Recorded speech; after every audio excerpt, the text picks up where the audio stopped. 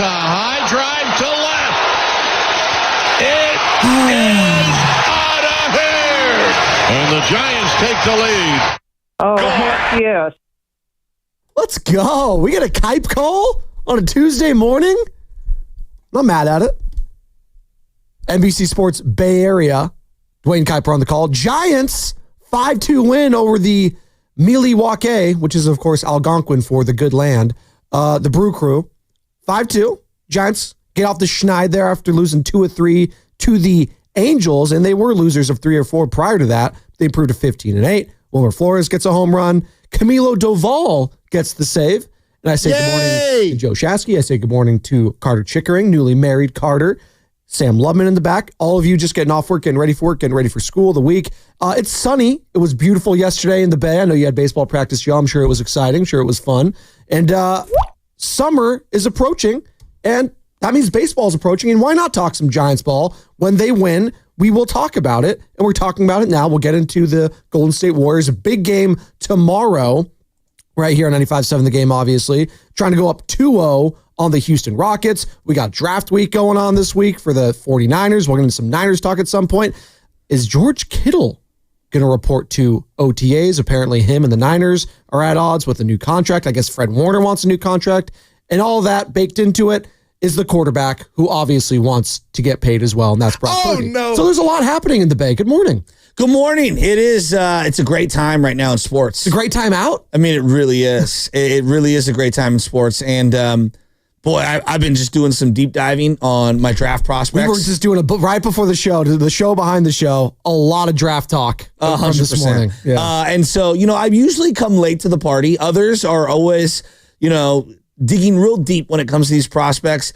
I have my favorites. I have those that I like and I don't like, and we will get to those at some point this week. I'm really fired up for the Niners, but everything's up in the air with them. And, who's coming to camp, who's not? And God, we're doing this again. Let's get into the Giants, though, to start, because last night's game, I like talking about games, the games that happen. The Giants have been one of the best stories in sports right now in terms of them kind of coming out of nowhere. And because of the Warriors being as popular and the rejuvenation it feels like Jimmy Butler has provided the organization, the lifeline to Steph Curry, it's kind of clouded what has been a great first month for the San Francisco Giants. If I was scripting a great month for Buster Posey, it would look something like this, where you've been resilient. You've won in a variety of ways. Guys that you've hung on to that maybe people were kind of sick and tired of have been key contributors. Mike Yastrzemski, Wilmer Flores. Are you kidding me? Last night, Camilo Doval, who I'll admit, have done the full circle on him. I loved him. I was like, what's going on with him? Let's trade him. I want to move him for anything. And now I'm all the way back around I'm starting to love him again. And I look at, the way that they've been winning games, it feels like it's a different person every single night. They're a fun team. They truly are a fun team, and they're one of the more positive stories in baseball right now. They are 5th in Major League Baseball in runs batted in. They can hit the ball. And you know what I like about this team? You use the word resilient. They answer back quickly, more often than not. So another team scores and they jump up to a lead. You know what? Quick answer. Whether it's 1 run, whether it's 2, you don't have to get them all back at once. But just having that quick response is so much different than what we've seen the last few years. When they get down early, they get all right, so this game's going to get away from us. All right, well, let's go to player X in the bullpen because I don't know his name. You don't know his name, but we're going to go to him because this is going to be a bullpen game, right? It's been so refreshing to actually see names that I'm familiar with and them just sticking around. Whether that is William, Flores, whether that is, the Willie Adames who's playing his old team, right? Whether it is Matt Chapman, Robbie Ray, who's obviously won a Cy Young in the past, who's been up and down. I thought it was a gutsy performance yesterday, but it hasn't been the best I've seen from him. But it was nice to see Hayden Bird Song go out there, grind it out 3 innings. And you know what? I know you've been very high on him. You've been fan number 1 when it comes to one Hayden Bird Song. And he keeps doing this. Maybe he will have an opportunity to get back into the rotation at some point, the starting rotation, that is. But I know he's having fun. 4 Ks yesterday, 3 innings pitched, only allowed 1 hit, a couple walks, but you know what? Nothing too bad. And Doval, we were talking about this yesterday when it comes to closers It used to be you knew all the closers. Johnny Wetland. Right? You knew them. Mariano Rivera, Trevor Hoffman. Grant Balfour, Jim Johnson, right? Even that era, absolutely. Like just random. Yeah. But it feels like whether it's this new iteration of just, closer by committee, which is what it feels like. Oh, Kenley Jansen's, right? Like those guys are fading out. The Craig Kimbrells, right? I don't even know if he's on a team anymore. The Craig Papelbons. The Papelbons, like it's few and far between. So like I'm not going to be super concerned like, oh, they don't have a solidified closing role. It would be nice to have one, but if it's a Ryan Walker here or if it's a Camilo Duvall here or there, just get the damn win and get the damn save.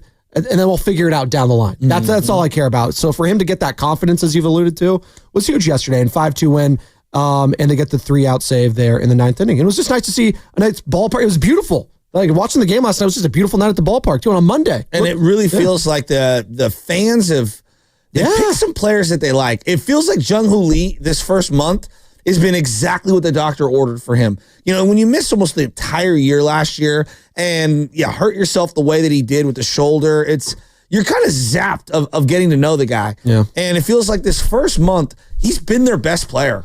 Well, anytime you sign a player to a fat contract and then he barely plays and gets hurt. And you've never seen him. And he's coming from the KBO. Correct. And you know nothing about the guy. It's like, right? Well, okay, that's great. It's not, that's not good. No. And that's not fair to Jung Hoo Lee, obviously, but it's just a fan's perspective. It's like, great, you spent all this money when we want guys like Aaron Judge, Shohei Ohtani, Juan Soto. You get Jung Hoo?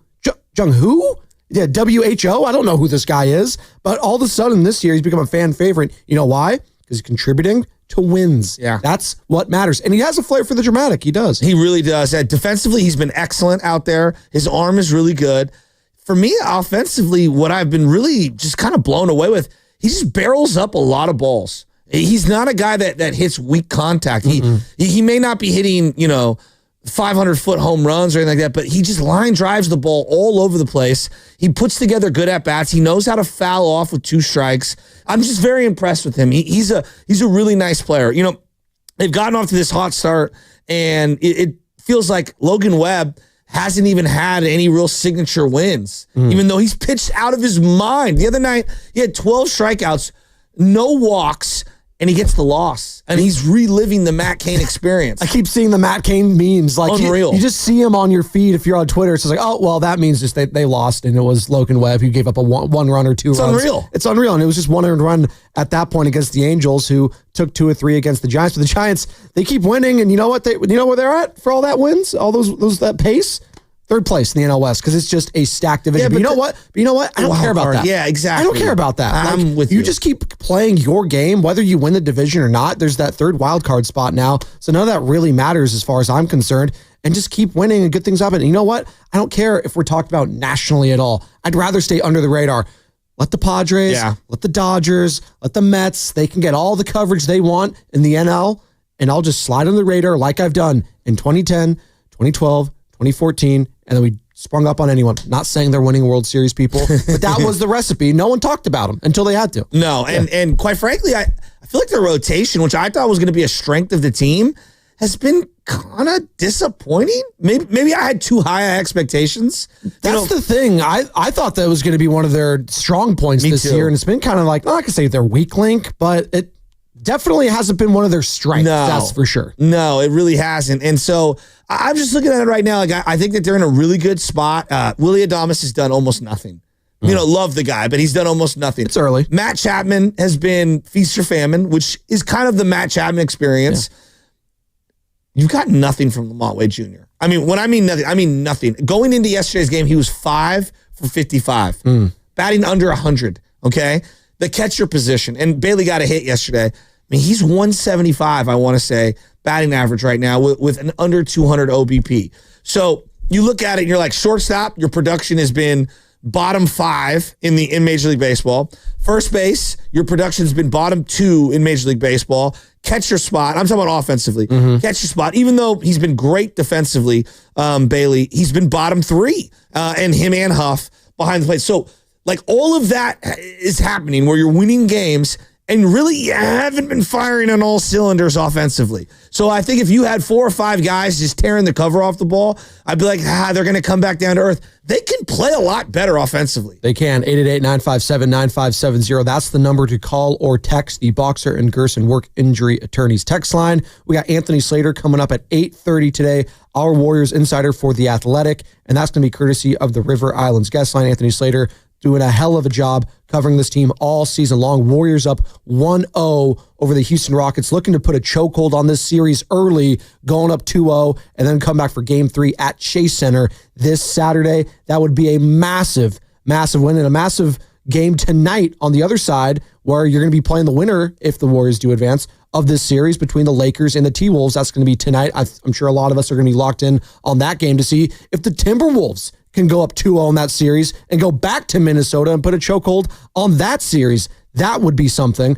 And shout out to those watching on Twitch, Twitter, and YouTube. We are streaming on those platforms, brought to you by First NorCal Credit Union. For a low-rate auto loan, apply online or just ask for First NorCal financing at the dealer. Giants win, and they improved to 15-8 on the season. And you know what? I know a lot of people, baseball, it's not their thing right now, because a lot of them are, let's be honest, Warriors fans in this area. That's basketball. We're in playoff mode. We're in playoff mindset. But I do think it's important to celebrate when teams are actually playing well. Especially when we've dumped on them for what feels like 4 years in a row. Years. We've been just crapping all over them in the Farhan Zaidi era. And this is different. It does feel a little different. And it's a breath of fresh air. And we will celebrate it. Do we have to talk about them for 4 hours? No, but it's important to talk about them when they are playing well, because sooner or later, the Warriors season will end at one point, and we will be talking about the Giants. No, just seriously, it'll end hopefully much later rather than sooner. The Warriors season on. Maybe it'll be a championship. And you know what? We'll be talking about dubs into the summer, but I want to be able to talk about dubs and Giants at one point. And we are going to be talking about the 49ers, because there is huge things happening in Santa Clara. No doubt. Starting today. And one thing about the Giants right now that, it's gone so under the radar. Like the Jimmy thing it's taken over the area. Would we all agree? Right? Like Jimmy Mania has swept. Yeah, right. San Francisco. And when you combine Oakland, Jimmy with Steph, obviously that's going to be the headliner, and it's going to engulf any other topic. I mean, it's so big right now in Warrior Land. Has anyone even brought up, around here, the Purdy contract situation? Not really. We're talking about the quarterback of the freaking Niners. Yeah. I mean, outside of the best player on the Lakers, or the best player on the Cowboys, or the best player on the Yankees, the best player at the best position at the Niners, that is a glamour spot. Yeah. We can all acknowledge that. So it's engulfed everything, Jimmy and Steph, rightfully so. I've just enjoyed, on a Monday night when there's not a Warrior game and there's not anything in particular. I was casually watching Nuggets Clippers and Pistons, casually Knicks. watching, Pistons Knicks. I flip on the Giants. I'm like, dude, this seems fun. They're middle of the pack in terms of stolen bases, which I couldn't say the last 5 years. They do strike out a lot. They're a top 5 team in terms of the amount of times that they strike out. They hit a lot of doubles, though. And to me, it's not just hitting gap shots. It's also the speed on the team has been elevated. And they play a fun brand of baseball where it feels like there's actually a cat and mouse game going on between, whoever gets on first base and the pitcher, because you can only throw over 3 times. Defensively, they've been good. That's fun. They've been kind of an adventure in terms of the starting rotation. And so you don't know what you're going to get on any given day. The bullpen has been better than advertised in for the most part. I know the Ryan Walker game over the weekend has been something that left a lot of people frustrated.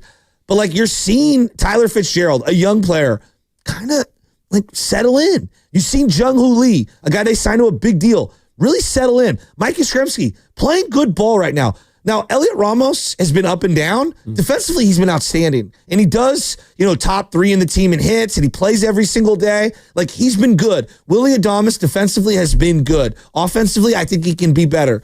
There are a lot of really fun stories right now. And so just casually turning the Giants on a Monday night and checking in on them, it's not a task to watch them. They're actually fun. And brought to you by Golden State, serving the Bay Area for 3 generations. When you succeed, we succeed. Visit goldenstatelumber.com. And as always, we are coming to you live from the Laughing Monk Studios. Laughing Monk, righteously brewed in San Francisco. And if you're catching a Giants game, you know what? Why not go to Laughing Monk if it's a day game? Just hang out, go to Sunnyvale, go to San Francisco, go to the Gastro Pub, all of that.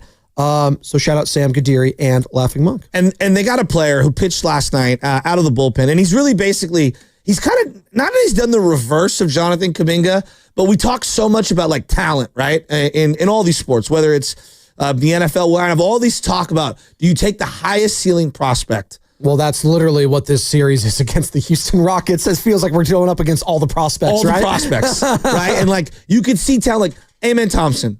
You can clearly see the guy's got a lot of talent. Yes. Right? Now, will he ever reach that potential? We'll see, right? There's a guy on the Giants who was not highly touted, who I think has as much talent as anyone in their entire system, and that includes Bryce Eldridge. This kid, Hayden Bird Song, is just incredible. You do. I mean, he really understands how to pitch. Command, hitting locations. He's got a beautiful two-seam. He's got multiple breaking pitches. He understands how to pitch from behind, meaning when he's down in the count, how to pitch when he's ahead in the count, not giving a guy something that he can barrel up. He's accepted his role in coming out of the bullpen, and we haven't heard boo-hoo from him. You don't see any bad body language. Hayden Bird Song is going to be a star. I don't know at what point. I think this guy has 15 win potential or more, which in the modern era is like 20 to 25 wins. 15 plus win potential as a starting player in the rotation for years to come. That's how good I think this guy is. I think he's so good, he might knock Logan Webb off one day in the near future as your quote-unquote ace. That's high praise right there. No, that's how highly I think of this kid. Logan Webb's literally been a Cy Young finalist these last few years. Awesome. He's been incredible. I don't say it so lightly. You don't say that lightly. No, absolutely not. And I trust your judgment when it comes to this Giants team. You're one of the biggest Giants fans I know. And Hayden Bird Song. Nasty. And Hayden Bird Song was a baller last year. Now he got him, Harrison. They struggled towards the end there, but they were rookies. Like I was expecting that. But when I see the old guys still kind of struggling a little bit, when I see Robbie Ray struggling with his command, when I see Justin Verlander not being able to get through 5 innings, right? It's like, all right, well, you got this young kid out there who showed some moxie. He's got the stuff. He's throwing 96. Like, yeah, I would like to see some Hayden Bird Song in this starting rotation at some point this season. And you know what I like about him?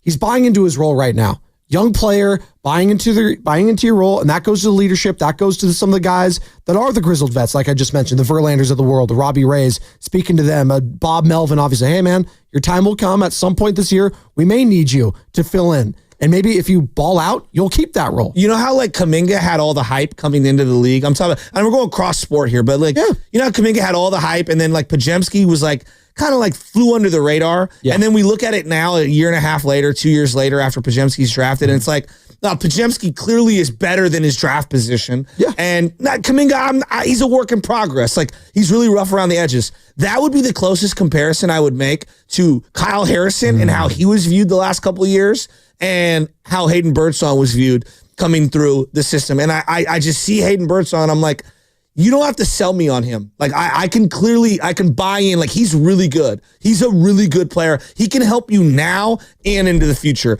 I think his ceiling is better in his sport than Pajemski, but like Kyle Harrison is a work in progress. I don't know if he'll ever be able to replicate that. Well, like that or not replicate it. Hit that whatever that ceiling is that you think he has. Sure. Well, and he came on, remember, so damn strong with that opening day start. Not opening day, that start, but his first start at AT&T was electric. Oracle. He was insane. It was fun. How many strikeouts did he have? 9, 10, something ridiculous. He was incredible. And obviously the De La Salle, all the storylines, the local local. Everyone loved that. And I get it. But the Kuminga comp is fair because both of them right now are kind of out of sight, out of mind. That's what I'm saying. Like they're just kind of shoved to the side. Have you even heard his name? No. He's in AAA. I haven't seen, and you know me, I follow the prospects. Joe, have you seen any videos from me sent to the group thread? No. We're up against it. We're gonna continue this conversation on the side. We will get to the Warriors and Rockets, I promise, because that is the game here in the Bay. It is tomorrow. We'll have all that coverage leading up to the game, after the game, all of it, all postseason long. Don't go anywhere. Warriors, Rockets, we got it all. It's Spadoni, it's Shasky. That's what's coming up with the game. It's going to be brought to you by Frontier Ford.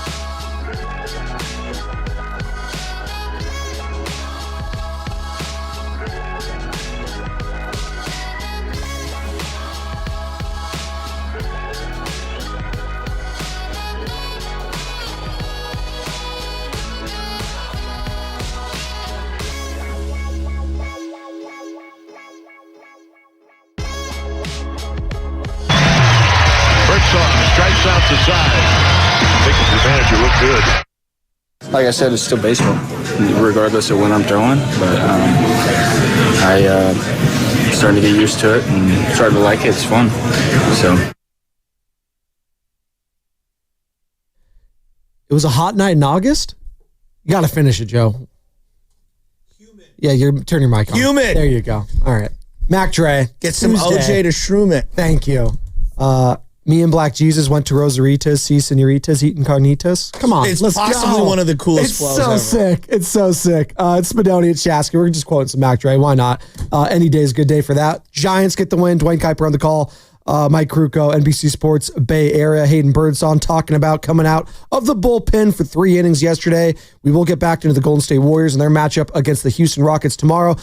You know what? We were tooting our own horn a little bit yesterday, rightfully so. There was an arrogance factor, I think, from Warriors fans. And then me, tooting my own horn, saying, I did call a sweep. Will they sweep? We shall see. I do think there is a great chance that they do. If they win tomorrow, they're going to go all out tomorrow. We'll talk to Anthony Slater at 8:30 about it. I mean, that game and that series, I just think it is going to go how game one went more often than not. I don't think the Rockets are going to shoot that badly.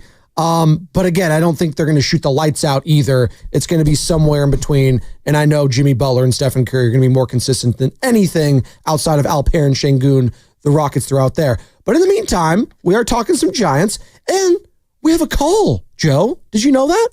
We have a call talking about the Giants. Let's go. Richie Rich, Livermore. Well, my guy, Richie Rich, he knows ball. Let's go. Richie Rich, what you got on the Gigantes? Good morning. What's up, Spadone? Good morning, Shafty. What's up, my guy? What's up, How you bro? doing? Happy Easter to you and your Hey. family. You too, brother. You guys look beautiful, man. You know what? You clean up pretty damn good, Shafty. I like it, bud. We're a lot of Irish today, Richie Rich. We're a lot of green, a lot of Irish. I try. What you got? No, I love it. You know what? It's been, Giants ball's been shadowed because of the playoffs, right? I get it. Warriors are hot, love it. But damn, we're off to a great start, dude. It feels so good to put the Giants game on and they're ahead or they come back. And to just know that you got a solid right fielder out there, it's not hit or miss, a center fielder, their shortstop position. I love it, dude. It's absolutely amazing. They're playing great ball. I do wish we get some more production out of Adames. I think because he's getting so much money and it looks like he's reaching, right? Like, There's nothing worse. You coach ball, Shafty. I coach ball. There's nothing worse than when a batter gets on or a runner's on and you're like, oh, man, you're not sure if they're going to get a hit or not, right? It's like, come on. But it's so early. I think it's going to come along. I'm not worried. But this is what I really want to talk about, right? First base. Come on, Wade. It's like whatever. You even tried Casey Schmidt. When a team's balling like this and any given day, someone's going to walk it off or get a run. The commodity is great. Please, why not call up Eldridge, dude? What do you have to lose? Like, I know they're saving him, but at this point, it's like, dude, you're not getting much production out of first base. Call the kid up. Let him be a part of what this is happening right now. Let him vibe with them. I think you got nothing to lose. Call the kid up from Double-A and let's roll, man. Like, let's go Giants. I love it. Warriors are going to take it to tomorrow, but I want to see Eldridge up, man. I think he needs to be a part of this. What do you think, Shafty? Well, it's interesting that you bring that name up because yesterday we did Garlic Fries and Baseball Guys. Oh, the podcast that you can find wherever you find podcasts. Me and Sam Lubman. Love it. And I basically said to him, I said, hey, look, I get it. And you can see right now, Lamont Wade Jr. comes up to the plate as the game is on here in the studio. And he comes into the game batting .091. A crisp .091. Okay. He's 5 for 55 this year. He has the one home run. They have some of the worst production in a variety of categories at first base. Just the position as a whole. Yeah, the position as a whole. I'm just looking at Fangraphs right now, and they rake them. I know you don't like WAR, but it's a cumulative thing too. Yeah. They are ranked 25th out of all teams in first base production. Total first base production. Lamont Wade, Wilmer Flores, whomever. It's not good. Casey Schmidt. Yeah. Erar Encarnacion. All of them. It's really bad. I mean, I just love saying that name. It's so there's great. just look like to put it bluntly, they have 11 hits. As a position, they have 11 hits. The only teams behind them, the White Sox, who awful. Yeah. The Marlins I'd are rather there. be them. Stop. I'd stop. The Rockies. And then you got the Reds and the Brewers who are there as well. But Rhys Hoskins, I think, is going to pick it up. Like, that's a guy I can trust at first base more often than not. So, like, okay, Lamont Wade, is he a placeholder for now until Bryce? Probably. But this is why I wanted to go get Paul Goldschmidt in the offseason. Now, Paul was going to go to a team that was probably more of a contender at this particular point in his career. But they needed a right-handed, power-hitting first baseman. The other guy that was out there, he ended up going to the Astros, was Christian Walker, right? Like these are two guys that you could have plugged and played for a year or two at first base and at the DH spot. What are they going to do with Eldridge? Now, I asked that same question. Eldridge has really got to push the issue. He had a bad spring. A really bad spring. I believe he hasn't even played in an official Double-A game yet. Sam, is that correct? Because Let me double check on that for you. I was looking all over the internet. I couldn't find any official at-bats for him. And so that is very unlikely. He's really young. I think it's really important that they get him right in terms of how they develop him, right? You bring him up too soon and he's not ready, and maybe he does look like Kyle Harrison. You know, like, I get it. What's that, Sam? Just really quick, he has not logged any at-bats this year because he has been on the injured list to start the season. Oh, that's not good. No, it's not ideal. No. He had the wrist thing. And anyway, point being is I hear him and I get where he's coming from. I just think that he's a couple months away before even having that discussion currently right now. The Giants are in a great position to swing a deal and get a legitimate first baseman. Okay, what are you going to do with Kyle Harrison? He's in AAA.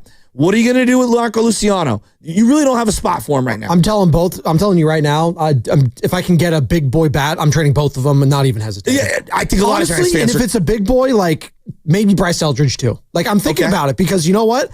Scared money don't make money, Joe. And there was a lot of scared tactics from Farhan Zaidi that I'm tired of. I think Buster Posey will rip off the Band-Aid and he will go out. If this team is contending come, July, he will absolutely go out and get someone. Now, who's that someone going to be? I know a lot of people thought Vlad Jr. He broke off, obviously, with Toronto. That's not happening. Yeah, that's done. But again, we got a lot of season to go here. Sure. There might be guys that aren't available now that might become available. There's no doubt. And I just think they're sitting pretty in actually a really good spot right now. Just continue to win series, keep plugging forward. But he's not wrong. First base is a giant hole. Now, I can live with my catcher not being this big bat production-wise if you're elite defensively and your mind is really good in terms of how you work against a certain lineup. And Bailey kind of checks those boxes. So I'm not as pressed at the catcher because the catcher production offensively hasn't been great either. I'm not as pressed there.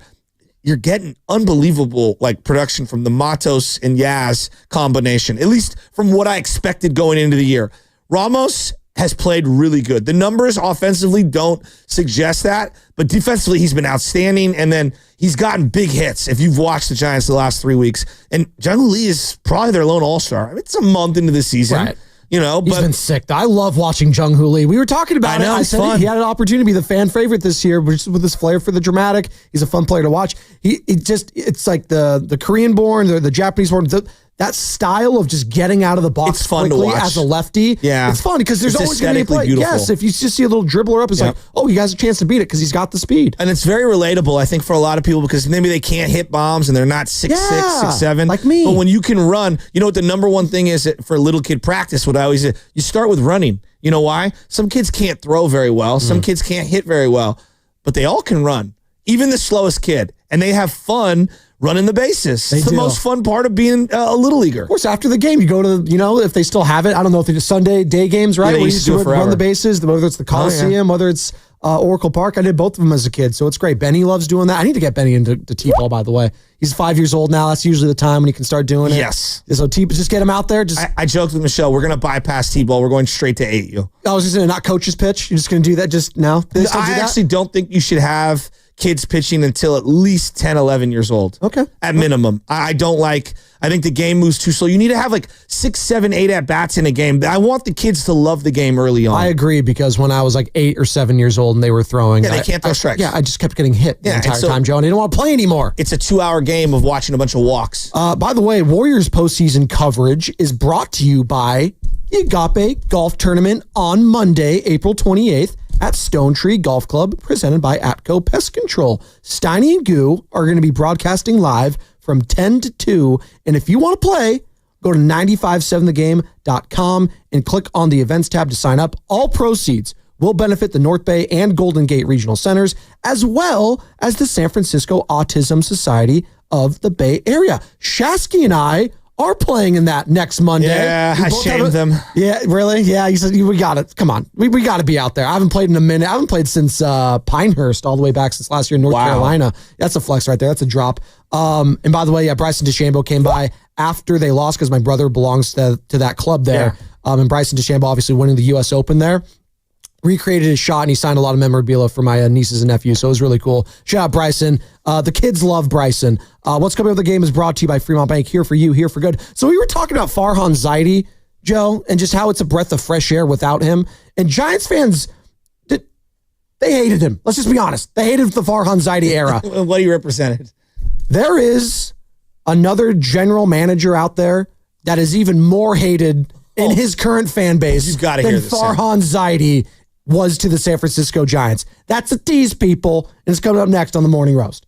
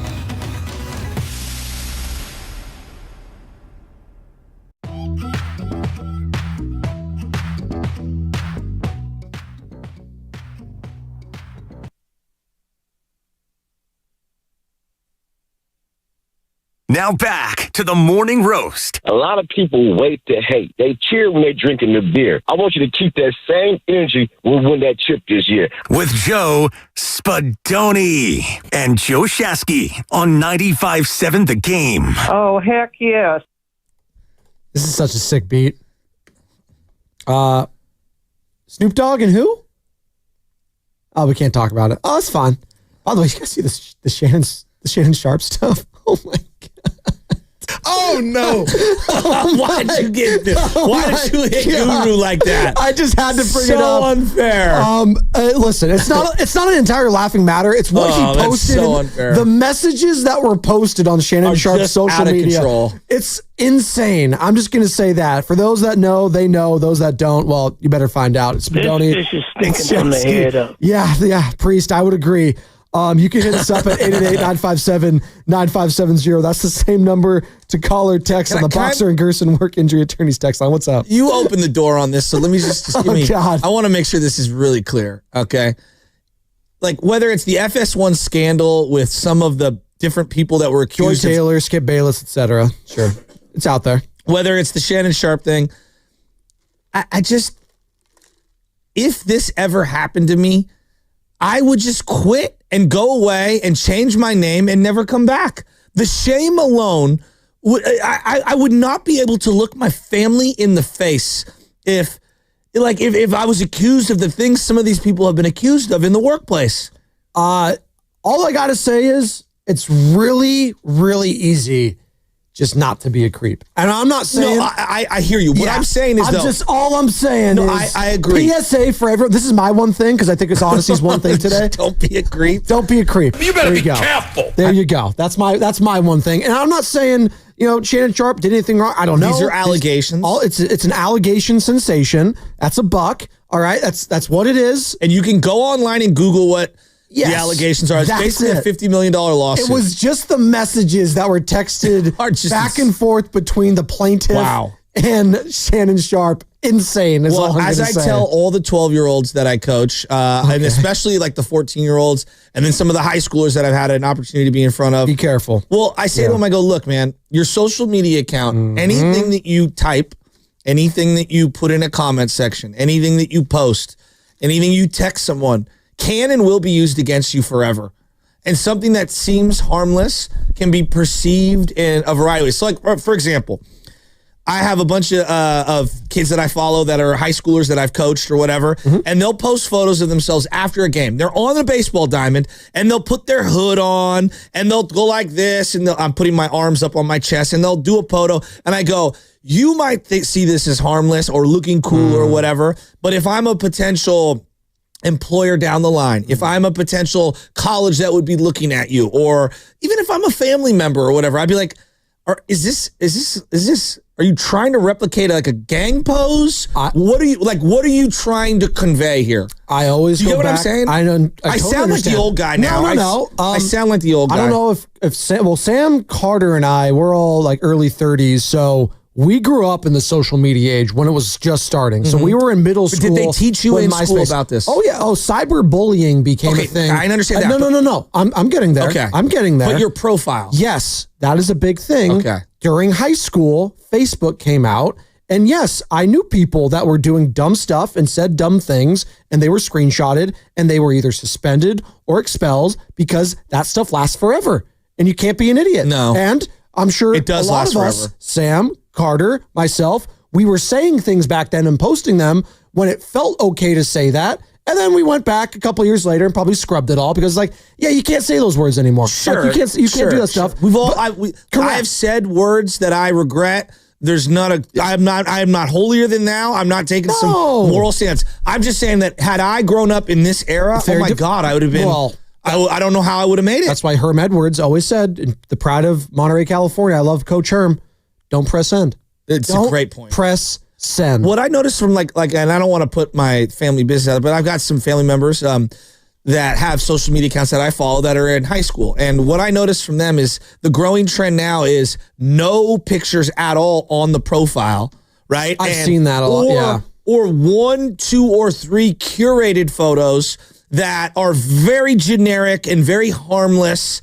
For example, like girls, like her and her couple friends at like, what's the big, it's not Coachella, but it's here in San Francisco. Outside Lands. That's coming up in them August. at Outside Lands in sweatshirts. It's not like something that's as risque or anything like that. And so I think that's probably the smartest. And I'm sure they have a close friends account, meaning where the green circle goes on IG. They do, what they do now is you don't really post photos. You just post on your story, which deletes after 24 hours. So that's what you do now. You just but you don't put it out for everyone. No, you have the close friends. Close friends, exactly. Brought to you by Golden State, serving the Bay Area for 3 generations. When you succeed, we succeed. Visit goldenstatelumber.com. Am I on your close friends on social, Joe? I don't do the close friends thing, so I don't know. Might be suggestible. I just put it out there. I wonder if I'm on Anthony Slater's close friends. I follow him. I don't think he follows me back on social. I'll ask him about it. Have you ever done any Slater. Have you ever done any like talking? And we'll get into this GM sound that you have to hear, and the Warriors. I promise you, we're gonna get into the Warriors. But have you ever done any like speaking to high school or college the youth students? of America? No, I have not been invited to do so yet. But now that I'm a big shot on this show, maybe I'll get invited. Well, I've had a few opportunities. One was in front of a bunch of high schoolers at like a journalism thing, and not that I'm some journalism expert, but like one of my jokes, and I do this to some of the baseball teams. I'll be like, all right, pull out your phones. Everybody, pull out your phones. All right. Search me right now on Instagram, ButcherBoy415, right? And they'll all start typing it. And I go, look at my profile. What is on my profile, right? Whether it's the stories, whatever. It will be stuff that I'm promoting for work. It will be sports, and it will be family. Yep. Very curated. I want you, when you see like, and again, there's other things I'm into, but like when you look at my profile, I just assume there's going to be no context. No one's going to have to explain anything. It's pretty straightforward. Right. So if I'm not comfortable sharing with the world, then I don't put it on my profile, because if you click on for the first time ever, I want you to feel comfortable. And then my running joke is, now I want you to hit, follow, and then they all start laughing. And I go, see, now I've gotten you to follow something. Look at you. Brand, all that stuff. You like that, You're don't so you? proud of it. You look at the smile on your face. Like, Well, because you want to drive I'm a motivational people to follow basically. your stuff. No, I know. It's good. It's good. Anthony Slater, 8:30. And by the way, the head coach of the Golden State Warriors joining Willard and Dibbs today, 4 o'clock. Be there or be square. That is appointment radio. And that's courtesy of the River Islands guest line, Joe. Speaking of Steve Kerr and the Golden State Warriors, as we pivot from LaShannon Sharp to this, I mentioned and I teased it. Farhan Zaidi's Q rating, probably the lowest outside of maybe John Fisher here in the Bay Area when it comes to executives or ownership in the Bay. I think it pales in comparison to what Nico Harrison has done in Dallas, general manager of the Mavericks. Going back, remember, Joe, the Jimmy Butler thing, we've all been in Jimmy Butler mania these last couple months.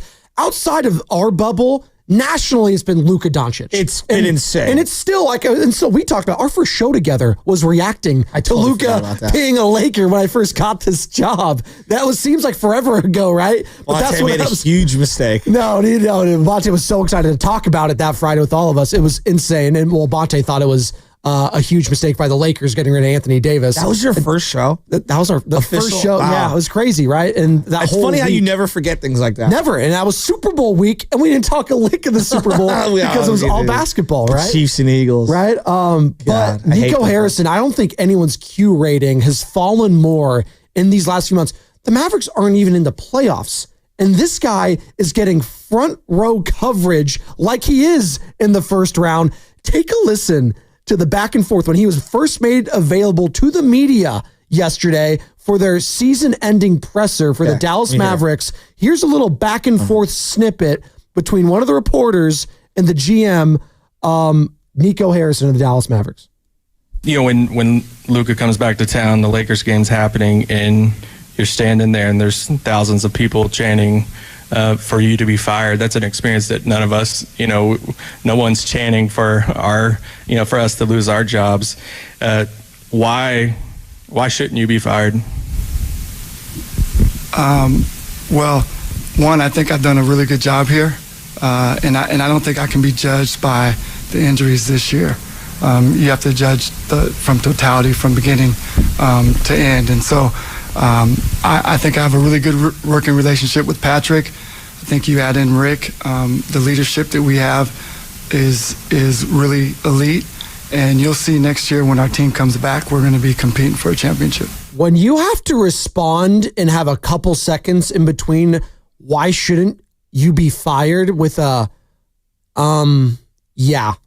And I'm sorry, Nico Harrison, I don't think he can change his voice. It's the way he speaks. He's very soft-spoken. That gave me 0.0% confidence. Like, he should have already been fired because of the move a couple months ago. I think we could all agree on that. It was one of the worst in the history of the NBA. Maybe the worst in the history of sports. Like, I don't even care if Luka Doncic doesn't do anything with the Lakers. It was just the value of that deal was awful. It was putrid, horrible. You know what, if you're Nico Harrison, what you say is, say it with conviction. Whether you believe it or not, I don't care. You need to speak on it and say, you know what? Agree. I was in the finals last year. We were in the finals last year. You know, yeah, Luka was a big part of that. You know who else was a big part of that, who I helped bring in? Kyrie Irving. Had he not gotten injured this year, you know what? Like, that's how you do it. I was the guy who made the deals at the deadline for PJ Washington. Correct. And Gafford last year when nobody wanted him. That's what you do. That, whatever that response was. I mean, that sounds like a guy who's halfway fired. He's dead man walking. Yeah. I whistle when I walk by the graveyard. That was the graveyard. No, that was exactly what it was. Real quick, one more time. I mean, he has nothing, no self-worth, no confidence, nothing. The response, and I want you to fade it out quickly, Carter, because I'll play it, and then you can fade it down. Just the couple seconds he has to think about it. It's a great question, by the way. But before you continue, whoever asked the question on the front end, well, it was worded perfectly. Well, and the guy was, you can hear and see the smile, then laughing. He's like laughing as he's asking the question. Just this whole thing one more time. He's visualizing. Yes. You know, when Luka comes back to town, the Lakers game's happening, and you're standing there and there's thousands of people chanting for you to be fired. That's an experience that none of us, no one's chanting for for us to lose our jobs. Why shouldn't you be fired? Well, yeah, right there. Wow. How did you? Stumbled right out the gate. How are you not prepared for that type of a question? He looked shell-shocked. He looked like Joe. That's unbecoming. I honestly, there's parts of me where, real quick, that I do feel bad for the guy. Yeah, because clearly he thought that was the right move. Like, in his heart of hearts, he felt that was the right move for the organization.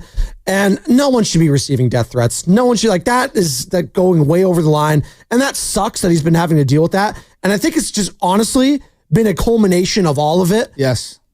Like, what are the Mavericks ownership? Like, you got to put that guy, for lack of better, put him out of his misery, dude. Fire him. Let him just move on. Like, you're not helping him out at this point if you're the Dallas Mavericks ownership. I know Mark Cuban would have already, well, real quick, Mark Cuban, if he did have full ownership of it, he would not have let this happen at all. But you need to rip the Band-Aid off. He is never going to be a likable face in that market again. No. Again, ever. No. Ever. And the owner said something to the effect of, I'm paraphrasing, that Nico didn't explain to me how much the fans really resonated with Luka. And so, we didn't understand how this would land on our fans. Well, Nico, he didn't realize how much the fans, we don't even have that clip, but in another clip, he underestimated just how beloved Luka Doncic was in his own part. How could you underestimate that? I know. The guy's a phenom. How many times was he first team All-NBA? He's a perennial MVP candidate. He took the team to the finals last year. Yeah, you don't think he's a little loved in Dallas, which has been a market that has been doing absolute nothing since the Dallas Mavericks' last championship. They love their Cowboys. Their Cowboys always give them heartbreak. Luka Doncic has at least brought that franchise to the NBA Finals. There's, and he's 24, 25?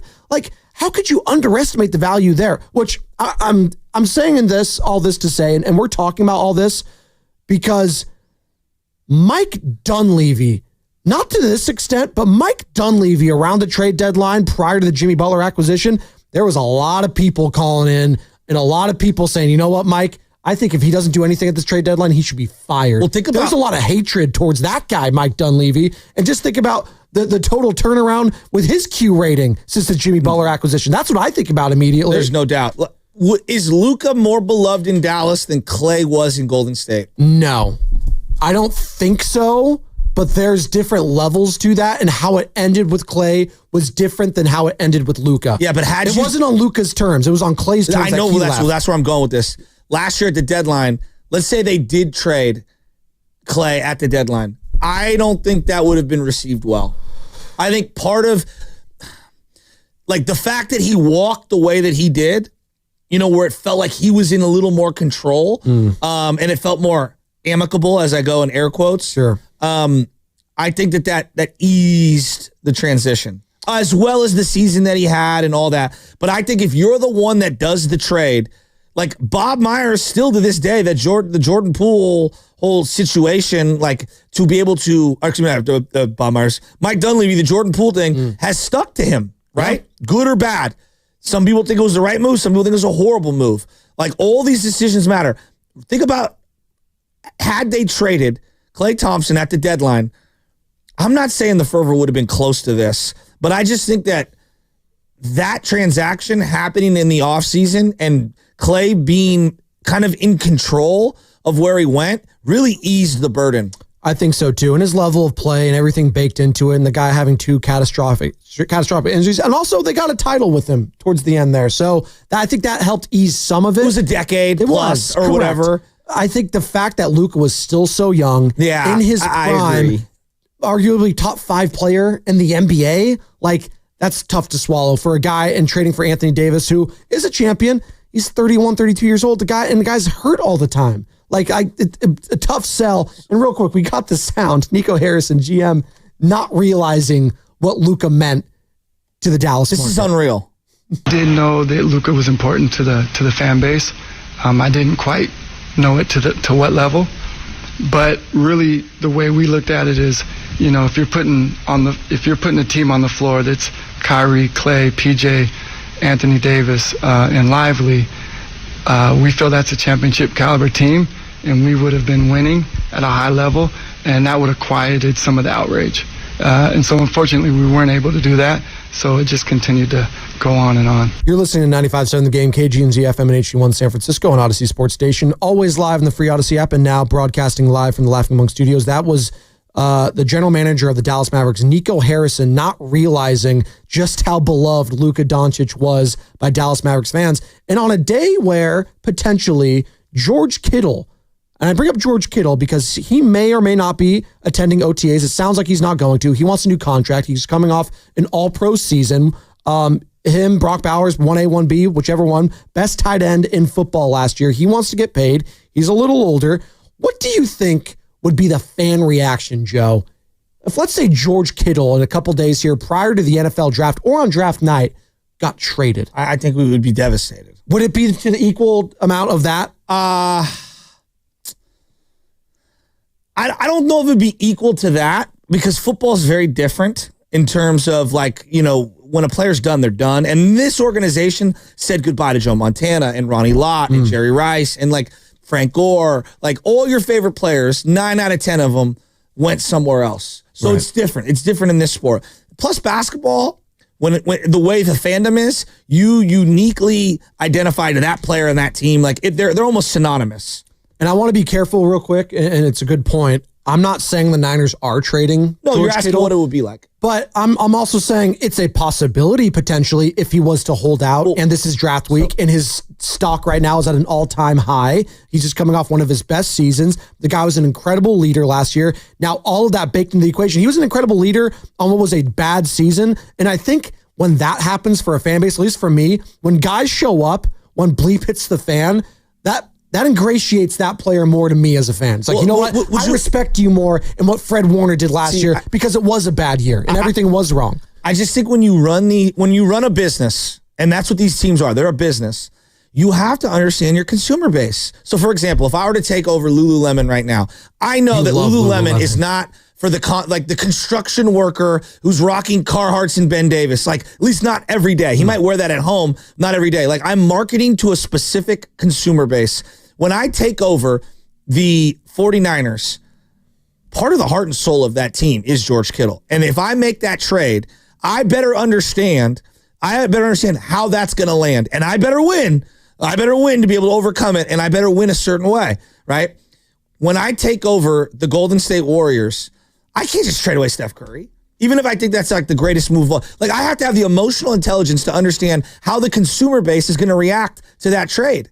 Do you get what I'm going with this? We were a couple months ago. Steiny even brought up the notion of trading Steph, and it was laughed off. Although there were a couple callers that said, maybe you think about it, which sounds insane. But what you're getting back in return for a player like that you have to understand how the consumer feels. Correct. At some level, you need to meet the consumer on their level. And you can win, but you better win championships to be able to do whatever you want, right? I don't even know if the Dallas Mavericks had gone on a deep run to like the Western Conference Finals again. But I still don't think they would love. So think about the Giants. I don't think anything he did after that point, he could have ingratiated himself to the community. Did Farhan's way of assembling a team connect with the consumer base of the Giants? No.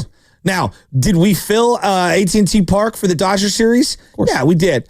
But then when the season was over, we were like, well, that'll never happen again. Exactly. Right? Like that's how most people felt. Like you have to acknowledge and have the emotional intelligence to know what your region likes. Right. I remember when Mike Nolan took over the Niners, he was like, we're going to be Baltimore West. It's like, dog, you took over the Niners. Yeah. We're about quarterbacks and throwing the ball. And yeah, we want to have a great defense. There's no doubt about it. But if your quarterback's only throwing 10 times a game, like that's not the way we want it. I'm still hearing about Jimmy Garoppolo throwing only 7 times or whatever it was in an NFC Championship game, right? Yeah. Like you have to win a certain way in a particular region, and you have to have again, I go back to emotional intelligence to understand what that fan base desires. If I took over the Yankees, I know I better have some boppers in that lineup. Yes. Right? Yes. I know what I'm taking over. Name recognition as well. Exactly. It's very important. Same with the big markets, the Lakers, you have to have the names and big brands and big iconic brands like an Aaron Judge, Giancarlo, Paul Goldschmidt even at this stage. Exactly. That's the guy you need in that lineup. So as I'm like weaving all these different sports back together, let me get back to Dunleavy here. All of the moves that Dunleavy made, each individual one could have been criticized up and down. But when you step back and you realize the magnitude of some of the moves that people wanted him to make, like I think he actually handled everything as well as he could have. I want to get into this. Let's dive deeper into this on the other side. Mike Dunleavy, and I want to do a little compare and contrast with what John Lynch is going through right now as it is draft week and OTAs start. Voluntary OTAs start today for the San Francisco 49ers. George Kittle not expected to show up. Fred Warner, we shall see both those players wanting extensions. And obviously, Brock Purdy is going to be the big name everyone's going to be watching as well. That's what's coming on the game, brought to you by the San Francisco International Airport.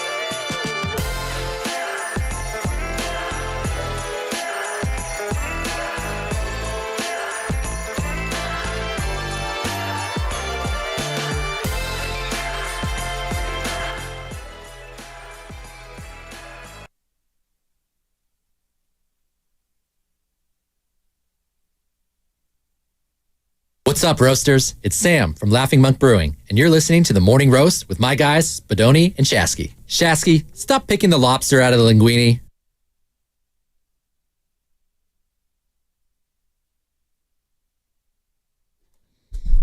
I know we're back. We're just talking some baseball stats. Come on, dude. Sam Gadiri, let's go. Laughing Monk. I can go for some Laughing Monk right now.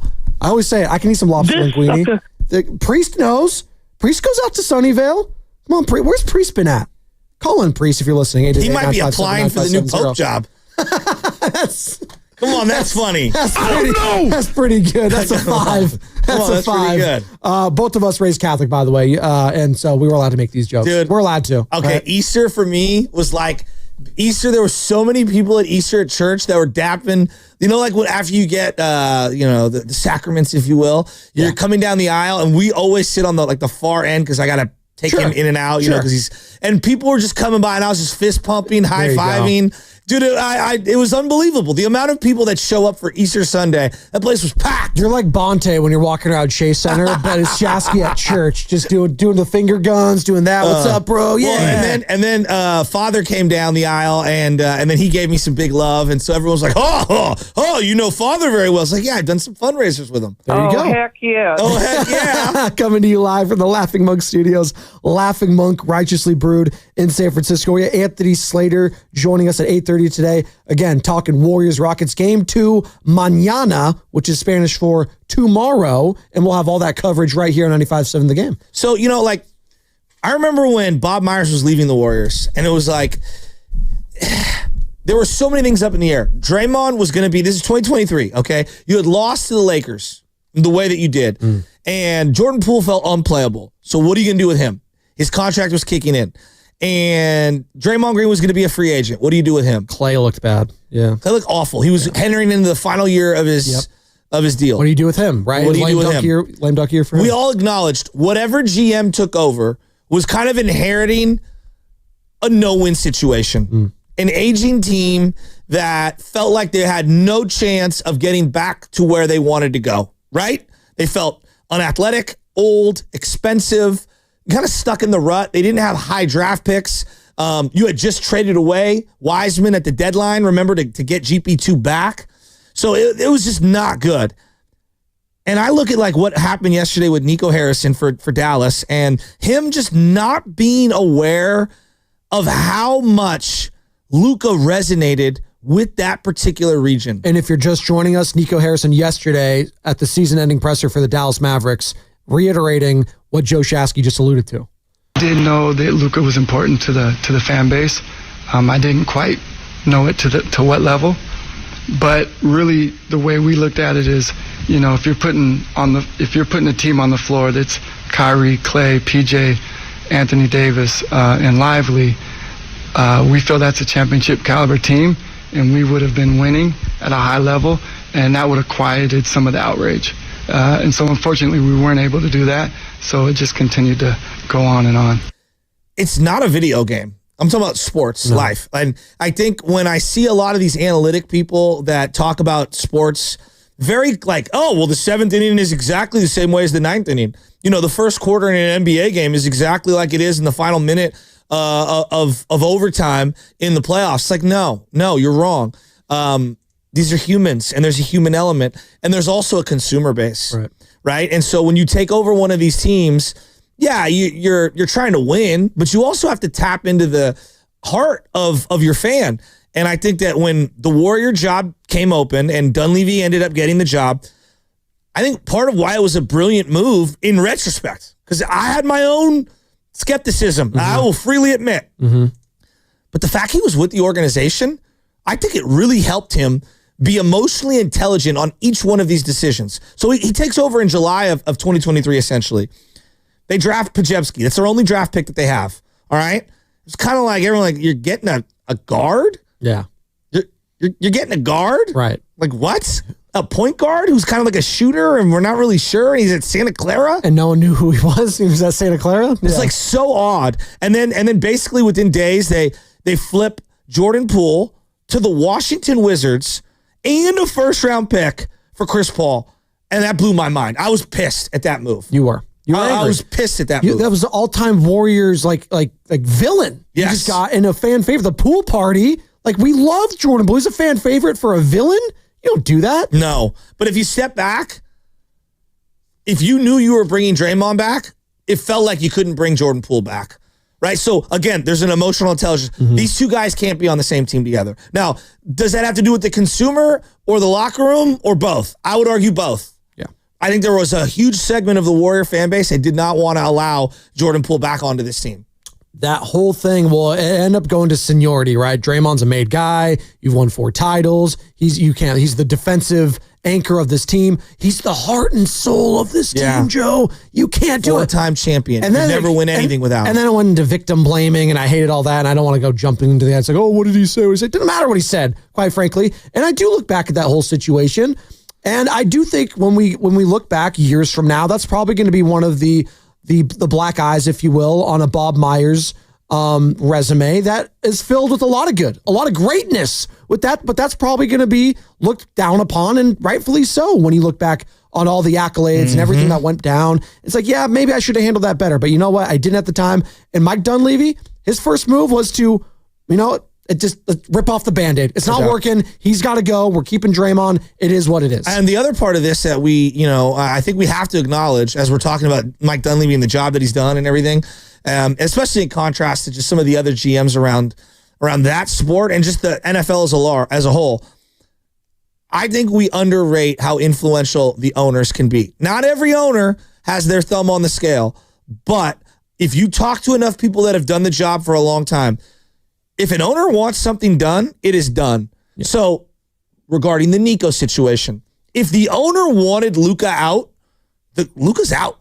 It doesn't matter. But when you sign up to be a GM and you get paid, pretty handsomely to do that job, that's kind of the hazardous risk that is associated with that job. Well, that's why I was shocked when the trade happened initially, because I did think it came from ownership or something happened between ownership and Luka, and that's what happened. I was like, there's no way Nico Harrison's just going to trade him for that. Really? I know he's not in the greatest of shape. I know they took the beer from him after they winning the Western Conference Finals. Wasn't a great look. I was like, all right, maybe there's something there. But I was like, no, that had to be an ownership thing. And then I go to find out that the owner didn't really even care, and he signed off on it, and it was Nico Harrison and Rob Pelinka, the Lakers, who go back and they're friends, they're tight as agents. Bizarre. It was all bizarre, and it was like the secret meetings. It was like, wait, what?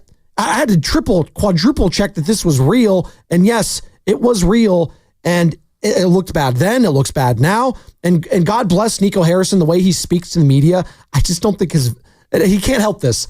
The way he speaks is so soft-spoken. Yeah, it's not. And he need to be speaking with conviction right now. Right now. Right now, it needs to be spoken with conviction.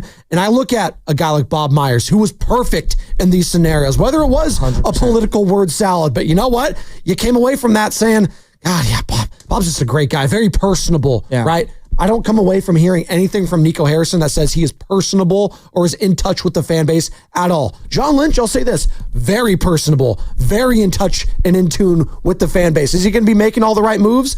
And there is a little difference, I want to say, when it comes to him, because him and Shanahan are kind of this, symbiotic relationship when it comes to player personnel. Shanahan having the final say. And I don't believe that York is that influential on the roster. Not anymore. No. Even if he was with Bulky, I don't even know if he was then, but for sure not now. By the way, shout out Leeds. The owners are Jed York, Leeds United. Yeah, I don't English care Premier about League. their soccer team. They got promoted from the championship to the Premier League. So that means they're not going to spend a lot of money on soccer. I'm out on that. I want them to spend money on the football team. I could care less about their soccer. Well, they are spending money on a football team potentially. It's going to just football. Yeah. Okay. So getting back to the Warrior transactions here, like I don't know if the mandate came from Joe Lacob to bringing back Draymond Green, but they were bringing back Draymond Green. And maybe it came from Steph. Maybe it came from all of them. Maybe they all were in unison. Remember Joe Lacob in studio with you and Bonte, just kind of sweeping under the rug there. He's like, Draymond came to my house during negotiations. He came over. Which made it feel like Joe Lacob was the one who put his thumb on the scale and got it done. Now, look, I didn't like the Draymond Green extension. I'm wrong. It's been a great extension. He's been really good. There you go. No, like he has. Like there's just no other way around it. Like he had a great year this year. I thought he was pretty good last year. He was great this year. Shocked you talking to me. No, he was. They're not where they're at without Draymond. He is a legitimate defensive player of the year candidate. Like that is the case for Draymond Green. So this is what Dunleavy inherited. He didn't trade away Klay Thompson. Now, was that the right move? Was it not the right move? It felt like in part you had to stick with them because of the fan base, because of the trio and what you owed them, and because of the locker room and all that stuff.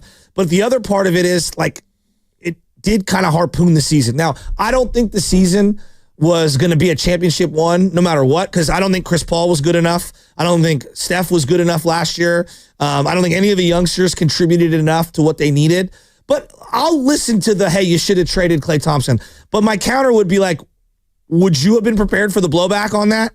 Right. Trading him away actively would have been a blowback. Well, and his only other trade prior to that was, again, the Jordan Poole trading him for Chris Paul scenario. Right. That's another fan favorite, another homegrown guy got rid of. Klay, obviously, the Q rating with him way higher when it comes to the fan base. 4-time champion, one of the greatest three-point shooters. He's a splash. He's a nickname. If you have a nickname, if you have a nickname, it is very difficult to remove you. Yep. It just is. Splash Brother, right? So, yeah, that was a big part of it. And I'll say this when it comes to Dunleavy. I do love his even keel approach when it comes to just speaking to the media, when it comes to just speaking. He gets it. He does get it. He's very calculated in what he says. Now, is he as personal as Bob Myers? I don't think any GM, honestly. No, he's unique. He's very unique. But Dunleavy does feel like he's himself. Yes. I don't feel like he's fake. And he's not afraid to swing big. We've learned that now with the Jimmy Butler trade. He is not afraid to swing for the fences. He's all about that. I'd like to get into that because like I'm looking at it right now and I'm looking at what happened the very next year. So the Chris Paul thing, like, are you going to keep this money? Are you going to trade his money? What are you going to do? I think they tried. I think they tried a variety of different things and it didn't work out. Now I lost my mind. Like I'm talking about as a fan. You traded away Jordan Poole. You gave up a first-round pick in that. You acquired Chris Paul. He didn't help you. You lost in the play-in. And now you let that money expire and you couldn't add anything. So you basically gave away Jordan Poole and a first-round pick for the money to just evaporate. Right. Yeah. I was pissed at Mike Dunleavy. And it felt like a waste, right? Yes. And then all the hooting and hollering from the fan base. You got to make a big trade. Exactly. You got to maximize the Stephen Curry window, right? God, you just got blown out against the Kings. Klay went over. It was a bad look all around. Listen, we were talking about it yesterday after the show. Like, think about a year ago this time, where this fan base, where the Bay Area was at. Tell the fans what we did yesterday. We were doing a whole exercise about this time last year. What show we did? We were talking about suffering with Steph.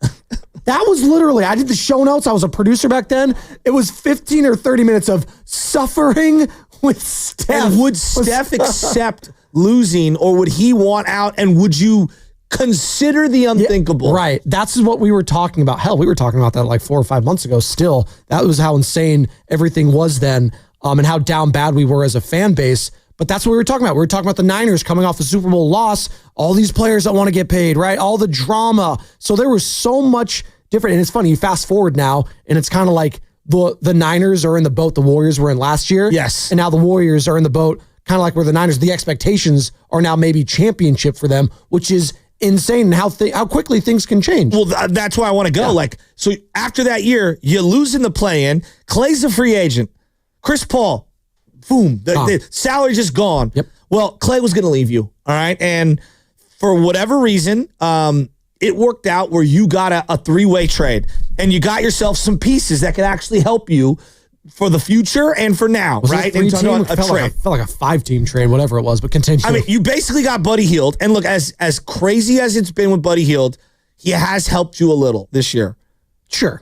Yes. No, he has. No, but okay. 12-3 start, which was important. I know. He was massive those first couple weeks. I will say that, yeah. Okay, all right. You did get Kyle Anderson in that deal. He was part of the Jimmy deal. Now, that wasn't the only thing, but that was part of it. You obviously waived Chris Paul, so you lost him for nothing. You got some swaps in terms of picks. But more than anything, you did kind of reset your books. And look, I laughed at that, and I thought that was a dumbass notion. Excuse my language. Reset the books. No, but I thought it was stupid. I thought, I don't care about your money or whatever. But then, if you signed somebody, you wouldn't have had the money to be able to extend Jimmy Butler. Right? And so you used some of the pieces that you got in the Klay trade. All right? You drafted Quinton Post. You got some financial flexibility for the future. And then you signed Melton. Well, Melton ends up getting hurt, even though he was good for the 6 games. You swung a midseason deal for Dennis Schroeder. Now, it didn't work out, but Schroeder ended up being part of the Jimmy Butler deal. Schroeder looked really good last night, by the way. 20 points for him in 29 minutes. Pistons win and even up that series 1 game apiece in the Eastern Conference. You also got Lindy Waters. Remember? You acquired Lindy Waters, who was part of the Jimmy Butler deal.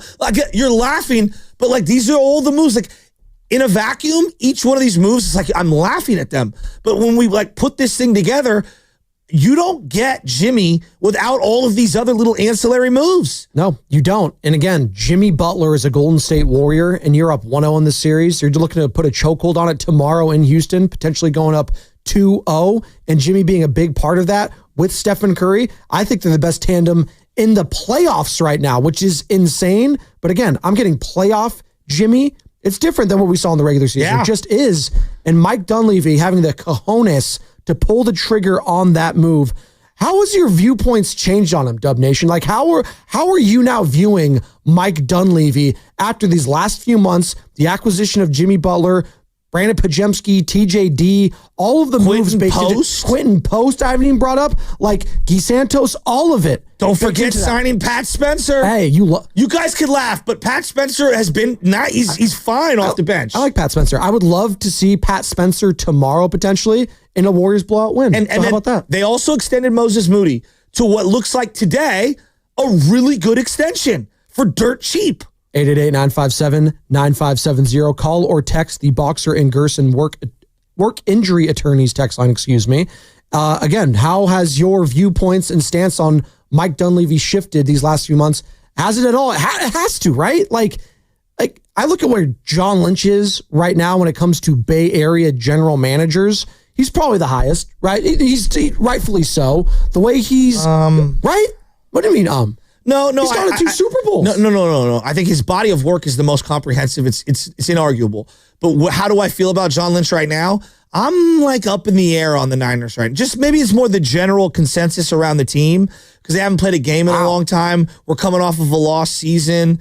Like, I'm really up in the. I love John as a guy, like I do. But like, dude, I don't know about the draft with them. We'll see. Like, they got a lot to prove. Dunleavy jumped ahead of John Lynch in the Bay Area GM power rankings? This Jimmy trade, I mean, they could have easily made the move for Larry Markkinen or for Paul George, and that would have blown up in their face. There is an alternate universe. There's an alternate universe, and I love doing this game, where Dunleavy is fielding questions the way Nico is. What is that? Am I wrong? On Disney Plus, the what if scenarios and Marvel, right? We're going nerding out here. Hypothetically, no one's wishing this on anyone, but, he can't control Kyrie getting hurt. No. Had something happened to Steph or Dre, we probably don't even make the playoffs. Maybe not. Even with Jimmy Butler, you're saying. Yeah. Well, maybe, but again, like that, that'd be brutal. That's what I'm saying. And you would have already had him locked in the books. Like, He's there already are been some paid. things that are out of your control. Yeah. Like, to a degree. Yeah. Right? No, but I also think the one thing that I underrated with Dunleavy, and I'm admitting it, like I've been very harsh in terms of each individual transaction. I do think he's very aware of what this fan base desires in style of play and the roster and how it's constructed. Like, I don't think he makes these moves without considering those things. And I actually appreciate that. 888-957-9570. Has your stance on Mike Dunleavy changed at all these last few months, given where this team was and where they're at now? Has he jumped ahead of John Lynch in the Bay Area power rankings for GMs? That is an interesting question. 888-957-9570. But John Lynch, I will say this. He has an opportunity to do some crazy stuff this week. Him, Kyle Shanahan, the 49ers. This is the latest, by the way, per Schefter and Schrager, now part of ESPN. Oh, yeah, Schrags. The Browns and Giants are taking calls on the 2nd and 3rd overall picks in this year's NFL draft. Question I have for you, Joe, and the audience. Would you want the 49ers to, A, move up to 2 or 3 in this draft? And B, would you include Kittle in said trade to get the number 2 or 3 overall pick? 888-957-9570. But it's A and B. But first and foremost, I want to make this very clear. I understand it's the NFL, and I understand where the Niners are at right now, and I also understand that players coming off career years at 31 years old, it's probably unlikely that they'll replicate the season that they just had. You better be very calculated on any move that you move George Kittle in. You can't just trade him for a day 2, day 3 pick. That doesn't fly with me. What if it's a package that gets you the number 3 overall pick and, you have to give up a second rounder attached to him. Like in that situation, I'm in, right? Okay. Like it's got to be the right combination. Because if you just say on the surface, like 49ers trade George Kittle for pick 100, I'm just going to throw out, even though, just throw that out. I think they have pick 100 this year. Yeah. 101. I'd be like, why even sign Brock Purdy then? What are we doing? Like, what are we just to trade everyone then? Right. Like George Kittle's one of the few guys that I know, like, is still a great football player on this team. I have no idea if McCaffrey can play football anymore. And I love him, but I don't know. Brandon Ayuk, is he even going to be healthy this year? No clue. Ricky Pearsall, I like the guy, but he's your number one passing target heading into the year. George Kittle going to be 32 this year, by the way. He's getting older, Joe. I'm just saying. Sure, I saw Antonio Gates as an old man be a dominant player. I saw Tony Gonzalez as an older man be a dominant player at the position. They're different, wouldn't you say, though? Both those players. Delanie Walker's was better from age 29 to 35 than he was 22 to 27. So you're saying that George Kittle is going to age gracefully. Like Travis Kelce, like Antonio Gates, like all those guys. Again, he is a Hall of Famer. It's not just the player. It's what he signifies to me, but which is a complete waving of the white flag. All those guys didn't block, though, anymore. Like George Kittle on this offense, they need him to block, and that wear and tear is a real thing. That concerns me going forward. Joe, I'm playing devil's advocate a little bit here, but also there is a reality factor when it comes to George Kittle and aging tight ends that are blocking tight ends. I don't think he's going to age as gracefully as Travis Kelce and those guys. There's two moments in my life. I know. 2 moments in my life where the Niners lost the fan base. Two moments. One of them was obviously during the end of the Harbaugh era, moving out of the city, and the variety of things that happened during that time, which was extremely unique. Okay? You completely lost the fan base. You went from Harbaugh, and Kaepernick, and Patrick Willis, and Frank Gore, and all our favorite players, and then you pivoted to Tom Sula and Chip Kelly, and no one that we liked. And you lost us. And you moved out of this. There's a lot of stuff. The other time was when you moved off of Garcia, Hurst, and T.O. in one offseason. You got to give me somebody I like and I know can play. You can't move off all of them all at once. I'm a season ticket holder. What would be the point of me wanting to go to games if you're just going to have, and I like these guys, like Juwan Jennings and Ricky Pearsall? Who are you scaring? You're telling me on the front end, yeah, we're not making the playoffs this year. Like that's whether you do or don't make the playoffs, you're signaling to me that you're not trying to compete because George Kittle is one of the 5 best players in the division. Yes, I would say that probably. Okay, yeah, right. You don't get rid of those guys. All right. And whoever you drafted and whatever cap relief that you had, I don't want to hear about it. You just paid $20 million to Hargrave to go away. Hargrave means nothing to me. What's the point of paying Brock Purdy $50 million if he's going to be throwing to Luke Farrell? What? Well, what? Real quick, what if I sold you on it potentially? Again, we're just having the discussion. We're not saying the 49ers are doing this. Adam Schefter, Peter Schrager, ESPN reporting that the Browns and Giants are taking calls on the number 2 and number 3 overall picks, respectively. And would you want the 49ers to move up in that draft? And could Kittle potentially be a part of that? Who is all reports saying, and actually I'm going to let Michael Silver, who talked about this via The Athletic on the OTAs, because he's under the impression that George Kittle will not be showing up today because he is in trade talks with the 49ers and he's playing a little bit of hardball. Here's Mike Silver talking about with Diana Rossini of The Athletic on the 49ers. Which of the 49ers will report today to OTAs?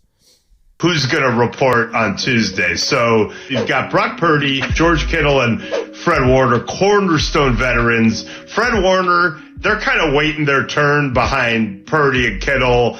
Not a lot going on talk-wise, but Fred Warner has always come into OTAs in the past.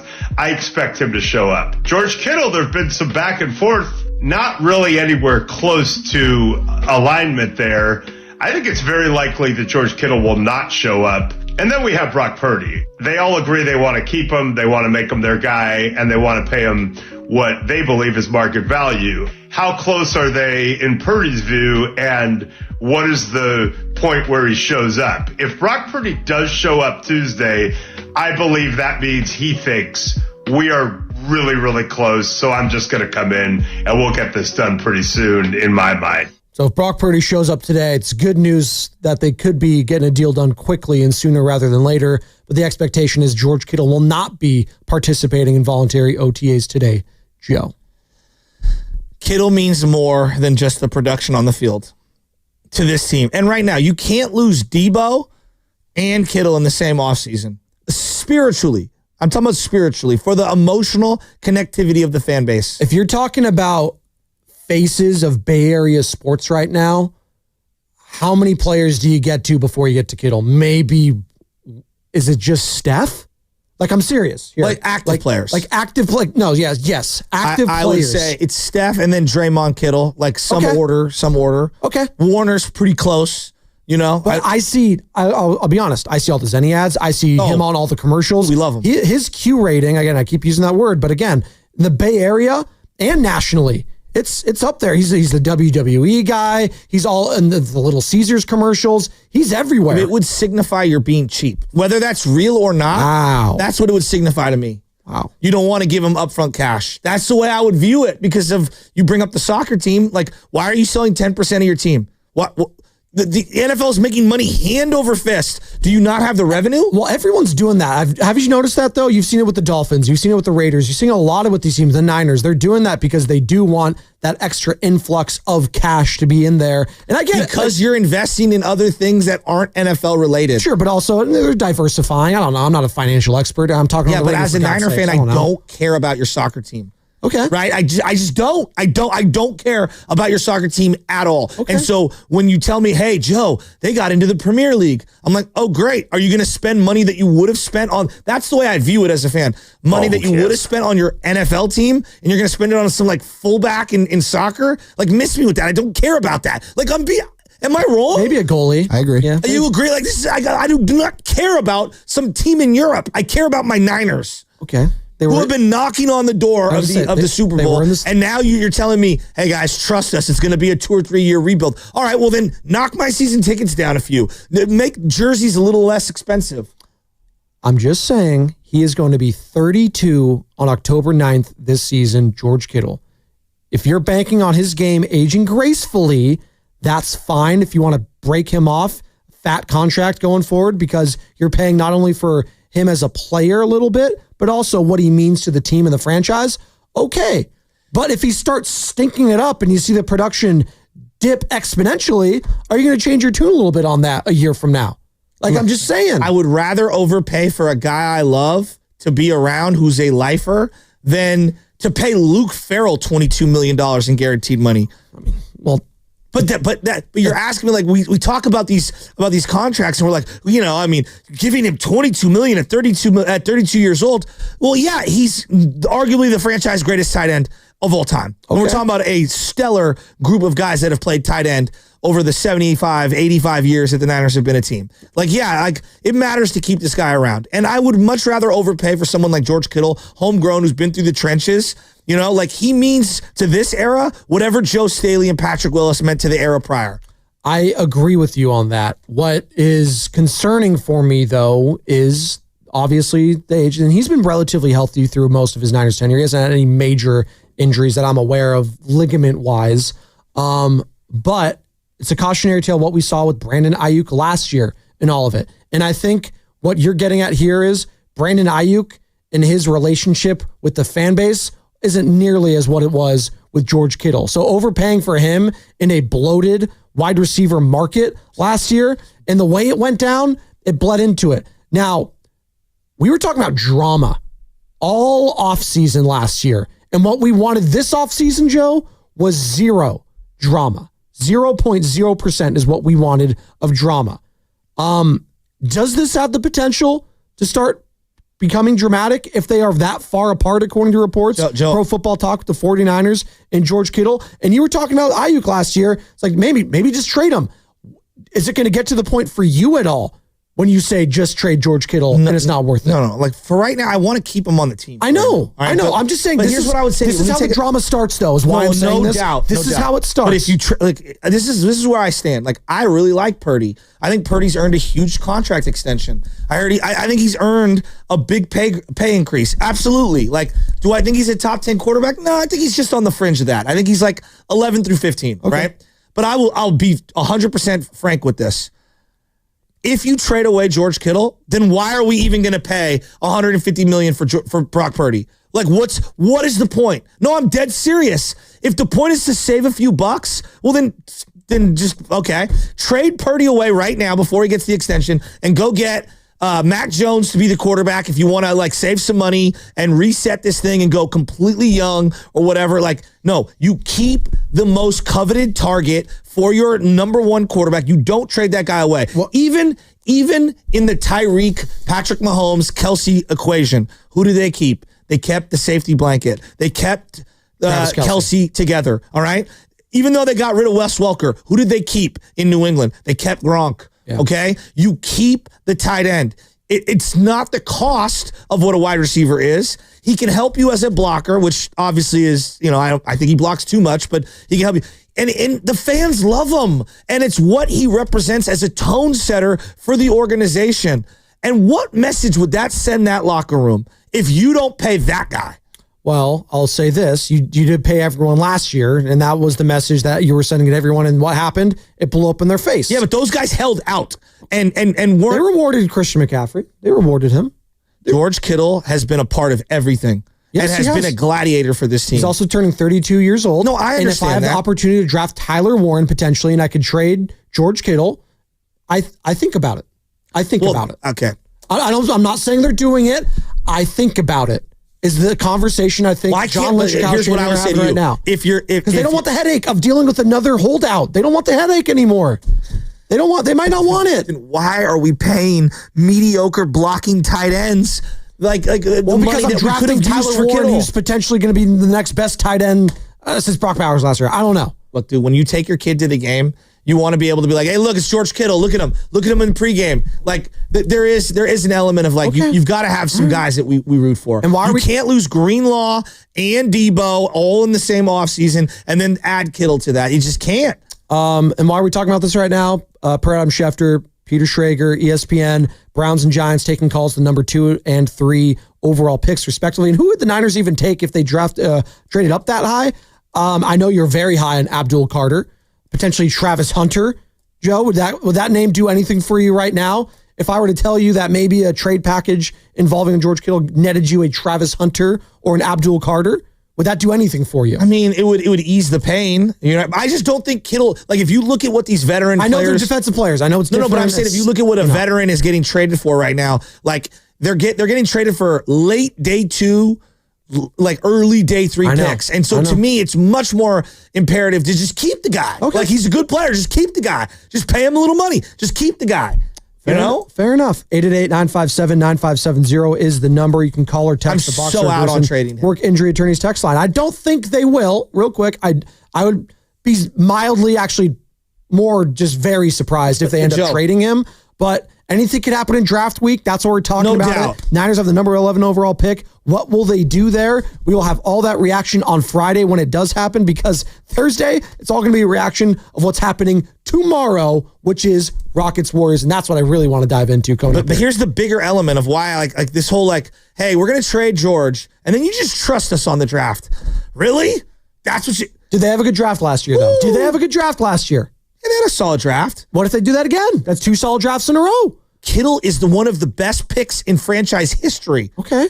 So is Fred Warner. No. I mean, listen. Nick Bosa. Kittle is one of their best picks as a regime. Yeah. Right? I would agree. Okay, so trading him for a, let's just say, 3rd, 4th, 5th round pick, and then saying, trust us on this one as they roll the dice. Like, no, I'm out on that. But in that analogy, they're the ones that made the pick. So don't they get credit for making the selection? They can do it again potentially? Okay, but just because I'm not saying Hall of Famers grow on trees, but you got to give them a little faith, because they did find George Kittle. They did find Diamador Lenore. Yeah, but they've had massive whiffs. Yes, they have, because their last big trade up. Every team has massive whiffs. I know, but their last big trade up was Trey Lance. Fred Warner. Like, they made all these picks. I they found Brock Purdy, Mr. Irrelevant. If you want to give them credit to that, are they a good drafting organization? I actually think they have been underrated as a drafting organization. Right. I think very good players on that team. Their first 3 or 4 rounds have been very suspect. Okay. Suspect at best. They basically have 2 guys in the first round that they've re-signed in the 8 years that they've been here. That's not a good track record. That's in the first round. No, that is not good. One of those players was a DPOY. So you know what? That counts for at least a couple years of maybe potential whiffs there. I hear you. I hear you on that. I think they've done a real. But if you just ask look at the the Rams, team top to bottom in that division, how many of those homegrown drafted players are you taking over on the Seahawks or the Rams or the Cardinals? You're taking almost all of them. No, but let's step back from the Niners. If I'm the Rams, and I'm a Rams fan, and I sit here and I go, hey, the Niners just traded away George Kittle, and they paid Brock Purdy $52 million a year. They'd be like, they're done. Like, I'm just telling you what the view is. They can worry. The Rams, let them worry about themselves. They nearly lost to this 49ers team towards the end of the year last year. No, but that's how Niner fans felt when they saw Dak Prescott get paid and Tua Tagovailoa get paid, and they started seeing good players on those teams not be afforded because you paid that quarterback. Again, trading, you want to get rid of Debo, it's probably the right time. I'm okay with it. I love Debo, but he was done here. It's probably the right time. I'm not ready to say goodbye to George Kittle yet. I'm just not. We can get back. Too useful. We can get back to this conversation a little bit later in the show. 888-957-9570. We got Anthony Slater, though, our Warriors insider, coming up at 8:30. Warriors insider for The Athletic in 95.7 The Game. Pick his brain on what he saw in Game 1 and preview a little bit of Game 2 tomorrow.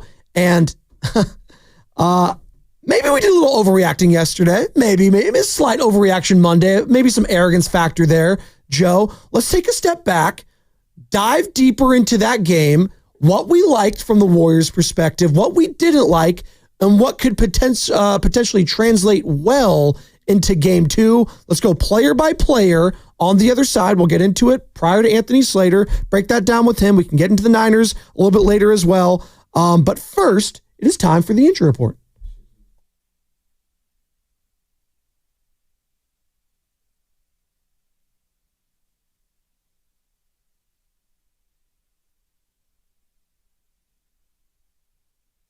All right, as I fumble my injury. Oh, I have it here. There we go. The Giants are expecting to be without Casey Schmidt, Joe, for at least a month. The infielder was diagnosed with a grade 2 oblique strain in his back. That sounds very painful. The expectation is that he will be back sometime in mid-May. The injury report was brought to you by Boxer & Gerson, Northern California's premier workers' compensation law firm, helping injured workers get their lives back for over 40 years. What's coming up on the game is brought to you by Fremont Bank, here for you, here for good. We could talk more about this 49ers conversation, what they should do in the draft. What do you do with George Kittle, who was expected to start? I don't know if you call it a holdout today, but he's not showing up to OTAs and he wants more money. Kind of sounds like a holdout. What's going to happen with Brock Purdy? Fred Warner also wants to get paid. Can we just have a drama-free offseason, people? Oh, and by the way, the NFL draft is this Thursday, and the Warriors play the Rockets in Game 2. Where else would you rather be to talk about all this than the Morning Roast, baby? Spadoni, Shasky, we're rolling halfway home on a Tuesday.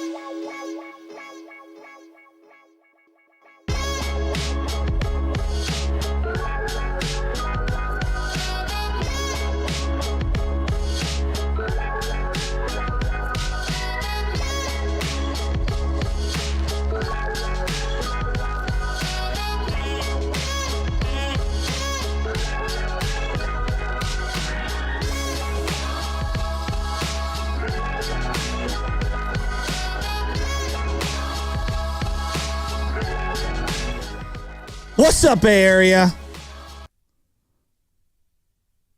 Big Giants win last night. I'm looking at Carter right now. We're having a lot of fun here. Big Giants win last night. Warriors, obviously, they got a couple of day break between now and the Houston game. It's going to be tomorrow night. You can catch it here on 95.7 The Game. We were talking some Warriors and some Dunleavy, and we're going to get into that in a little bit. We've got our guy, Anthony Slater, going to join us at 8:30. But, Spadoni brought up the 49ers in the draft and George Kittle and who's holding out and who's not going to be reporting today. And it got me thinking, and I love the draft more than most. It just got me thinking about just where the Niners are at right now. And like they're expensive, they're thin.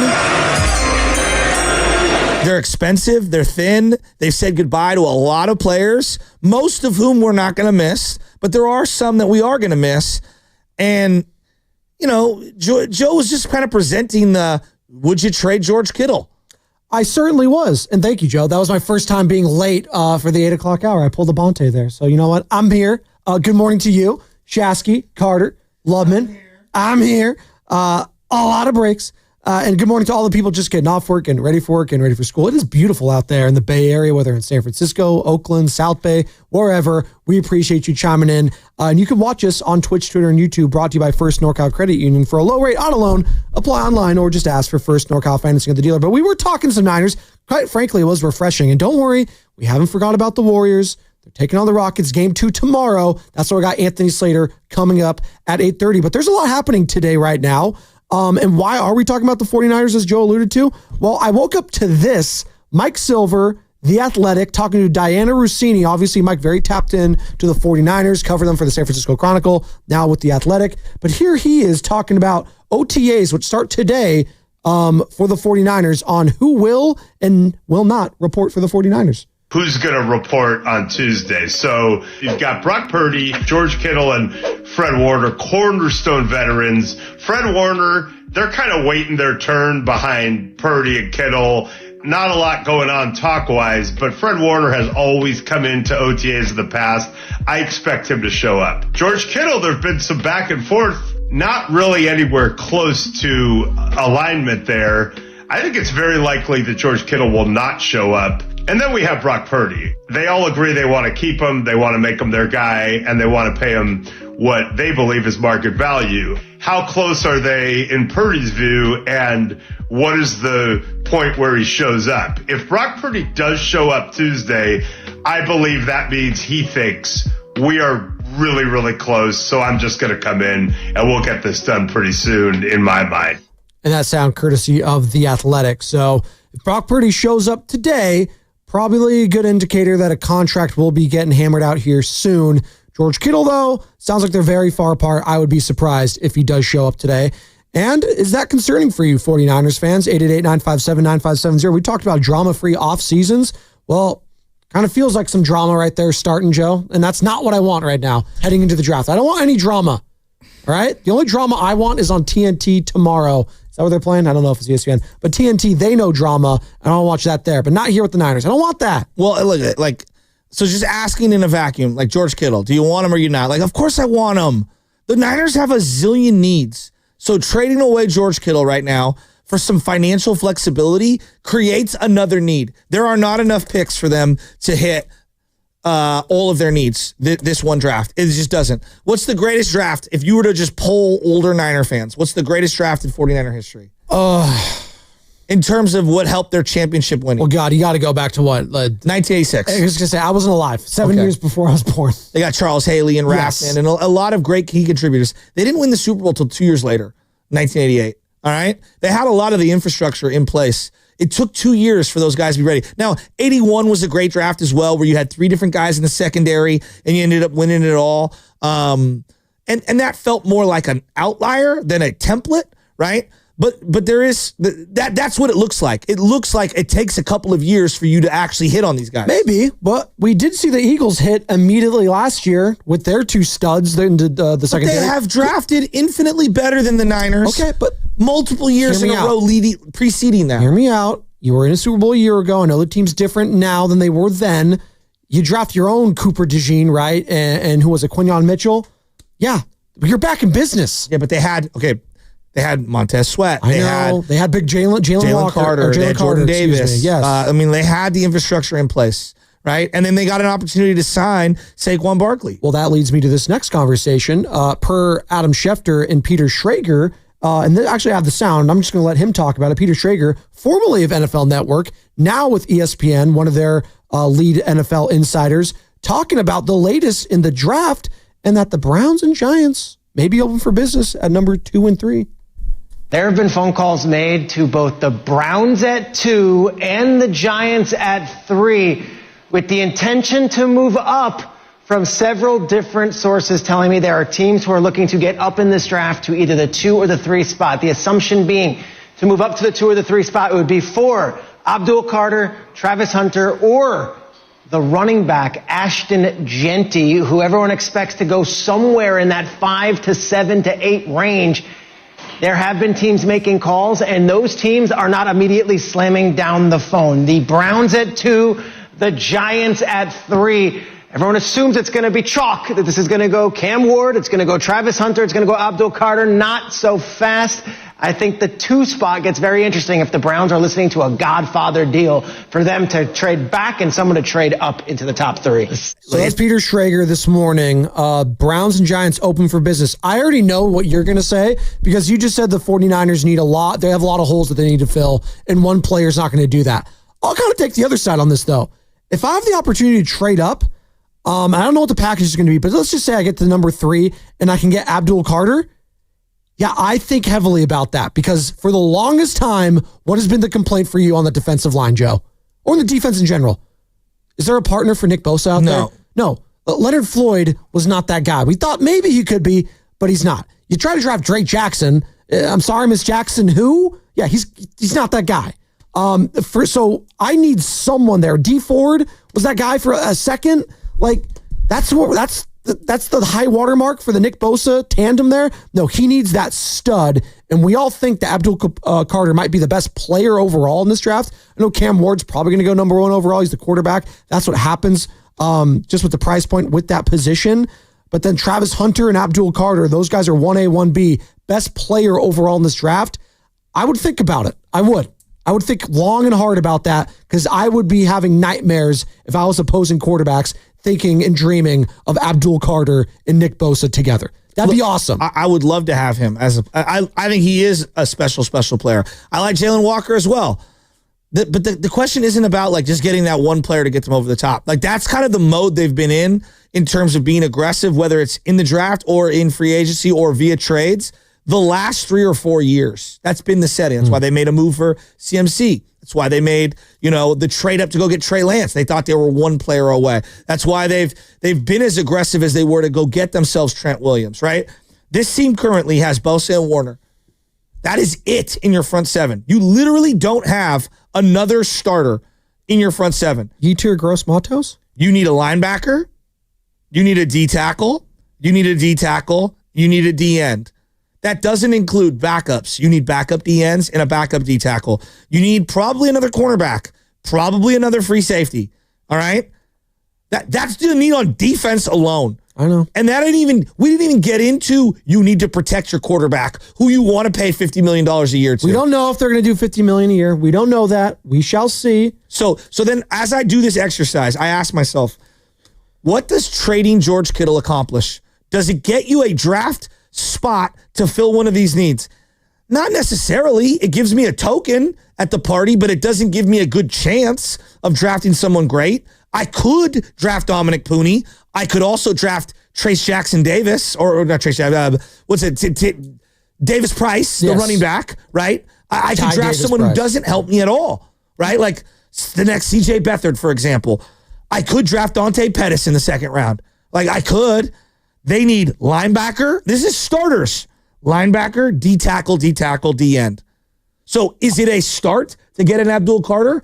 That's a nice start. But I also need to have other picks and other things available to draft guard and center, probably a tackle, another wide receiver, another safety. They have too many needs. So as much as I really want, God bless you, to move up, I also understand that moving back might actually be the better move. We are coming live to you, by the way, from Laughing Monk Studios. Laughing Monk, righteously brewed in San Francisco. 888-957-9570. It's the same number to call or text the Boxer and Gerson Work Injury Attorneys text line. Would you consider trading up to the number 2 or 3 overall pick in this upcoming draft on Thursday, Niners fans? You currently have the number 11th overall pick. And just secondarily, would you consider fielding calls on one George Kittle? If they are that far off on contract talks and you don't want any drama this offseason, not to say that there wouldn't be drama if you did trade him, because obviously I think that would be a big blow to the fan base and their psyche. It's one of the fan favorites.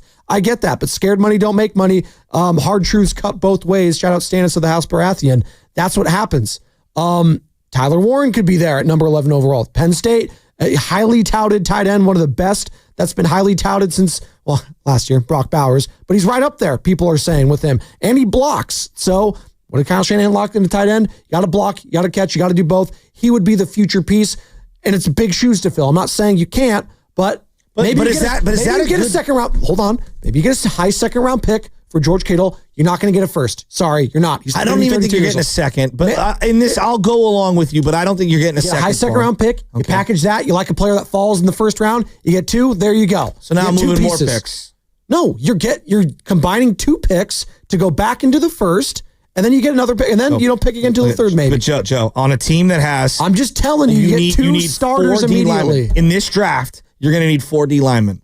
You need at least 2 O linemen. It's a deep D lineman draft. I can get one in the third. Okay. You have to have picks. You might need a running back. We don't know where McCaffrey's at. You lost the 5th. I'll get an unrestricted free agent. All right, you know what? Because I'm Kyle Shanahan. You lost Jordan Mason. And we got CMC coming back. I got faith in the medical. Are you good on wide receiver? You might need one of those later in the draft. You might. Okay. Grab one. What about safety? You don't have a free. Who's your starting free safety? Right now, Jair Brown. Yeah. The stock was high heading into last year. Trading George Kittle to take a guy at 11 to replace him. We did that with DeForest Buckner and Javon Kinlaw, and it created more holes than it helped. And so to me, like you're creating a new hole at tight end when this team needs 3 to 4 defensive linemen in this draft, 2 offensive linemen, and you can make the argument for running back, wide receiver, safety. And that's without even mentioning who's replacing Dre Greenlaw. I get where people are like, oh, yeah, trade George Kittle. It sounds great. But like, put pen to paper. Start going through the list of this. You trade George Kittle. You're instantly telling me you are creating another hole and you have no shot at being a competitive team for this upcoming season. I'm sorry.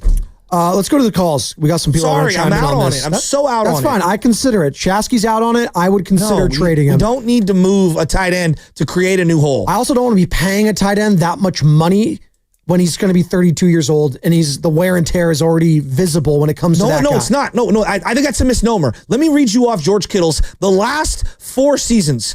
14 games, 15 games, 16 games, 15 games. Pro Bowl every single season. Let me read you off how many catches this guy. 71, 60, 65, 78. He's literally very productive. Unbelievably productive. That's a misnomer that he's hurt. That is a misnomer. It's not a misnomer that he's hurt. I'm saying that position on the 49ers, the wear and tear is a lot different than what it is for a guy like Travis Kelce, who's not asked to block every single time. George Kittle is going to get battered, bruised, and beaten because of this offense, and he's not going to age as gracefully as some of those other guys. Not saying he isn't a Hall of Famer. He is. Right now, if his career ended, he's probably going to the Hall of Fame. Yeah. He is. But that's what I'm looking at here, the future. And if you're saying this upcoming year is going to be a lost year for the 49ers potentially, then yeah, I'd rather have this be a lost year and have a Tyler Warren than a lost year in the prime of George Kittle, who's only going to be getting older and his game's going to be steadily declining. Let's go to Dave in Fresno, who wants to join the conversation. Dave, good morning. How we feeling about all this? The draft, the Niners, George Kittle. There's a lot going on right now. Oh, Spadoni, my guy. I listen to you guys every morning, and you are right 9 out of 10 times. Today is one of those times you're not right, bro. I'm shocked. Hey, Dave, I'm shocked it's that many. Damn. Hey, I love listening to you guys. But on George Kittle, though, real quick, it'd be crazy to move off George Kittle before they move off Trent Williams, who's about to be 38. That's what I'm saying. Chasky's saying, yeah, bro, like he's spitting fast. You got to listen. Like George Kittle's been the one constant player these last 4 years, even in the bad years. He's a leader. And like Chasky said, you got too many holes to say, oh, let's get a tight end at 11. That's just not smart. And Kittle, look at Kelsey. How old is he? 34, 35? He's still playing. He's still effective.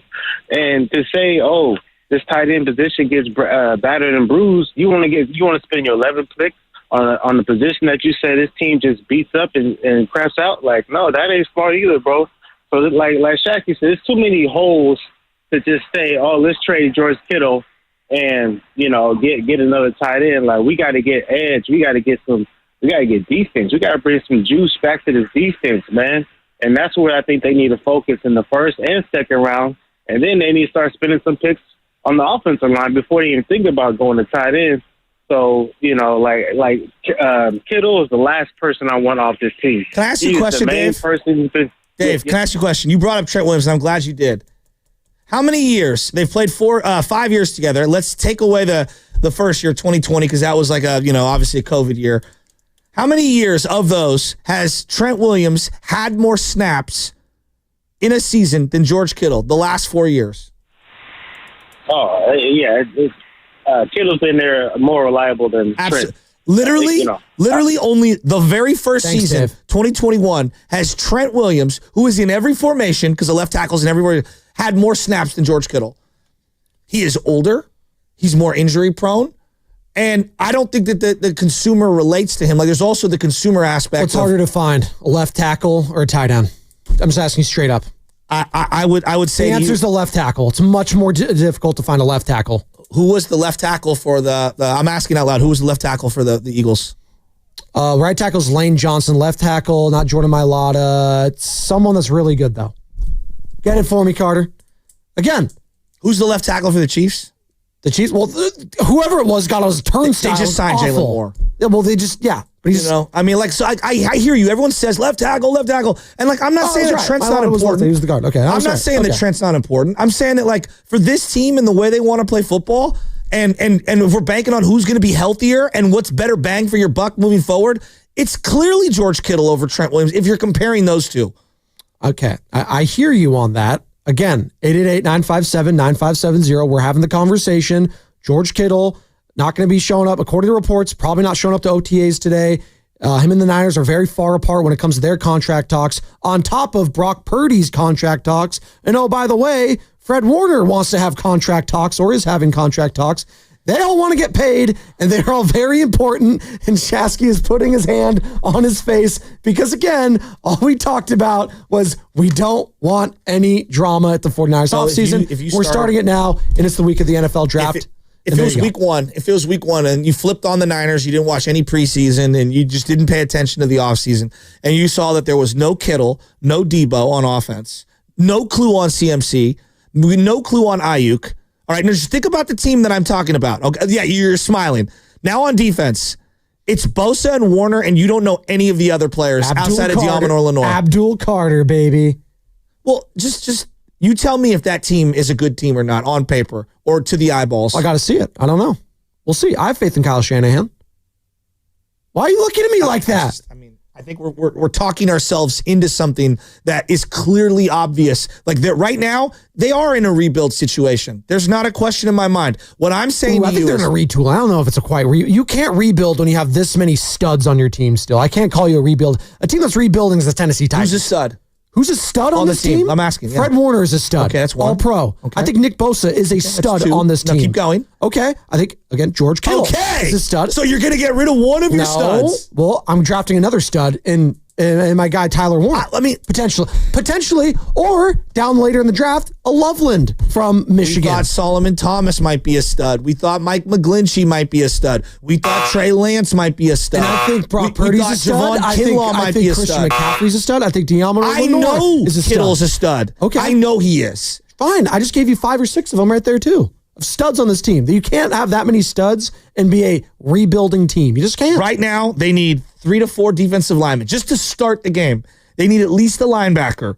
They need a deep at lineman. least one offensive Deep lineman. defensive lineman draft upcoming. That's what they're telling me. They need a free safety. It's like, again, just go through this team. If there's 22 starting spots. I think Jair Brown can have a bounce back. I thought he showed some flashes the year prior. 4, 5, 6, 7. You're looking at probably half the starters need to be found in just one draft. Yeah, you're not doing that. And if you trade away tight end, now I've created another hole. Ron and Hayward, let's join the conversation. I don't think it makes sense. We'll clean this up. We're going to get to Anthony Slater in a couple minutes. We'll talk some Warriors. We'll talk some Rockets, and then we'll pick this back up on the other side. Ron, Hayward, good morning.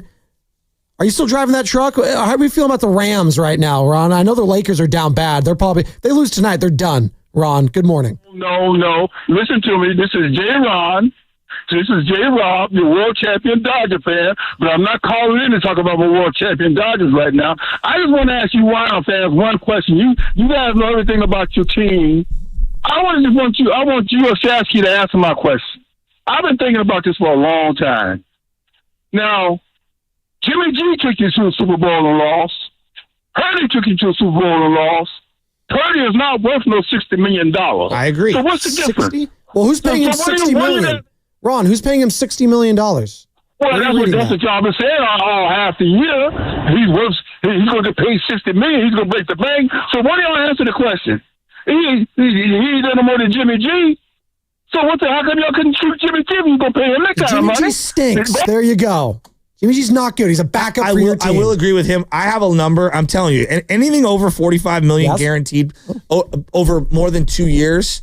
Anything over $45 million guaranteed per year over 2 years, to me, is franchise suicide with Brock Purdy. It just is. According to reports, Brock Purdy arriving to OTAs today, so that would hopefully be a sign that the contract Rappaport and Pelissero. There you go. That makes me feel really good. Good. So there you go. You know what else is going to make you feel really good? Talking to Anthony Slater, because the vibes are always there with our guy Slates. He's coming up next, 888-957-9570. Warriors, Rockets. If you want to talk some more Niners, we can do that after Slates. You know the number, so we're going to take a pause here, get back into the most important story in the Bay Area. It's not George Kittle. It's Jimmy Butler, and it's Stephen Curry trying to go up 2-0 in H-Town to come back home Saturday at Chase Center. Put a stranglehold on that series would be lovely. And that's what's coming up on the game, brought to you by the San Francisco International Airport.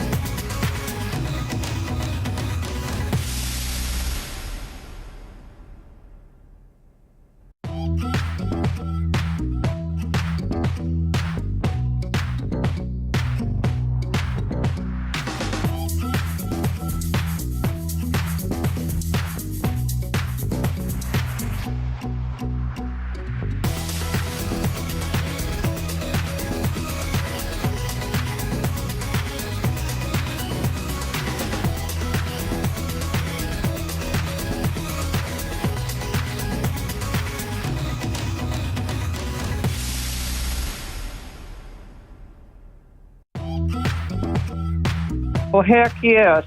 Hey, this is MSR from San Ramon, and you are listening to Joe Shasky and I already forgot. Spadoni on 95.7 The Game. Certainly are.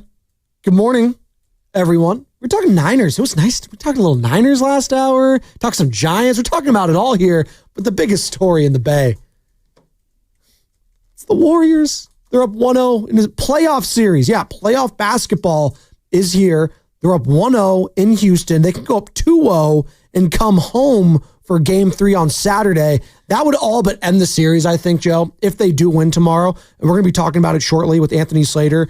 But before I introduce Anthony Slater and before I do all those reads, we got our Warriors postseason coverage brought to you by the Agape Golf Tournament. Agape, I should say. It's going to be on Monday, April 28th, at Stone Tree Golf Club, presented by Atco Pest Control. Steiny and Guru going to be broadcasting live from 10 to 2.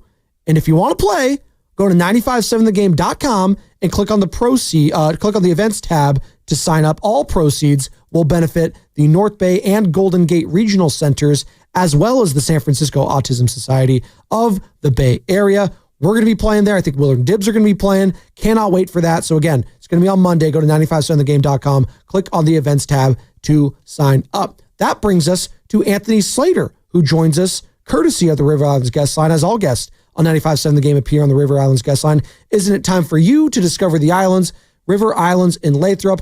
Anthony, good morning. I don't know if you listen to any sports talk or read any of the fan vitriol or anything. Vitriol's not the right word. That's a little strong, but the fanfare. A lot of arrogance yesterday from the hosts, from the fans, everything. Because of that win and how the Warriors won in game 1, 95-85. They got dominated on the offensive glass 22-6. And it really felt like it didn't matter all that much. Now, that's because Jalen Green went 3 for 15. Fred VanVleet went 4 of 19. And I say all that to say, did we overestimate the Rockets heading into this series? Or are we now underestimating them after one game? Good morning. Both. Both? Probably. Okay, both. Yeah. That's how sports works, right? But, yeah, I mean, look, their problem was their half-court offense, 21st ranked in the league this year. They're a terror in transition. They do, 22 offensive rebounds is a lot, but that's not outrageous for the Rockets. They were easily the top offensive rebounding team in the league this year, so they're going to keep doing that. They didn't turn the Warriors over enough, at least live ball-wise, right? A lot of the Warriors turnovers were just like pass out of bounds or some stuff like that. And even when they did turn them over, their lack of offense didn't allow them to take advantage of it. But like the Warriors still are struggling to score against the Rockets. That's 2 straight games they haven't got to 100 points themselves. So depends on, I guess the whole, are people now underestimating them? If you just think it's going to be an easy sweep and game 2 is going to be just like game 1, yes, you probably are underestimating them. But I think what you should have been concerned about on the Houston side entering the series, and what, honestly, talking to Warriors people made them confident, was confirmed in game 1. Half-court offense is a problem. No star scorers on the perimeter. Jalen Green, Fred VanVleet, inefficient, and they win 95-85. Yeah, Houston had a 65 rating in the half-court offensively. It was bad. What are the adjustments? We know hitting shots with Fred VanVleet and maybe getting Jalen Green rolling, but is it a Tari Eason substitution of some sort? Jabari Smith usage going up? Şengün? What is their offensive counter, I guess, is the question. Pray. Yeah, like what Jabari Smith went 3 of 3. He did look a little smooth in brief moments, but it's probably, it counters to who they've been all year for suddenly Ime Udoka to want to up his usage. I think if they're a more desperate point of the series and the offense is such a problem, like Reed Shepherd's sitting over there on the bench, I actually kind of like him long term as an offensive scorer. Cam Whitmore's over there, but I don't think Ime is going to go to them. I just think part of the adjustment is sitting Jalen Green down in the film room and being like, stop taking these type of shots, right? There were some wild ones he was taking, attacking into traffic, flailing towards the baseline, throwing up basically these falling layups. I'd probably be more direct with my Şengün usage and probably run the offense even more through him. I know he had a lot of, what did he make? 11 shots, but it just, at key moments of time, it felt like too much Fred VanVleet and too much Jalen Green. So, maybe there are ways to, I guess rearrange that. But at the other point, there's also a lot of open missed shots, right? They're not going to win if Fred VanVleet just came and hit an open 3. So they've got to turn that on a little bit. What did you make of the defense employed by the Warriors? Obviously, for long stretches, you saw some variation of a zone, whether it was a 2-3, a 3-2. I thought I saw a 1-3-1 at times. Certain matchup zones. That was a big wrinkle. Are they going to continue to do that? Yes, and that's what that was the benefit of the prep time, right? That Memphis did not get entering Oklahoma City. They got 36 hours, and the Warriors did get with 4 days prior to Houston. It was one of the reasons why that Tuesday night play and win was so important for them. This is who the Warriors have been. If you go back to 22, I can remember when Mike Brown was their defensive coordinator. Remember how often he would, middle of possessions, just get up and start doing box and one signals to Draymond Green, and then they would go zone. It's this is who the Warriors coaching staff always wants to be defensively, and this is the benefit of having, Ray Lewis as your defensive guy on the floor, right? That's Draymond Green. He's a middle linebacker. He can call out signals. He can kind of change on the fly how he's feeling too, right? He's so smart out there. He gets a sense of what type of defense will work. And honestly, the Rockets' limitations allow you to try so many different things. Their lack of shooting and scoring punch, and there's not a star scorer on the perimeter that you need to, completely shade your help towards. The fact that they can leave Steph on an island if he gets switched on to Jalen Green and be like, Jalen Green might hit the shot, but that's not going to make them change their help or send an early double. It allows you to do so many creative things. Talking with Anthony Slater here on the Morning Roast, Spadoni and Shasky. Anthony Slater, obviously Warriors insider for The Athletic and right here on 95.7 The Game. What did you make of Moody and Pods getting their first ever playoff starts and their performances in the win?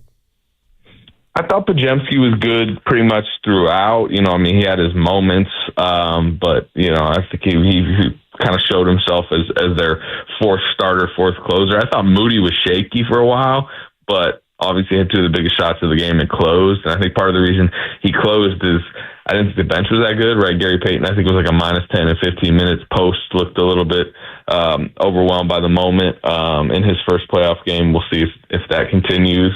Obviously, he didn't go to Kuminga, so there wasn't really great closing options ahead of Moody. He did close. He kind of that was his best stretch of the game late in the fourth quarter. And the thing with Moody, we probably tend to forget because he's been out of the rotation so many times during the regular season. He's kind of, I don't want to say a playoff vet, but this is his third playoff run where he's cracked into the rotation. Obviously, this is his most important one. He's starting, and at times he's closing. But that stage shouldn't be too bright for Moses Moody. He's been there. He was playing down the stretch of that Lakers series a couple years ago. He was. I remember that was a tough assignment after Andrew Wiggins got hurt going up against LeBron in that Game 6. Anthony, you mentioned it, the Kuminga thing, right? And you made it known. I think you tweeted before Game 1, right? I'm paraphrasing here. But you were like, yeah, he'd probably be like an in-series adjustment, maybe an in-game adjustment if they see something, but don't expect Jonathan Kuminga to be part of this early rotation off the bench here in Game 1. Were you surprised at all about the DNP when they were started to, that 23-point lead started dissipating for Golden State, and you saw the size and the youth and the athleticism of the Rockets kind of showing their teeth a little bit? Were you surprised at all that they didn't pivot to Kuminga? And I guess my main overarching question is, did something happen between Kerr and Kuminga at some point? Is there anything deeper than the surface of, hey, it's just a bad matchup and you got the short end of the stick like TJD? Or is there something potentially deeper there? And I don't mean to put you on the spot, and I know you have your sources that you can't give up, all that sort of stuff. But is there anything deeper between Kerr and Kuminga in that relationship at all? I mean, no, nothing happened. Steve Kerr just doesn't think he should be in the current rotation.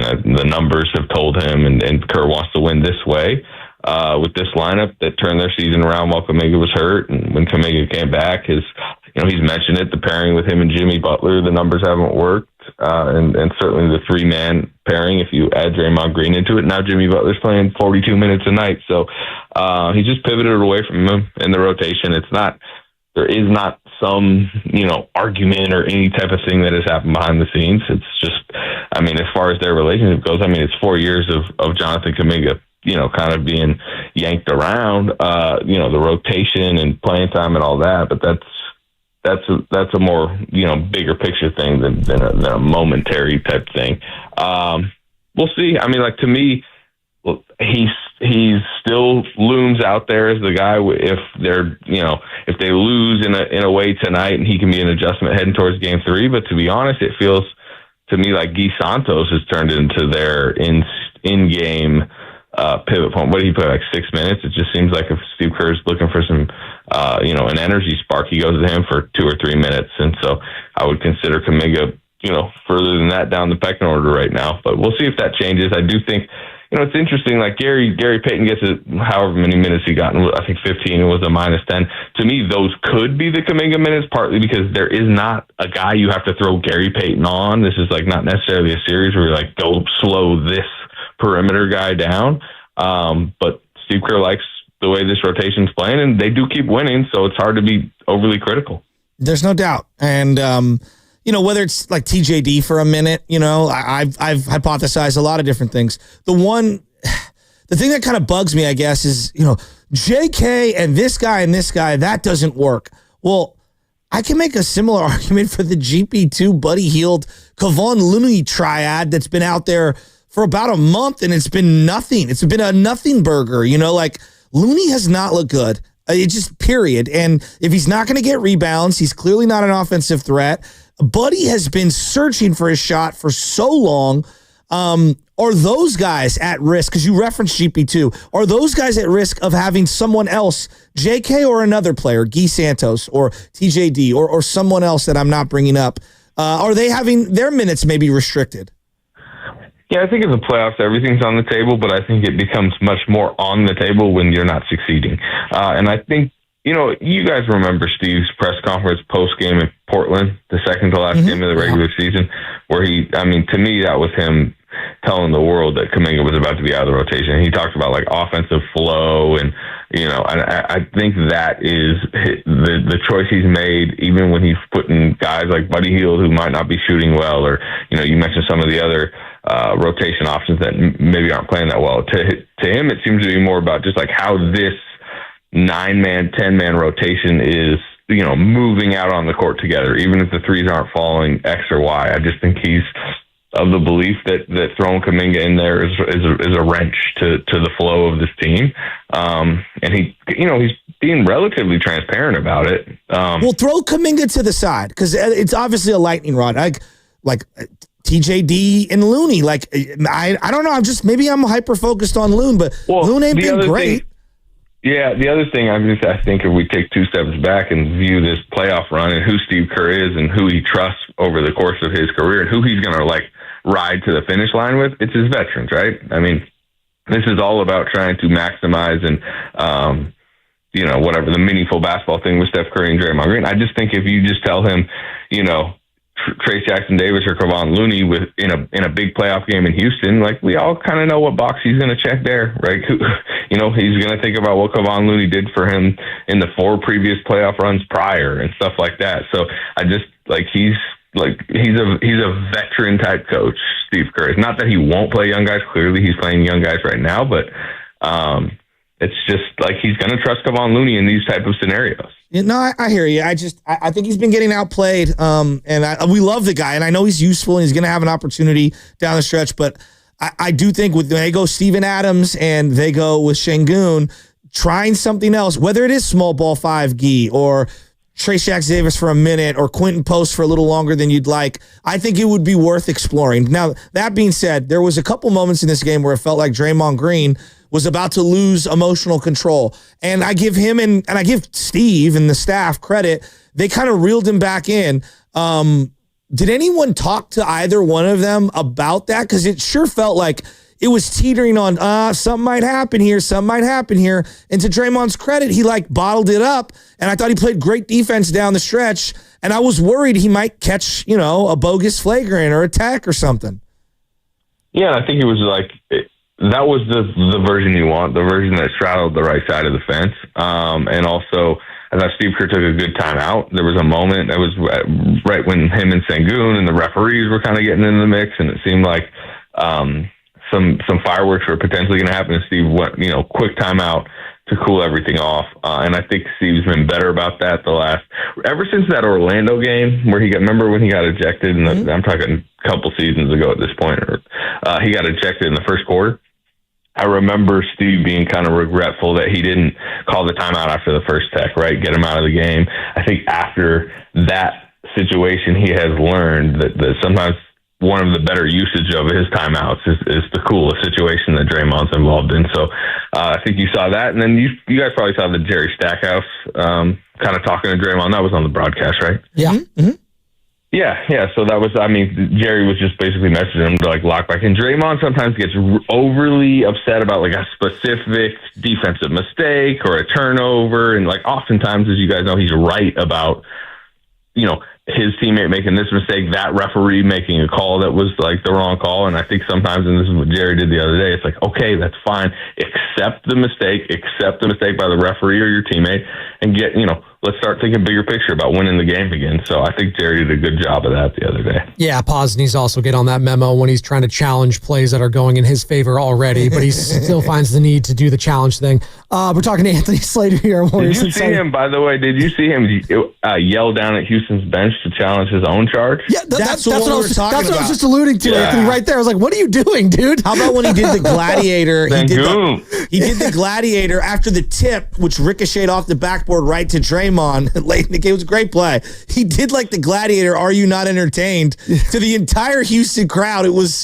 He's a character. I would love, that confidence. I think we should all strive to have that confidence, like a Brandon Pajemski talking to Anthony Slater, a Warriors insider for The Athletic. The guy we haven't even brought up today, the guy's the talk of the town, the talk of everything. It's Jimmy Butler. Anthony.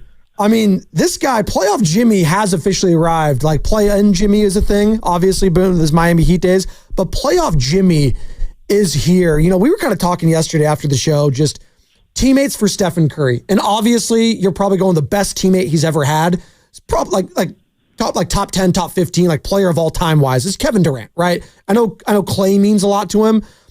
Can we potentially, outside of Kevin Durant, if they go on a deep run here, win the whole damn thing, Jimmy Butler, man, where he ranks as far as Steph Curry teammates goes, I'm starting to think he's rising up the rankings pretty damn fast if this thing continues.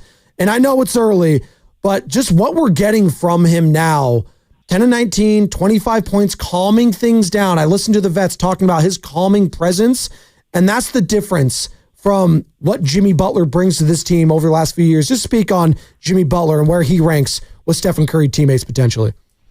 5 steals too. I would can't forget some of the Clay games. Yeah, no, I know. Yeah.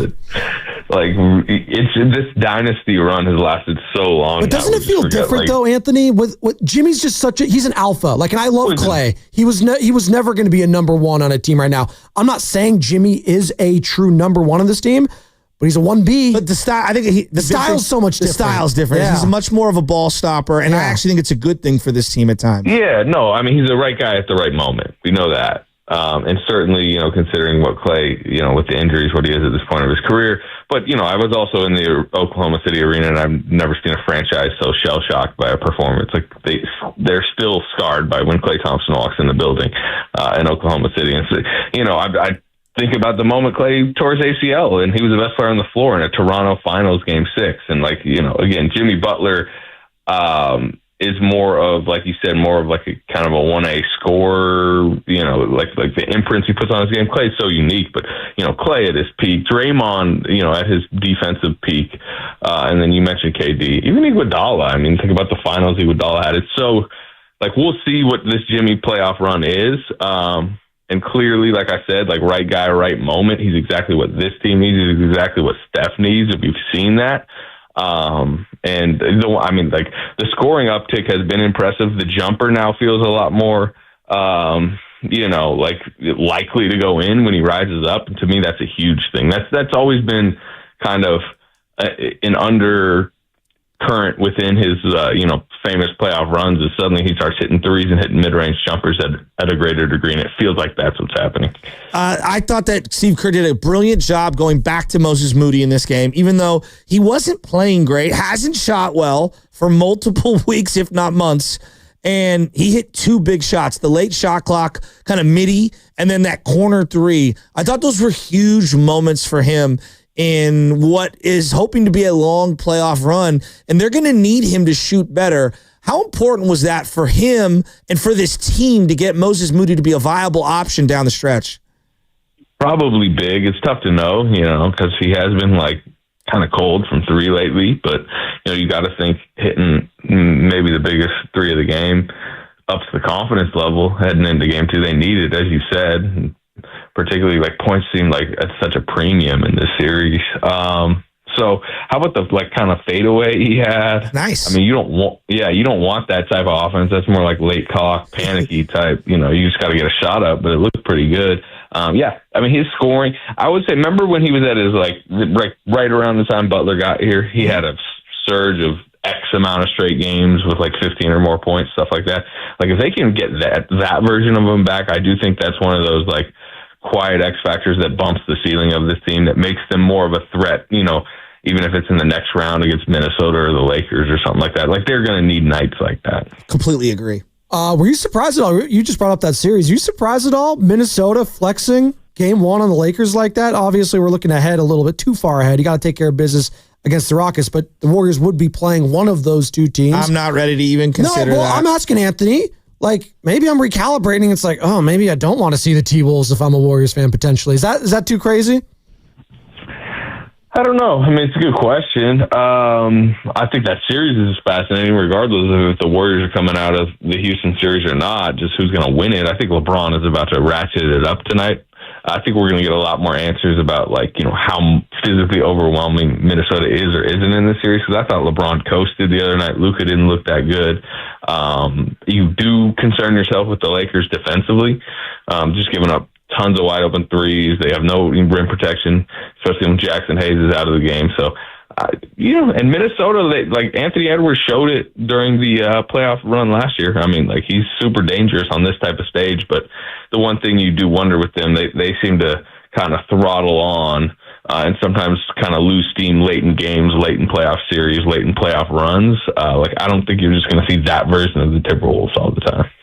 Hey, Anthony, good stuff. We really appreciate it, man. Good luck tomorrow covering the game. Should be an exciting one. Warriors go up 2-0 tomorrow. I am talking sweep. Anthony, next time we talk to you, have a good one, man. All right, fellas. There we go. See you, buddy. Anthony Slater, Warriors insider for The Athletic, and right here on 95.7 The Game. You miss any of that interview, find it on the Odyssey app or on YouTube, where we are streaming all day long. Takeaways from slates there, Joe?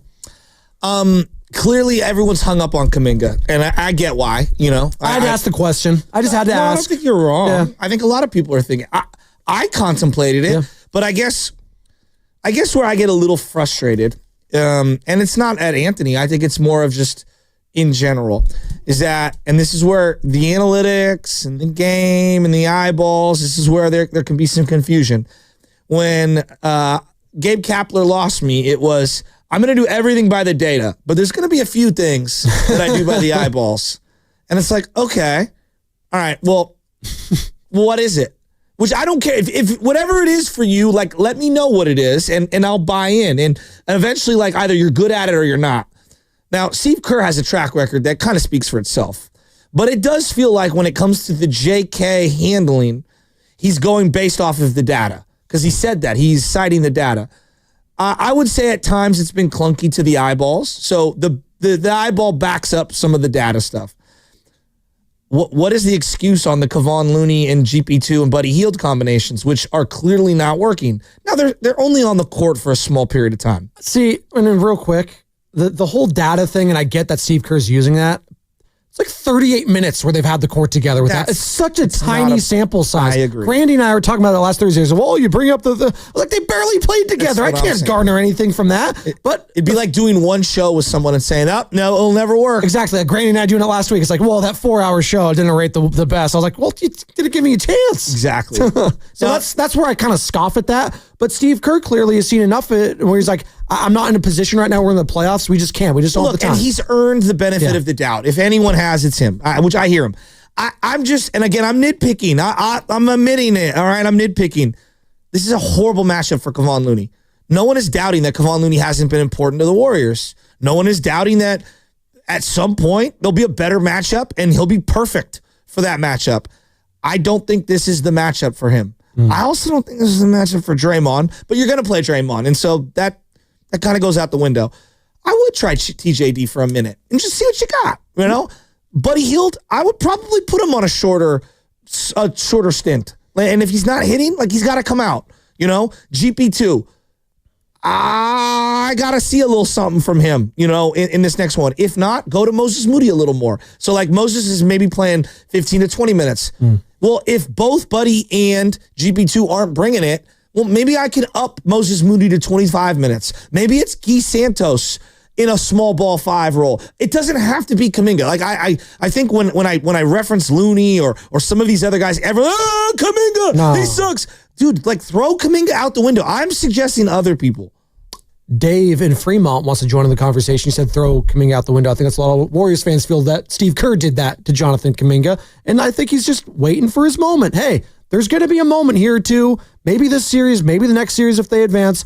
Kuminga will have a chance at some point. I am confident in that. Well, he will have an opportunity at some point. It's up to him to. I don't know. I do. I do think there's going to be a time and place where he plays in a game where they're either down or up, and it's not going to be it's not a blowout scenario. He will have an opportunity, and it's up to him to run with it at that point. But we'll see. I personally think the ship is sailed. It might be. But we can always rechart this course. There you go. But I would say this. I think right now I'm going with who's on the floor and who isn't on the floor. Now TJD hasn't played a lot, but I would try some other things. And by other things, I mean more Moses Moody. And I think just give a taste to TJD. See if it works. If it doesn't, okay, boom. Go right back to Looney. Nothing lost.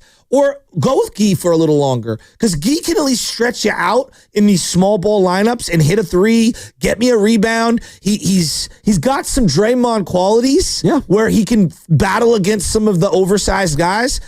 Again, I'm just trying to tinker a little. I'm not here to like say that this guy can't help them. No, I'm just saying like I would try other things. And also, I just want to reiterate, Steve Kerr in the Western Conference playoff series has only lost one time, and that was to the Lakers a couple years ago. Outside of that, never lost, undefeated. Shout out LeVar Ball. Dave, Fremont, what you got, man?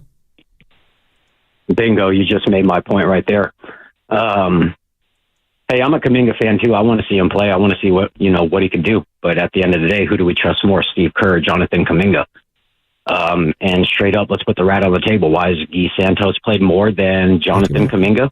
He's been more consistent. So when you get to this point in the season, we're We're not playing for participation trophies here. We're trying to win a championship, and you got to put the best people on the floor. And to me, honestly, the one person that really needs to step up is Buddy Hield. That's a fact. You're on the floor to make shots. And if you're missing open shots, then there's no point for you being on the floor. We need to get somebody going other than Jimmy Butler and Steph Curry if we're going to have not only a chance to go further in the playoffs, but to also win the whole thing. That's and as much as I want to see Kuminga on the floor as well too. But you know what? You've had chances, and it's always, one step forward, 2 steps back. And honestly, at this point now, whoever Steve puts on the floor, you just said it, Spadoni. How many playoff series been with us? He's only in the Western Conference, Dave. You're cutting out there. Sorry. In the Western Conference, in a playoff series, he's only lost 1 time, Steve Kerr. So once, which is insane, by the way. I just want to keep saying that because I do think we forget just how good of a coach he is in the playoffs. He doesn't lose in the West, rarely. Only 1 time. So this brings up something fascinating. We wanted to do this a little earlier in the show, but some Niner stuff was breaking. And so, I'm going to go through the box score. We're just going to go through the box score. I'm going to go through the roster, and I'm going to ask you questions. Before you do that, I just want to let you know that you're listening to 95.7 The Game, KGMZ FM and HD1 San Francisco and Odyssey Sports Station, always live on the free Odyssey app, and now broadcasting live from the Laughing Monk Studios. I know sometimes you forget where we're broadcasting, what you're listening to. I love Laughing Monk. Let's start at the top. Steph Curry. All right, in this game, he played 39 minutes, scored 31 points. Do you need that level of efficiency? 64% from the field or whatever it was, over 50% from 3.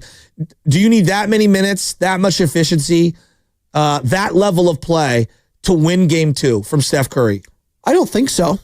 I think if you get exactly what you got or maybe a little less, I think you'd be okay. But I'm happy with what he did last game. I agree. I'm happy with what he gave you that game. If he can replicate it, I'd be feeling great. I don't need more. I agree. I don't need more. I agree. If he gives me that, I am satisfied. All right, we're in lockstep there. All right, Jimmy Butler played 42 minutes in that game, 7 rebounds, 6 assists, 5 steals, 25 points. Just an awesome game from him. Same. You need more. You need less. This is just to win game 2. Give me the same. That is a performance that 5 steals. Are you kidding me? He was scoring. He was playing defense. He was distributing the ball, 6 assists.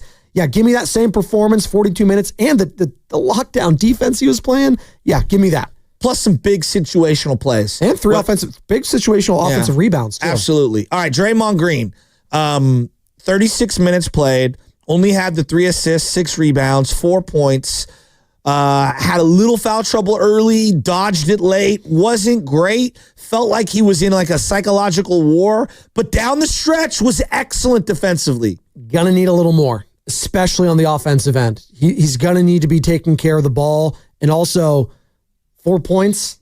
I need double. Can you get me 10? Can you get me 10, Draymond? This is where I think the floater against Van Fleet, if Van Fleet's going to guard you early in the game, I think he needs to be aggressive. If they don't attack Fred Van Vliet, oh my God. The guy is 6 feet tall, doesn't play defense. Size. In a team that you're going against, we're all talking about, size, they're big, they're large. They're playing a guy that's 6 feet tall. Steph rises over that guy. Come on, man. Go at him aggressively. And Draymond, I know you have the little floater game, and I know you can have at least some touch around there. Some. I know you smoked a lot of layups. You should not be smoking any layups over Fred Van Vliet, for God's sakes. So, yes, I need more from Draymond Green, Joe. Jab myself with my pen. Oh, no, that hurt like crazy. You all right? Yeah. I went to adversity right now? I want to go like that and slam it down. So, Dre needs to play better. I agree with that one. Hurt yourself. I don't think Butler and Curry need to play at that efficiency if others play better, but that's fine. Pods had 14 points, hit 3 big threes early in the game, but ended up 3 of 8 from 3 and was 5 of 13 overall. Did have a really big deflection. I thought had a big charge, had moments in this game, only the 14 points. Is that good enough to win game 2? I liked the mindset and aggressiveness from Brandon Pajemski. I would like to see the efficiency be better, but I don't know if I could bake that into the scenario every single time. So I will take actually what I got from Pods in that game going forward. I kind of feel the same performance. way. You got a little bit of everything from Pods. He hit a bucket, hit a couple buckets. He played a little scramble defense, gave me some hustle plays. Challenging his non-foul calls on himself. I don't know what that was. I mean, fourth most minutes played on this team now. No, in that game. You need the youth. Absolutely. You do. So he's at 35 minutes a game. Moses Moody's your other starter, 27 minutes. He was 2 of 5 from the field. Obviously hit a couple of big free throws, the big 3 late, only had 7 points. I thought his defense was better than maybe people thought in that game, especially early on. They went back to him. He hit the 2 big buckets late. If I give you the exact same Moses Moody performance, is that good enough? No, it's not. I need him to at least get double digits. If you're playing that many minutes, you need to be scoring the basketball. We said it ad nauseum in that Clippers game, and I'm coming back to it. You playing that many minutes, Moses, you need to score the ball. Okay. It's great that you're playing well defensively at times. That's not going to cut it, though. I get the Houston Rockets are offensively challenged in that game. They're not going to be offensively challenged all series long. They're going to have some moments and have some games where the Jalen Greens of the world are shooting well. The Amen Thompsons are shooting well. A Dylan Brooks performance here or there. So, you're going to be switched up on some of these guys. I need you to match that going forward as well, because that game 1 scenario is not going to be what it is tomorrow and moving forward. And if you wish to move forward and go deep into the playoffs against a Timberwolves or Lakers, you need to be scoring the ball. So, I need more from him in game 2 for sure. All right, well, let's go GP2. Let's quickly do this. We got a couple other players left. GP2, 7 points in that game. Was probably the worst in terms of plus minus, but I don't think it speaks to the whole score. Minus 10. I mean, nobody else was in the negative. He was a minus 10, but he was 3 of 6 from the field. Had a couple of big rebounds and assists, multiple steals. Did have a pretty ugly turnover. Is that enough for them to win game 2? Offensively, if Moody, again, that I said, and Draymond pick it up, I think it's okay where I got him offensively. I do think the minus category and the plus minus was a little unfair, as you just alluded to. I agree. Because I don't think he played as poorly as that would suggest. It just so happened he was on the court for a majority of that run where they had, Looney out there, Buddy Hields of the world, not doing anything. So I'm actually okay with what I got from Gary Payton. Should he attempt more threes at some point? I guess.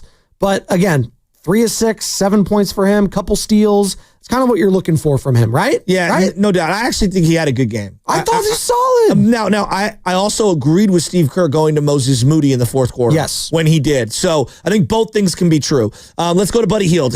It's just 2 points. I don't even know what to say at this point. He had a deep 2. I thought was a 3, but a deep 2, doesn't really give you much. Had a 1 rebound, 1 steal.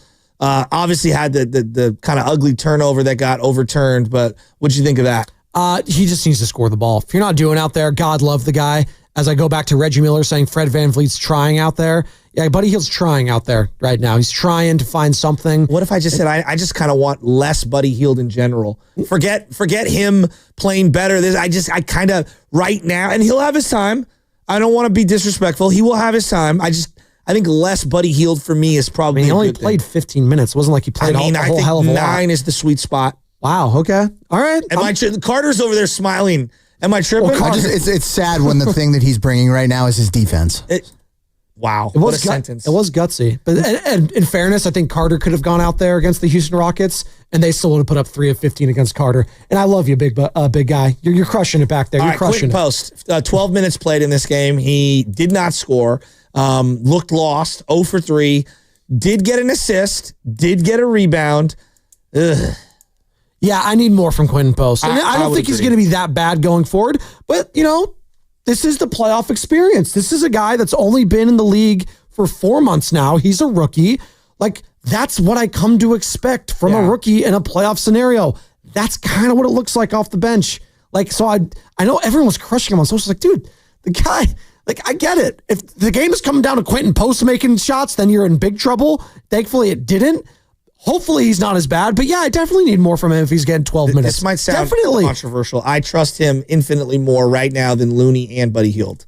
And I might sound insane. That does sound a little crazy, but again, some big shots against the Clippers. I don't think much of any of those guys at the moment right now. That just speaks to how their level of play the last few weeks has not been up to snuff. I thought Quentin was really good against Memphis and against the Clippers, and I thought he was. I think he will have his place. It was his first playoff game. Kevon Looney, 8 minutes played, so it wasn't like it was a lot, but he was a part of some clunkier lineups. A personal foul, 1 rebound, no points, no assists, got bodied a few times. Wasn't his best game, especially because I've seen Kevon Looney in that building against that team, different iteration, like ball out before in the past. It's hard to just watch him physically just not look up to snuff when you're going up against, granted, very good off the bench player, Steven Adams, and then Alperen Şengün, who's one of the best big men in the league. He just did not look up to snuff in that game. Hopefully it's better, but I don't know if it can be if you're going out there and he's wide open. They're just daring him to either be a jump shooter, which he's not. Like he can't score the ball. He just can't. Unless it's off second chance opportunities, he's right there to put it back. He's not doing anything. He missed an ugly one. I mean, it literally looked like he hit the side of the backboard. All right, last one. Guy Santos played 6 minutes in this game. I thought he was much better than just the 6 minutes of production. I love Guy. Scored 5 points, hit a 3, took a charge. I thought if you gave me that exact same performance, sign me up. Just give me a little shot in the arm every single time. I love me some Guy Santos. Keep doing what he's doing. Maybe a little bit more I'd like, but for what he's giving you right now, production-wise, in 7 minutes or 6, whatever it was, 5 points, a +1, and a rebound, yeah, sure. All right, the DMPs, Trace Jackson-Davis, Braxton Key, no one knows, Kevin Knox, Kuminga, Pat Spencer. Any of those guys need to do anything in this game, or are you okay DMPing all of them? I'm expecting Kuminga to be another DNP that none of those guys need to play. Maybe if I see just Kevon and Quentin Post just looking awful again, maybe you give some Trace Jackson-Davis a couple minutes here. Maybe.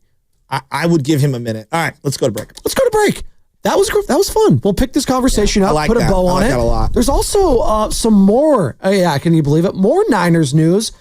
This in regards to what one Devontae Adams had to say when the Niners talked to him this offseason about potentially coming to San Francisco. You're not going to want to miss that. And that's what's coming up in the game, brought to you by Chilton Auto Body.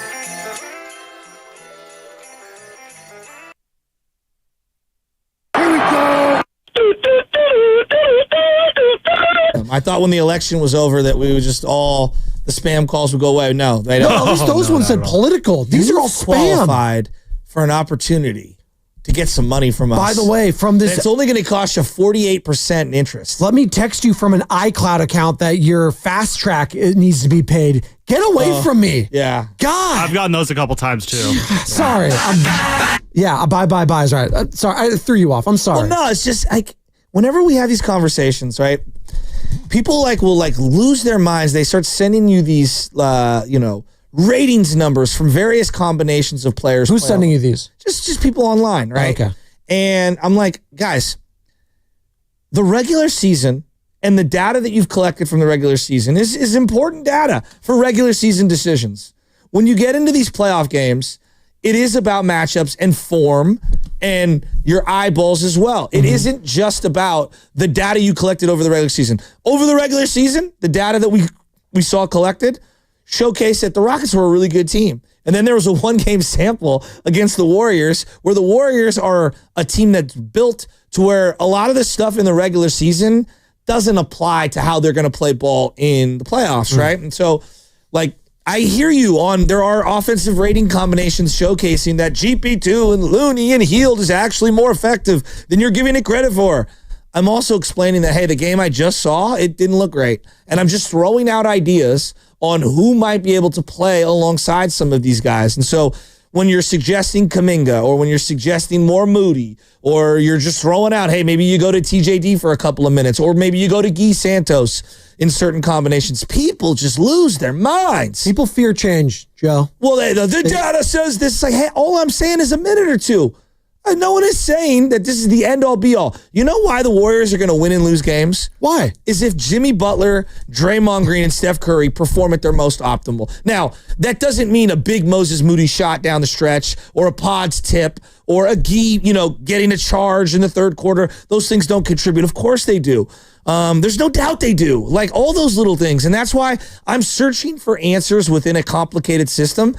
And I'm just asking questions. That's okay. I don't know why people get so upset over saying that maybe one of your, favorite combinations or players that you like might be best served coming off the bench. At one point, suggesting Andrew Bogut doesn't start a game would have been an absurd thing because you would have pointed to data and different rating combinations from the regular season that would say, no. Their best lineup to start a game is with Andrew Bogut. And then we realized, yeah, but in this particular matchup, we need to go off the board. So we're just throwing out ideas, people. 888-957-9570. We're also throwing out that number. It's the same number to call or text, the Boxer and Gerson Work Injury Attorneys text line. And let's go out and talk some Dubs because some people want to talk about it. We talk a lot of Niners, talk Giants today. We've talked about it all on the Morning Roast today. It's actually been very refreshing and very fun. Telmo, San Francisco, longtime caller. Telmo, how we doing? Hey, buddy. How we feeling heading into game 2? Good morning. What's up, Joes? Hey, here's the thing. We're talking about this. We can talk about every scenario. L'Oneal used to say if ifs and buts were candies and nuts, right? So here's the thing. If I just forget everything, and if I told you guys that the Warriors were going to go on the road to Houston, game 1 of the playoffs, score 95 points, and win the game, what would you say to that? You would say, great, fantastic, that's amazing. So that's the scenario we're at now, right? So we keep talking about, we want more, it doesn't matter what we want or what happened, they did enough. So now it's game 2 and what can happen. The Buddy Hield experience, we know what it is. I actually went before the playoffs started and looked up numbers from other playoff series he played in before. There was a 3-game stretch where he scored 4 points, 0 points, and then 20 points. So I'm looking at it as, and Steve Kerr also knows this, maybe there's a game where Steph only scores 18, 19, 20, 22 points. And that's the game that Buddy Hield scores 20. That's what you need him for. That's the game where you need him for.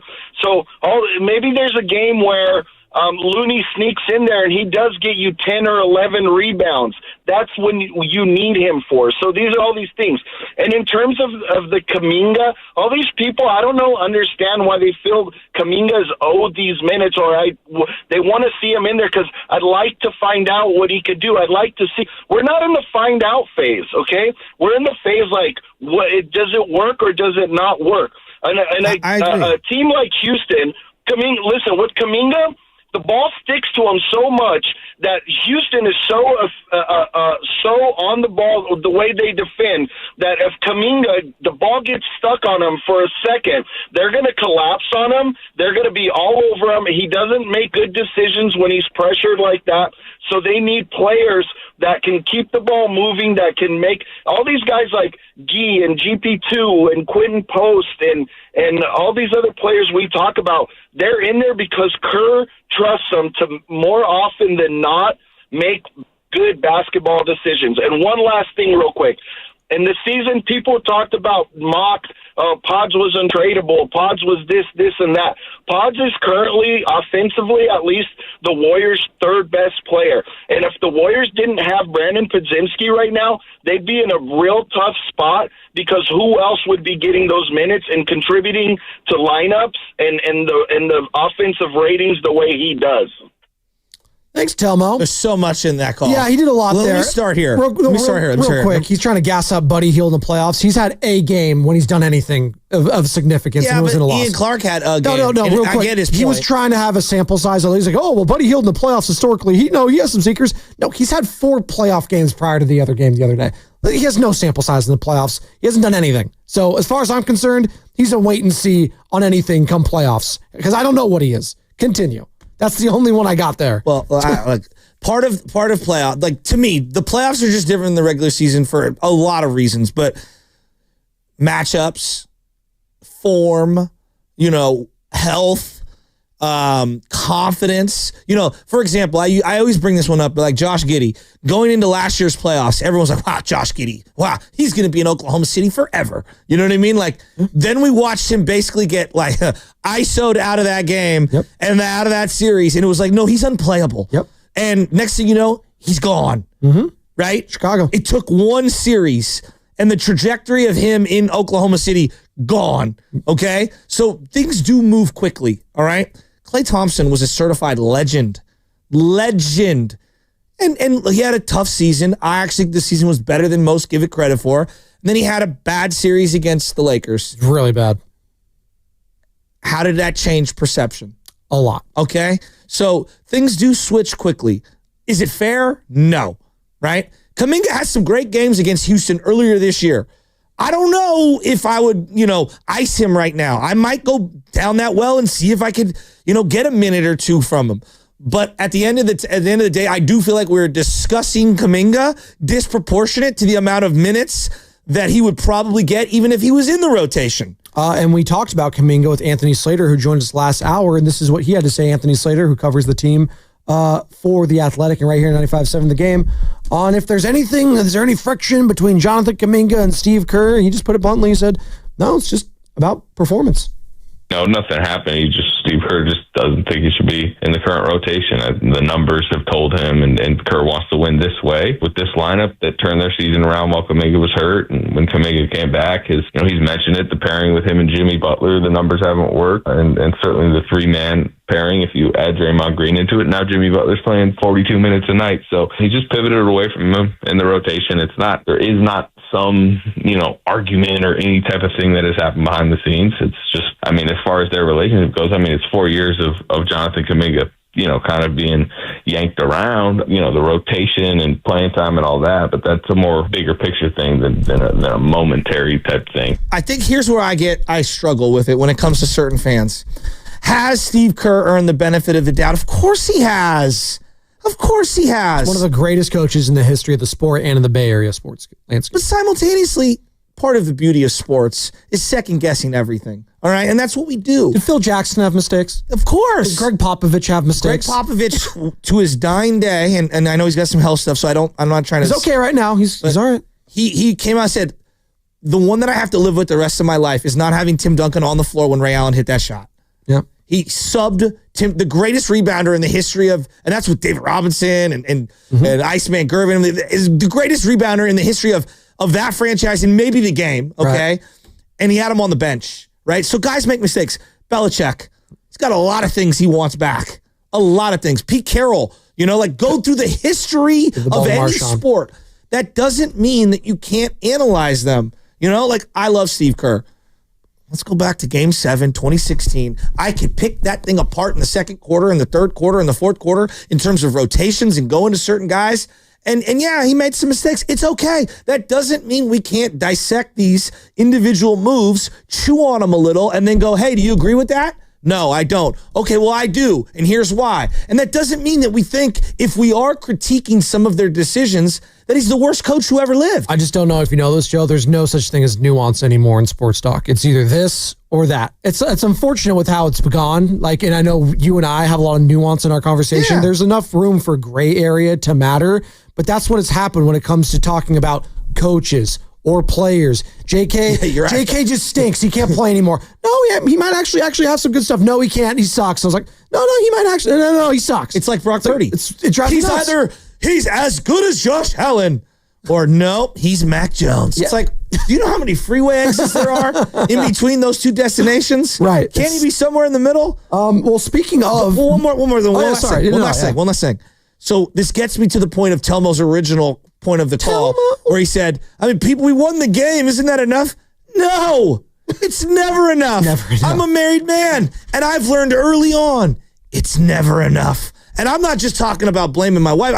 It's never enough from my point of view. It's never enough from her point of view. It's never enough from society's point of view. Welcome to America in 2025. Well, I know it's not enough for the Golden State Warriors in their locker room because they're looking at that game as a series. Like, well, we did some good things. And Draymond Green said it at the post. He did. He's like, yeah, we did some good things, but I wasn't fully satisfied with what we did. Exactly. Yeah, even the players are talking about it. And I love Telmo. We're not crushing him or anything. I'm not. It's a good point. I think his overall point is why are people complaining because after that's what we do. That's what we do. And we're going to do that for the history of ever. When it comes to anything, we will complain. I don't think people have been. I think we're thrilled. And I think what we're doing is okay, how can we optimize this? He's talking about the silent majority is what he's talking about of people that like to complain. But that's just, you're on social, you're on wherever. There's always going to be complaining. I know they can win the title and they'll complain about it. I know the Niners just blew the Chargers out. But how could you not get Deion Sanders a pass on offense? You're up 20 points. I know you blew out the Minnesota Vikings, but the quarterback, I don't know. Just kidding, Joe. That was me. That was me. Anthony Slater. And you know what, though? I ended up being right. He did. Just weeks later. Anthony Slater on if Kuminga could get some GP2 minutes, potentially. Gary Payton gets however many minutes he got. I think 15 was a -10. To me, those could be the Kuminga minutes, partly because there is not a guy you have to throw Gary Payton on. This is not necessarily a series where you're go slow this perimeter guy down. But Steve Kerr likes the way this rotation's playing, and they do keep winning, so it's hard to be overly critical. Again, maybe there's an opportunity for him. That's all I'm saying. I think either in this series, if they advance to the next series, I think there's going to be a moment. I know you're skeptical, Joe. I think there's going to be a moment in a situation that Kuminga will have an opportunity to seize, and it's going to be up to him to do that. And I can't wait for it, and I hope he does it. Well, against this team, right? So we're talking about matchups. Again, the Warriors were a different version of themselves, so it's hard. But I believe we had over 30 in that overtime win when he played Houston earlier this year, right? And so where they almost tricked off a 30-point lead. Now, does that mean that that's who he is? No. But I like this matchup for him. So conversely, is Draymond Green going to play a lot of minutes in the series? Yes. Yeah, absolutely. As long as he's not in foul trouble or in suspension trouble, right? Or ejection trouble. Yeah. I don't love this matchup for him defensively. It's tough. I think this is a really tough one. That doesn't mean Dre's not awesome. Just this is a tough one for him right now. Now, offensively, I think he can get more shots up in this particular series because I don't think Van Vliet is a defender in front of him that I would worry about. I think he needs to be more assertive in that. That's just trying to optimize Dre in this series. There are some good, there's some bad. That's how we analyze sports. Morgan is in Morgan Hill, wants to join the conversation, 888-957-9570. Morgan, good morning. Good morning. Good morning. Thanks for taking my call, guys. Before the start of this series, after that last Houston game of the regular season when they shut Curry down, I got to say I was really nervous for the way this series might go. But after that game, boy, I'm not nervous at all anymore. I just feel like we're so lucky to have this Warriors team coached by Kerr and the way everybody's filling their roles so well, which brings me to the one thing I wanted to talk about is when you guys were going through the box score and talking about the minutes that each player got and, kind of just talking about that. Joe Spadoni, you said that I got to disagree with you about Moses Moody. You said if he's playing 30 minutes, I got to see more scoring from him. And, well, I mean, obviously we want him to hit shots, but I feel like Moses Moody is playing so well right now. He's only taking open shots, not taking any bad shots. So the way I see it is if he's not scoring, even though he's playing 30 minutes, it's probably because he's not getting too many open shots. Because when I watch him play, I just love the way he's filling that role, and that kind of goes for everybody else on the Warriors. So, anyhow, I'm super excited about this team. It's interesting to bring that up, and I agree with you. He's playing better. To my eyes, Moses Moody's playing better than the numbers would indicate. And this is where we have this data versus eyeballs.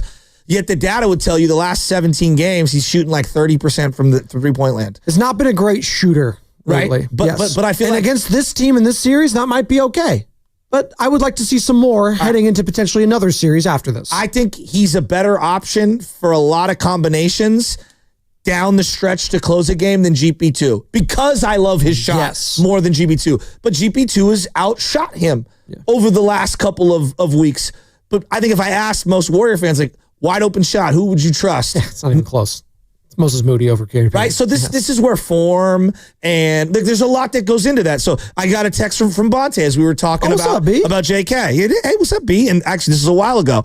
Kuminga, 21-7 on 50% shooting versus Houston this season. He had a career-high 34 and saved him in overtime in one of those games. So that was that overtime game that I referenced. Scored 34. That might have been his career. Was that his career high? It was career high, yeah. He said it, career high. So there you go. So, okay. Different team, different scenario, regular season.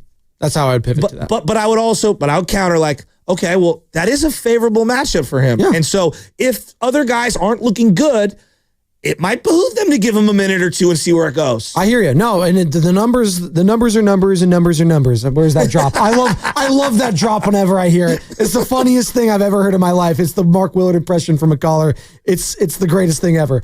But I hear him. But I also hear Steve Kerr where he makes comments like Anthony Slater was alluding to after the game in a win over Portland.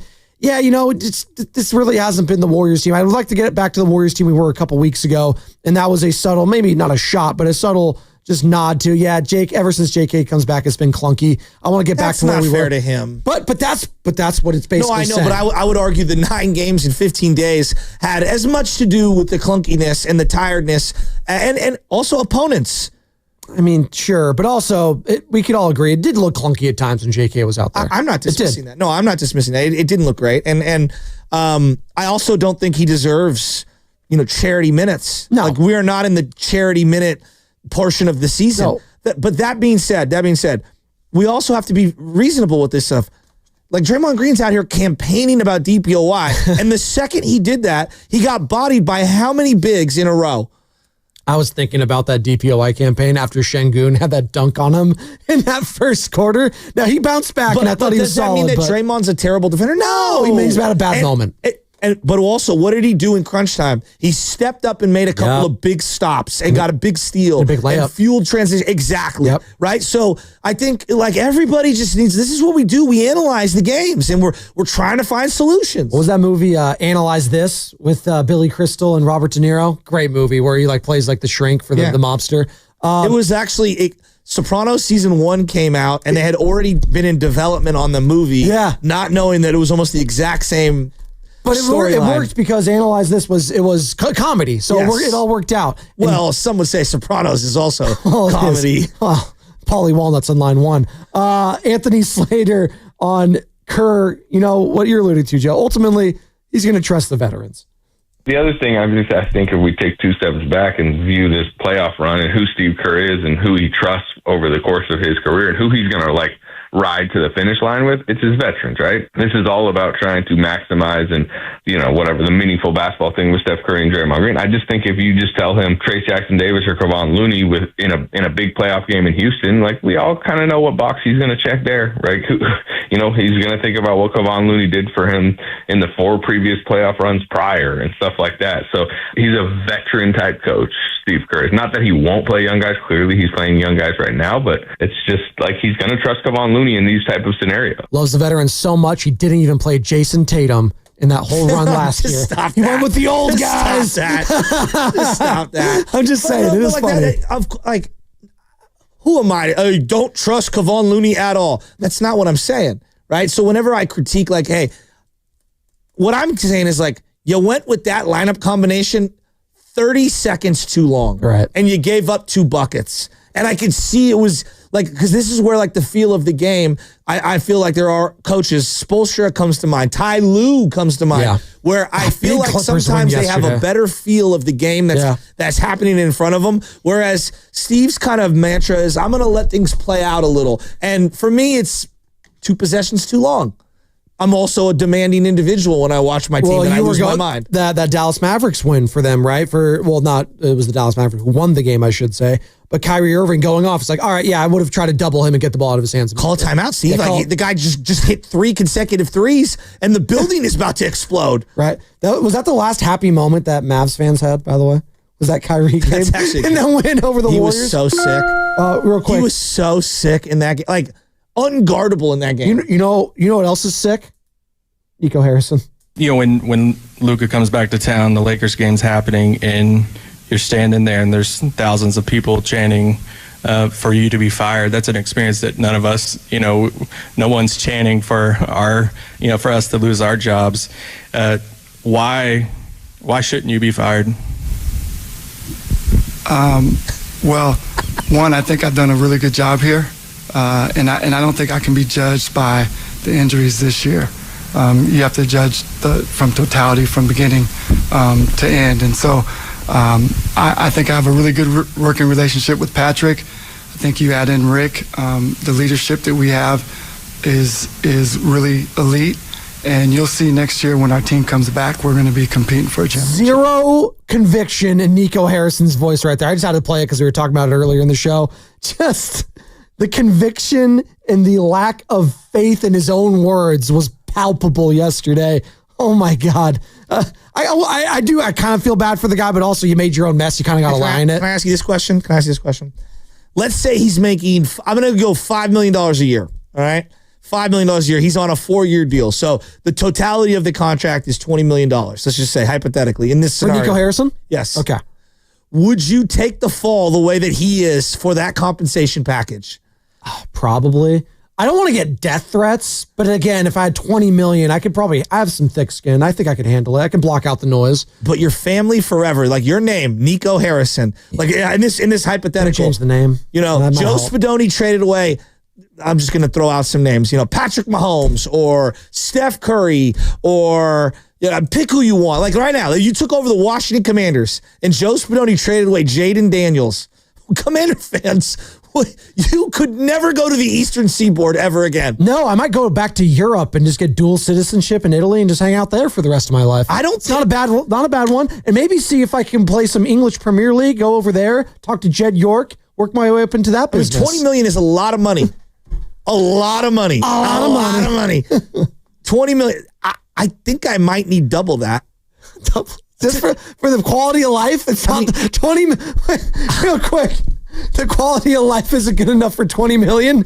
I need it doubled. Well, That's how bad the Lucas trade the was. Government's taking 50%. Oh my God. And then, you got to do the math here. You know what I mean? This is why that kid from Tennessee, when he went to UCLA, he lost the mathematic, the money involved here. It's not cheap. I think the number starts at 40 or 50. I'm not a GM, even though. You get where I'm going? There's a hazard pay that's associated with this. Your family for the rest of your life. You are the bum that traded away Luka. You can't go back to the Dallas area. Is there a worse trade in the history of sports that you could think of? Well, the Babe Ruth trade. In our lifetimes. Oh. I mean, the Mookie Herschel Betts Walker trade's pretty bad. The Herschel Walker one. The Ricky Williams trade was pretty bad. Was awful. Pretty bad. From Mike Ditka with the Saints. Yeah, that but was you horrible. can't name all the players like you can in the Herschel Walker trade. Like the Herschel Walker trade, like, well, then they got Emmitt Smith and Trey Lance. Yeah, it's pretty bad. Yeah, but at least they got Brock, who you don't want. SGA. Yeah, SGA. SGA is the cautionary tale. The Paul George one. That's yeah. a good call. Yeah. I mean, the Mookie Betts deal is. I mean, come on. I mean, you gave away an MVP and you got back Alex Verdugo, who plays for the Yankees now. At least you got a World Series out of Mookie Betts before that. That's though. true. At least you got that. Well, the Red Sox got a World Series out of Babe Ruth too. They did. Oh, look at that. Yeah, and it only took 100 years 86 after years, that. I Yeah, mean, whatever it between them, was. Trying to think of any other like in the Bay Area. Well, I mean, it's the Joe Roa, Joe Nathan for Brzezinski, and I believe you gave them Liriano And Boof Bonsner. That's right. Excuse He didn't do anything. That's just a fun name to say. That's not a real name. Yes. It is. And Brzezinski led the National League in double plays that year in terms of grounding into them. World and Series, then also World Series champion AJ Brzezinski, by the way. there's been White some Sox bad ones. legend. Shout out Michael Barrett. The Warriors have a bunch of like the Joe Barely Cares. They basically gave the Celtics, Robert Parrish and the number 4 or number 3 pick, so they got McHale. So you essentially gifted them Robert Parrish and McHale. Some would say the Devontae Adams trade for the Raiders was an all-time a boneheaded one, or maybe the Antonio Brown when they were the Oakland Raiders. That was a horrible trade at the time. Randy Moss. The Randy Moss was another one. The Raiders have a lot. God love Al Davis in his late years. I bring up Devontae Adams though because did you see what Devontae had to say? All Pro, future Hall of Famer Devontae Adams, now a Los Angeles Ram. What did he was have a to free say? agent. About who? He had a conversation with the 49ers at one point, and this is via The Athletic. There was some interest in Devontae Adams potentially coming back to his hometown, Palo Alto, right near Santa Clara, right near San Francisco, maybe playing for the Niners. There were some conversations. And via The Athletic, quote, this is Devontae Adams. This is from him. This is from Devontae Adams, and the quote is from The Athletic. This is where it was. Okay. Quote, I was entertaining the Niners, but they were like, we're paying wholesale. We ain't paying retail. I didn't talk to them, but that's what my agent told me like 5 times, that quote. And I was like, okay, well, I'm not a wholesale type dude. Can't do it. Does that hammer home that, do you feel cheap after hearing that if you're like, No, I'm not paying premiums for wide receivers. You paid Deebo Samuel like $20 million to go away. You're paying Devontae's a Hall of Famer. rehab. Devontae's different. He's a route runner. He was such a winner with the Raiders and the Jets. Well, he was an all-pro with the Raiders. I mean, all those wide receivers that help you win games. Oh, well, just laugh at that. Look at how did that help the Eagles last year? The wide receivers look pretty good, right? Huh? They look pretty good. You're laughing at the wide receivers, but the Eagles got all of them. Yeah, AJ Brown. They're all younger. Yeah, okay, but Devontae last He's on year, his 4th contract. last year, by the way, Devontae Adams, just saying, not horrible. In tumultuous year, had Gardner Minshew throwing to him, Aiden O'Connell throwing to him. Just say it. 854 yards, 11 games played, 854 yards, 7 touchdowns. Oh yeah, he's worth more than Kittle. To loop it all back. Yeah. That's what I do. He's better than Juwan Jennings or Ricky Pearsall. Juwan Jennings had a better year than him. Yeah, he had Brock Purdy throwing him the ball. Juwan Jennings had a better year last year, statistically, than Devontae Adams. I would have liked to have Devontae Adams. I'm not going to lie. Now, for the price point, maybe it wasn't there. Not Clearly for the 49ers. not for retail. So clearly what you're learning from this is Devontae doesn't go to Costco. He's not a wholesale guy. I mean, the Niners are not in a position to be spending money on wide receivers. They need defensive line. They need offensive line. They need a linebacker. They need a safety. They can draft a receiver. Like the days of spending on wide receivers, I'm over. At least if Shanahan's going to be the coach. Okay, so you didn't make anything for those comments at all? Just, no, it doesn't I'm hit sure you. they're going to circulate online and people are going to call the Niners cheap. I won't. I'll defend them on this one. Like, if you were going to go make a move for Devontae, maybe you do it last year before Ayuk signs and you traded Ayuk. Well, you were just a George Kittle trade away from calling him cheap just an hour ago. George Kittle's one of our own, and George Kittle's better. I'm just saying. You were literally one trade away from calling them cheap, but now you're not calling them cheap. When Devontae Adams is calling them cheap right there, he's calling them the wholesale Niners. Signed Devontae for the soccer team. Costco Niners. Is that what they are now? The food court? I mean, they already got rid of the chopped onions, for God's sakes. They got rid of the Polish dog. They got rid of the churros. They have a giant cookie now. You are a run-first team, and you want to invest over $100 million in cap and dead cap money on wide receivers when I just told you, Juwan Jennings, who came into last year as your number 3, had the best season of all the wide receivers last year. What's the breakdown for Devontae's contract? I'm like, 26 guaranteed? That's not that much. 26 million guaranteed? It's not bad. I'd rather give Kittle 26 million guaranteed. I think he wants more than that. And that is concerning. By the way, Kittle, a no-show for OTAs today. Brock Purdy has shown up. Good. I'm glad Brock showed up. Yep, that's your guy, Brock Purdy. Yep. You're very skeptical on Brock. What if he takes a team-friendly deal? What if he does all these good things? If he wants to be the king of the land right now, take a team-friendly $40-something million deal. He will, though. He will be treated as like, oh, dude, Brock did us a favor. I don't know how it's happened, but I think I'm the number 1 Brock Purdy fan at this station. He's got his Q rating at 95.7. The game has fallen dramatically, and I don't know why. So would you trade the number 6 overall pick for him as if you were running the Raiders? If I was a Raider fan and I wanted to trade the number, no, I would not do that. You're like Geno Smith. So you're the biggest Brock fan, but you're a bigger Geno Smith fan. Well, no, because they already got their quarterback, so that's not good. Had they not signed Geno Smith, I would contemplate trading the 6th pick. Would the Titans trade the number 1 overall pick right now for Brock Purdy? Would you rather have Cam Ward or Brock Purdy? I'd rather have Brock Purdy. Brock right now. Yeah, but I also have to understand that like Cam would be making significantly less than Brock for the next 4 years. How many quarterbacks in the league are you trading the number 1 overall pick for right now? Burrow, Mahomes. I would do it with Stafford too. Most people might not. I would not do Stafford. Yeah, most people I would. Because I think I could win right away. Burrow, Mahomes, Allen, Lamar, Jaden Daniels. Ooh, that's a good one. Jaden What Daniels. about CJ Stroud? No. Reggie Miller would, for sure. Beat me by 1 second. Fast 5. I love CJ Stroud. I like Stroud, but no. I would do it for CJ. There's only a couple. Oh, this show flew by. This is a good show. That was good stuff today, Joe. You like talking some Niners? It's been a while. No. Have we even this show? I don't think we've really done like a whole hour or so. Happy. I thought bringing up the Niners would make me sad. It actually made me happy. There you go. You're feeling better about them? Did Brock showing up today make you feel a little bit better? Yeah. It feels like they're closer to my numbers. Okay. Which are like in the 40s. Numbers are numbers, and numbers are numbers. So what's your final thought today? Numbers are numbers, and numbers are numbers. Who is that? That's him. That's a caller doing Mark Willard about talking contracts. What? It's actually a really good Mark. Mark gets a bad rap. My final thought is Mark gets a bad rap. He gets a bad rap. All right? I'm a Mark Willard guy. We all are. They're golfing next week, right? Are we all going to be paired together? No. I think winners got to play with Willard and Dibs. Are we going to be paired with someone? It's you two with Willard and Dibs. Is it? I love log just making balls. stuff up. What was that? What was that? What? It's a card I have in here. Is that long balls? Langford's long balls? That was a segment here for a second. Stephen Langford, a.k.a. J.D. Vance. Shout the Pope. In your bag. I realized as ADD as I get in the 9 o'clock hour, Joe hones in. I do. Joe's just like, he's like, I'm losing like confidence and I'm losing all of my focus. I'm like Jimmy Butler. As the game goes on, Joe, Yeah. I feed You get off laser of it. focus. I love it. Yeah. Playoff Jimmy. Playoff Joey. Spadoni. That's right. 9 o'clock Spadoni. I got a quick one this morning. I'm going to shout out a guy we talked about for a second earlier, about 9:30. Happy birthday to Marshawn Lynch. His 39th birthday today. 39. Oakland's own Hall of Famer, Marshawn Lynch. I think he is. I think so. Yeah.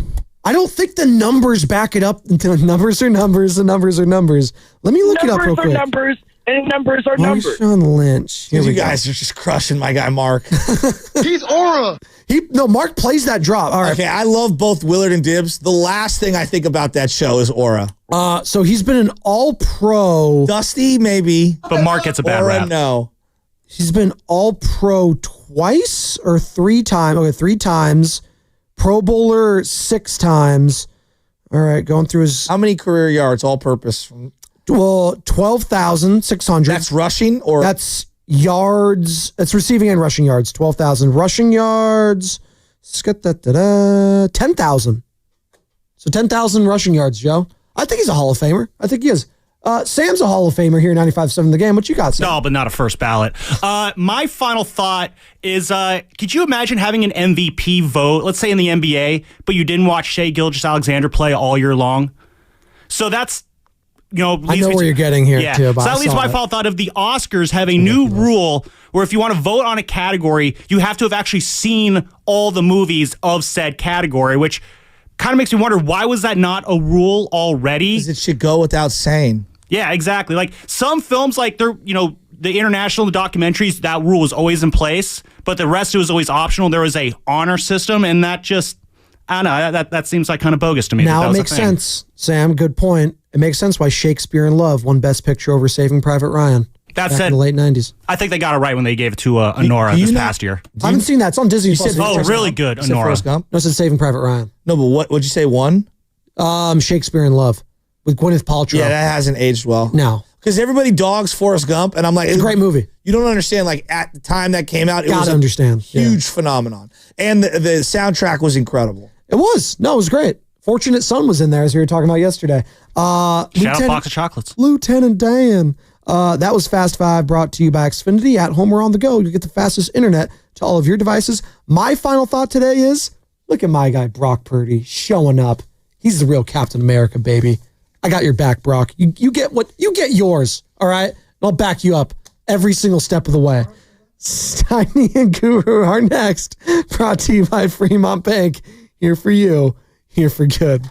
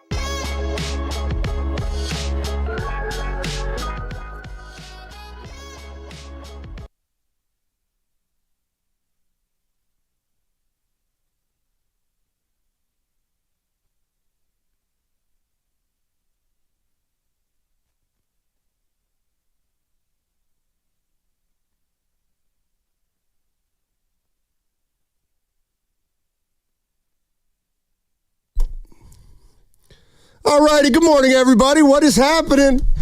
Matt Steinmetz along with Evan Giddings today. Evan Giddings. You got to lock in. Guru, hold on. I'm serious. Guru. You're making me mad early. Like, you've already done about 4 things this morning that have got under my skin. And it did turn your phone off. It was my computer. One of those devices. By the way, shut up, y'all. He's got a family issue. Shut up. He's got a family issue. That's all you need to know. All right, what's up, man? Well, first, I'm still trying to figure out why you need 4 sticks to try and mix your coffee. It's Earth Day, Steiny. The least you could do is take a day off from increasing the waste and disposable aspects of this office. I did. I usually use 8, and I used 4 today. By the way, it's not a Thursday 650. By the way, do you know how big the Amazon rainforest is? Yes. Okay. Well, then chill out. Not big enough. Chill out. It's got the canopy. It's got layers to it, kind of like the Warriors. Well, they're layers to them. Yeah, the Amazon rainforest is very top heavy. Like the Warriors roster used to be. They evened it out a little bit. By the way, we at some point of the show, we got to go down memory lane. We learned something about the Warriors' history today. Or I should say, I enlightened you about something in the Warriors' history that is troublesome at best. So, yeah, I don't usually... I feel like if you go back to 1995, that's 30 years, I feel like I know pretty much all about the Warriors' history. All the players who came through. We found a blind spot. All the things that happened. But I found something out today. We're going to have to verify it because I don't recall this being the case, but it's called a tease, people. We're not going to be able to hold on to that too long. No, I know I'm not, but we can do it for at least one segment. What kind of adjustments can either team make? Talking about the Rockets and the Warriors. Game 2 tomorrow night, Wednesday. Warriors lead 1-0. They won 95-85. You know all the details, Warrior fans. What's going to happen tomorrow? What do you expect, And here's the one thing. Everyone's saying, he's great adjustments. And you go, yeah, what were they? Well, yeah, they were adjustments. They made adjustments. Well, what kind? What specifically? Well, they just adjusted. Can you be a little specific, Evan? Which team do you want to go through first? Let's go Rockets. Well, I think with the Warriors, the question is, do they adjust anything? I mean, the Rockets need to try and figure something out. And to me, there's really only 2 avenues to go down. And it's either getting smaller or leaning into what worked for some time during the game on Sunday, which was going bigger. And that includes starting Steven Adams alongside Şengün and just trying to basically do what they failed to in game 1, which was rough up the Warriors. Yeah, it's funny because I threw that question at you and then before the show, and you said, well, would you ask me, like, what are some hot takes you have about this series? Well, yeah, at some point we'll get to what's like the most rational takeaway from game 1. And then what's kind of the hottest thing that you got coming off that? Well, here's one thing that here's what I don't think the answer is for Houston. I don't think it's going big. I don't think it's playing Adams and Şengün together. And I know they had some success against the Warriors on, game 1, but Steven Adams is good, but he's not a polished offensive player. And I don't think you can play 2 bigs against the Warriors unless both those guys are really skilled and can kind of make you pay on the interior. Adams does not score a lot. He rebounds and then tends to kick it out. And here's the other thing. I don't think that they, that's a lineup that they haven't used a lot of. And I don't know whether it's a great adjustment or a desperation adjustment when a team does something in the postseason early that they've really not done a lot of in the regular season. Well, I mean, I think that, look, the Warriors are a team that understands themselves, I think, better than the Rockets do. Like, if you're just looking at the roles of each of these teams, I feel like I have an understanding of where all the players fit for the Golden State Warriors. I don't know where the roles lie for Houston. And that's what they're going to have to try and figure out between now and Wednesday is what are they going to expect from Jalen Green? Şengün was awesome, but are you going to get that again? Dillon Brooks, Van Vliet, like all of their chess pieces are kind of interchangeable, and that's their weakness right now. Like, I don't know who's going to be their leading scorer. I don't know who's going to play make for them. I know they can defend at a high level, but we found out in game one, and that was probably the thing that shocked me the most, that like they had no answers when the Warriors turned up the temperature, and specifically Steph Curry in that third quarter and fourth when he started hitting some ridiculous shots. Yeah, I think if I were, and listen, I don't know the Rockets like Udoka knows the Rockets, but if I were him, I wouldn't do anything drastic at this point, because I got to believe that if you look at that game and you're a Houston Rockets coach or a fan, you just got to play better. You got to make more shots. I mean, you held the Warriors to 95 points, which is absolutely terrific, and you just couldn't make a shot. So I think the answer for the Rockets tomorrow is Udoka saying, we're not going to do a lot different. We just have to play harder, and we got to play smarter, and we've got to use physicality more to our advantage. I expect the Rockets to play better tomorrow. I expect the Warriors to respond, but I'm not ready yet to say we got to have Steven Adams and Şengün on the court for half the game, because that's not who the Rockets are at heart. And if they can't, I mean, they're young enough that they can try to do what they've done all season. If it doesn't work, all right, you get beat in the first round, you come back and you try to get better in the offseason. Yeah, I mean, I think they're also, like, they believe that they're talented enough that playing better is a legitimate adjustment. Like, it's a legitimate strategy, because like they won 15 of the last 18 games going into the playoffs. Like, they're a good basketball team, and they played. I thought they played like game one was their first time in the playoffs. Like, it just looked like they were not ready for some of the, I don't know, it's like just some of the moments. I mean, the Warriors made every single big shot when they needed to. It wasn't as if it wasn't a close game. I mean, they made their push, they made their run, and it felt a little bit like the very first meeting between these two teams this season, the Warriors had a similar kind of lead. They hit a lot of shots early, as before obviously Butler got there, and then Houston went on this ridiculous stretch down in the third and the fourth quarter. They pushed them to overtime, and the Warriors eventually got over on the Rockets. Houston, there's something about Golden State that gives them fits. And if in game two they can turn the corner and kind of get over the hill, so to speak, one of the things that hit me watching the game on Sunday was it felt like the regular season matchup, Steiny, between them a couple Sundays ago. Like, in a way, that was kind of game one, but it didn't count. Interesting. It just didn't count. Right. And the Warriors made their adjustments off of that game, which at the time, I mean, could have cost the Warriors a potential spot if they had lost, to Memphis, obviously. They had to thread a needle to get in. But that game gave the Warriors an idea of what they needed to do now with Jimmy Butler to beat Houston.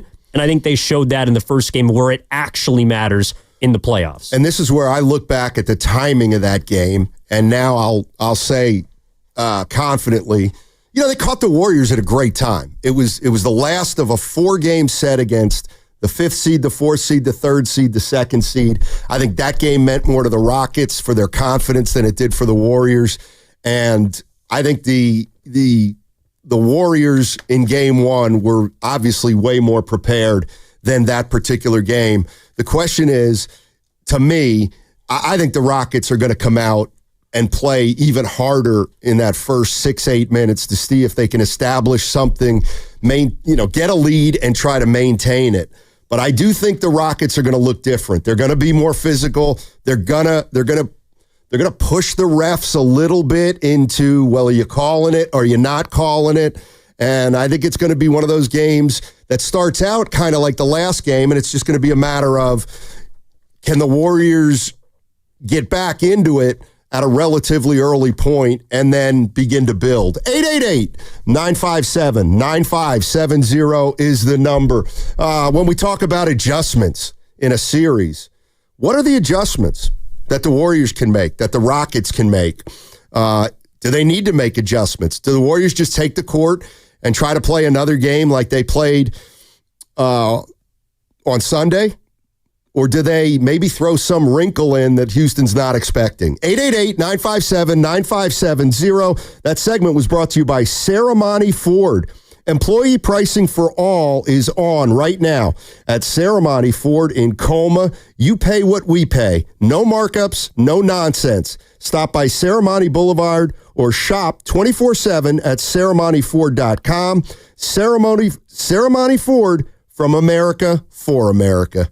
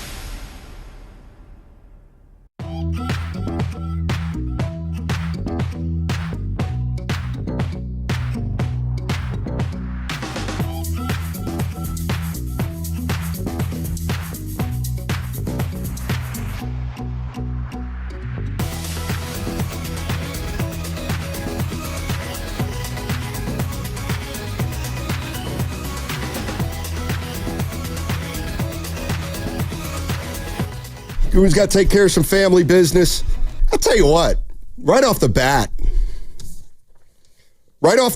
from the Boxer and Gerson work injury attorneys text line, I like this one. Steve Kerr's entire season has been an adjustment. Our bench guys have all contributed all season. The Dubs could adjust mid-game. I mean, it's kind of true. Kerr coached a few different teams this year, and right now the one he's coaching is probably the best version of the 3 or 4 that he's had during the season. Good point. Oh, without a doubt. I mean, the one constant for the whole year for the Warriors has been defense. Like, even when they were 24 and 25, I believe they still had a top 10 defense. So they've just really, I think, leaned more into that, and that's where they've been scary. I mean, the year they won the championship in 22, they were the number 1 defense. This year, since they've gotten Jimmy Butler, they've been the number 1 defense. And while I think the Rockets offensively were abysmal in game 1, you have to credit what the Warriors were doing. And, maybe that if we're talking about adjustments between game 1 and game 2, maybe for the Warriors, it's less of an adjustment than it is just leaning into what worked, which was, I thought they made their best stretch, their best run when they started to muck it up defensively. Like, they were throwing consecutive possessions, different looks at the Rockets. One possession, it would be a box and one. The next possession, it'd be a 1-3-1. The possession after that, it'd be a man-to-man, and they'd switch everything off ball. So they knew what they wanted to do, which I thought just confused the Rockets. And in addition to packing the paint, forcing them to make outside shots, defensively, this Warriors team is absolutely one that can adjust in game. I know we more so think about the other end of the floor, but defensively, they've been awesome since Jimmy's gotten here. Yeah, and the one thing that, I was thinking about and you were thinking about, we talked about a little bit before the show, and this is where I'm at with game 1. The Rockets lost by 10 points. Steph Curry made some unbelievable shots. I mean, he made one that we've never seen before. The one where he launched himself virtually out of bounds so he could get the shot off. What I'm saying is he made about 3 or 4 absolutely incredible shots that I think may have been the difference in the game. And listen, if you're going to say, well, he's going to do that, look, if he does that, they're going to win the series. The Warriors are going to win the series. If he goes 5 for 9 from 3, they're going to win the series because the Rockets don't score enough, and those threes kill you, especially if it's by Steph Curry. So, and what do you think of this comparison? Especially you old-timers out there. And I get it. He's got to work to get this shot off. I haven't even told you this one yet. Okay. Curry's three-pointer, however he gets it off, you know what it's like? I can't believe I'm going to say this. It's kind of like Kareem Abdul-Jabbar's skyhook. Not that it can't be blocked, but you can't do anything about it. If he gets an inch, he can shoot it any angle, any quickness. You can't. He's unguardable at times. He just is. And over the course of a game, he absolutely keeps moving, and he puts this relentless pressure on the defense where one guy has to be attached to him. So that takes almost a help defender off the floor. And then he's a type of player that even if he gets switched out on a big man, or even if it's not a big man, it's like when he shoots that three, you're just at his mercy. Like there's not a lot you can do. Now I know he's more guardable outside the three than Kareem was in the low post, but there's a resignation that we're watching one of the most incredible players in basketball, and he makes shots that nobody else in the history of the game makes, and he does it as consistently as anyone else does. And if he's making them, they're probably going to beat you. Well, and it feels like the higher the degree of difficulty goes for Curry, his field goal percentage also seems to get higher. Like whenever he takes a ridiculous behind the back step back, whether he's fading out of bounds, he's never made that shot that I've seen before, where it's like he's got his heel somehow an inch between inbounds and out of bounds, and he still finds a way to make it. But isn't it crazy how, like anybody else who takes that shot, like Jokic, for example, last night, he took what would have been a game-tying three against the Clippers, and he bricked it. Because that's what most people do. You run to the three-point line late in the shot clock, you got to get a playoff. And even though he's 7 foot and he can't be blocked, his shot's off to the left, it has no chance. Curry, you have to give him the benefit of the doubt that the shot that he's taking, as ridiculous as it may seem, has a better than not shot to go in. And that's why it's almost, I think Kerr was talking about it earlier this year when he was talking about both those two players, about how we just we're so numb to it. We're so numb to how ridiculous some of the plays that Curry makes are, some of the threes that he makes. And it's because every time he shoots the ball, you don't know how or why, but there's a feeling that it's going to go in. And it's almost like when he has an open three, those are the ones that sometimes they're not going down. He missed his first 3 threes in that basketball game on Sunday. And he still manages to hit the 30-footer over Thompson that has him shrugging. He hits the one against Green where he's playing great defense in the corner. And they needed both of those shots. They needed all those that Curry made. So if he can continue to do this, which it feels like he's back in that kind of zone, it's going to be real tough for the Rockets to find a way to get back into this series. Yeah, it's funny because just thinking back to the Lakers teams with Kareem, the Lakers would get a rebound and they'd try to run. And if they didn't have numbers on the break, they waited for the big fella. And he always came down last, and he would go down to the low post, and the shot clock would be at 8, and they would just dump it into him. And at that point, the defense almost didn't matter because he could raise up and take a sky hook, or if you went to double him, he kept the ball high. He was tough to double. And what I'm saying is you can play defense for 20 seconds very well. But if that ball ends up in Curry's hands, then it's almost like, all right, let's see if he can make a three when somebody's draped on him. And he can, and he has, and he does. But the difference is the predictability. Like, I didn't watch Kareem live, but I have to imagine that, to your point, you knew where the ball was going. You're right. You don't know when the ball's going to be in Curry's hands because he's off of it so much. But you have if it's in his hands and he gets a look, it's going in. You just don't know when and where and how that's going to happen. So that's why I think it's even more demoralizing, not to take away the inevitability to me is where probably there's most the commonality between the two. The inevitability that the ball's going to end up in their hands and it's going in, there's nothing you can do about it. But what separates Steph, not just from perhaps Kareem, but from any player in history, is the unpredictability of when and where he's going to get his shot off. Because to your point, if you throw 2 guys at him, you might be able to take it out of his hands, but you don't know when in the possession after it's out that he's going to get the ball back. And that's why he's so dangerous. No, that's a good point. The other thing is, Kareem, they would go down low to him, and there was a helplessness on defense, and you just knew he was going to make a bunch. But he didn't get 3 for him. He only got 2. And so the fact that Curry's getting 3 and that some of the shots he makes are just absolutely out of this world, that's why I think he impacts a game as much as anybody that's ever played, because those buckets are worth 3.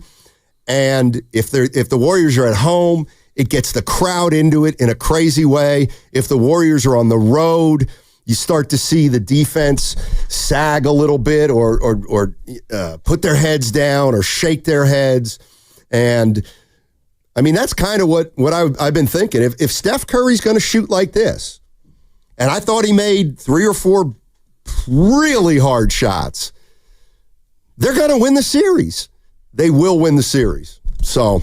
Well, that's why him and Jimmy are such a good complements, because Butler's offensive game is a little more reliable. Not that it's more impactful, but he can get to his spots easier than Steph can. Right. Curry, meanwhile, I mean, he might score 18 in 4 minutes, and then he might go without scoring a basket for 6 minutes. But those 18 are in such a flurry and in such a quick fashion and in such a demoralizing fashion that it's almost more impactful. Like, I know it's worth 3 points, but sometimes the looks that he puts on other teams' faces makes you feel like the game's over before it's over. Yeah. 415. You know what? We haven't heard from our good friend on the Boxer and Gerson work injury attorneys text line. I call him he's the number one Draymond Green hater, and he's right up there in terms of being a Warriors hater. And Greg in SF says, if Kareem goes 5 for 9 on sky hooks, that's 10 points. If Curry goes 5 for 9 on his signature shots, he gets 15. So the comparison is sloppy. Well, first of all, Kareem going 7 for 9 on those hooks. First of all. But if you don't like it, you don't like it. But well, I mean, he could go 15 for 19 like Kawhi Leonard did last night. That team's scary. They also might get beat. I think both those teams are really good. And it's clear that, is Adelman coaching. Oh, he's already a podium veteran. He's only done 5 games. By the way, that was like father, like son. The first loss that the Nuggets have suffered in the Adelman era. That's right. That's right. All right, let's go to Robert's on 580. Hey, Robert, how you doing? I'm doing well. How are you? Thanks for taking my call. Sure. So I guess you asked your question about adjustment. Yeah. It's really easy for me at the third quarter. Let's make an adjustment where we just don't let these teams go on these runs and kind of step on their throat. I know that's kind of been our Achilles heel for a while now. But there's that. I'm a big fan of Draymond Green. I'm a big fan of GP2, watching his dad play and the defender he was. So I love our defense. And I think Jimmy Butler might real quick just become my favorite Warrior right now. The guy is really good. I think to answer the question to answer the question on adjustment, if we can get one guy, which I'm hoping it's Pods maybe, or Moody, if we can get one other guy to score 20 points, then I think it's a wrap with these young guys in Houston. I know they're young, athletic, can jump out of the gym, all that good stuff, but they're still just a little brother to the Warriors, and they know that. So that's the adjustment. Don't let that third quarter happen again.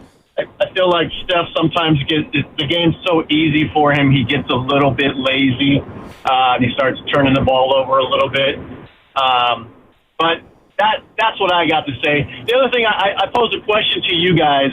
I'm on a text thread with a bunch of our buddies, and we're always blowing each other up. But why don't we get one big, maybe for Kuminga, since everybody forgot about Kuminga lately? Why don't we get one big to make adjustments when we're battling these giants like that are in the Western Conference? Yeah, I mean, we haven't had a big since Bogut. No, and Bogut was, to me, the perfect big. And thanks for the call, Robert. Appreciate it. Got to be the right big. I mean, that's all I can say. I will say this. Let me tell you the guys that Steve Kerr, don't play Looney and post at the same time. I would scrap that. Even if they go with Adams and with Şengün, because I feel like if you go with two bigs and one of the bigs that you're playing is limited offensively, you're just matching up a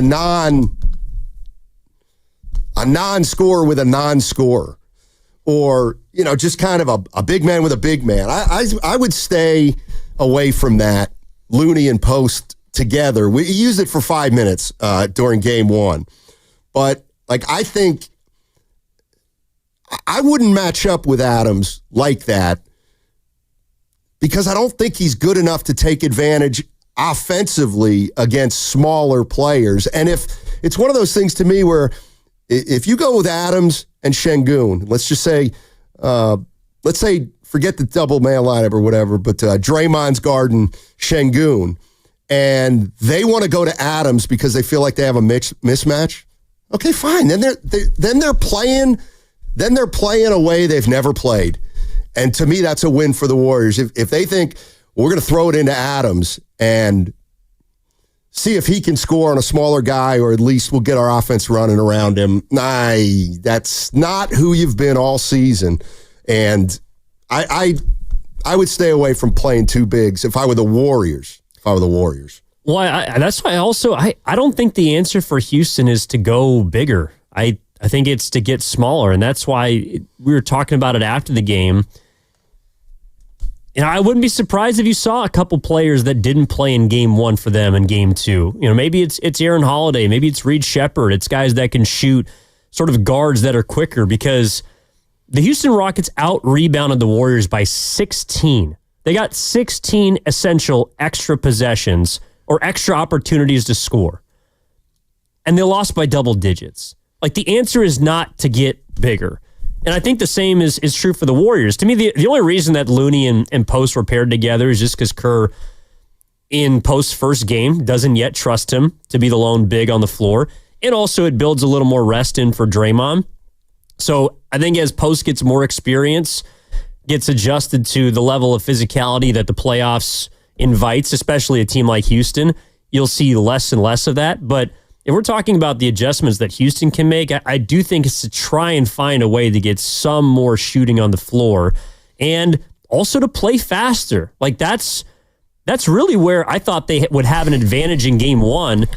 But 16-4 Warriors to Rockets in the fast break. Like, the Rockets cannot win a basketball game if they don't have at least an even amount of points in that category. So to me, where the difference is going to be between Sunday and Wednesday, it's how quick, like the type of pace that Houston tries to play with. No, I agree. And you can't be the Rockets and only force 11 turnovers for the Warriors. You cannot lose the turnover battle because you're giving up anything you ever gained with the offensive rebounding.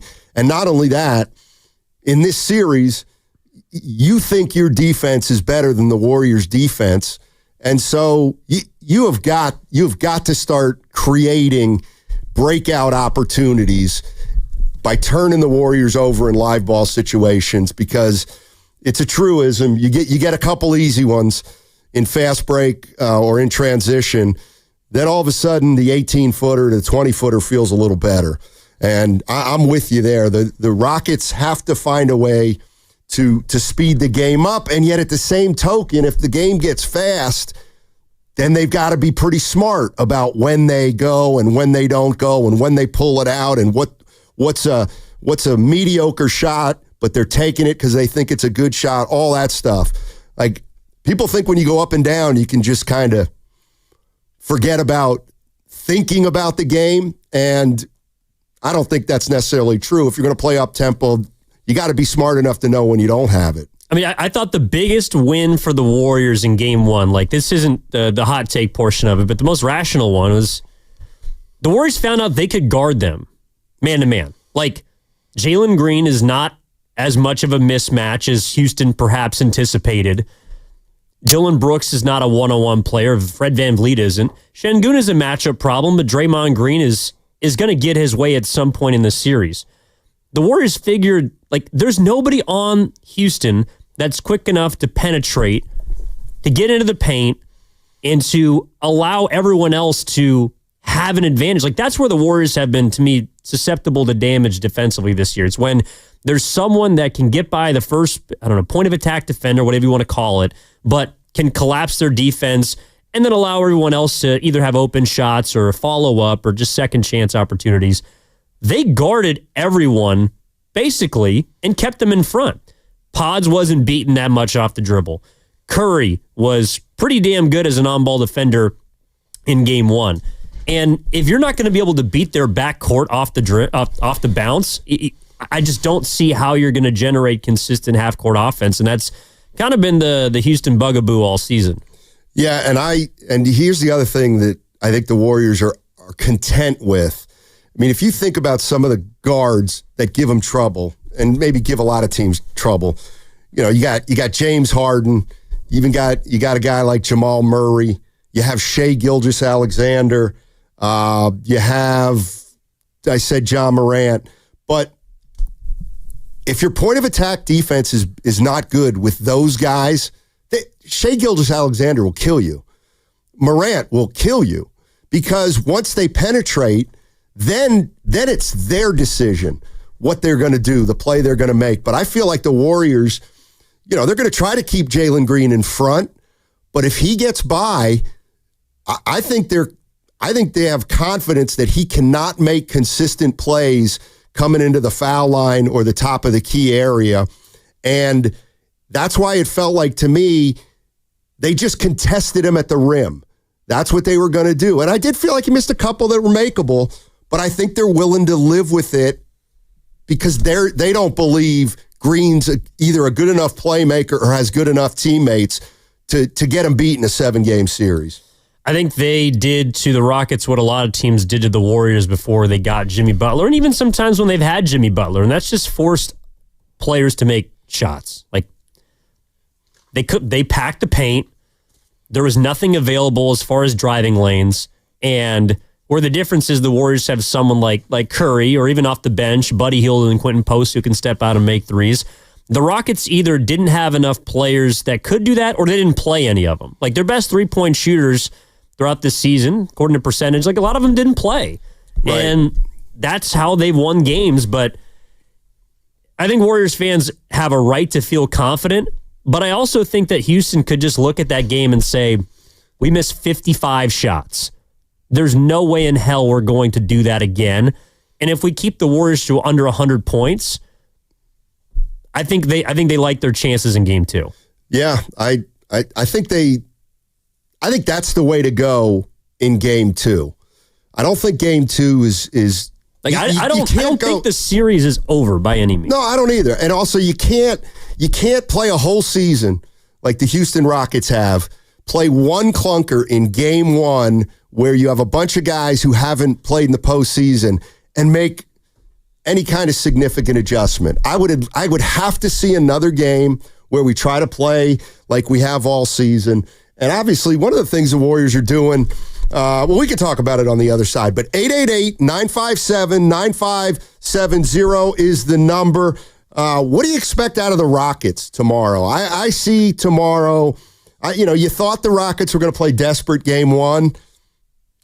I think game 2's going to be a lot more intense than game 1 because now the Rockets are in trouble if they lose on, what day is it? On Wednesday. 888-957-9570 is the number. Download the free Odyssey app and check us out on YouTube and Twitch, powered by First NorCal Credit Union. That segment also brought to you by Safeway.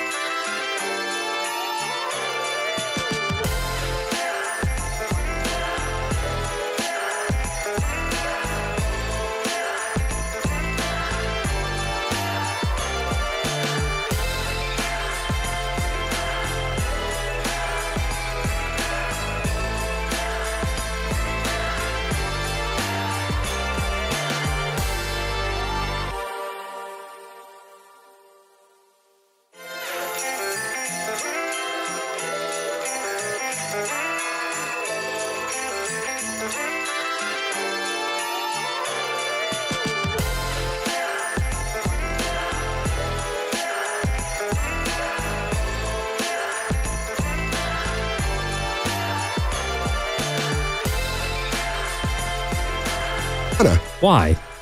Why would you ever assume that anything that you'd say would be? I'll tell you why. All right, coming up between 11:30 and 1 today, Moses Moody. Moses Moody is going to join us between 11:30 and 1. Fingers crossed. The great Raymond Ritter, president of communications, president of everything. They went. Did he put his name on it? I don't know why, but he'll be on today. Moody will be on today.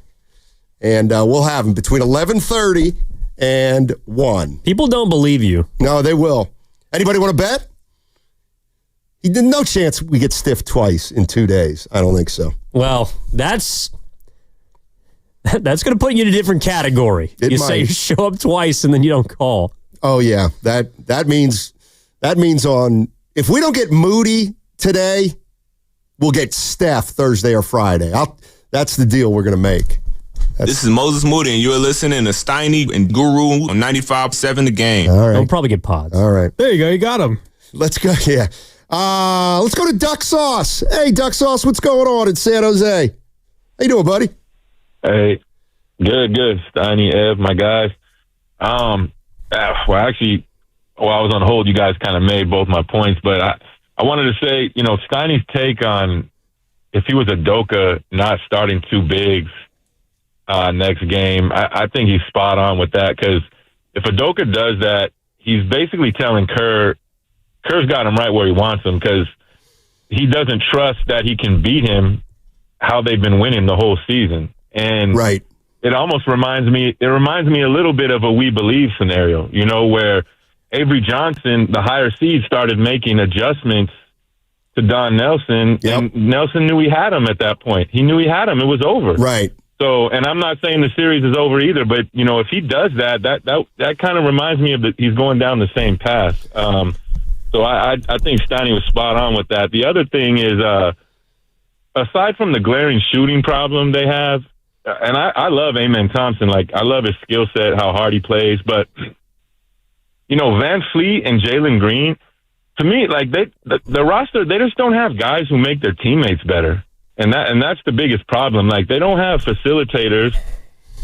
When Jalen Green was checking back into the game, I was happy. I mean, to me, he has no feel for what his team needs him to do, throughout the game. Like, it's that old saying, like, you got all the tools, but you don't got the keys to the toolbox. It's like, yeah, he has the skill set, but he's got no feel to me, similar to how some people feel about Kuminga. So, moving forward, like, for them, like, I mean, I love Şengün as a player, but, like, if you're going to build your team around Jalen Green, to me, you're in trouble. I'd trade that guy tomorrow. I mean, as soon as the season was over, like, if you could get high value for him. But anyway, man, to answer the other question about adjustments, to me, you keep the adjustments minimal for now, because you did win the game, and you won the game at a scoring pace that they thought was their advantage. You know what I mean? And yeah, they are going to shoot better. They can't shoot that bad again, but those are the glaring things to me. Thanks for the time as always, guys. All right, Duck Sauce, you have a good one, man. I mean, here's what I'll say about Green and Şengün. I actually think Şengün could be the guy that you could run stuff through. Maybe not now because he's only 22, but I think eventually he's going to be a guy you can play through. As for Green, I'm willing to cut him a break because he's 22, and what is he? He's an athlete. He's a scorer. He's 22. You gotta give him an opportunity to kind of grow into the position. And if the Rockets get beat in the first round by the Warriors, it'll be interesting to see what they do in the offseason, because I'm not sure. I mean, I would tinker, but I'm not sure I would do anything drastic. And that's kind of why I think we're going to see the Rockets come out tomorrow like they came out game one. I don't think we're going to be watching the game saying, "Oh my God, look, they're doing all this stuff that's different." Because I don't know what they can do other than try to play the best game they can play using the style that they've used all year. I mean, to be fair, they came out great in game one. I mean, they're up like 13-5. It wasn't, then the Warriors did what they did, and they counterpunched. Like, It's one of the reasons why I felt like the Warriors had the upper hand in this series, because in many ways, this is I don't know if you want to call it a discovery series or a barometer series, but this is where Houston figures out if they have guys they want to build around for the future. They don't yet know, because in an ideal world, their two best players are Green and Şengün. And you're starting to find out that maybe one, perhaps both, I don't know, Şengün could fall off a cliff. I think he's pretty good, but you're starting to figure out that maybe those guys aren't the dudes to take you to the next level. Again, they're 22 years old, so they got a lot of time left. They're under contract.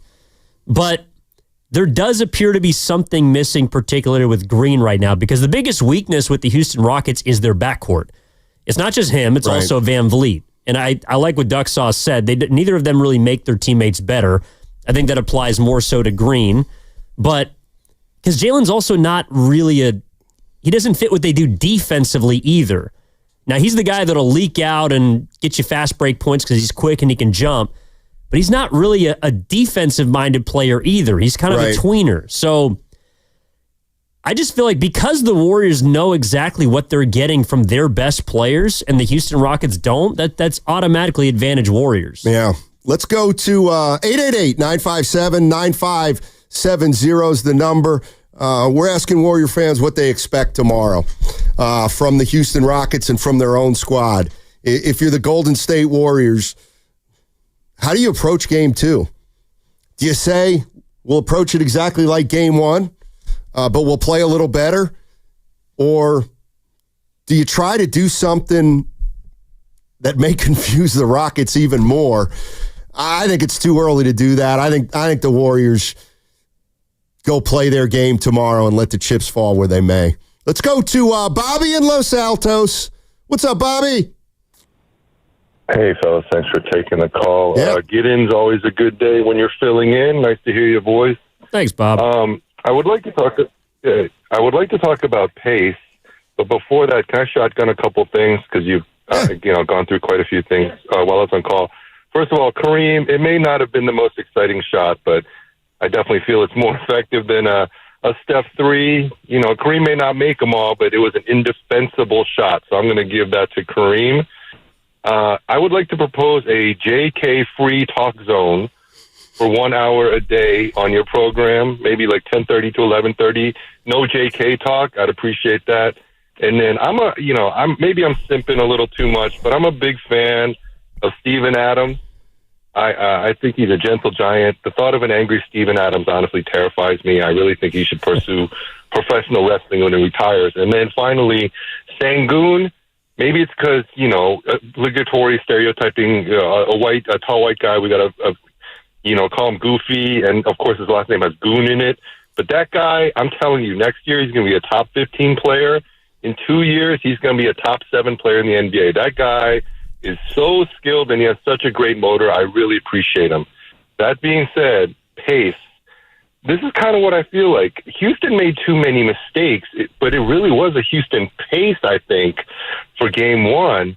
So I know we're old, but I feel like we need to make a greater effort to try to increase the pace. And, honestly, I'm not smart enough to know the difference between pace and score, but I feel like we need to make a concerted effort to try to get to 120 because there's no way Houston's going to make that many mistakes again.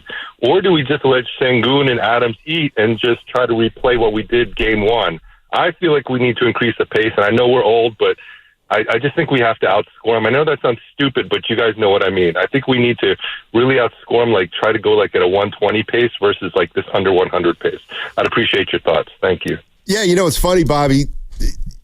I thought you were going to say that a lower scoring game might be to the Warriors' advantage, and which you weren't, but I wonder what the what kind of pace the Rockets want to play at and what pace the Warriors want to play at. I think the Warriors, I think they can play at a bunch of different paces, but the Rockets, the Rockets miss a lot of shots. They just do.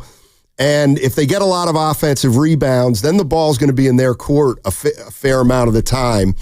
I don't know. I mean, the Rockets are great. It's that old thing where the Rockets are great on the offensive glass, Okay, so how do you combat that?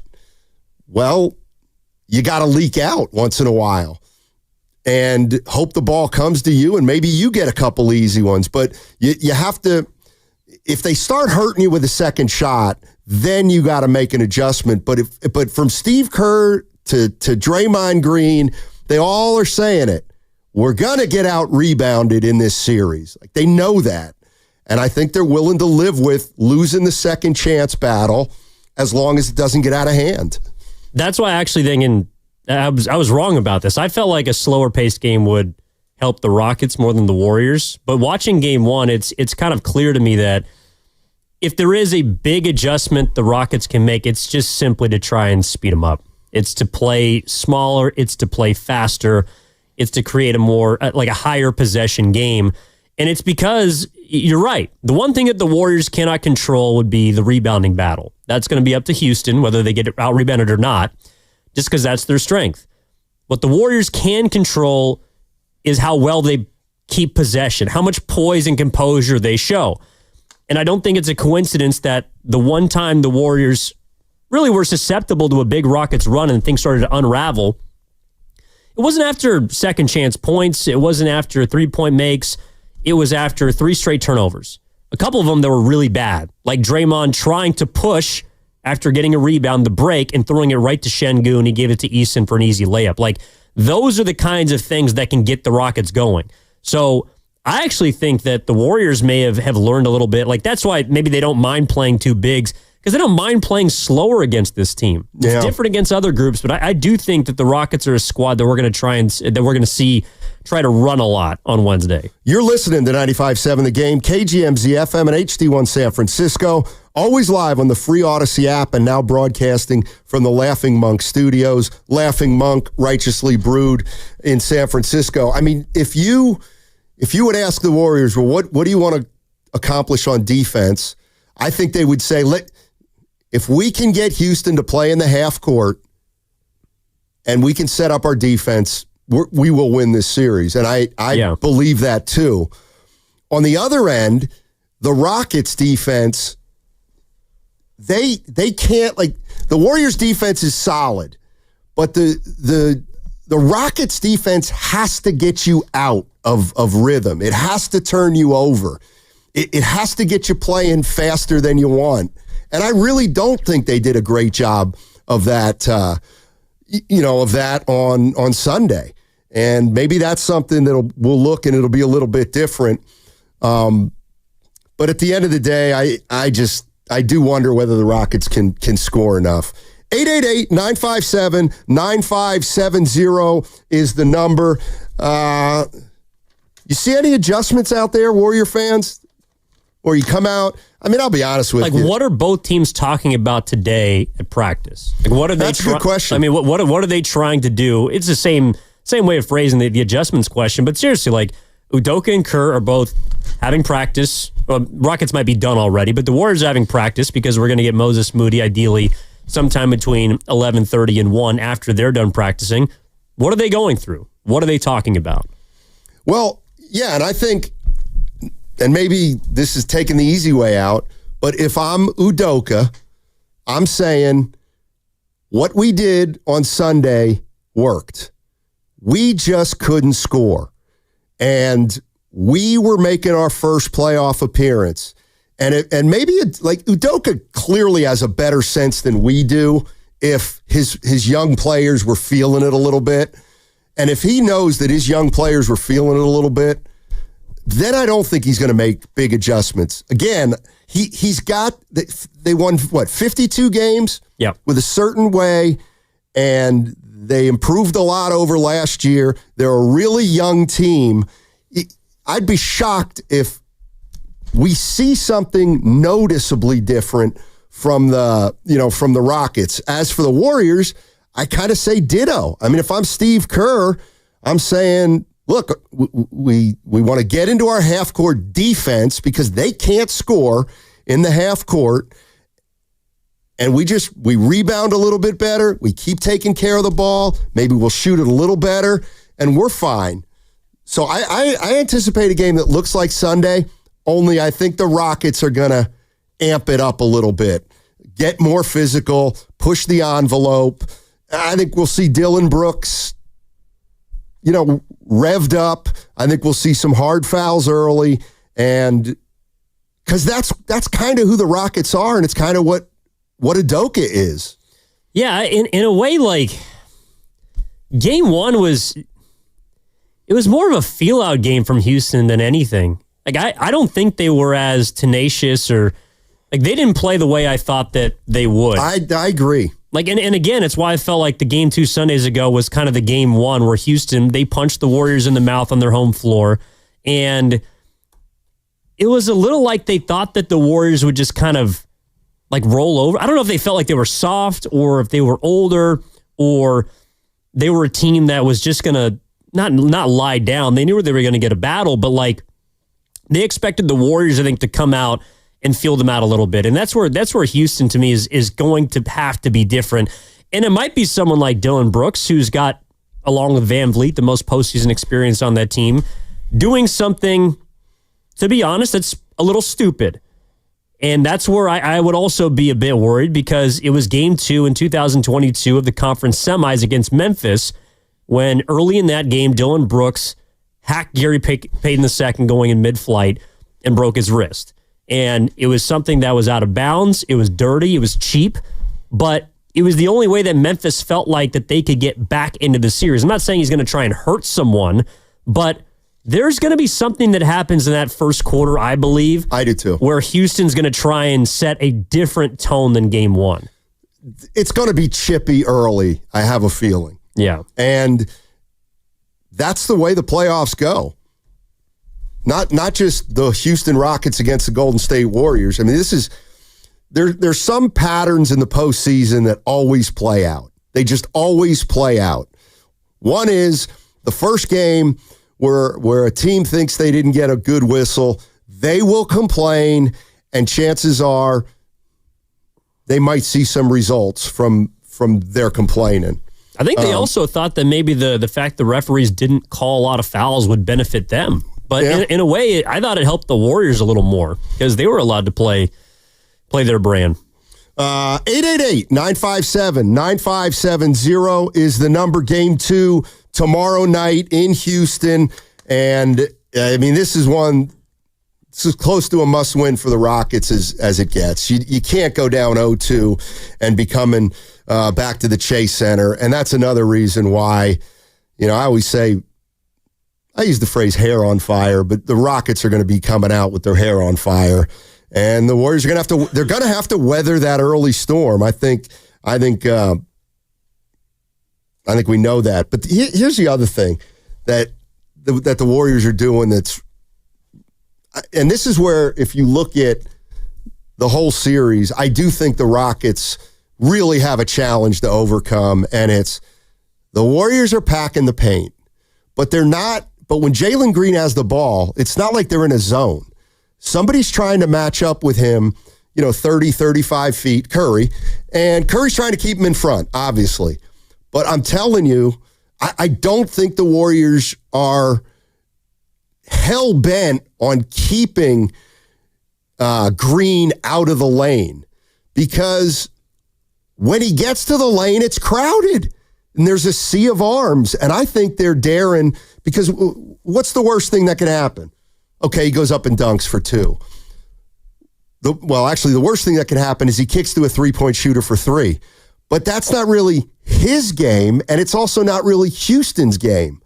So I think the Warriors are okay with, Jalen Green kind of pushing and trying to be aggressive, because I think they think over the course of an entire game that he's not going to be able to make consistent enough good decisions to beat the Warriors in a 7-game series. Well, he didn't in game 1. Right. I mean, Houston was at their best when he wasn't on the floor. And that's a little damning, especially when went from 23 down to, I think, 7 with relative haste. Like Jalen Green wasn't in the game. And unless he figures out how to, and I don't know if it's more as a slasher, maybe it's getting in transition more.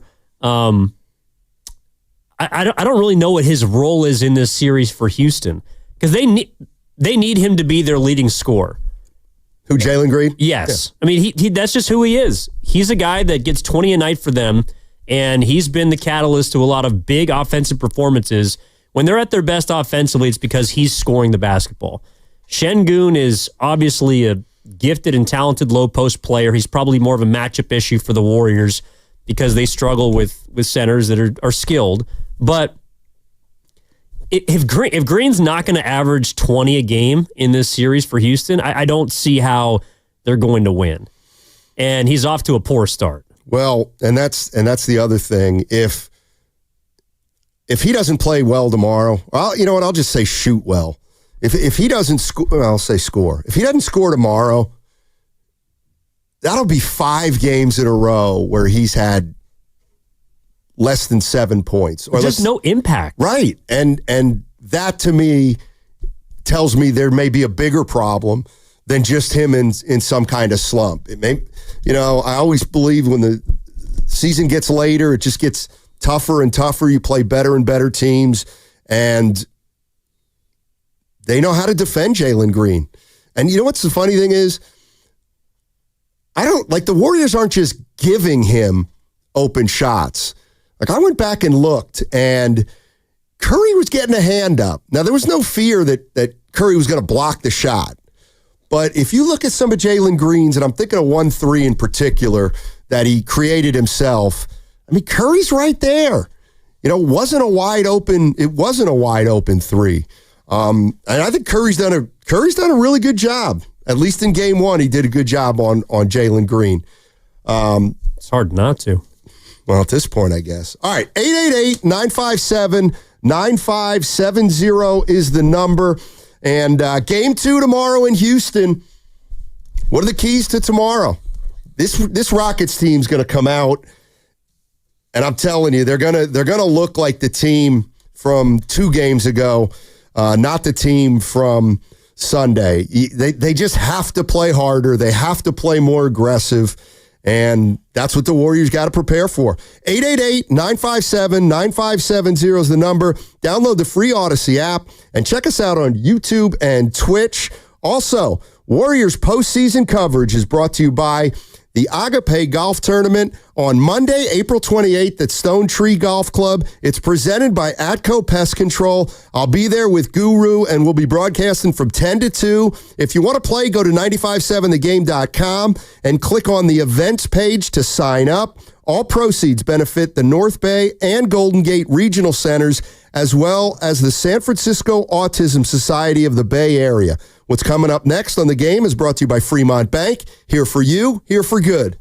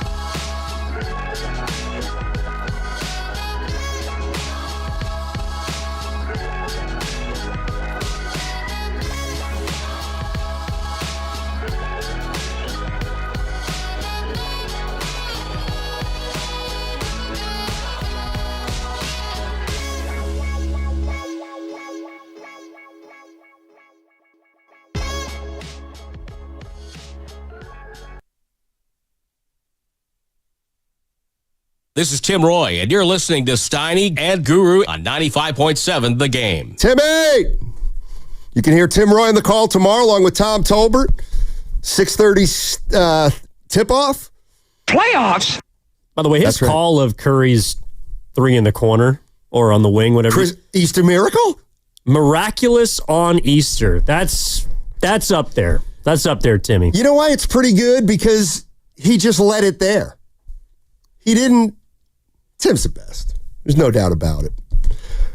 We may have to get into this one thing we talked about. No. We will get into that one thing we talked about. Speaking of... This has rocked me a little bit. Belief, yeah. And when I say rocked me, I mean surprised me. That's what I do. Bit. Yeah. Let's take Deborah in San Leandro. Wants to talk about Game 2. Hey, Deborah. Hey, Steiny, how are you? Doing well, thank you. How are you guys today? Good. A couple of things. We were talking about whether or not we stick with what we've done or if we change it up a bit. I think what the plan they had was great. They executed. The defense was swarming, so we have to maintain that. The strategy was good. The main thing that they have to do is combat the offensive rebounding, right? They had 22, I think, offensive rebounds, something like that. Yeah. And then I was watching an interview with Draymond, and he was in the locker room. And sitting next to him, a little bit over, was Moody. And the guy asked him, how far is the team going to go this year? And Draymond says, as far as Moses takes. And then the guy goes over to Moody and asks him, well, how far are you going to go? And Moody says, we're going all the way. So I hope that those 2 big shots that he made in that fourth quarter helps elevate his game, this second game, because we need them to step up a little more. We'll be okay. Thanks, Deborah. You're breaking up a little bit, but we got you. I mean, to me, they're not going to ask Moody to take 14 shots and try to go 9 for 14. He's just got to be a threat. And we can ask him. That's true. Say, Moody, hey, you want to tell us the game plan? You're getting 25 shots up in game 2? Moses Moody today between 11:30 and 1. Swear to God. This time, this time, it's for real. Or something like I'll that. lock it up. Now, I didn't want to, at the risk of opening up a can of worms, Bobby in Los Altos, I was thinking about this. If ever there's a game for Jonathan Kuminga, I think it would be tomorrow. The Golden State Warriors are up 1-0. They've got a touch of house money. He hasn't played in 3 games. I'm just saying, tomorrow would be the night that I wouldn't be shocked if he plays. You can spoon feed him 6 minutes in the first half. He's not going to cost you the game in 6 minutes in the first half. But you do have wiggle room. And maybe tomorrow is kind of the last gasp for Jonathan to try to weasel back into the rotation. See, you guys think I'm not an optimist, but I do think positively. You're Dylan Brooks. What? You broke the code. We said we wouldn't talk about him until he played. You broke the code. Actually, but... My bad. Well, for basketball purposes... my God, look at the phone lines lighting up. No, I'm just kidding. Yeah, he's a lightning rod. No, I actually think for basketball reasons, I don't see him playing tomorrow. And this is it. Like, tomorrow's not a must-win game for the Warriors. But if you win tomorrow, the series is over.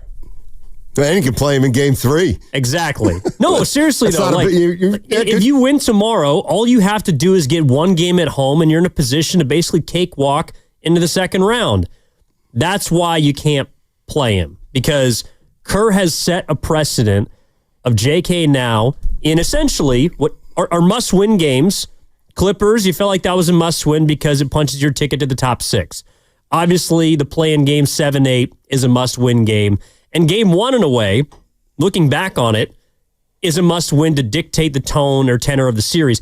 I think this game is not as much of a must-win as those, but you have a chance to end the series effectively if you win tomorrow. That's why he doesn't play to me. And I think the Warriors and their veterans are smart enough to know that. Maybe Pajemski, and we'll talk to Moody in a little bit. This is their first real taste of the postseason as starters. But Curry, Butler, and Draymond understand how important it is to get through tomorrow, because what has been a consistent theme of all of their deep postseason runs, finals wins, or losses, it's finishing off teams early, doing it quick, not playing with your food, winning series in 5 or 6. And if they do that tomorrow, if they win tomorrow, they have a chance to do that. Well, and that's the way I look at this game. And I think it's kind of interesting that, okay, so it's game 2. You've already taken, and I'm sorry, this is just the nature of the playoffs. The road team won game 1.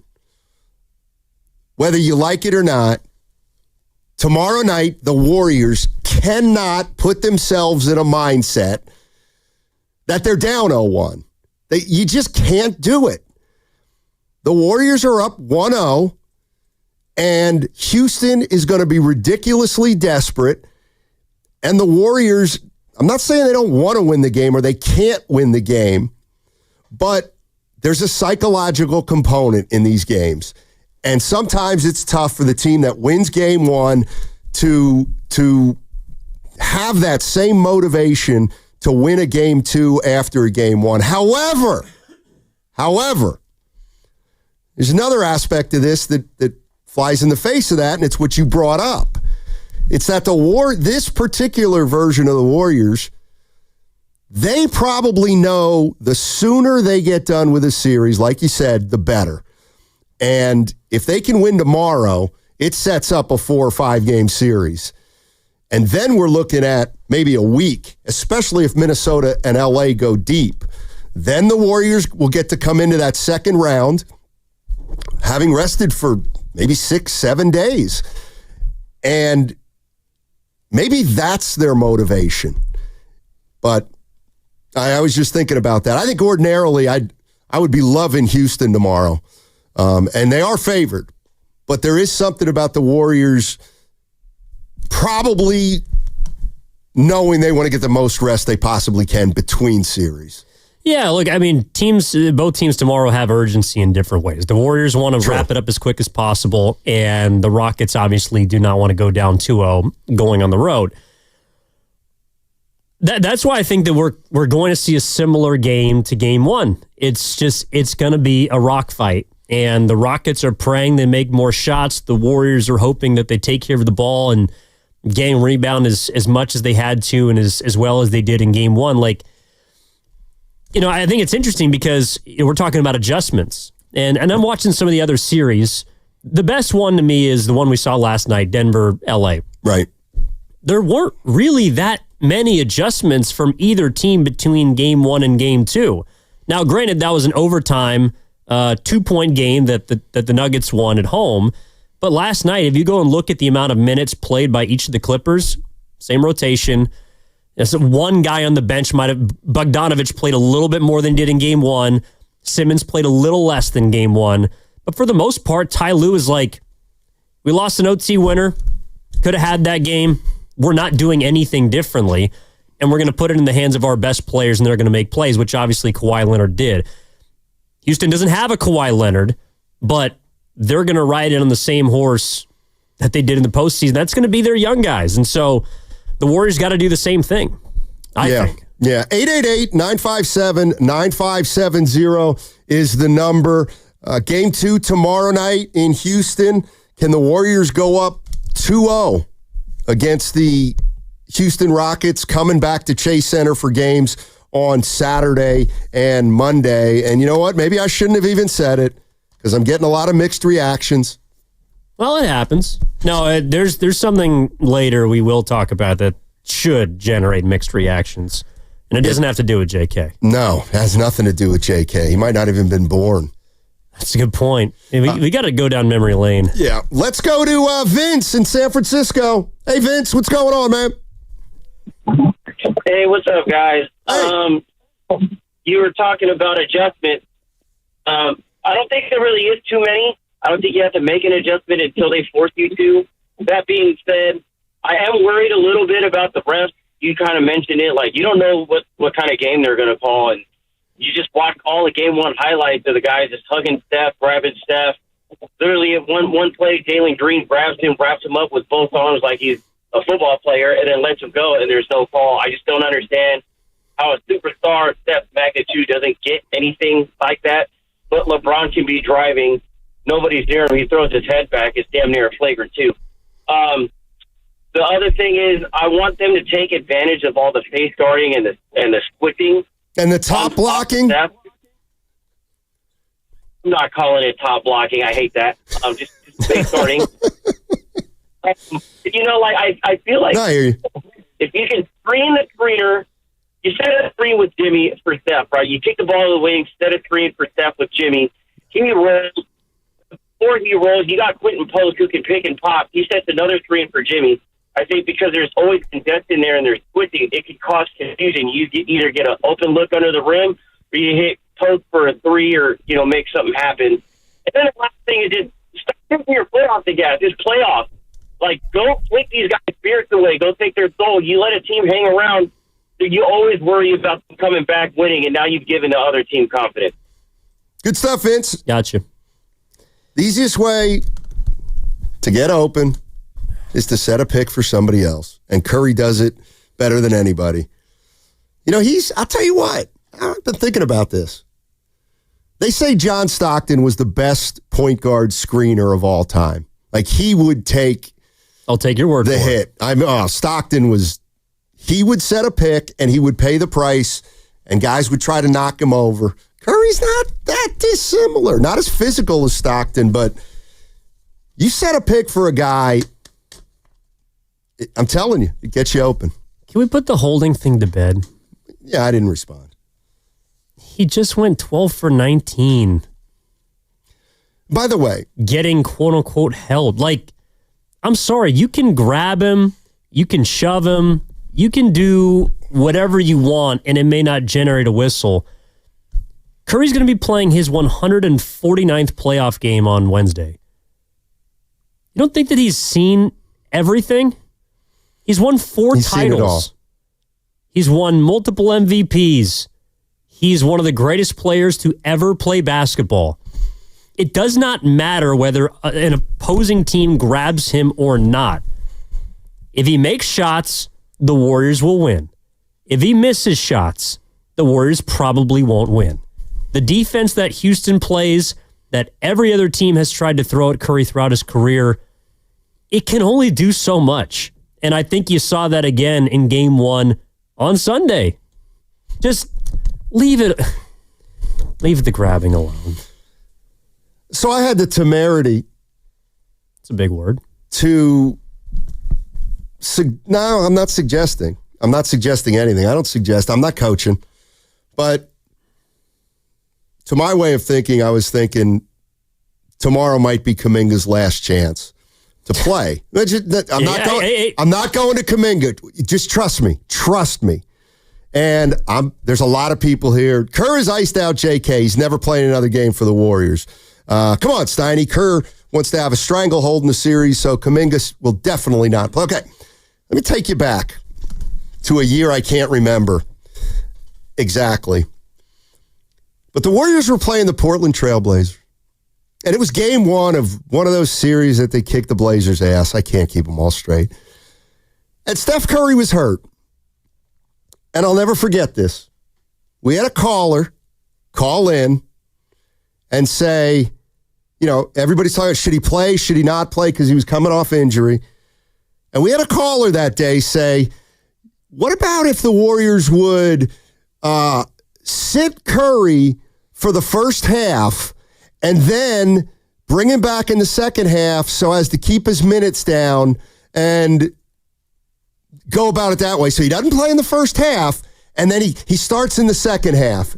And I'm here thinking, okay, all right, be nice to this person. Be nice, because they'll never do that. And I just said, yeah, I don't know, man. That's something that it doesn't happen a lot. It happened. It happened. He didn't play the first half. He played the second half, and he played in the overtime. And that's the game where he was phenomenal. Phenomenal. Do you remember that? You probably don't. No, I do. You weren't here. Oh, you do remember. It's in 2016. Exactly. What's your point? I was at the game. See? It was in Portland. Yes, that's right. Which is why I hate to do this, but Guru doesn't get a chance to do it often enough. You misremember just about every detail of the story you just told. No chance. It's like the time when you went to court and you said you saw someone not get hit when they got hit. Curry, number one, came off the bench in that game. Exactly. He played in the first half. Nah, I didn't. 13 minutes of that game. Oh, because Livingston got thrown out. For the first time in his career, Sean Livingston got ejected. And that's why Steph ended up playing 36 minutes between the second half, and overtime. How many did he play in the first half? 13 minutes. Yeah, see. And then he had to play more. And then he had to score more. By the way, he didn't hit like his first shot, it felt like, until 7 minutes left in the second. He ended up going for 40. He pulled Mo Harkless out on the island. Mo Harmless, some of the Portland Trailblazers fan call him. I love that. Al-Farouq Aminu, Big Chief, come get some. I mean, it really didn't matter who was guarding him that night because he also set a playoff record, Steiny, which I'm sure, This is all hurts. 17 in overtime. Why did he only play 13 minutes in the first half? Because it was his first game back in the series, which was game 4. Not game 1, game 4. It was 2-1 going back to Portland, or in game 4. And Harrison Barnes, by the way, hit the biggest shot of that game. 3-pointer to send it to OT. Not a lot of people remember that either. So I was at the game. Shut up, I was Evan. a Warriors fan working in Portland. It's probably the greatest game I've ever seen with my own two eyes in person. You know what? You put me in my place. You've done something like Guru wouldn't have remembered that and would have let it slide. Well, I wouldn't remember it either if I wasn't there. Well, he had a horrible first half. The half. only thing missing, and go ahead and do it. Why don't you just give me the night-night? Night-night. Just give me the night-night. Anyway, I still think Kuminga could possibly play tomorrow. Well, he could. Yeah, I was going to say that game really has no bearing on this one. So, I don't know. I also think Kerr's a man of his word. Like, if he's out of the rotation, he's out of the rotation. And so the Rockets force him to do something different. I gotta love the YouTube chat. Oh, boy. Steiny, take a lap. Mark the tape. Steiny wrong. Give Steiny the little T. Go back to New York, Steinmetz. You feel free. That was diabolical, Evan. Oh, thank you, Patrick McCaw fan club. Well, it's like, I know you don't make March Madness brackets, but that's a moment where, like in a lot of the brackets that I play with my friends, there's a reward when you come in last, when you get every single pick wrong. And that's where it was impressive. Yeah, and the 925 on our text line, which you can remind the people of in a moment, that was the I'm here, I'm back game. Yes. You can confirm that? Yeah, it was great. All right, if you say so, then take it to the bank. It was unbelievable. Oh, boy. Because the discussion going into that game was, well, should they sit Steph? Yeah, that's what I remember. Steph's not healthy. They're up 2-1. They don't need the game. And Steph comes back and Livingston somehow gets run. And then Curry just goes absolutely bonkers. So here's the bottom line. By the way, courtesy of the Boxer and Gerson Work Injury Attorneys text line. By the way, so in other words, if that hothead Sean Livingston doesn't get thrown out, I might have been right. The Blazers go on to win that series. Yeah. No. Yeah. You know what? Let's mark that. Let's save it, and we'll play it for Goo, and we'll say this is how we do it. I'm not God. By the way, Goo, we miss you. Yeah, we hope he's got family stuff going on. He does. So. He does. Leave him alone. Let's see. I'll go to Dave in Pleasanton. I'll let another keep going. What do you got to say? So I used to have a question for you guys. I'm sorry? If we had I just have a quick question sure. for you. If we had one game where all the fouls were called on Steph when he's running around like crazy, I want to know what you guys think would happen score-wise, because his whole career it's been like that, and it does amaze me that it doesn't get any better. So that's the question for you guys. What do you think would happen if all the fouls were called? That's it. Thanks for your time. Yeah, I think he would have the exact same career that he's had. When they think it's a foul, they call it. When they don't think it's a foul, they don't. And by the way, this is one thing, and I always, remember when people say Steph's the most poorly officiated superstar of all time? He gets the worst whistle of any superstar in the history of basketball. BS. That's BS. You know who got the worst whistle? Shaquille O'Neal got the worst whistle because he could have fouled out 7 guys a game. Shaquille O'Neal got the worst star whistle of all time because he was so big. If only he can make a free throw. Well, you know, I saw something with Shaq the other day where the olive oil. No. So last night on Inside the NBA, we got a couple minutes here. Apparently, Shaq has been taking a scoop of olive oil, which, you know, every day, like there's reports that olive oil, it helps with, you know, heart health and other bodily functions, but it does make you have to go at inopportune times. And so mid-segment last night after the Clippers Nuggets game, Shaq just inexplicably walked off the set. And Kenny tells everyone on national television that Shaq has been doing, I don't know if it's a challenge, but he's been eating a scoop of olive oil every single day, and he just got to go. He just has to go. Ernie broke the code? Ernie broke the code. No, and they literally just talked about the qualities of olive oil for about 5 minutes until Shaq got back. I've never seen it before. At night and just thinks, "What am I doing?" I've never seen it before. He just took off. It'd be like if you in the middle of the segment were like, well, actually, you wouldn't say anything. You just got up and left. 707 saying wrong. It was Allen Iverson. Got the worst whistle ever. All right, we can agree to disagree. We're not talking about it. I know that. I'm not saying 888 and having the worst whistle of all time. I tell you what, we got Moses Moody coming up at any point in the next hour and 20 minutes, but we've been talking about something we've got to bring up. I was blown away, and it's making me rethink everything I thought I knew. 888-957-9570. What are you expecting in Game 2 from both the Rockets and the Warriors? That segment brought to you by San Francisco International Airport. Shut up, Evan. Yeah.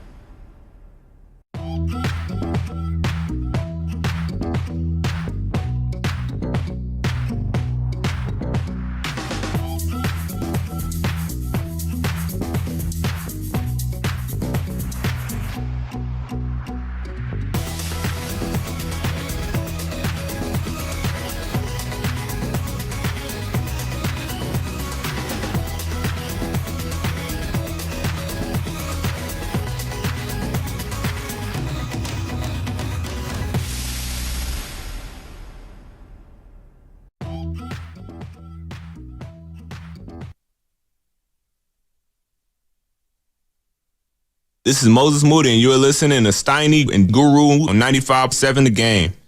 I tell you what, you want to talk about somebody elusive. Moses Moody.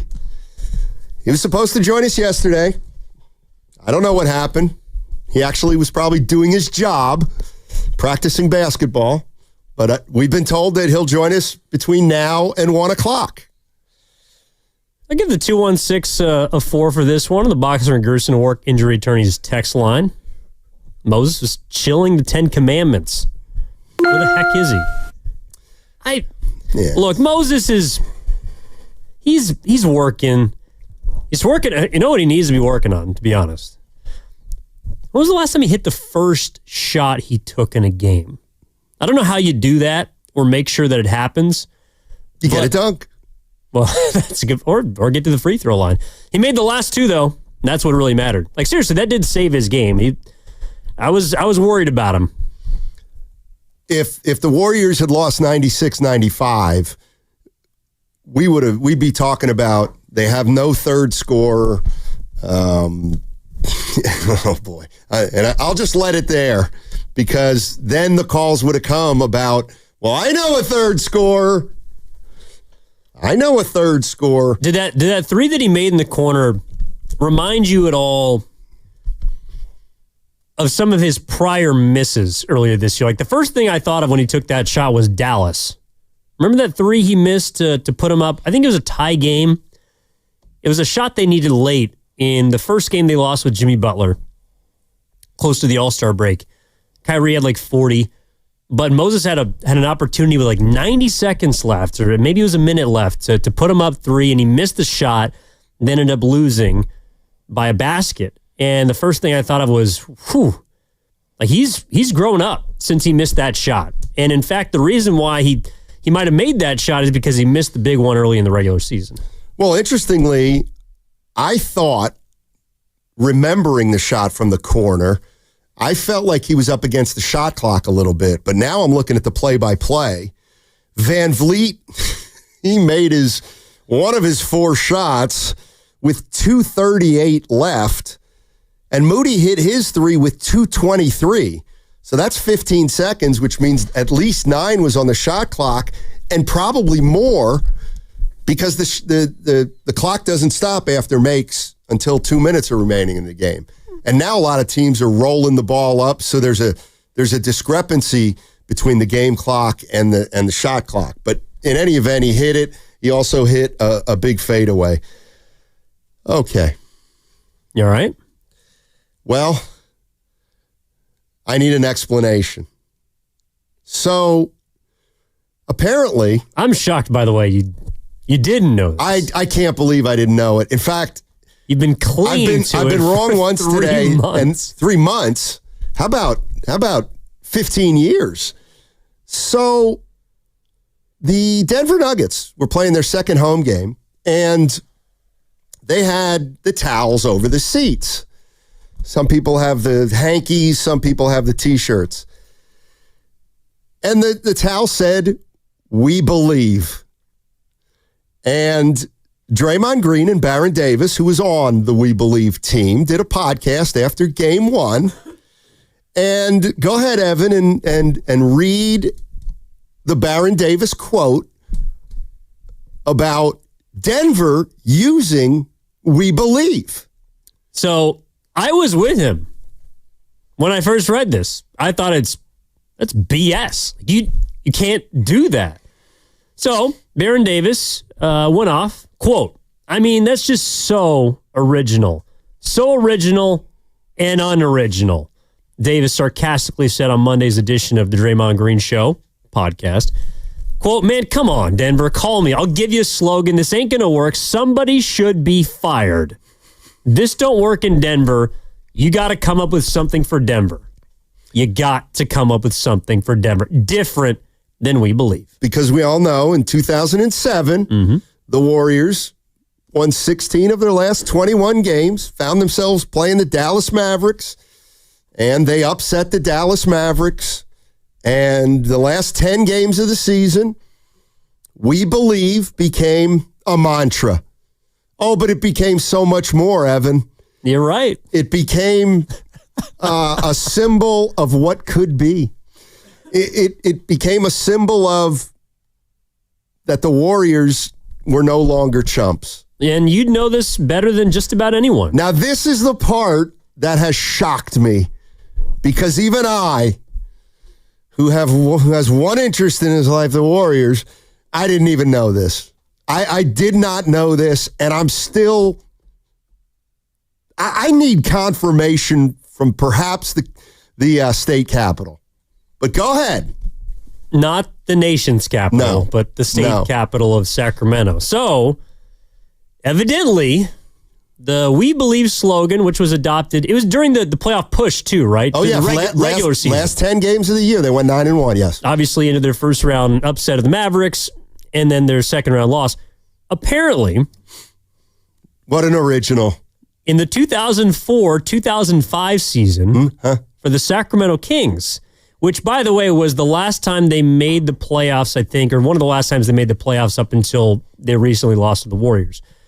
In the 2004-2005 playoff marketing campaign, the Sacramento Kings used the slogan, "We Believe." "We Believe" then became the Warriors' slogan for the last 2 months of the 2006-2007 season. The reason it is not widely accepted or referenced is because that playoff marketing campaign was short-lived after the Sacramento Kings were beaten in 5 games by the Seattle Supersonics in the first round. So, what we found out today, and what Baron Davis is about to find out, is that what the Warriors did in 2007 was unoriginal. I can't believe it. I just can't believe it. I refuse. This is one of those things where, remember when you, let's say you had a crush on somebody in high school. A lot of them. And like a lot of them, you found out, I'll just use a girl. You found out the girl liked somebody else. Also happened a lot. I always just said, I'm going to choose not to believe that. I'm going to choose just not to. No, she didn't. She did not. She does not like Barry. Dude, they were together at the football game. No, I'm choosing not to believe it. So I'm going to choose not to believe that. Well, what it means is We Believe is on the table. Like, anybody can use We Believe, because while it is one of the more, I think it's most widely associated with the Warriors, and deservedly so, because they did something historic at the time with it. They stole it. Steiny, they stole it from the Kings of all franchises, the Sacramento Kings. All right, 2 things, and now I got to see if I can get this right. Okay, so the God, I hate research. But yes, the Warriors adopted We Believe, but the story goes, there was a season ticket holder, Paul Wong, and with 10 games left in the year, he came to the arena with a big sign that said, "We Believe." So he actually got credit for We Believe. And if I remember the story correctly, the Warriors, offered, the Warriors just picked it up and then they used it on shirts, et cetera, et cetera.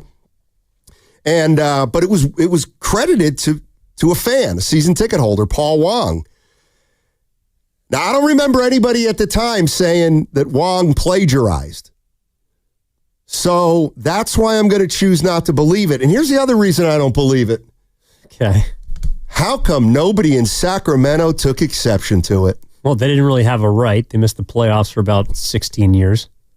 But it's the thought that counts. Okay. And the Warriors, that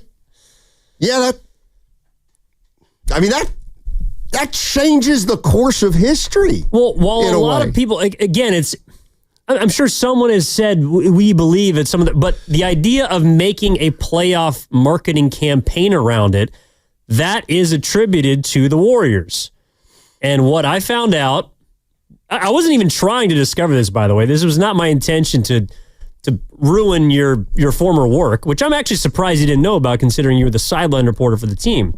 But when I'm going through these different stories of teams that have used the moniker We Believe, the first marketing campaign in the NBA was built around the Sacramento Kings. In fact, very closely to when the Warriors built their own, which is, take it for what you will, just kind of a coincidence. San Jose Jazz fan on the YouTube chat brings up, and he's right, Tug McGraw. You ever heard of him? Yeah. Former relief pitcher for the Mets and the Phillies. He said, you gotta believe in 1973. And then there were versions that came out of that. Speaking of which, and I had this written down yesterday, and I didn't use it, but count me out on this one. I didn't like it, but I see somebody like, what'd you think of the T-shirts they're wearing now? The Warriors? Yeah. You know what it... You mean the yellow ones that they had on Tuesday? Yeah. You know what it says?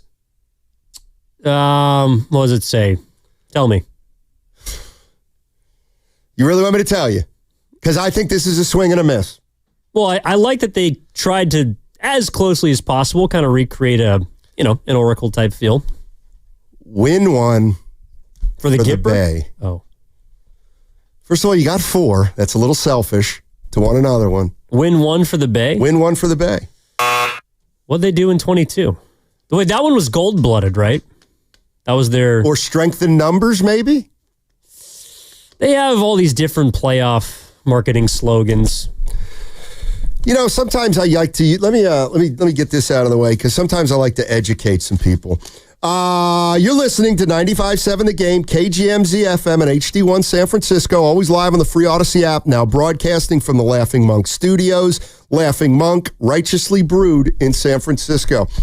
You know, one of the things I try to do, and I think it makes life better. There's no hate in this. That's what I'm getting at. There's nothing. You two love to hate on the Warriors and will find anything to bring them down. Oh my! It's not our fault. Read the room, 925. We're having fun. Just like when I was wrong about Steph Curry sitting out the whole first half. There's a different word we got to find for that. And I said, good, let me have it. Let me have it. I get it. I really do not want to believe that that's true. I really do. The other thing is... That ruins my childhood. Well, first of all, how many games... Were they 7-game series back in the day? Did they lose to the Sonics in 7? Back in the day, it was like 2 years before the Warriors did it. It was 05. Right. But I just want to make sure it was a 7-game series. Oh, I know they lost in 5. Let me double check that. Because think about that for a minute. If they lost in 5, that means they put We Believe hankies on 2 days. That's it. Only 2. It was best of 7. Okay. It was best of 7. Okay. But it was done in 5? Yeah, Supersonics beat them in 5. They upset Kings won 50 games that year and lost. All right, so who had home court? The Supersonics did. The Kings were 50 wins. Seattle won 52 games. My point is my understanding of the rule about stealing slogans is you have to have at least 3 home games for the slogan to take effect. In other words, they came back to Sacramento and everybody found some We Believe stuff for the next 2 games, and then they were done. It was over. It was a gentleman's sweep. 3-0. Essentially. So we don't even know if game 4 they used them. No, because Ray Allen wiped as you know what with those We Believe things. But I don't think they put them on towels, though. It was just a marketing campaign that they put together a couple years prior. Yeah. Anyway, that rocked me a little bit.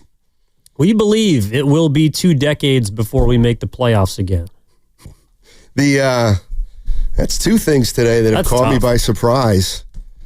Yes, sir. All right, game 2 tomorrow. Coming up in the next hour. Warriors swing man. Moses Moody might have had the 2 biggest shots in Sunday's win. He'll be joining us after practice. This time it's for real. The morning show had Anthony Slater on, and he was talking about this series, and he was asked about who Kerr's going to use the rest of the playoffs. Take a listen. The other thing, I think if we take 2 steps back and view this playoff run and who Steve Kerr is and who he trusts over the course of his career and who he's going to ride to the finish line with, it's his veterans, right? This is all about trying to maximize and, whatever the meaningful basketball thing with Steph Curry and Draymond Green. I just think if you just tell him Trace Jackson-Davis or Kevon Looney in a big playoff game in Houston, we all kind of know what box he's going to check there, right? He's going to think about what Kevon Looney did for him in the 4 previous playoff runs prior and stuff like that. So he's a veteran type coach, Steve Kerr. It's not that he won't play young guys. Clearly he's playing young guys right now, but it's just he's going to trust Kevon Looney in these type of scenarios. Yeah, I agree. To me, there's not a lot new about what Kuminga's doing. I think Pods has to play. I think he has to play. How come? Well, he's one of the best 2 or 3 guards on the team. Guards, period. Moody, he's got to play. How come? Well, because after Peyton and Moody, those guys, Gary Payton can't play 40 minutes a game. So Moody's going to get some playing time. Unfortunately, other players, Trace Jackson-Davis, for example, finds himself the odd man out. How come? Well, because Kevon Looney is a veteran, and they like what they found in Quentin Post in terms of the spacing. And the same goes for JK. Jimmy Butler, he's going to go to Jimmy Butler. He's going to go to Jimmy Butler a lot. He's going to go to Jimmy Butler at least 40 minutes a night if the game is, if the game is competitive. But I think, Slater's right. Steve, this is not new. Steve Kerr has always relied on the veterans since they won that first title. Or players that he trusts. I mean, you can be young. Pods is 22 years old. He's never played in a postseason series before. He played 35 minutes in game 1. I think Moody probably only played 28 because he hadn't had that great of a game. But if you're looking for an example of him actually trusting a young player over a veteran player, he subbed GP2 out with 7 minutes left. I was actually shocked that he went back to Moody to eventually close this game. And it turned out to be the correct choice because Moses hit 2 very important shots. But GP2 had just had a couple of leak outs. He made back-to-back baskets. He's someone that Kerr trusts.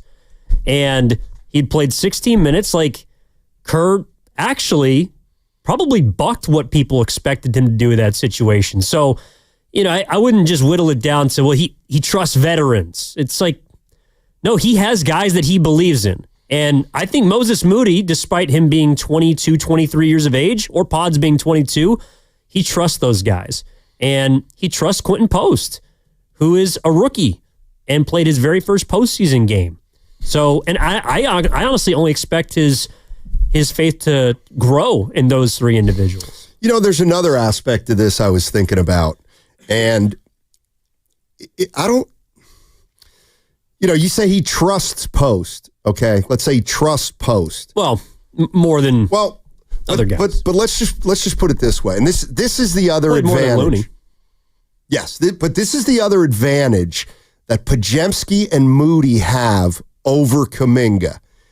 And it's and Post.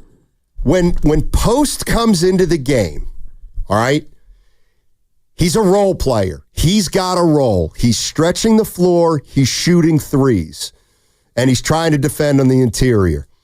Podziemski, he's got a role. He's a role player. When he plays with Curry and Draymond Green and Butler, he's a role player.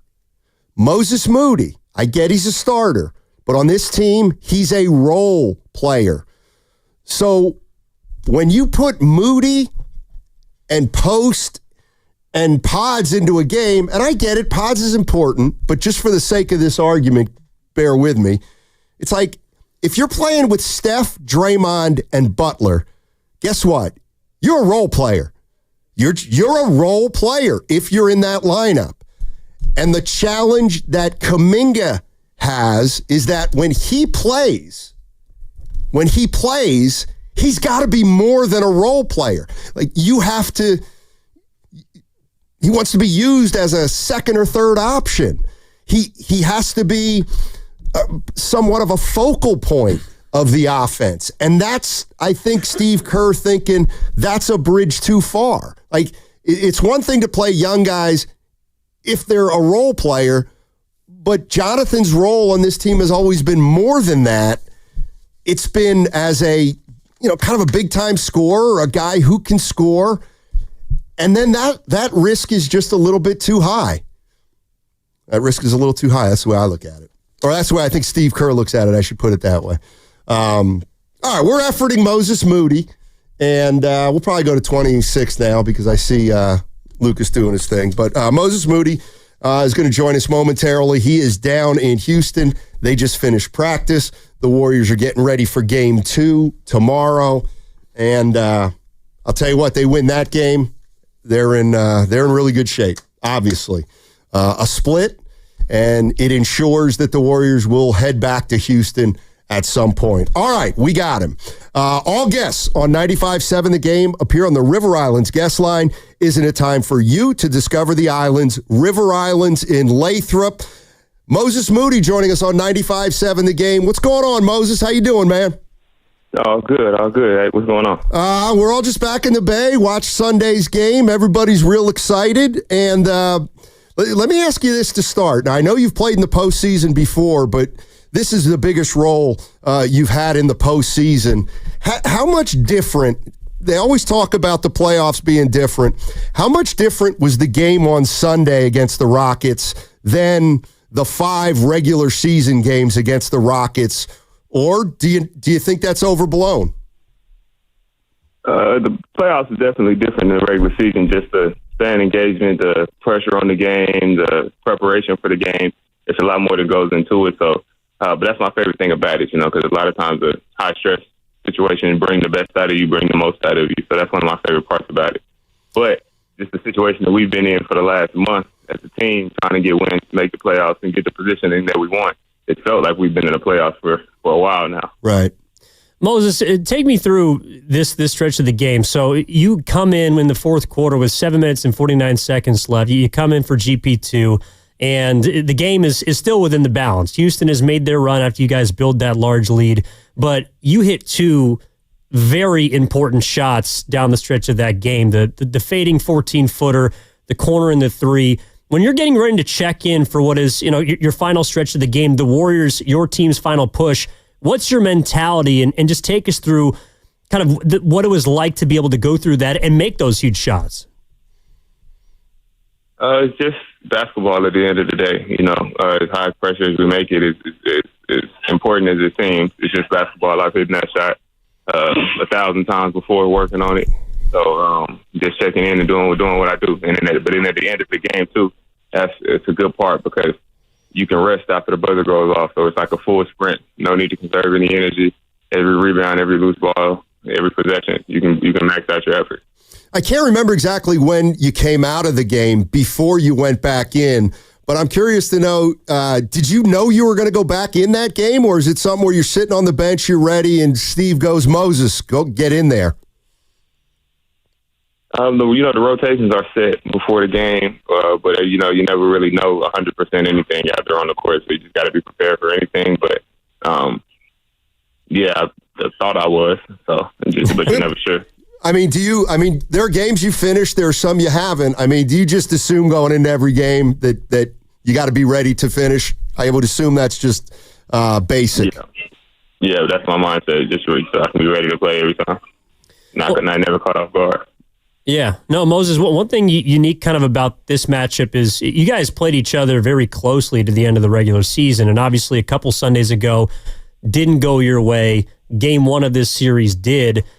Did you guys learn anything or take anything away from that last time you saw Houston? I know it was amidst a really condensed stretch of basketball for you, but did you take anything away from that game? The first time you played them with Jimmy and now into the playoffs that you think helped maybe give you guys an edge in Game 1? Yeah, well, we actually played them in Houston with Jimmy right after the trade. I'm pretty sure. Yeah, And we got that one. But yeah, they play hard, they play aggressive, so just not being caught off guard by their intensity and how they crash the board. So being ready to fight back and be ready for a dogfight. Moses Moody joining us on 95.7 The Game. Warriors play the Houston Rockets game 2 tomorrow. Let me ask you this. I always like to know if some of the stuff that we think is actually what's happening. And it feels to me like your defense over the course of the season has taken a step up. It feels like you are a better defender now than you were 2, 3, 4 months ago. Would you agree with that? And if so, what's been the difference for you to take that to the next level? Yeah, I would agree with it. I think just technique has been a big difference. I realized that a lot of times, like my stance would be too wide, so it's harder to move laterally that way, rather with a more narrow stance, and you can push off in each direction. So that's been a really big difference for me. And then getting into the ball and taking away the offense's rhythm, so they can't dance into what they want to get into. You can dictate what they do. So there's a way you can actually improve your lateral quickness by your stance, defensive stance. Yeah, that's it. Just been more narrow stance and too wide, because if your feet are too wide, then you don't have any room to step. But with a narrower stance, you can move laterally better, and I think that was a big difference for me. Interesting. Is that something that you found individually, or is that something you've worked on with Jerry Stackhouse, who we know is, as an assistant coach now, sort of been able to help you guys defensively? Who I guess sort of initiated that, where you've been able to make that step? Yes, Stack did talk about it. He said it a couple of times, but also the training staff within Anthony Darmiento, Kyle, Rick, it's stuff that they've been saying for a while, but just didn't click, and I didn't understand what they meant. So once I understood it and was able to apply it, it was the difference, I think. Moses Moody joining us on 95.7 The Game. When you guys got Jimmy Butler, obviously everything changed. What did you have to make any singular adjustments to his game? I mean, I know the team as a whole incorporated him in extremely well. Did your game change a hair or more when he got here? Did you maybe get a little more introspective about how he was going to work with you? Did it change your, maybe not approach, but the way you played? Definitely. I think that was the case for everybody. We had that he's a big presence on both sides of the ball, so you kind of just got to shape around that and see the best way that the offense flows with that with him on the floor. So yeah, I definitely think he caused changes. When you're looking at what happened in Game 1, obviously you guys got the win.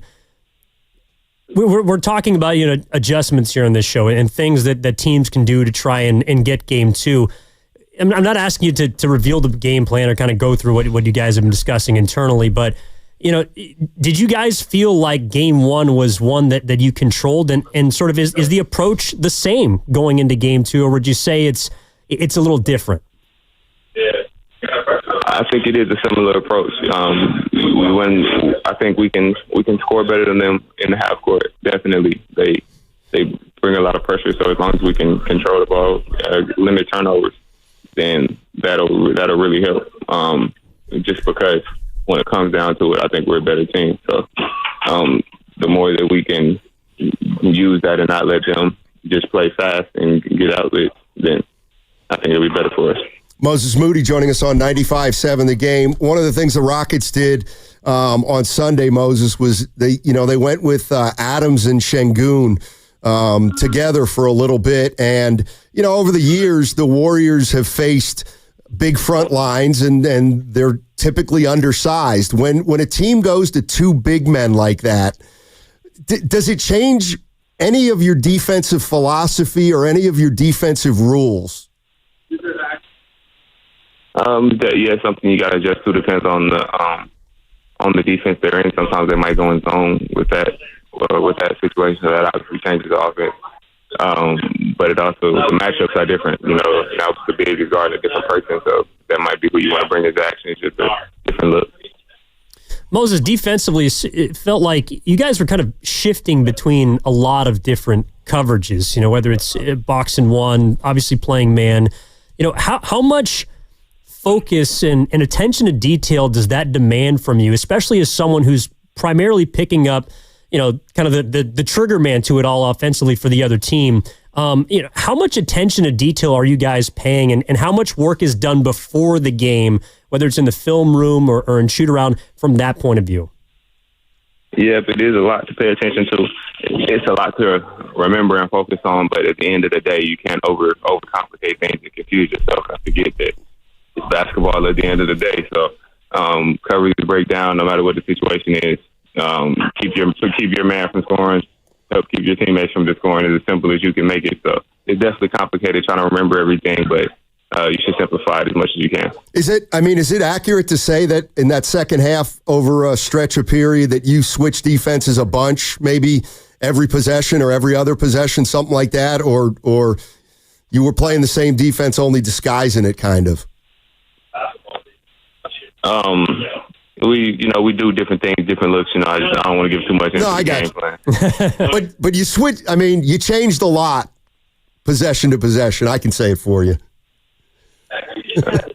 Yeah, we did different things. There's different looks throughout the game. I got you. I don't know necessarily how frequently it was, but hey, do you ever get sick of watching Steph Curry make the kind of shots that he made?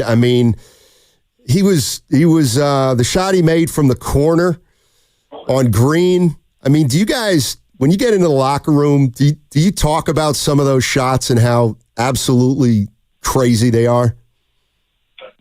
It's sad to say it's really become kind of normal around here to see it so much, and it's still amazing. The same thing I've been watching since I was in middle school, but in the heat of the game, in the midst of it.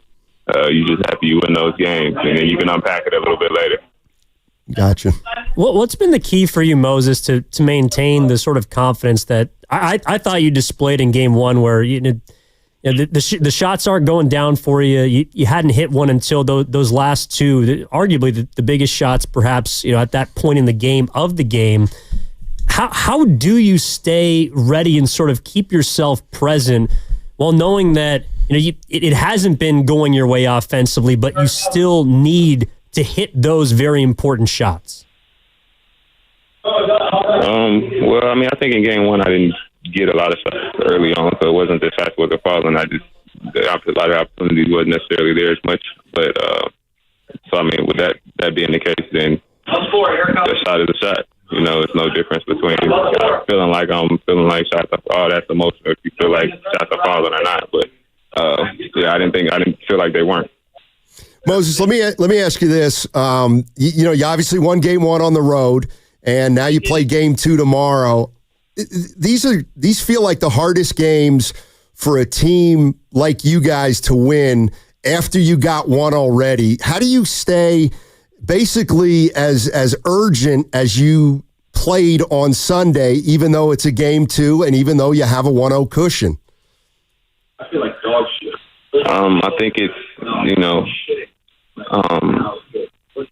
understanding the moment and not being a front runner, not feeling like you won the playoffs just because you won the first game, and then when you lose a game, not feeling like you lost the playoffs because you lost one game.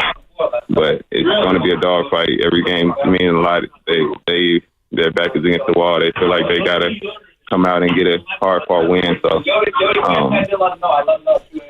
I think. What's going on back there? Who's using the foul language? I can't mention my teammate. We know who it was. We recognize the voice. Yeah. Moses, look, obviously this is the most important time of the year. You've been in the playoffs before. You've been a part of a championship run before. How much do Curry and Draymond, and now with the addition of someone like Jimmy Butler, just give you guys the confidence that in the moments that matter, that you guys have an advantage? You said earlier that you feel like you're the better team. Is it because of the leadership of those three players and the level of basketball that you've been able to display really over the last couple of months since Butler's gotten here? yeah, I think that's the team that we have, the team that we are. That's what gives me the confidence to say that it's the team that I've seen us be in tough situations and tough games.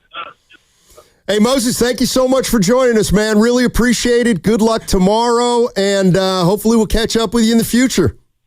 Yeah, thank you. It was fun. All right, that's Moses Moody, Golden State Warrior. What do you think goes behind him? I don't know. It seems like there's a lot of energy emanating from. He got a little distracted late. The Warriors. Don't do that tomorrow, Moses. Well, he didn't do it in game one. Yeah, he said it wasn't that the shots weren't falling, just didn't get a lot of looks.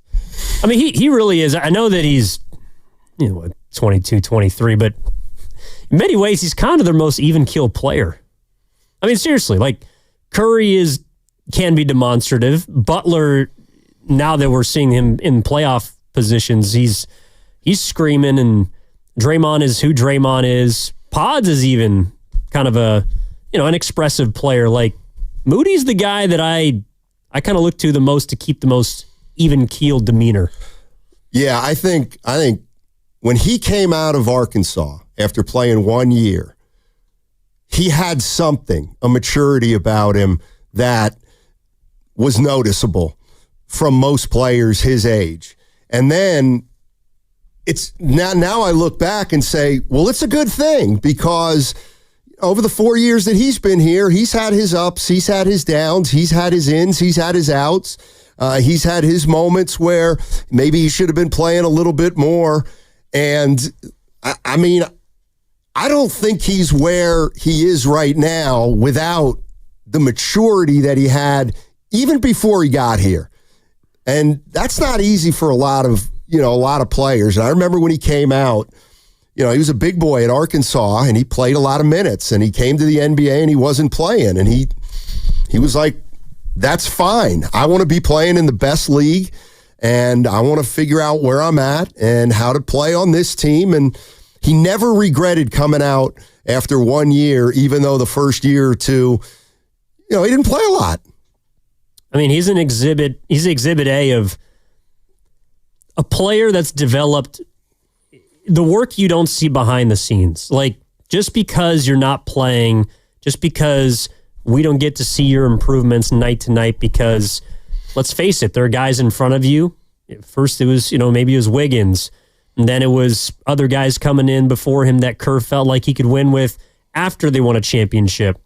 Moses had to do a lot of stuff that we did not see, and I thought it was interesting him talking to him about, like the defensive stance and some of the things that he's noticed and ways that he can improve without actually having to play. Like, the application is now, and it's really fun seeing his work come full circle. All right, 888-957-9570 is the number.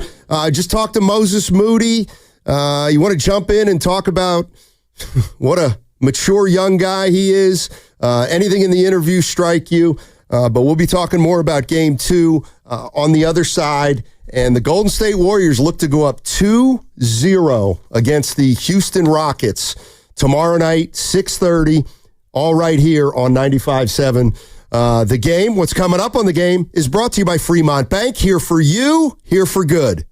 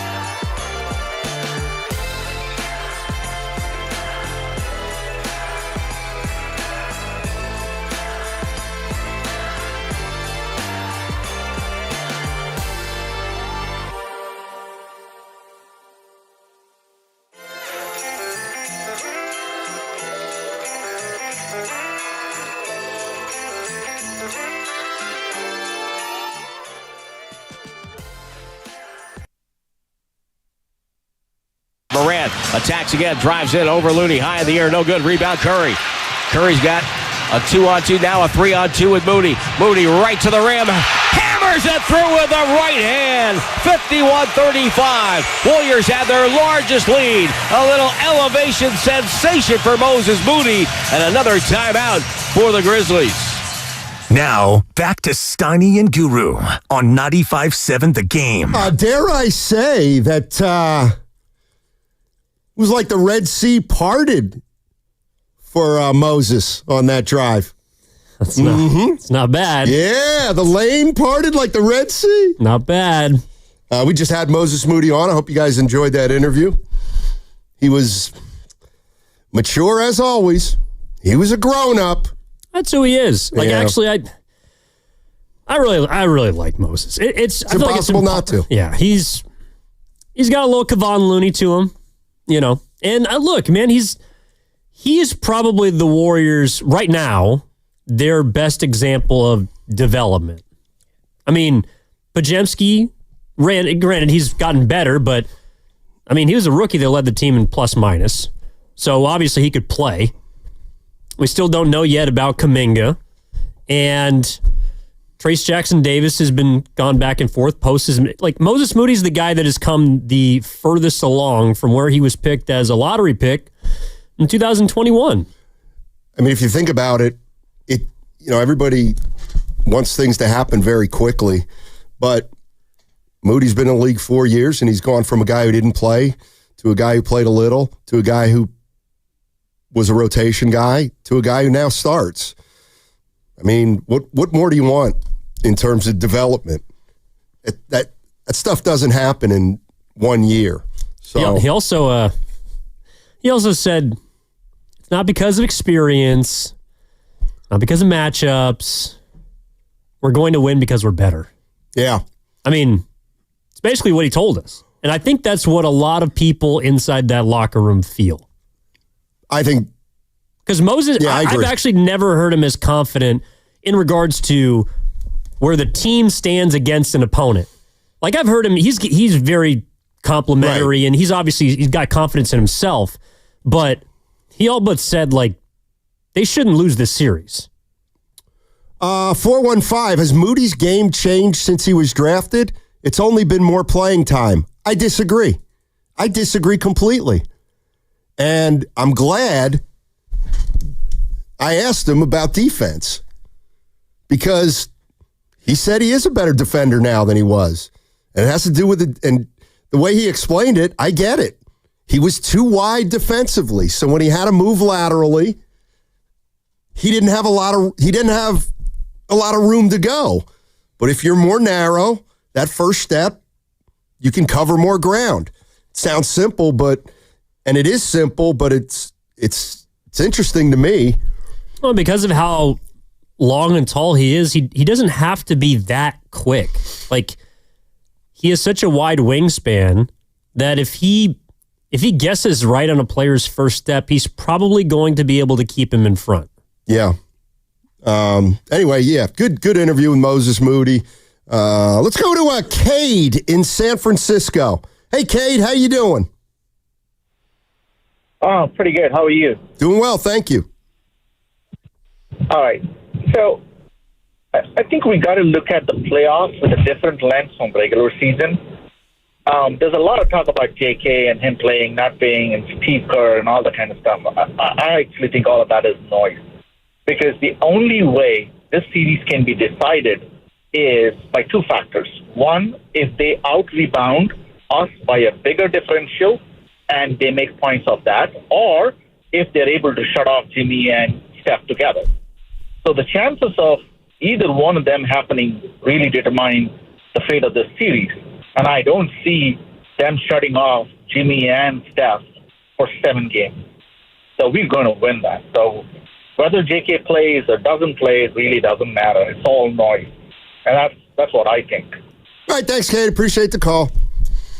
Yeah, we've done an exemplary job by all of us to, give Jonathan a little space.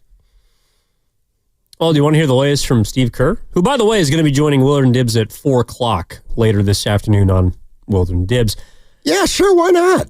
Steve Kerr said he thought he made a mistake. Kuminga.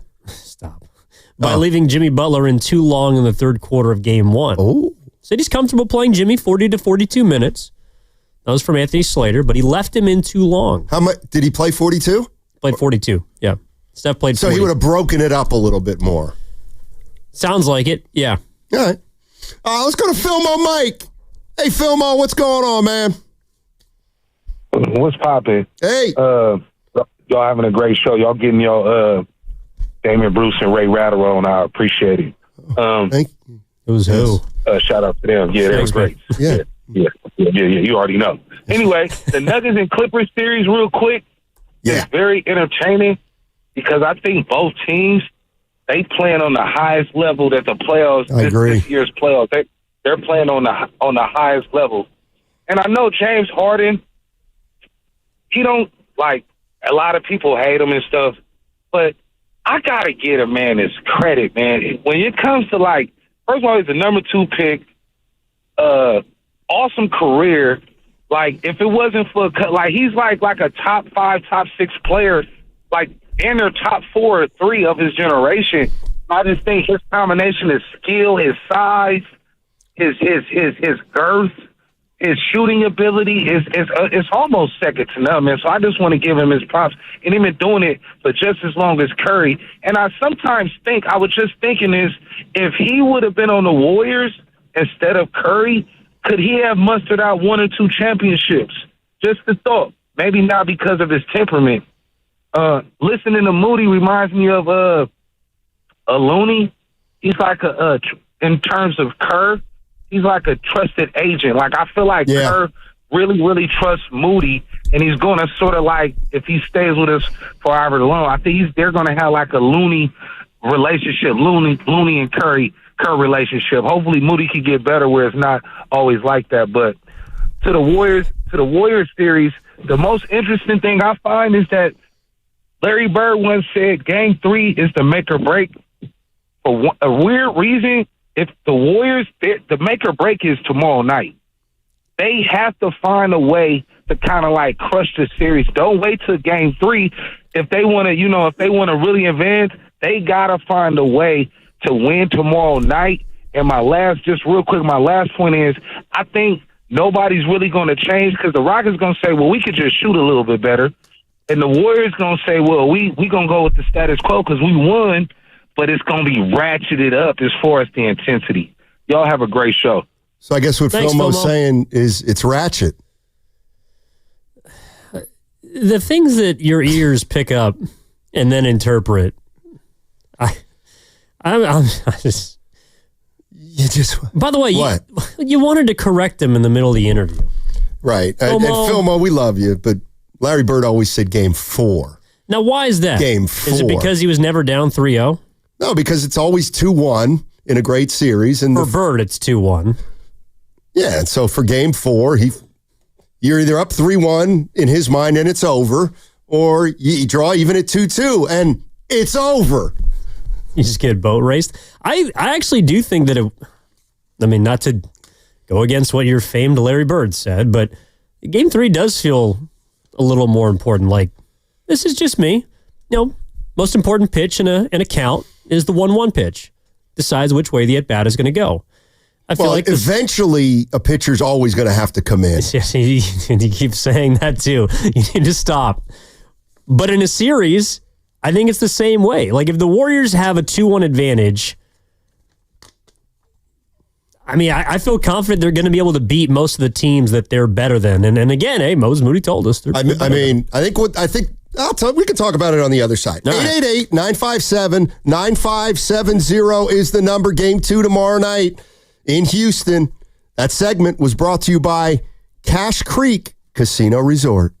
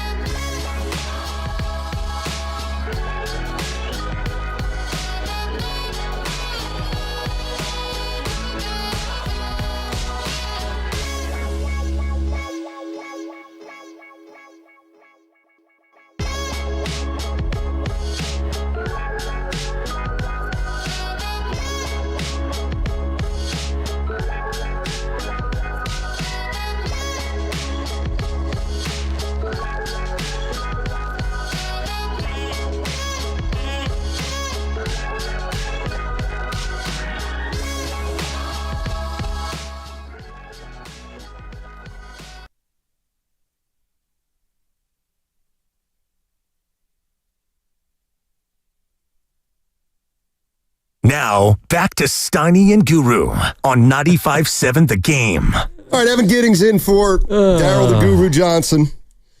You ought to be ashamed. You ought to be ashamed. There's two ways, if anybody wants to know, there's two ways to get under Steiny's skin. One way is to talk about the Minnesota Timberwolves. The other way is to reveal the truth about Larry Bird, especially in the year 1981. I did some digging. They won the title. All right, they won the championship.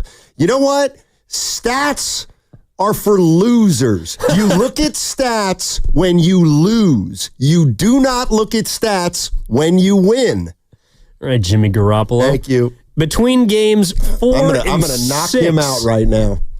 9 points on 28% shooting. He only got to the free throw line 8 times in 3 games. That was his second year in the league. When he got absolutely carried by Cedric Cornbread Maxwell. This actually makes sense because we interviewed him one time, and he told me, flippantly I might add, I didn't play with Larry Bird. Larry Bird played with me. That's Cedric for you. That's and Cornbread. Now I know why. That's Cornbread. That's who he is. We love Cornbread. Dude, he had 2 single-digit games in the finals. Look at his rebounds. Look at his assists. Oh, my God.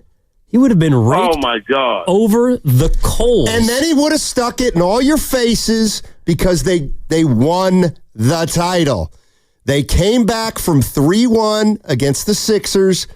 They beat the Sixers, winning 3 in a row. And then Houston was like an exhibition series after the Eastern Conference Finals. He had a 10-turnover game in that series. Hey, by the way. Evan. Yep. I don't think that's right. Quit talking about Curry being loose with the ball. Jesus. Okay, stop. All right. That's enough. I'll let it go. So here's one thing I was thinking, and it kind of came up with Moody. Okay. You know, development of a young player. All right? Development of a young player. And there's some people out there that don't think the Warriors do a great job of it. Whatever. Mm-hmm. There are others that say they do a great job of it. Let me ask you a question. Everybody out there. Jalen Green. Right, he's 22 years old, right? Yep. How's he going to get better? He's going to stop doing Wingstop commercials. It's up to him to get better. It's not up to the organization. Jalen Green needs to get into the gym 2 straight years and shoot 700 shots a day. That's it. And you know what? If he calls up an assistant coach and it's 11 o'clock at night and he wants to get 500 shots up, the coach will meet him there and rebound for him. My point is, it's on the player. It's on the player to get better. The coaches can guide you, but you got to have the motivation. Would you say that these are the formative years, like ages 20 to 25, and then you kind of get into your prime, right? Jalen Green has not gotten better in 3 years. He averaged 22 points in his age 20 season.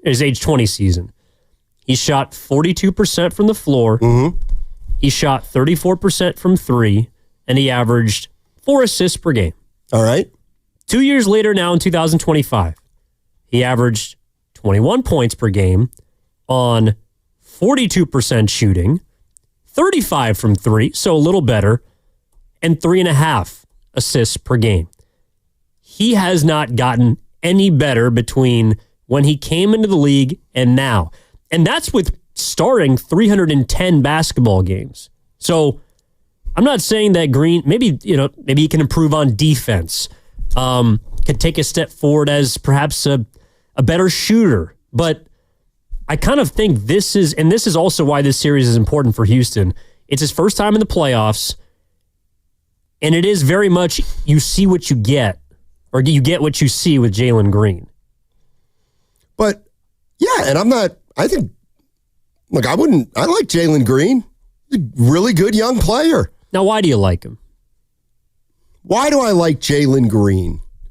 Because I hear that a lot about players like him. Because his athleticism is significant.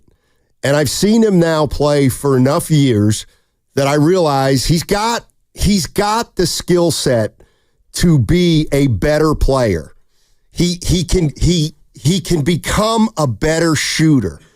He can become a better decision maker. And he can become a better passer.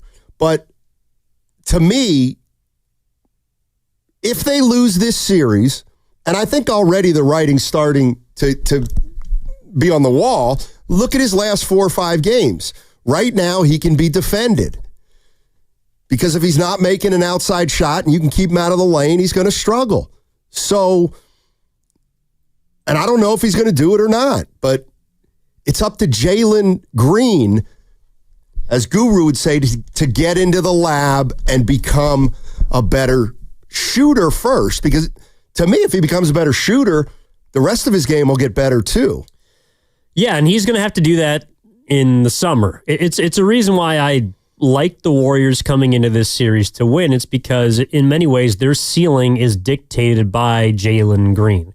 And granted, most of the games he's played against the Warriors outside of their last meeting, he hasn't played particularly well. But I don't think that he gives them enough of a ceiling to beat a team like Golden State. They just, if he is your best or if he's supposed to be your best perimeter player, it's going to be trouble because, like we talked about why Steve Kerr plays the players he does, because he trusts them, they have their roles, and I think he knows what they're going to give him. Ime Udoka has no way to foresee what he's going to get from Jalen Green. Green could be a player that scores 40 in Game 2. I doubt it, but he could. He could also have 7 points for what, a 5th consecutive game, essentially, or maybe his last 4. But he's too much of a roller coaster ride, and that's why basically their chances kind of hinge on Şengün because he's their most dependable player. The other reason I like Green is because the guy's been in the league 4 years, and he is a proven 20-point per game guy. Like that is to me, that's a significant threshold. If you can score 20, and I'm not using 20, I mean, if it could be 18, it could be 22, it could be 17 or 20, but you're getting 20 a game. That does not mean nothing in the NBA. Like, it's not easy to get 20 a game, especially when you come into the league at 19 and you do it as a 20-year-old. So, they won 52 games this year. That's also not nothing. Exactly. So, He's in his same year as Kuminga. And he's got I don't see why he wouldn't get better. I don't know anything about his attitude or his work ethic, but and miss me with the Kuminga stuff, because this guy came into the league and averaged 17, then went to 22, 19, and 21. And I know people are going to say, well, if Kuminga, no. Those numbers are too big. Those numbers are too big for Kuminga to get to, I think. But you know what? I don't want to open up the phone lines for that. No, for sure. What else was I going to say about the Moody interview? Yeah, the Moody interview. Well, I mean, what kind of struck you listening to him? I know it's a little choppy. Outside of listening to what we think was Jimmy Butler in the background playing dominoes. Well, the one thing it felt like is, he's had an adjustment since Butler's come, and I think it has made him a little more tentative, but I think that's starting to dissipate. I just think he knows. I think he knows it, and this is so big. He knows his role on this team. He knows exactly what they need of him, and to me, he's a player. I mean, think about this for a minute. What does he do great? Moody? Yeah, great. Great? I would say nothing. Yeah. Nothing great. Okay. But he does everything well. And the one thing that there was a question about, I thought, I mean, there's still questions about him, but how come he's playing so much? because he got better defensively. Period. That's why Moses Moody plays as much as he does. And because he knows his exact role on this team. He knows what a good three is for him and what a not so good three is for him. He knows if he wants to go to the hole, he's not going to be able to beat his man one-on-one, spin, and reverse layup. I'm not saying he can't do that once in a while, but that's not really who he is. So he understands his game. And when you really understand your game and you're playing with a team that understands it and vice versa, it's a great thing. It's not about how many points he gets or how many rebounds he gets. Like Moses Moody has turned into a player that I feel like, well, you know what you can expect from him. Like, and I'm not like a professional effort. That's what you're going to get out of Moses Moody every single game, every single minute. You're listening to 95.7 The Game, KGMZ FM and HD1 San Francisco. Always live on the free Odyssey app, now broadcasting from the Laughing Monk Studios. Laughing Monk, righteously brewed in San Francisco. Yeah, I think other side of the same coin, but he sounds like a player that's come into his own. And the reason is he speaks with, and he's allowed to do this now, but I think the confidence that he's always had, but he's smart enough to understand where he is, even when he hasn't had the role of a starting forward for the Warriors. Like, he's never talked like, I can't do this or I can't do that. But he is very prescient. And when he's talked before, I've heard a player that's been, well, you know, I've had to go through this. I've had to be able to stomach that. There's not very many of those answers anymore for Moody. He's less looking at the past than he is the present and the future. And I think that's because he has come into his own. He knows exactly what he can do, what he can provide for this team, and he's allowed to apply it now, and we're seeing it in real time, as opposed to before where he'd get an opportunity, and then he'd have to go to the podium, and someone, and I've asked him a question like this before of, well, hey, Moses, you know, do you feel like you've broken through? Like, do you feel like you've turned a corner? Do you think your role is in some way cemented? And he'll have to say, well, this is the NBA, and, you know, I've had a long journey, and it's taken me a long time to get here, and I know it can be taken away just that fast. And it's like, there's none of that in his voice, it feels like, anymore, because he's earned the role he's gotten, and it's now a part of a basketball team that's won 24 of 32 games with him as a starter since Jimmy Butler's gotten here. So to me, he just sounds like a guy that is, he can be done with the role jockeying. Like he knows exactly where he stands with this organization. Well, I feel like now Moody's, if you look at the Warriors roster, and I'm not saying yesterday was the first day, but if you look at the Warriors roster right now, they need Moody. Like, they need him. Whereas before, it felt like he was, first of all, not good enough to command as many minutes as he played now, but it's just a learning process. He has become, is anybody out there not think Moses Moody has gotten better? Well, that's why I'd push back a little bit on people, and I understand the argument that, well, if he'd been given opportunity, he would have gotten here quicker. And I'm not so sure about that. Maybe. People could be true about that. But if Moses Moody, like, I don't think he could have been this player that we saw in game one of the first round against Houston 365 days ago.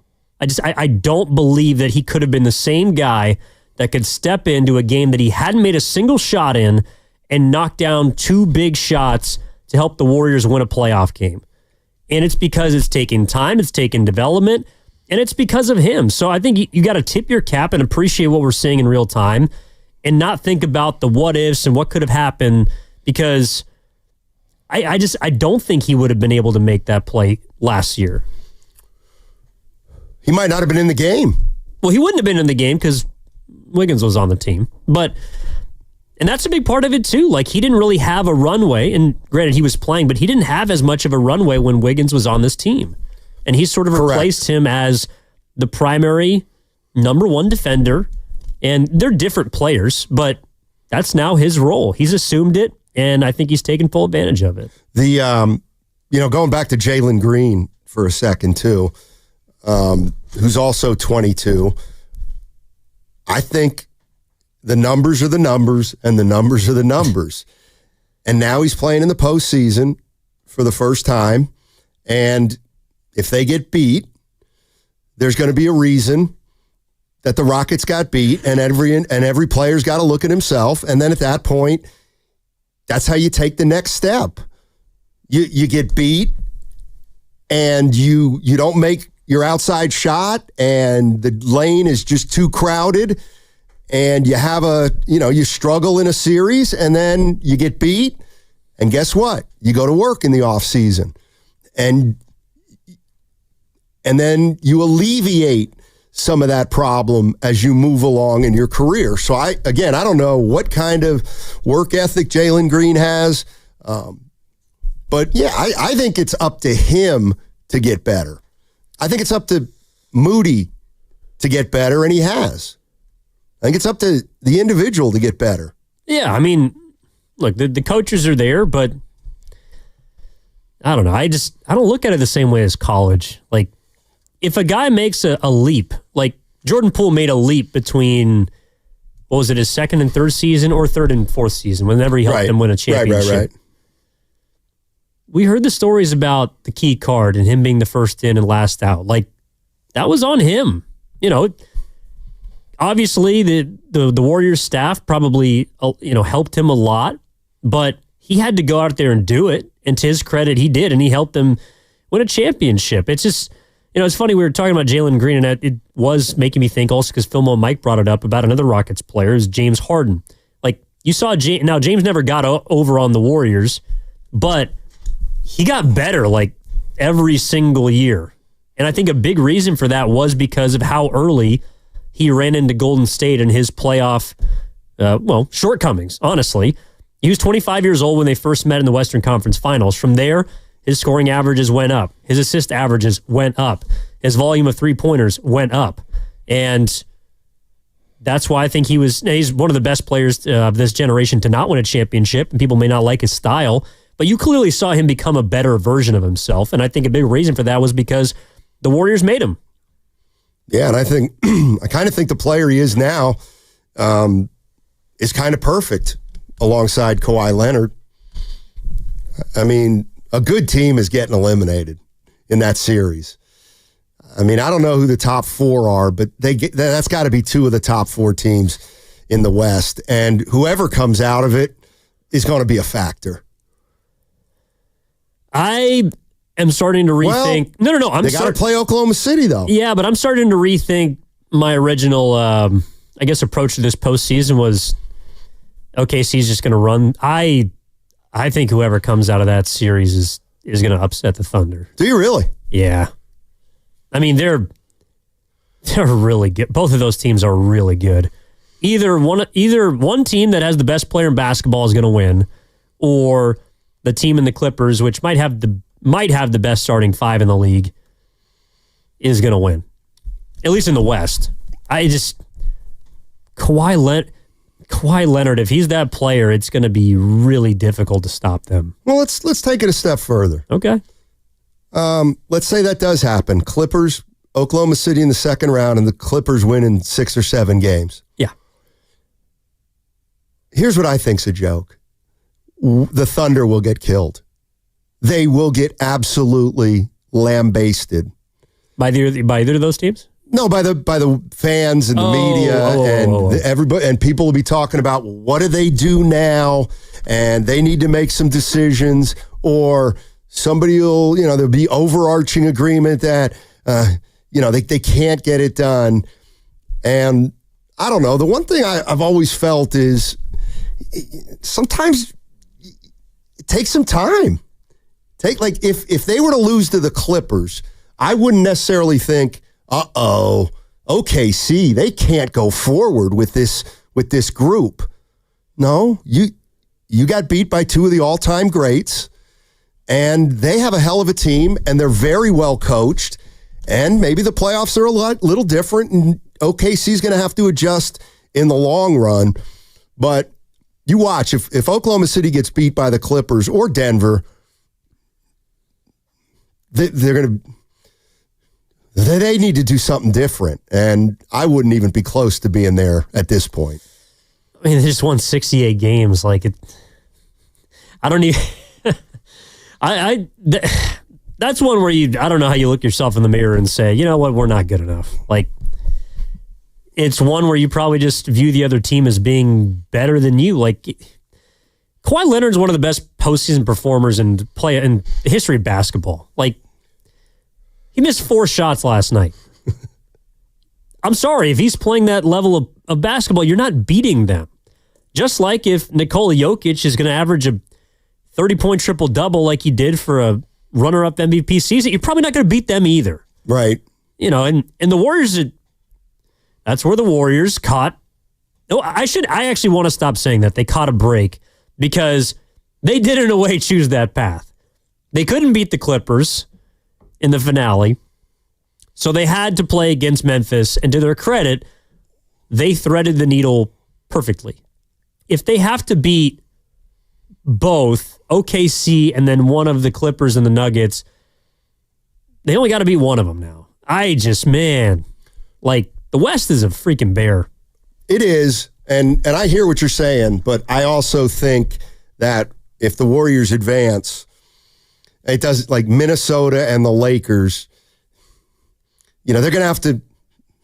No, they're going to be tough games. Right, and yes, I would agree with you that if Oklahoma City plays the Clippers and the Warriors play Minnesota or the Lakers, yes, the Warriors will take that opponent rather than either of the two on the other side of the bracket. But neither of those teams is chopped liver, the Lakers or Minnesota, and then you're still going to have to go through one of them anyway. And then if you even do all that, there might be Boston sitting there waiting for you. But we're getting ahead of ourselves on 95.7 The Game because Game 2 is just tomorrow night in the first round. Well, Moody said they're going to win. I mean, I'm just taking his word for it. He did not say that. He said we're better. I'm putting words in his mouth. When did he get so cocky? Well, I basically said it's a massive disappointment if we blow this series. That was my interpretation. All righty. Warriors postseason coverage is brought to you by the Agape Golf Tournament. It's on Monday, April 28th, Stone Tree Golf, and it's presented by Atco Pest Control. I'll be there along with Guru, and we will be broadcasting live 10 to 2. And if you want to play golf, go to 957thegame.com and click on the events page to sign up. All proceeds will benefit the North Bay and Golden Gate Regional Centers, as well as the San Francisco Autism Society of the Bay Area. What's coming up next on The Game is brought to you by Fremont Bank. Here for you, here for good.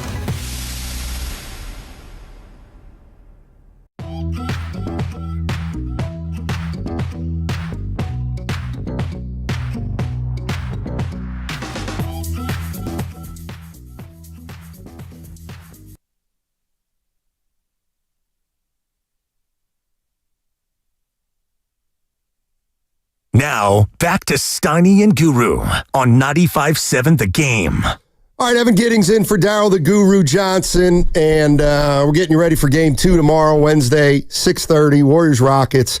This one, just start out this segment this way. 415 on the Boxer and Gerson Work Injury Attorneys text line.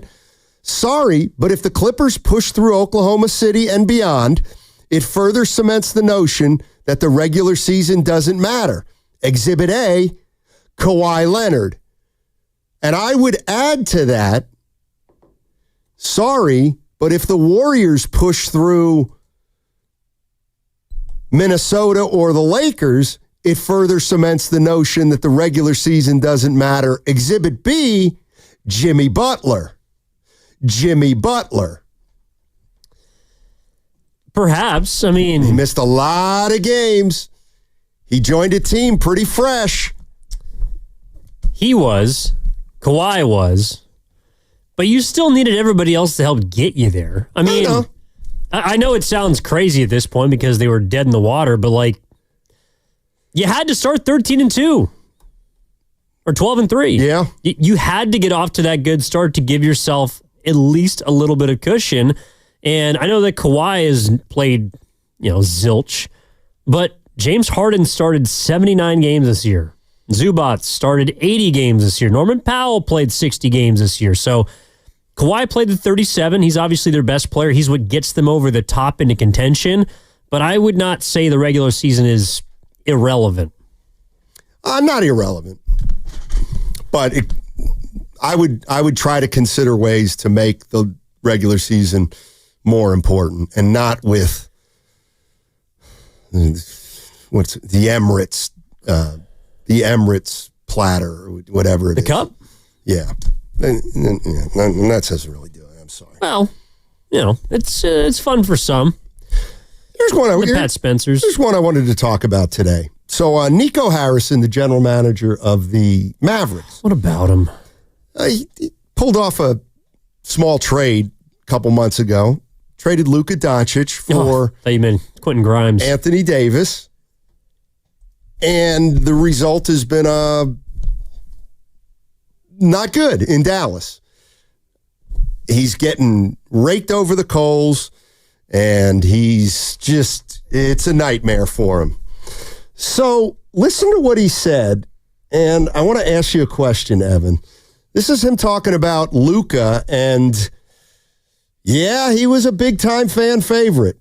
Didn't know that Luka was important to the fan base. I didn't quite know it to what level, but really the way we looked at it is, if you're putting a team on the floor that's Kyrie, Clay, PJ, Anthony Davis, and Lively, we feel that's a championship caliber team, and we would have been winning at a high level, and that would have quieted some of the outrage. And so unfortunately we weren't able to do that, so it just continued to go on and on. All right, so here's my question. And let's forget, or let's assume that he tried to trade Luka to a few places. Yeah. Okay. So the statement was, I knew Luka meant a lot, but I didn't know it was at that level, meaning fan favorite. Yep. Okay. Let's say he did know it. Should he have not made the move? Should he have not made a move that he wanted to make because, hey, Nico, the fans love Luka more than you think. I mean, the fans. Like, because I almost feel like if right now he acknowledges, oh my God, I didn't realize he was such a fan favorite, he might not have done it. But why not? I think he still would have done it. Now, before we get into it, he shouldn't have done it. Like, that's not a trade that you make if you value your job. I think if you're in it for the long run, trading a generational player at age 25 is not the way to, like, he may only want to do this job for another couple of years anyways, and his job was to win a championship as quickly as possible. But if Nico Harrison wanted to be the general manager of the Dallas Mavericks for the next 20 years, as crazy as it might sound, there's no way in hell you make that trade. You just don't do it. So I don't think he should have. But regardless, I don't think that would have changed his mind. To me, he's admitting that he's out of touch, and he's also admitting that I think the high castle that he and the owner, Patrick Dumont, sit in is removed from reality. Like, if he seriously did not know what Luka Doncic meant to the Dallas Mavericks, he shouldn't have that job in the first place. One thing I'm interested in is, you say it was like the trade was made, 2-3 months ago? Yeah. And you just, like right now, that was a bad trade. So there's nothing that could happen that would not make it a bad trade. Anything short of a championship, yeah, it's a bad trade. All right. Like, do you think that the Dallas Mavericks can win a championship in the next 2 or 3 years? By the way, Kyrie's going to be out for most of next season. He just tore his ACL. He's 34. He's also a free agent. Could they win it? No, they got as much of a chance as any of the top 12 teams, let's say. And I took 12 because I'm taking 8 in the West and 4 in the East. How could it... The only way it can be a good trade is if you win a title. Yeah, and no, they're not the favorites to win a title, but we were just talking about this. I mean, Kyrie Irving misses half the year. Maybe that's a blessing in disguise for that team.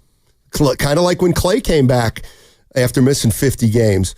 You know how much that contract was going to be? A lot. $365 million. Yep. Price of the bricks going up, Steiny. 5 times. So what is that? That's like 5 times 80. So that's $75 million a year about. And they weren't sold. But you choosing to not pay that amount of money might have set your franchise back by a decade. Because Anthony Davis is injury prone. He's also moving towards he's on the back half of his career probably. Kyrie Irving certainly is. Clay certainly is. You don't have much of anything to work with outside of them. And I don't think it necessarily made you like leaps and bounds better. Compare that trade to the Jimmy Butler trade.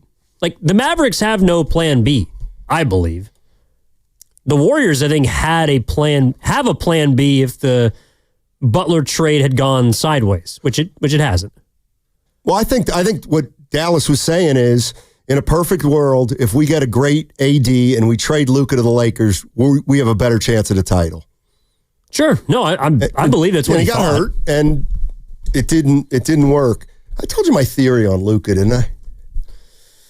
I feel like you have a lot of them. I do. But which one is today? How old is he? 25. Going on 33. Oh, because he played a lot of pro ball? Yeah. Well, Steiny, I know you do follow the AAU circuit as well. Players also play a lot of basketball games. How many AAU guys get a 5-year contract at 13 years old? Not many, because there aren't many that are good enough. So would you say he's been playing pro basketball since he was 13? I thought it was like 14. 15, but sure, yeah, young age. Yeah. And he's 14, and he starts playing against like grown men or guys who are older than him.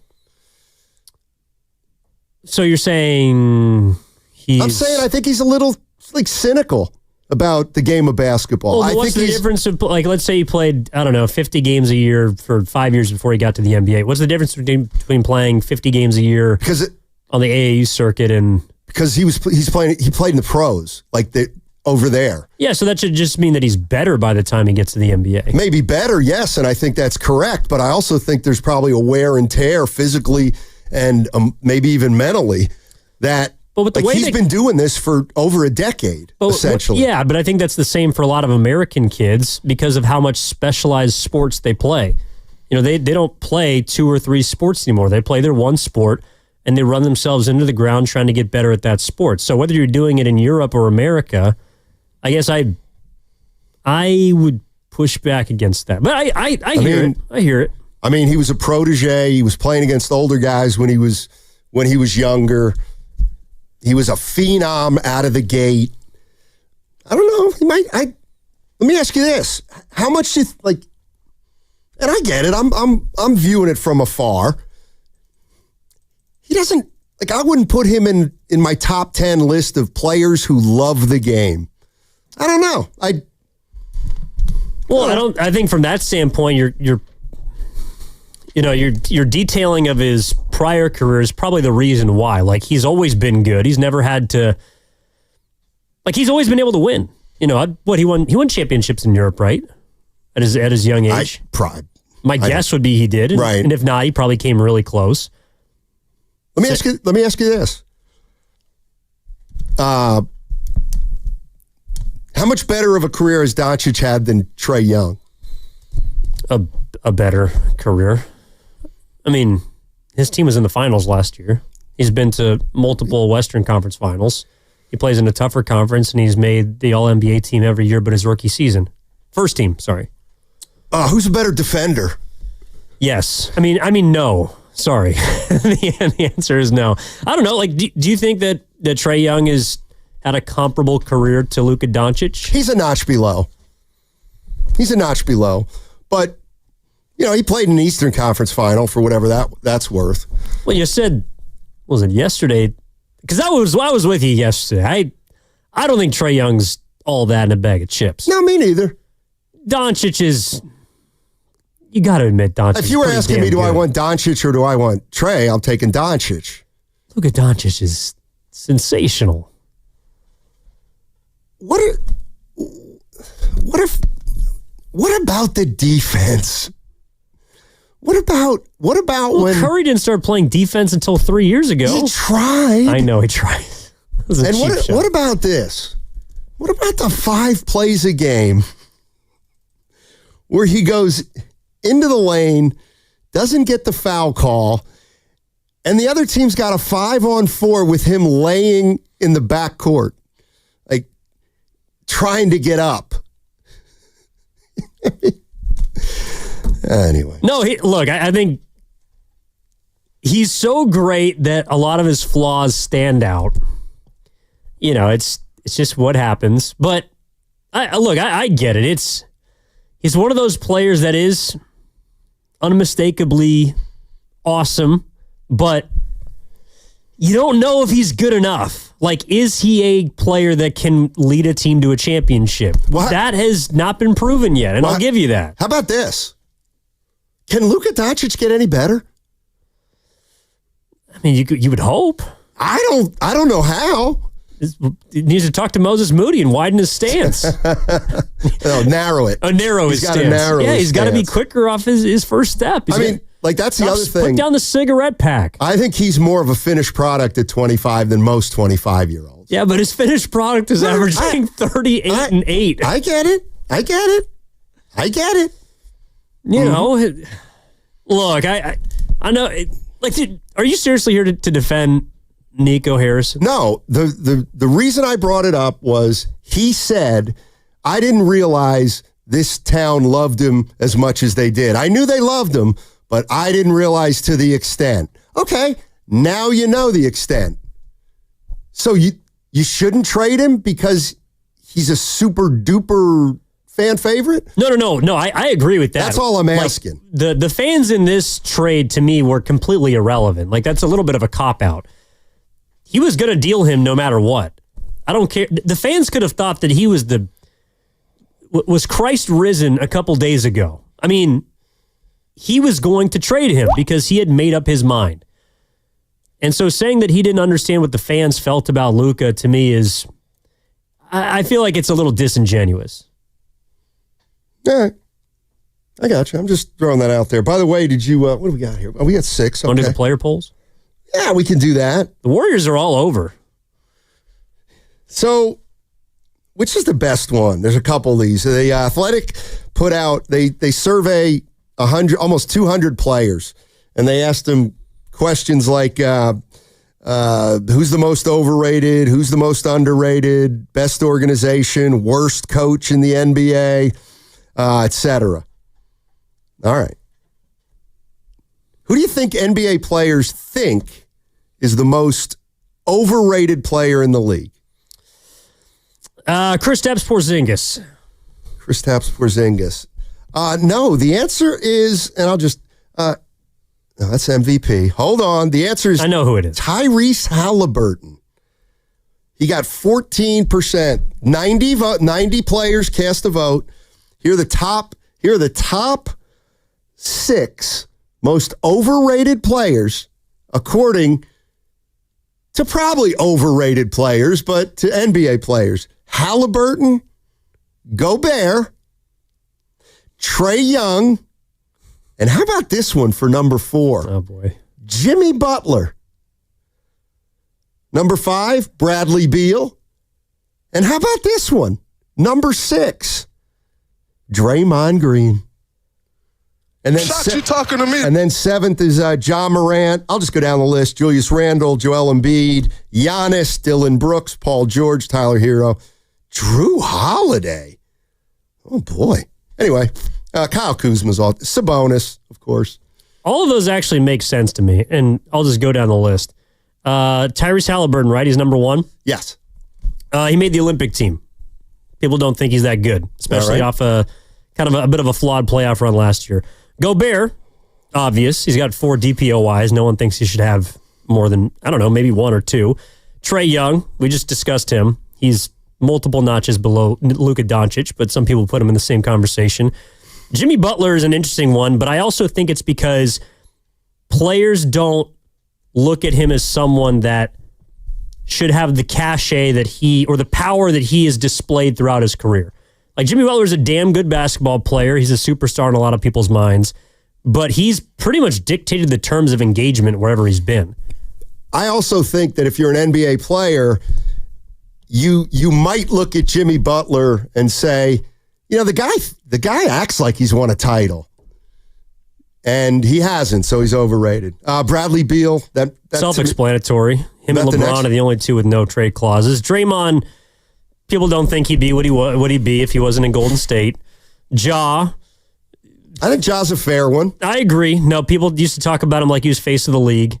Randall, 100%. Knicks were better without him last year. Embiid, people just probably believe he's broken. Giannis, I don't know. From there, it gets kind of interesting, but yeah, it feels like we go after Giannis, then we go to kind of role player-ish guys who. Kind of surprised Paul George isn't higher, but yeah, that's true.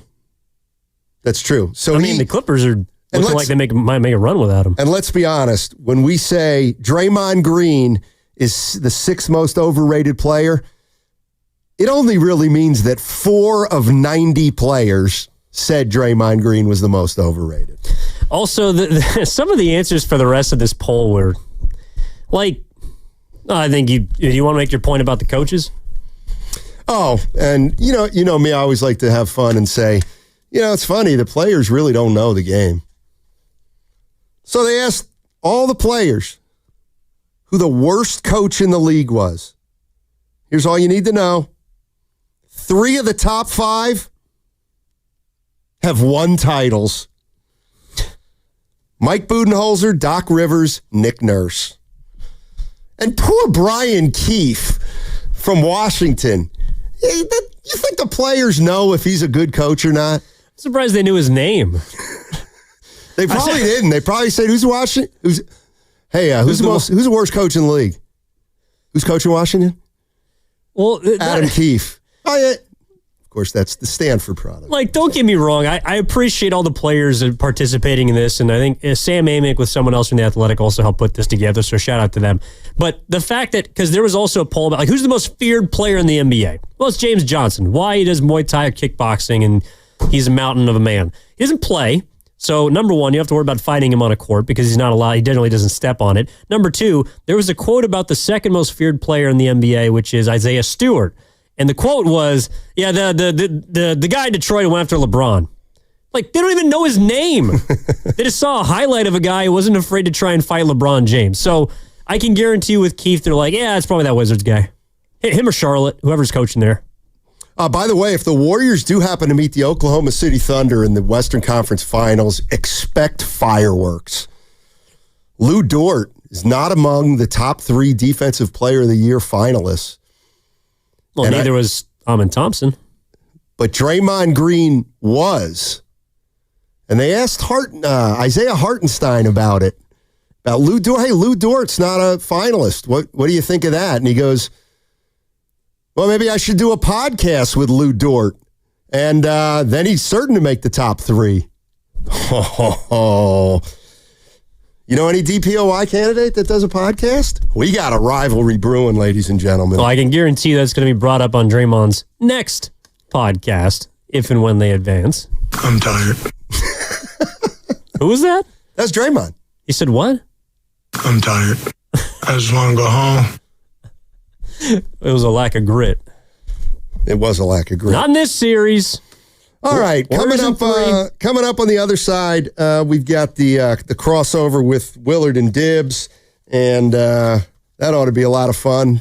Dibley has already said hello to me, and that's what coworkers do. Chastise me early. Although you chastised me early too.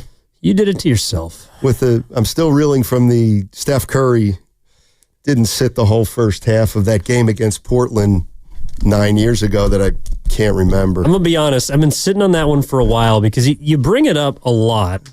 And you know what? That's mean-spirited. What? I'll tell you, because I don't want Why did you wait for the gotcha when you could have said at the ship, hey, Steiny, by the way, you know, Curry did play in the first half of that game that you always think he didn't.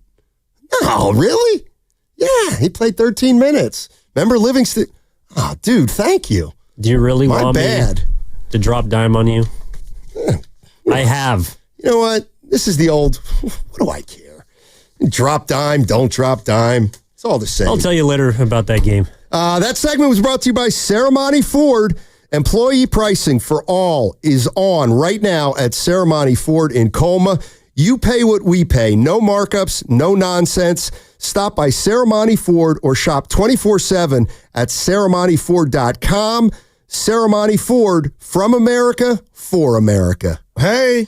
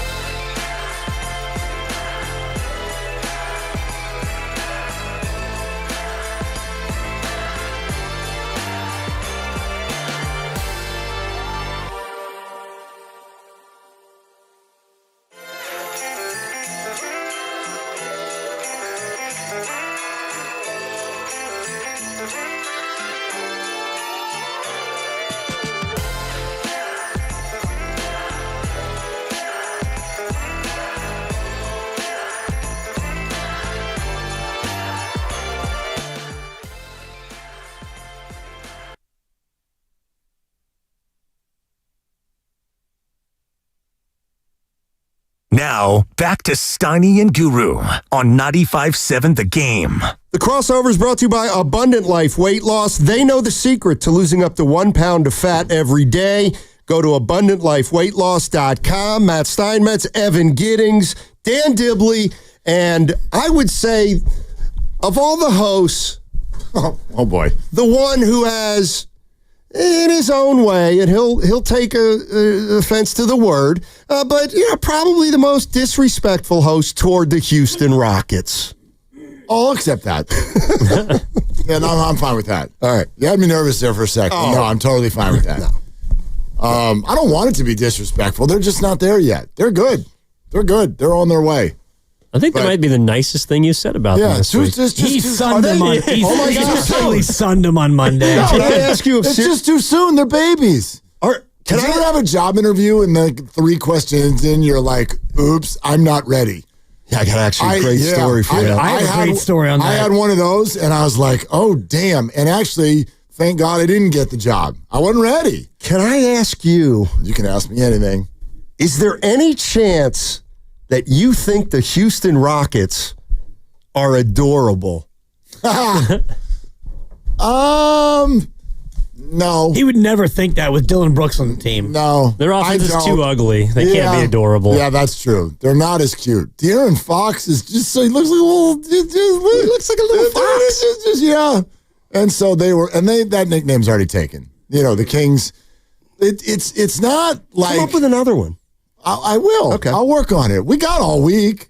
I'll come up with something for the Rockets. But no, they're not adorable, but they're not ready. You don't have 7 days. You may only have through Monday. Well, that's 7 days. Yeah. That's true. Anyway. I'm having a tough day. Are you? Yeah. Why is your jacket already on? I don't like that. Nothing. Are you just cold? Yes. Okay. I got a little chilly. Yeah. I also switched your glasses. Well, I have 2 different pair. One for far, out, one for and near. one for in. One for networking and one for work. Exactly. Yeah, just work. One for here, one for there. Yeah. Evan put me in my place. Well, I made a big mistake. You did it to yourself. Steph Curry never sat out an entire first half against Portland the year he came back in Game 4. I could have sworn he did. He didn't. And it's a game that I've referenced many times, apparently inaccurately. Yeah, it was a quarter, wasn't it? It was like most of a quarter. He played 13 Barely. minutes in the first half. Not even. I'd forgotten about it. The only reason I knew that is because I was at the game. So I was working in Portland at the time. And it was the one game that I could go see the Warriors every year or when they made the playoffs. So we bought some late tickets, waltzed into the Moda Center, and watched Steph Curry refuse to hit a shot for like literally 13 minutes. And then in the second half, he erupted. He scored a playoff record 17 in overtime. And only because Sean Livingston, for the first time in his life, it feels like, got ejected from a game. So Steiny was onto it. He wasn't supposed to play, but Livingston got ejected, so he had to play like 37 minutes. Was that the Steph game? I'm here. I'm back. Yeah. Okay. Yeah. I'm here. Did you guys hear we had, and you guys have Steve Kerr at 4? Yep. Sure do. Steve Kerr, the coach of the Golden State Warriors, at 4. We had Moses Moody on earlier. Yeah, I heard most of it. I heard Moses and whoever was talking behind him the whole time. We think it might have been Butler. That's what the text line said. But how about this? Very interesting. I asked him about his defense. I said, did you hear the interview? Most of it. I heard this answer. Okay. Most of it. I said, sometimes I like to figure out whether what we think is actually what's happening. And I said, I think your defense has gotten better over the course of the last 3 or 4 months. Would that be true or no? And he goes, yeah, I think I have. And he talked about his narrow stance. Yep. He now is using a narrow stance defensively, which makes sense because then your first step can be longer in either direction. That's the kind of stuff I find it interesting. No, you love it. You're a man of nuance. And if you think about it, when he described it, I was hearing him too. And I'm like, yeah, it makes perfect sense because if you're narrow and you're in front of the guy, you are in front of the guy. And if he goes left or right, your first step can match his because you're not wide. If you're wide and he goes left or right, you can't match his move because he has the ball and he has the dribble and he automatically has a greater ability to go wider than you. Even if you're narrow, you're already playing defense, pun intended. But if you're narrow, you have a better chance to pick your own angle and be able to be with him through that first step. He was doing like Juan Soto's batting stance. Like some guys, I don't even know how they do this. Some guys just do like a hip swivel. They don't stride into the baseball, which at coming 100 miles an hour, maybe it's smart. But yeah, well, you can't stride. Well, I get it. I'm going to take a little liberty here. And what I really heard him say was, I wasn't taught right at Arkansas under Eric Musselman. There you go. Okay. There you go. It is funny how it's like one small thing. Like it's not like, I was running sand dunes in the summer, or, I lifted a ton of weights and I gained 20 pounds. Like, no, I just moved my stance. Just changed where I put my foot. Just simple. You don't have to play defense in college. Nobody makes shots. Well, you also don't have to cover neither as does much, anybody on the Rockets. Yeah. That's a fair point. Yeah, you also don't have to cover as much ground on the court. But that's what his job is now. I mean, I don't know who you look at as the number one perimeter player on the Rockets, because it felt like they were all just passing it to the other guy. But Moses that's his job on this team. He sounded more confident than I've ever heard him. And maybe he's had a little Willard in him, honestly, from earlier this week. He basically said, we think we're better. We're a better team. They are. The funny thing is, I was watching Inside the NBA, and tell me what you think of this. They all agree, Houston's more talented. Do you really think the Rockets are more talented? I mean, what does that mean? Yeah, you know what it means. No, but should it? I think is like Dibbs and I have had this conversation. I think it's one of the weirdest words and it's sports a lot, but it's a lot of things. You know what I mean? You know this, like in our industry, people who are on the air, it's called talent, as if the people who are doing the stuff behind the scenes aren't talented. What does that mean? Talented at what? Like Steph Curry, no one would be like, oh, the raw talent. But I would argue maybe if you're able to do what you do with less of the raw, aren't you more talented? Almost feels like talent equals potential. I feel like if a guy's got potential, then he's got talent. It's a euphemism for an experience. I feel like the way they use it, you just don't know really how to describe it bluntly, and so you're just saying, yeah, they're talented, and talent could win. I mean, in fairness, it's like raw athleticism, right? But what does that do for you? See, I would say, well, yeah, there is a raw athleticism and a developed athleticism, I guess. I was just thinking of the old Jack Nicholson. So you were in grave danger. Is there any other kind? Right. Mm-hmm. What if I asked you this? Who's more talented, Logan Webb or Camilo Doval? Doval. Okay. Yeah. See, I'd argue Logan Webb. He's a way, way better pitcher, and he actually is able to do it with less of that raw athletic ability. To me, that's incredible talent. But yeah, so whatever. Maybe that's what they meant by the comment. But of course, the Warriors are better basketball players. You would think, or that's what happened in Game 1. Dibbs, what do you expect in Game 2? Game 2. I expect. Well, if you look at how the Rockets can win a basketball game, all you have to do is look at not only these 6 games, but you look at what has happened for their whole series. And if they don't shoot the basketball even at a decent clip, they lose. And I did a deep dive on all the games they played this year, and the one game that kind of stands out is the game where you had Dylan Brooks go 10 of 13, and it was the last game they played in the regular year. He shot it great. They shot 48% from the floor, and they won the game.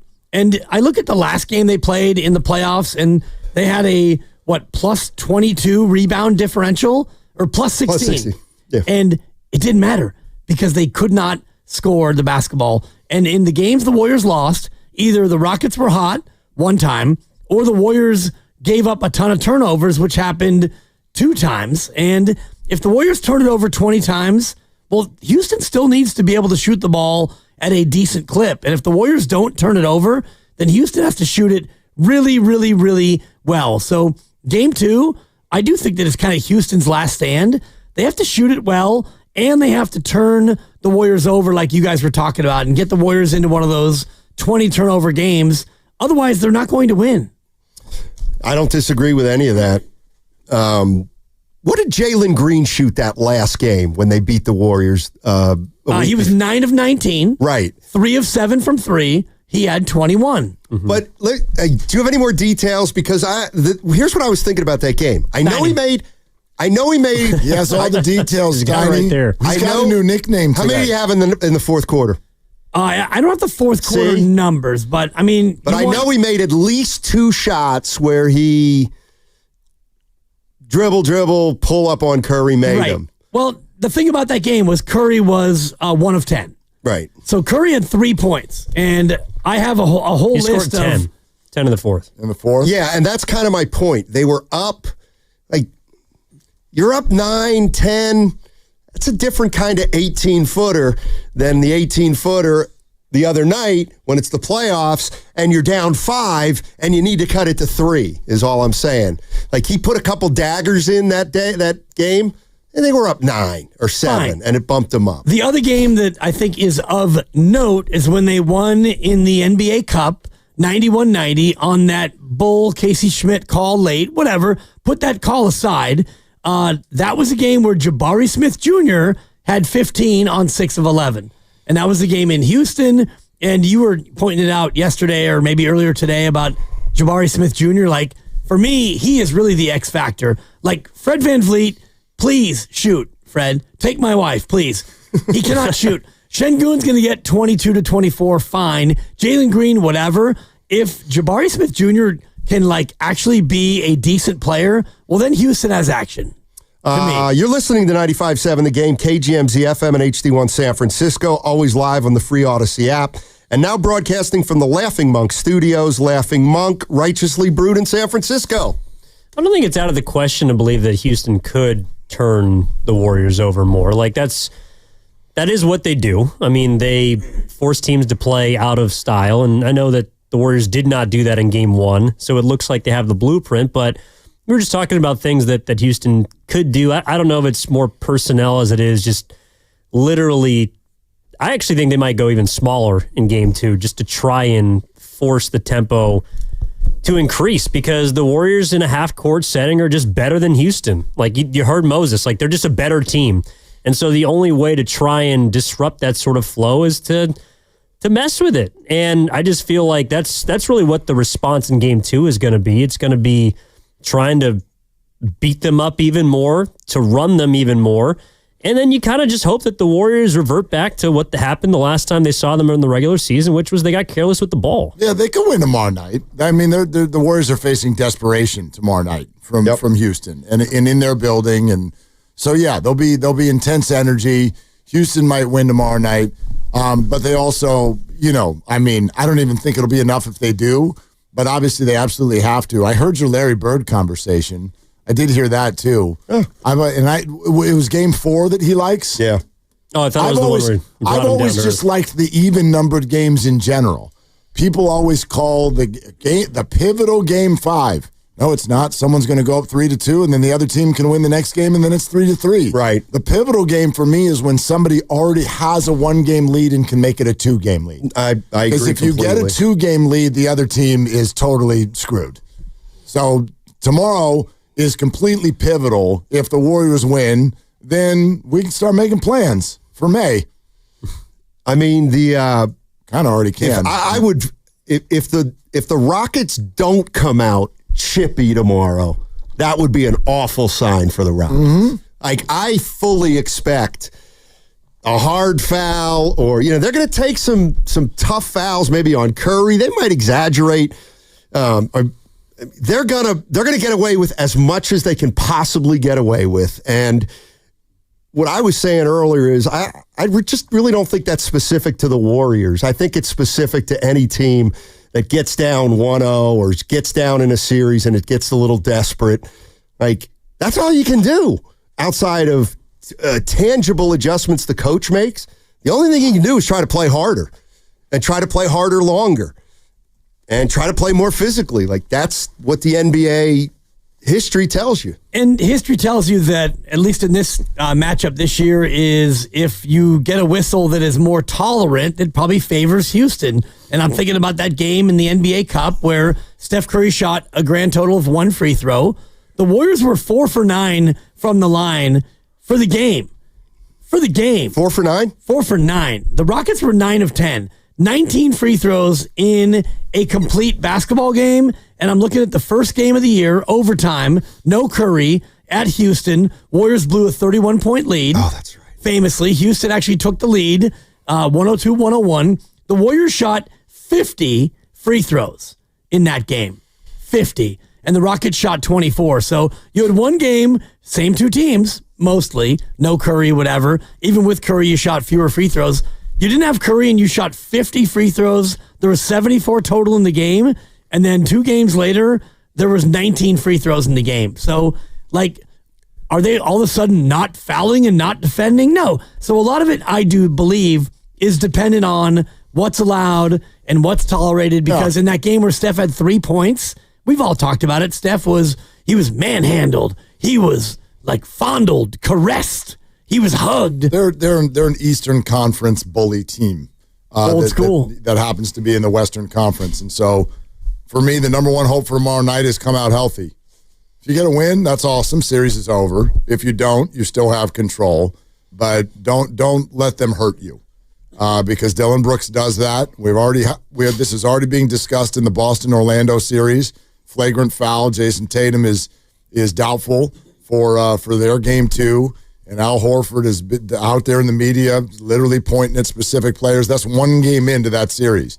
And Orlando, to me, reminds me of Houston. They play similar style. We're over here we're young, we're athletic, we can't shoot a lick, and we know how to play defense. Okay, that's not going to work in the playoffs unless you Jalen Rose this thing. Go out there and knock somebody out. That's Houston's chance to win the series. So that worries me. Well, the Warriors have won a series in that same way. So Zaza Pachulia staggered underneath Kawhi Leonard and hurt Kawhi Leonard. A completely different generation of basketball. No, but let's be fair the series. Let's be fair about what's happened. You're picking out one thing, and I'm just going to be fair and balanced and say talking about the this Warriors series, have benefited from. Who cares? Dillon Brooks didn't do it this series. Who cares? That was 5 years ago. That's one game. That's one guy. We've played in one foul. game. We've played one game. And you're impugning him based on one thing he did, and I'm just being fair and saying the Warriors have benefited from a similar act of injury. That's all. Great reference. It's a fact. So back to this series. Exactly. I worry about Dillon Brooks didn't do it in this series. Not yet, because he's played one game. Dillon the villain. So, Dillon Brooks has a history. I almost think Dillon Brooks was too under control in game 1. Probably. Because he's usually more noticeable just with his histrionics. And quite frankly, Draymond was pretty under control too. He's the thing with Şengün was not terribly necessary. No, but he does the unnecessary. The Nuggets Clippers series was more chippy in the first game than Warriors Rockets. Oh gosh, did you watch that game last night? I saw some. I lost a tiny little bit of whatever we have for Nikola Jokic. Oh, dude, don't. No. You're 7 feet tall and 800 pounds. Don't do that. Don't do that. James Harden literally touched you with his shoulder and you flew across the floor and acted like a soccer player who had just been shot. Don't do that. You know what? I can already tell you what I'm going to do on Friday. What happened to this rule in the NBA where you got fined when you obviously took a dive? Dude, you're the best player on the planet. Don't do it. These guys have got to stop. Jalen Brunson last night, gross. Disgusting basketball. This is the best players in the world. These are the best teams in the world. Don't denigrate yourself that way. It's disgusting. I hate it. It is the least watchable part of the NBA right now. Damn it. Play ball, guys. Seriously. Yeah. It's brutal. If you get rewarded, you tend to keep doing it. Which he didn't. He didn't. But if he did, then it's worth it. Yeah. I mean, you're trying to get a call. That's what these guys. Both those players lost their games. Nobody suggested the Rockets hurt Steph. But this game's going to be chippy, and I think it's going to be chippy from the outset. This is the other thing when you talk about adjustments.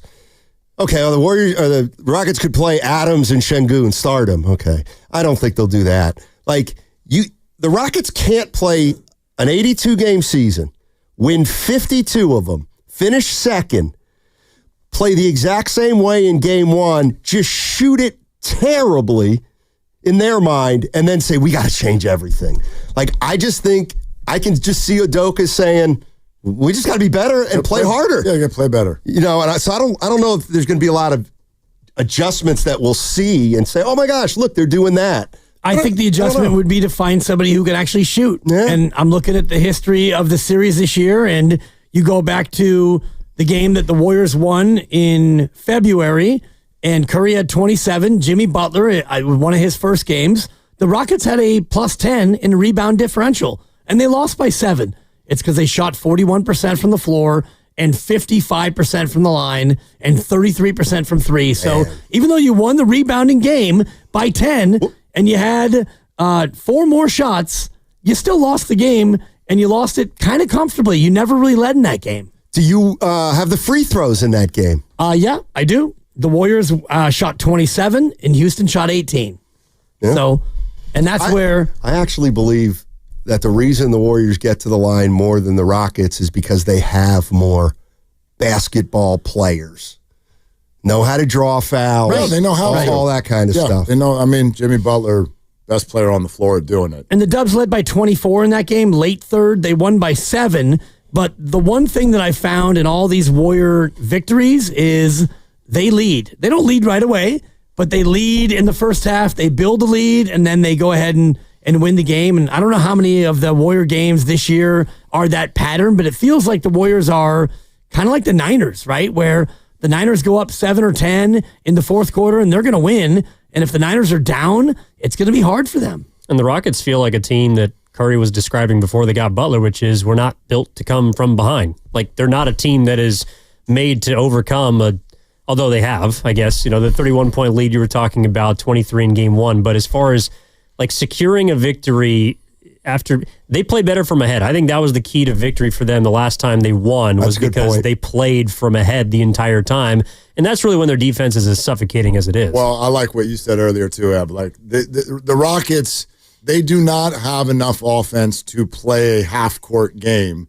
Therefore, to me, the message the Warriors are probably getting in practice and in film is don't turn the ball over. Do not lead to fast breaks. They are jumpy, they run, they're young, they're fast. They will beat you down the floor if you turn the ball over, and they will get easy buckets and they will dunk. But if you just don't do that, we'll give you 10 turnovers a night. Yeah. And if you keep it there, you're going to win because the Rockets are not going to break down the Warrior defense and score $105. They just don't have the goods. I think they got 2 fast break dunks in that game. I'll take it. That was it. 4 points. Yeah. Like Kramer with the coffee. We're prepared to give you free coffee for the rest of your life, and I'll take it.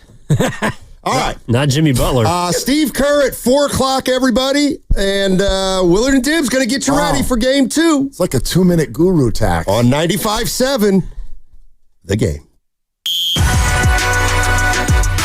Are they the smartest show in the Bay Area? You guys are an intellectual feast for the smart sports fan in the Bay Area. Wow. You're pretty much the smartest guys on the radio. I agree. Good Lord, how big is your ego? Are they the funniest show in the Bay Area? Give it a laugh. Come on. You're a funny guy. Come on. Give me a laugh. You are funny, dude. Hit that S again. Are they the coolest show in the Bay Area? And no white boys.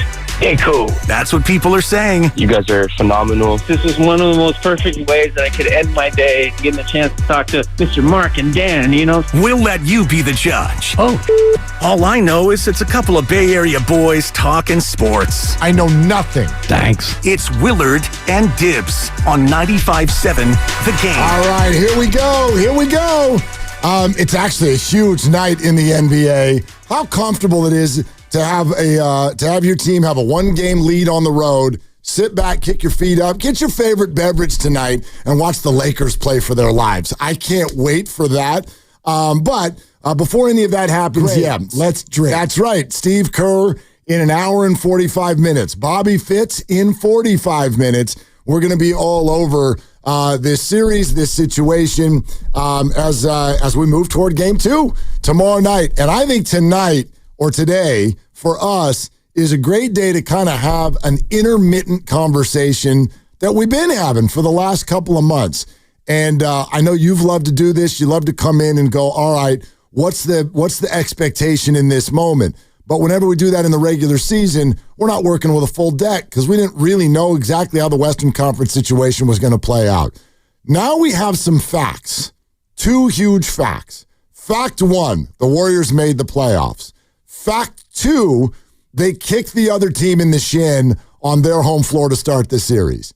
The percentages are very strong that the Warriors will at least be a second-round team this year. Don't know that they would be, but we certainly, there's no Warrior fan out there that at this point isn't at least expecting that should be the bar for the Warriors, second-round team.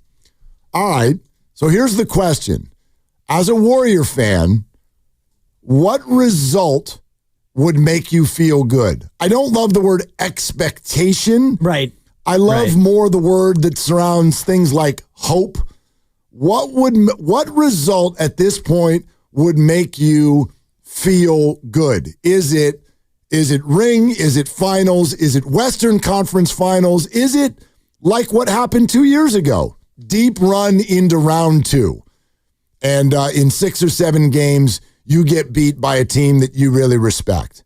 What results feel good? I won't go further than that because losing this series would obviously be a disaster at this point. It's off the table. I do think it depends a little bit on who they play in the next round, even though Minnesota, if they beat the Lakers in whatever amount of games, they would have shown that they're better than the Lakers right now in a series. And so it doesn't mean that, oh, you play Minnesota, so now you should beat them and you should go to the Western Conference Finals, or you face the Lakers and, well, you shouldn't beat them, and so you shouldn't go to the Western Conference Finals. So for me, I'm trying to divorce myself from what happens over there, and I'm just looking at what this team is and what they've been with Jimmy Butler and what I see in the bracket and what Vegas and the odds are telling me. And so if they go into the next round, and forget Houston, I mean, they have to beat Houston, obviously, but if you go in and you lose in 6 or 7 to whomever, for me, that would be okay. I wouldn't be thrilled,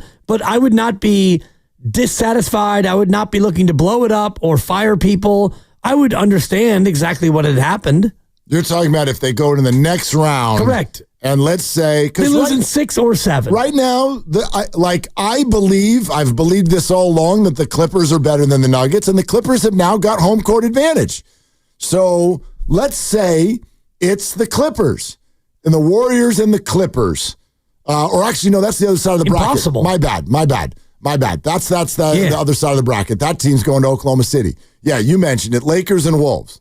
But you're saying if it's one of those teams and you get to a game 6 or a game 7 and you get beat, you would still feel obviously not happy. No. But you would feel like, okay. Right. Or like what inflection would you put in your voice? Probably just that. Okay. I mean, okay, I'm not thrilled, and the next morning I will come in and be very disappointed, and then we'll pick through the wreckage of what the season was, and we'll figure out what needs to be better and why didn't you play you-know-who and all the rest of it, and I'm not going to say it because he's not a factor, but those things will percolate up if they, in fact, lose and that individual does not play, and so we can get into those conversations then, and so I don't know. Minnesota is really good, and the Lakers are a 3 seed. So if the 3 seed loses to a 6, that means the 6 is pretty good. No, they're very good. Yeah, the 6 is very good. I'm not convinced at all that they're not better. Well, we're going to find out. You know what I mean? And that's cool. Their record is 1 game different. And the Warriors are 1 game different from them. Right. So, here's one thing that I think in these Western Conference playoffs, you got to divorce yourself from the little number next to everybody. Right. It is Except pointless. for the 1. Except for the 1. Yeah. Absolutely. Yeah. Absolutely. And because the 8 is, in my opinion, not that good. I would set them apart. But these other teams, these other 6 teams, that is a meaningless little number. And it's been proven by what we've seen already. 6 beat 3 on the road, 7 beat 2 on the road, 5 went into 4, and damn near took both games, but took 1, got their split. All of the lower seeded teams have pulled home court advantage away. And we haven't even played 2 of the game 2s yet. So, those numbers are pointless, and there's not much of an upset. I think I'm with you, but I also think you and I are in the minority. In other words, if the Warriors get to round 2, they make it a series, it's a 6 or 7 gamer, Ant or LeBron or somebody hits a shot, knocks you out, whatever. Yeah, not like thrilled with it, but when you start backing that thing up to ask, you look good, back that thing up. When you start asking the questions of like, was it a good trade? Where does it leave the franchise? Sure, there's the automatic disappointment of Steph didn't win his 5th, and it only gets less likely as he gets older. I understand all that, but I don't feel like that would be an embarrassing run, an embarrassing result, something that therefore made the Jimmy Butler trade something that you wouldn't do if you had to do it. I don't think any of those things. I would call it at this point, you lose this round, that's a disastrous turnaround. Agreed, yep. If you lose next round, mild disappointment. Mild disappointment. If you get to the Western Conference Finals, you have made the Final Four, you're probably going to Oklahoma City, you get what you get, and you don't get upset. That's kind of how I would break down the Warrior result. But we wonder what you think, because I think we might be in the minority a little bit. 888-957-9570 is the number, and we'd love to take your calls, in fact, right now, because as we said, Bobby Fitzgerald at 3 and Steve Kerr at 4. So, we've got some caller roadblocks later in the show. We'd love to hear from you. What results to you would feel good?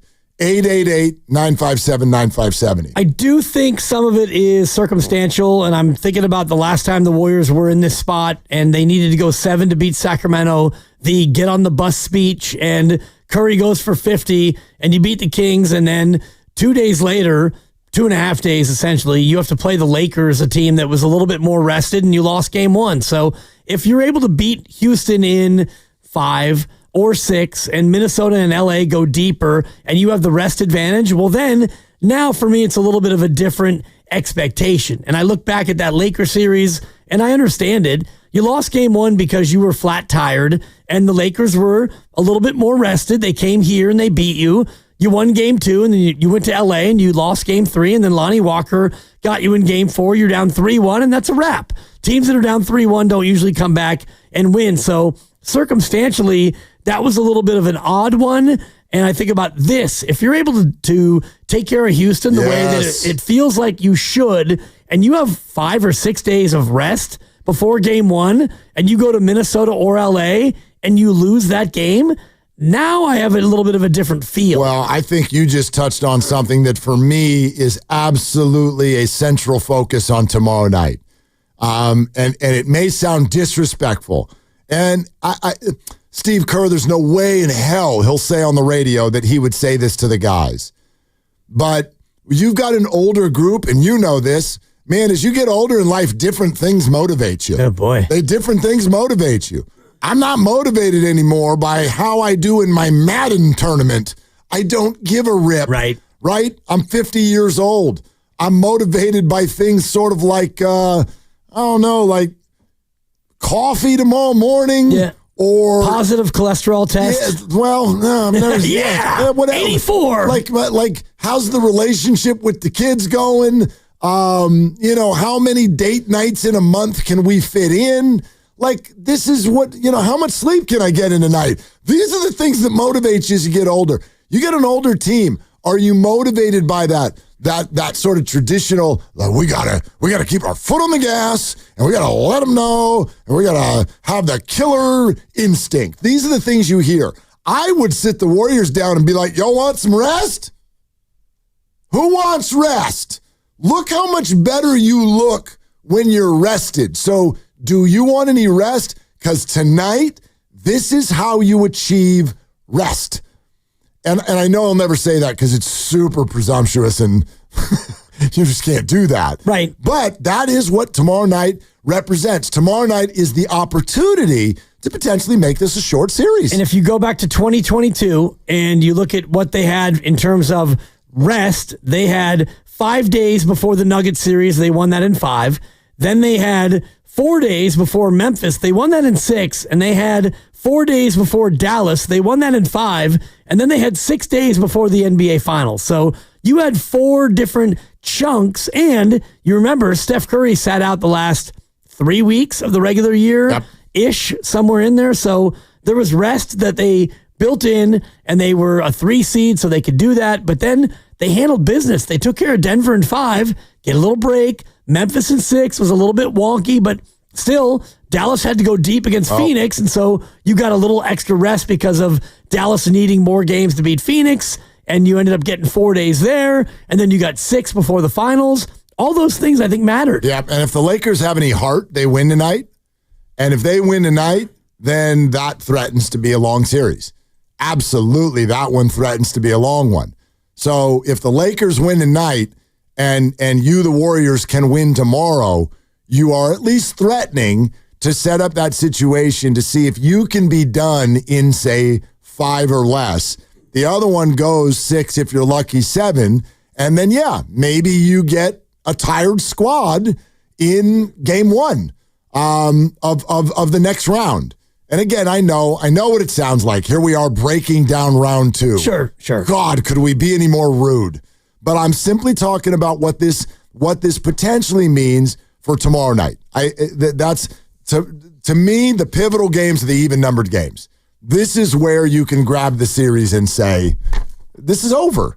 This is over. You're not coming back from this. You're not beating us 4 times in 5 tries. It's not going to happen. Be tough. And I was looking at some of the numbers of what the pivotal game is, and if the series is tied at 1 apiece, the team that wins game 3 wins 75% of the time. So, I mean, the even numbers, you're right, because if the Warriors win this, is Houston going to win 4 out of 5? Probably not.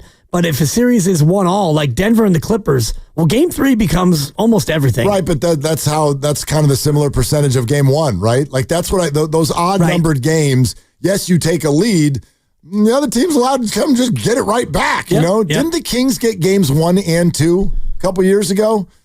And then the Warriors just like, and that maybe this actually kind of blows my point on because the Warriors are special. Right. But like they came back and just held their serve at home.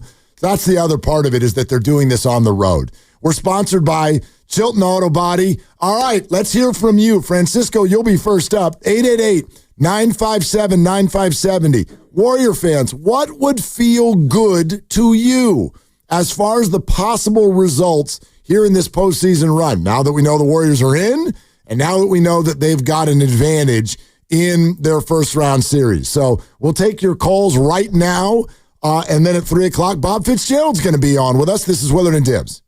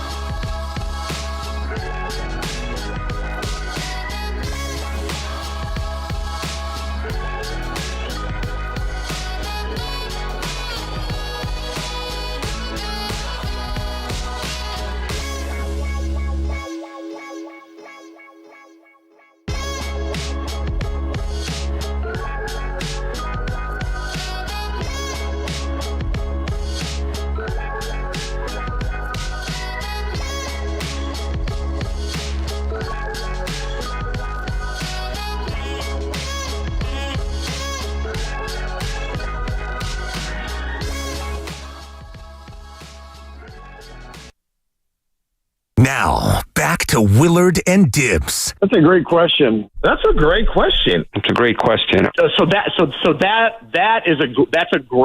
great question. On 95.7 The Game. I got so many different thoughts bouncing around in my head. One of those great questions that Grandy, right? One of those montage great questions comes from the great Greg Cosell. He'll join us for an entire hour on Friday. I cannot wait. Because it's the day after the NFL draft. Hello to everybody out there. Did you know that the NFL draft was this week? Did you know that the 49ers, many of them voluntarily reported today? Did you know that one of them is named Brock Purdy? He showed up. He showed up. So did Fred Warner. Right. Yeah. George Kittle did not. Trent Williams did. Yeah, and you threw out the parlay of Warner, Kittle, and Purdy. Like, would all three show up? I bet on the Amy Winehouse. No. Yeah. You try to make me go to OTAs. I said no. But it was yes, no. I knew Kittle wasn't going to show up. Right. But I guess Fred's got some kind of there's a way to look at the contract where he kind of has 2 years left, so this isn't the year to kind of make a thing about it. And there are those who believe that Brock showing up means things are heading in a real good direction and getting close. We'll see. I do think it's just good faith negotiating where if they were at an impasse or at odds, he wouldn't show up. But if things are either moving in the right direction or, going okay where there's no acrimony, then you show up. Yep. I mean, what else is he doing, right? I mean, like a lot of the veterans didn't in that exact same. I think Christian McCaffrey and the 49ers were all buddy-buddy, but he didn't show up. Yeah. It is voluntary. It is, but when you're the QB, there's a greater responsibility of what you are to the team and what it means to, all the young receivers. And you want to be good, and everybody there who wants to play wants to be good. So if you're Brock and you think that things are going kind of in the right direction, you show up. And he did. He did. Yeah. Also wanted to answer this on the Boxer and Gerson work injury attorneys text line. 925 texted in and said, "What did Brunson do last night? I didn't catch the game." Now that's a reference to conversation we were having in the crossover where I took shots at both Nikola Jokic and Jalen Brunson. They were just gross with their flopping. It was out of control. The foul baiting, the ref baiting, the searching for contact in awkward ways, falling over when you've barely been touched is especially embarrassing when you're 7'8" and 1,000 pounds like Nikola Jokic, to be falling over and holding your chest as if somebody just broke your rib when all James Harden did was kind of bend over and have his shoulder sort of lightly, quite frankly, make contact with Jokic. I hate it. I absolutely hate it. And I'll compliment both the Warriors and the Rockets. Even though the Rockets are a beat-em-up team, I didn't see a lot of that. I see them grabbing. I see things that could be called fouls. That's different. You're effectively trying to do things on the basketball court to win the basketball game. But I didn't see the Rockets do a lot of, let's go out there and fool the refs. Let's get them to think that something's happened that's not. Let's make weird movements with our bodies so that we fall underneath other defenders and then fall on the ground writhing in pain and act like that was a normal basketball move and get a foul. They didn't do a lot of that. I haven't seen that in this series. It's only one game, but I'm seeing a lot of it from the Denver Nuggets. James Harden is James Harden. Brunson, terrible. Shai Gilgeous did it a lot during the year. The Lakers are famous for it, LeBron and Luka. When you say James Harden is James Harden, what you're saying is that James Harden always does that. Always does it. Okay. Now, I haven't seen anything terrible in these first two games from him, but yeah, that's kind of just an old standby for him. Right. And I do think that when you look at the Houston team, they don't have a lot of players who have that skill set, quite frankly. Dylan Brooks is not cut from that cloth, and Şengün does a lot of complaining, but he doesn't really throw himself down. Steven Adams is an old school New Zealand Kiwi. He's a Maori, and I think his people would disown him if he went out there and threw his body around. And, the rest of the Rockets don't really get into those positions. And I love what Steiny said about Jimmy Butler yesterday, which is, Jimmy gets fouled and he goes to the floor, and for about a tenth of a second, he might be a little bothered by it, and he gets up and he's out there trying to get that thing back. Jimmy's eyes are so deep that he just looks at him. That's all he does. He'll just give you a look. A little glare. That's it. And then just go shoot your free throws or what have you. Yeah, I dig that about him. There's certain players that are worse than others. Everybody complains. Everybody talks to the ref. So I'm not going to point out too much of that. Şengün, does he talk a lot to the refs? Fine, whatever. He's a big guy. So does Draymond. Yeah, exactly. So I don't mind that. What I don't love is when people who are some of the largest human beings on earth huck their body halfway across the floor in a motion that is so unnatural. That's really all I want out of NBA basketball, just natural motion. If you get fouled, you get fouled. If you're trying to draw a foul, learn how to, like Jimmy Butler, I feel like that's natural motion. What Jalen Brunson did last night, go watch the highlights. It's absurd. Completely unnatural movement constantly. It's pump fake and then slide underneath people's shorts to find a way to draw contact and then fall down and look. It's what are you doing? That's not basketball. What are you doing? So, and he got bailed out a lot. But they still lost the game. Yep. They still lost the game. Dude, Pistons have outplayed the Knicks, I think, in 7 of the 8 quarters. Yep. And it's 1-1 going back to Detroit. And if they were to pull that off, that would be a very impressive upset. It's a 3-6, so it's not a shocking 7-2 or an 8-1. But Detroit feels like another one of these teams that should be a year away. Babies. But little babies who've never played in the playoffs before. But then again, you get to go up against my least favorite coach in the association. Tibbs. Coach Thibs, not Coach Tibbs. You can't be Tom Thibodeau and be Coach Tibbs.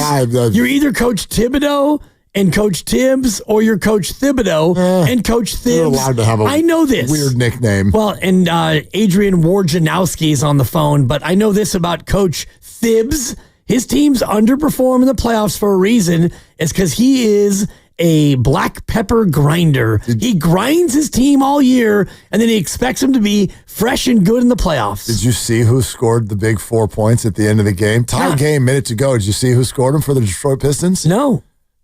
You know him well. James Wiseman? You love him. His name is Dennis Schroeder. Schroeder with the big buckets? Schroeder hit a freaking dagger. He hit a 3 to break a tie with about 30 seconds to go, and then he was the one they sent to the free throw, and then the Knicks missed, and they fouled Schroeder, and he went 1 of 2 from the line and made it a 2-possession game, and the Pistons won. Dennis Schroeder having an effect on the playoffs. He had 20. Dennis Schroeder. Schroeder! You regret getting rid of me? I was traded 4 times in an hour. Well, he got a shot at the second round. Yep. Could be interesting. All right, let's go to Francisco and Hollister. We're asking all of you Warrior fans, what results would feel good at this point? Now, up 1-0, you're in the playoffs, you have an advantage in round 1. How far does this go before you feel like, okay, this was a solid run? Hey, Francisco, thanks for calling. Hey, fellas, what's going on? I would actually say if we can get to the Western Conference and we face OKC, the big juggernaut that they are, I think that'd be kind of good. If we lose, it's like facing the final boss in Game of Death or, Enter the Dragon. We made it, but OKC is a juggernaut. I don't see how we're going to pass that. Well, Francisco, I'm kind of with you for the most part. Thanks very much. Round 2 to me, a deep run in round 2 is where I would start to be like, okay, this has been fun. You're running pretty far. You're getting into the month of May here. Give yourself a shot at the Western Conference Finals. I tell you where I'm not at though. I'll agree in principle that if the Warriors if they were to get to the Western Conference Finals, and if the opponent were Oklahoma City, I do think you lay back for a second and go, okay, let's take a look at how this is, because it's possible that these other 7 Western Conference teams are just wasting their time by sweating right now. It's possible. But I also don't want to overreact to that game 1. The same way so many people are asking me to stop overreacting from this game 1, I don't want to overreact to that game 1. Yes, Oklahoma City's the best team. We already knew that. But that's only one game. Memphis is 2 things. A, not that good. And B, they were really in a tough spot. 2 play-in games, come in exhausted. They did the scenario that we said the Warriors couldn't do, and they had to do it. And so, of course, they were going to get waxed. Looking forward to their next game, which starts here in just over an hour. Right. And so we'll take a look and see if they can make more of a game out of it. But Oklahoma City is going to have to do dominant things in round 2 before I fully believe, they're not beatable. I want to see them do the Denver or Clipper dance, and then we're going to get a real look at, sure, they're dominant. How dominant? How playoff dominant are you? Can you go beat experienced champions? Because that's what they're getting next round. They're either getting Kawhi or Nikola. Fair, and I do think that based on what they have been and the fact that they smashed Memphis the way they did and what you just said, Memphis is not very good. This is either a sweep or a 5-gamer, and I think that they win tonight by probably 30. The spread's 14.5, and Memphis had a short turnaround in game 1, and they got absolutely embarrassed, and now it's a short turnaround too in game 2. They didn't get the Sunday, Wednesday like the Warriors did. You got a Sunday, Tuesday, and OKC has been home and they've been rested. And so I know it's maybe a little bit more than 48 hours, but not much more. And so I think that the Grizzlies are really in a tough spot. Were they a Sunday or were they you're right, they were a Sunday. Yeah. I couldn't remember if they were Sunday or Saturday. They were Sunday morning because all the talk about the Warriors was, you have that second play-in and then you got to fly there and you got a noon game. And Grandy pointed it out that, they wanted OKC to have that morning game. And so that's what Memphis had. And you got motorboated. And I look at the matchup again tonight and it's 14.5. And if I was a betting man, I would lay the 14.5 gladly. But you are a betting man. Not on the NBA. Well, but I only bet animals riding on the animals. Yep. Well, I would argue that the Thunder rode the Grizzlies on Sunday. That was animals riding animals. Fair enough. Yeah, so go ahead. Put some paper on it. I'd have to open up shop. And, cash me out one time. Drop, open up shop. That's Come right. on. And the whole fade to Denver. So, yeah, I like the Thunder.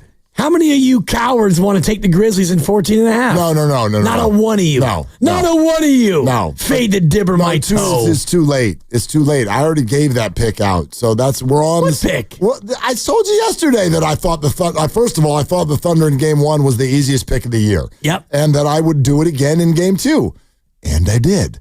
I don't think they're going to win by 50 this time, but I don't see, until proven otherwise, I don't see how you can't feel good about Oklahoma City in a home game.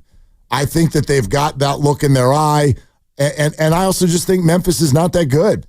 So for me, Oklahoma City is the only team in the Western Conference that gets, I don't want to call it a freebie, but they're going to round 2. I think the Warriors are next in line in terms of a mismatch, and you're going to go to round 2.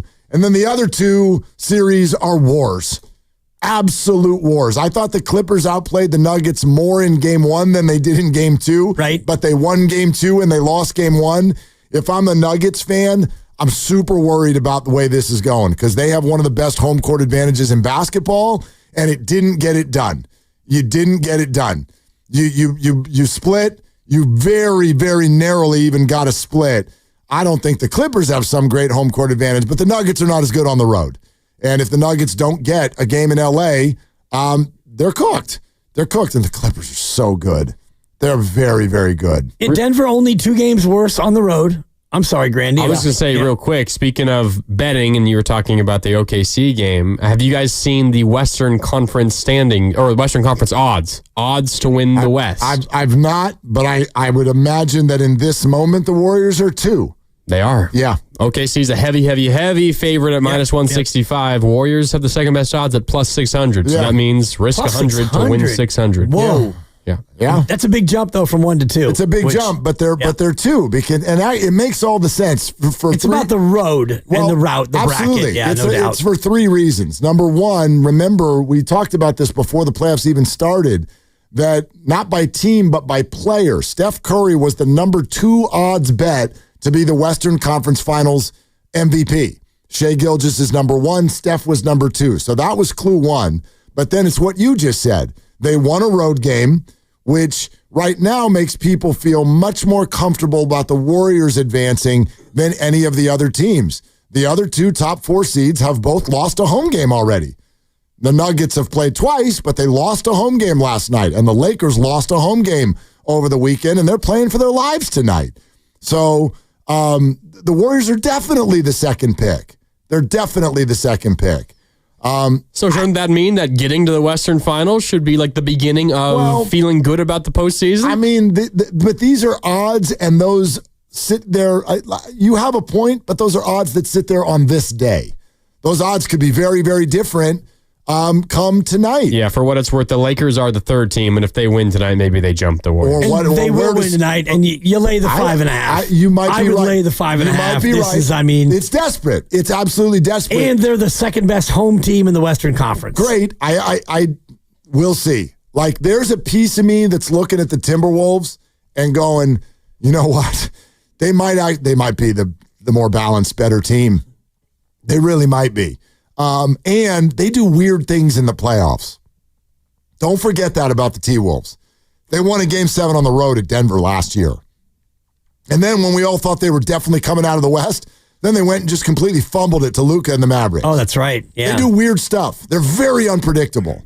So, I don't know. This one's going to be interesting tonight. Yeah, take the Lakers. You lay the 5.5. Fade the dibber all you want. Kukush. Lock it in. That's the pick.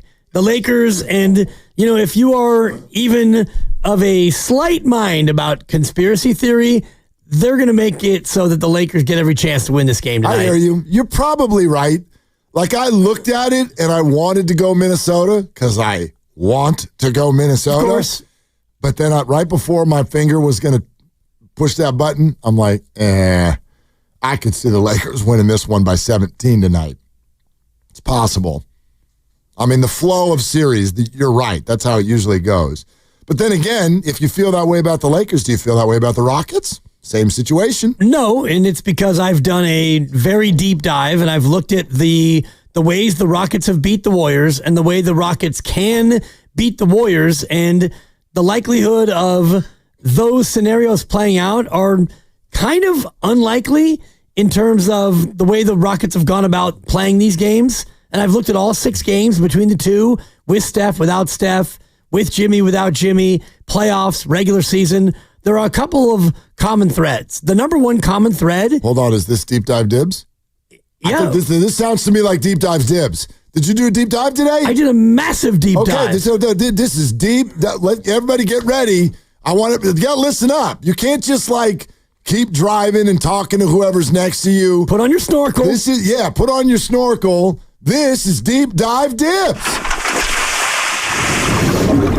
That's dip. That's you. That's you going down into the ocean, doing a deep dive. Well, let's get deep. Okay. And I'm hoping that you don't get the bends from how deep we're going to get, but we're going to get deep now. That was a good album by Radiohead. I'm going to age myself there. The Bends. Oh. It's a good album by Radiohead. Okay. See? Yeah.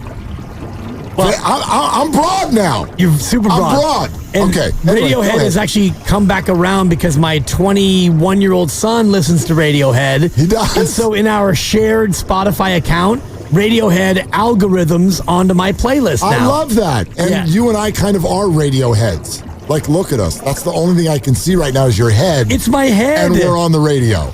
Yeah. Go ahead. The deep dive.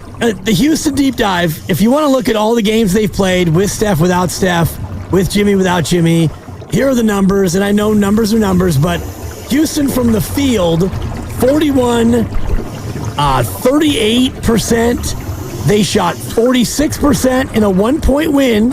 Okay. They shot 41% in a loss. They shot 48% in the 10-point win, which was back when Brooks went 10 of 13. Yep. An outlier. And then they shot 39% in the game the other night. Houston cannot shoot. Houston, you have a problem, and your problem is putting that leather spheroid into the metal rim. The one time you were able to do it was because Brooks was 10 of 13, Green was 9 of 19, the Goon had 19 and 14, and you still had to fight to win that game. They can't score, Mark. It's kind of making me want to go to the bathroom. How did you feel delivering that over the deep dive waters of the Pacific? I feel like I need to reach for my hookah. Because there's a certain amount of gurgling in my past that is reminiscent of this sound. 422. It's not 420. I apologize. 422. Ooh, whoa, we're going all the way down into Whoa, we're going down deep. If you want to go a little deeper, Houston wins 91-90. We're in the abyss. In the NBA Cup. Houston wins by 1. Yes. The Warriors had 22 turnovers in that game. That's the key. And they shot 9 free throws. That's the number. That's the number if you want. If the Warriors, what they have the other night, 11 turnovers? Yeah, all right, 11 turnovers. And even though they gave up 22 offensive rebounds, they're going to win every time. Didn't matter. They will win every time. That number goes up to about 15 or north. That's where the Rockets can win again. You keep it down 13 or less, you are going to win every single time, almost. I mean, like, there can always be stuff, right? Yep. Yes, Fred VanVleet actually could go 6 of 8 from 3. He hasn't. He's allowed to. Yep. But to me, that's the number in the box score that I want to look at. I don't want to look at the rebounding advantage because it didn't matter. They overwhelmed the Warriors rebounding and lost by double digits. So I don't care about rebounding. I mean, I care, but that's not going to decide these basketball games. I think the Warriors' turnovers, that decides the basketball game. If you take care of the ball, you don't let the Rockets fast break, you put them in a half-court set, they're not very good at it, you win. There's your ball game. There's your practice, boys. Go have dinner. Yeah, for me, it's turnovers and it's fouls. And in the game where the Rockets won by 1 in the NBA Cup game, there were a total of 25 fouls called. And as we've mentioned, the average in an NBA game is 38. So that game had 13 fewer fouls called, and that's where Steph Curry had 1 free throw. And you didn't have Jimmy Butler yet, and so you couldn't get to the foul line. They were 4 of 9 as a team for the game from the foul line. So even though Houston couldn't really score, the Warriors turned it over 22 times, and there were no fouls called. You lose. How did everybody like Deep Dive Dibs? Who's dead? Yeah. Except for the music. That's not music, but the sound stopped, and you should have brought because he was still resurfaced. No, but he was deep diving still. No, we can always deep dive again because there's more. I mean, there's so much more. I'm going to get you flippers for your birthday. Not bad, yeah. I'm going to get you some flippers. One thing Don't about... be a flopper. No. But you can be a flipper. One thing about me, and I don't know if it's that I don't know how to, but I just don't like to snorkel. Oh, I'm terrible at it too. I can't do it. I did it one time, and all that we got out of it was funny pictures of me. And then one time I did it in Hawaii, and I thought I was going to die. I almost drowned. Well, snorkeling different than scuba diving. Yeah, no, scuba diving. Right, I've never scuba dived, but that at least to me would be easier because you just breathe into the thing. Snorkeling, you have to contain the tube, and you can't inhale, and you got to only blow out. See, I think scuba's that much harder. There's actually a process there. Snorkeling, you just got to make sure that tube is up straight. You just got to make sure it's above the water. And then you dive down, and that's the key to snorkeling is you go under, and you have to be able to keep the water out. No, snorkeling you're supposed to do only on the surface. Well, you can go underneath, and then when you resurface, you blow out the water through the snorkel. You could do that, but scuba allows you to go deep. Yeah, easy. You love factoids. Do you know what scuba? It's an acronym. Yes. Do you know what it stands for? Something underwater breathing apparatus is the last correct. 3. That is correct. Self-contained underwater breathing apparatus. Get me on Jeopardy. Get him a ding. Get this man to Jeopardy. Self-contained underwater breathing. Yeah, thank you. 5 dings for each 5 letters. Appreciate it. There you go. Self-contained is technically a dash, but anyway. I had to work my way through it. 5 letters. No, it's true. Self-contained underwater breathing apparatus. Yeah, a.k.a. Aquaman. He has that.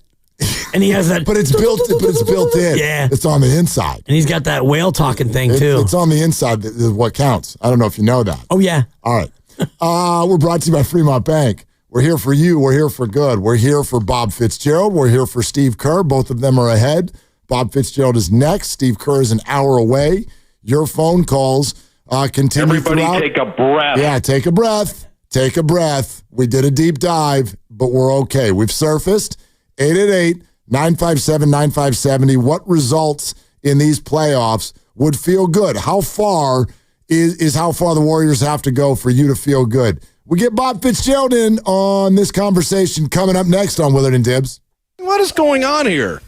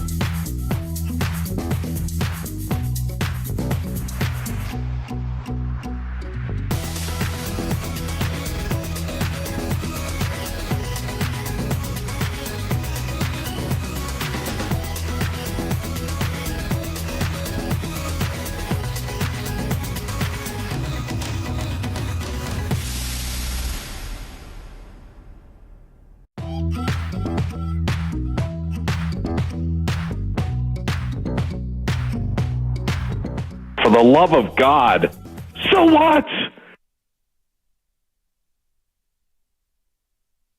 Now, back to Dillard and Wibbs on 95.7 The Game. Yeah, that's what I'm going to say if Houston wins tomorrow night. For the love of God, so what? So what? So what? Well, it becomes a 50-50 proposition historically. You know what? I actually really, the history part, I don't know. It's not that it doesn't apply. I do think it applies less. This is not a normal 2-7 matchup. The Warriors are not a normal playoff team. You're right. They're filled with future Hall of Famers. And as I told you before, every 8 and 7 who has won since the best of 7 flip, they've all split on the road. Yeah.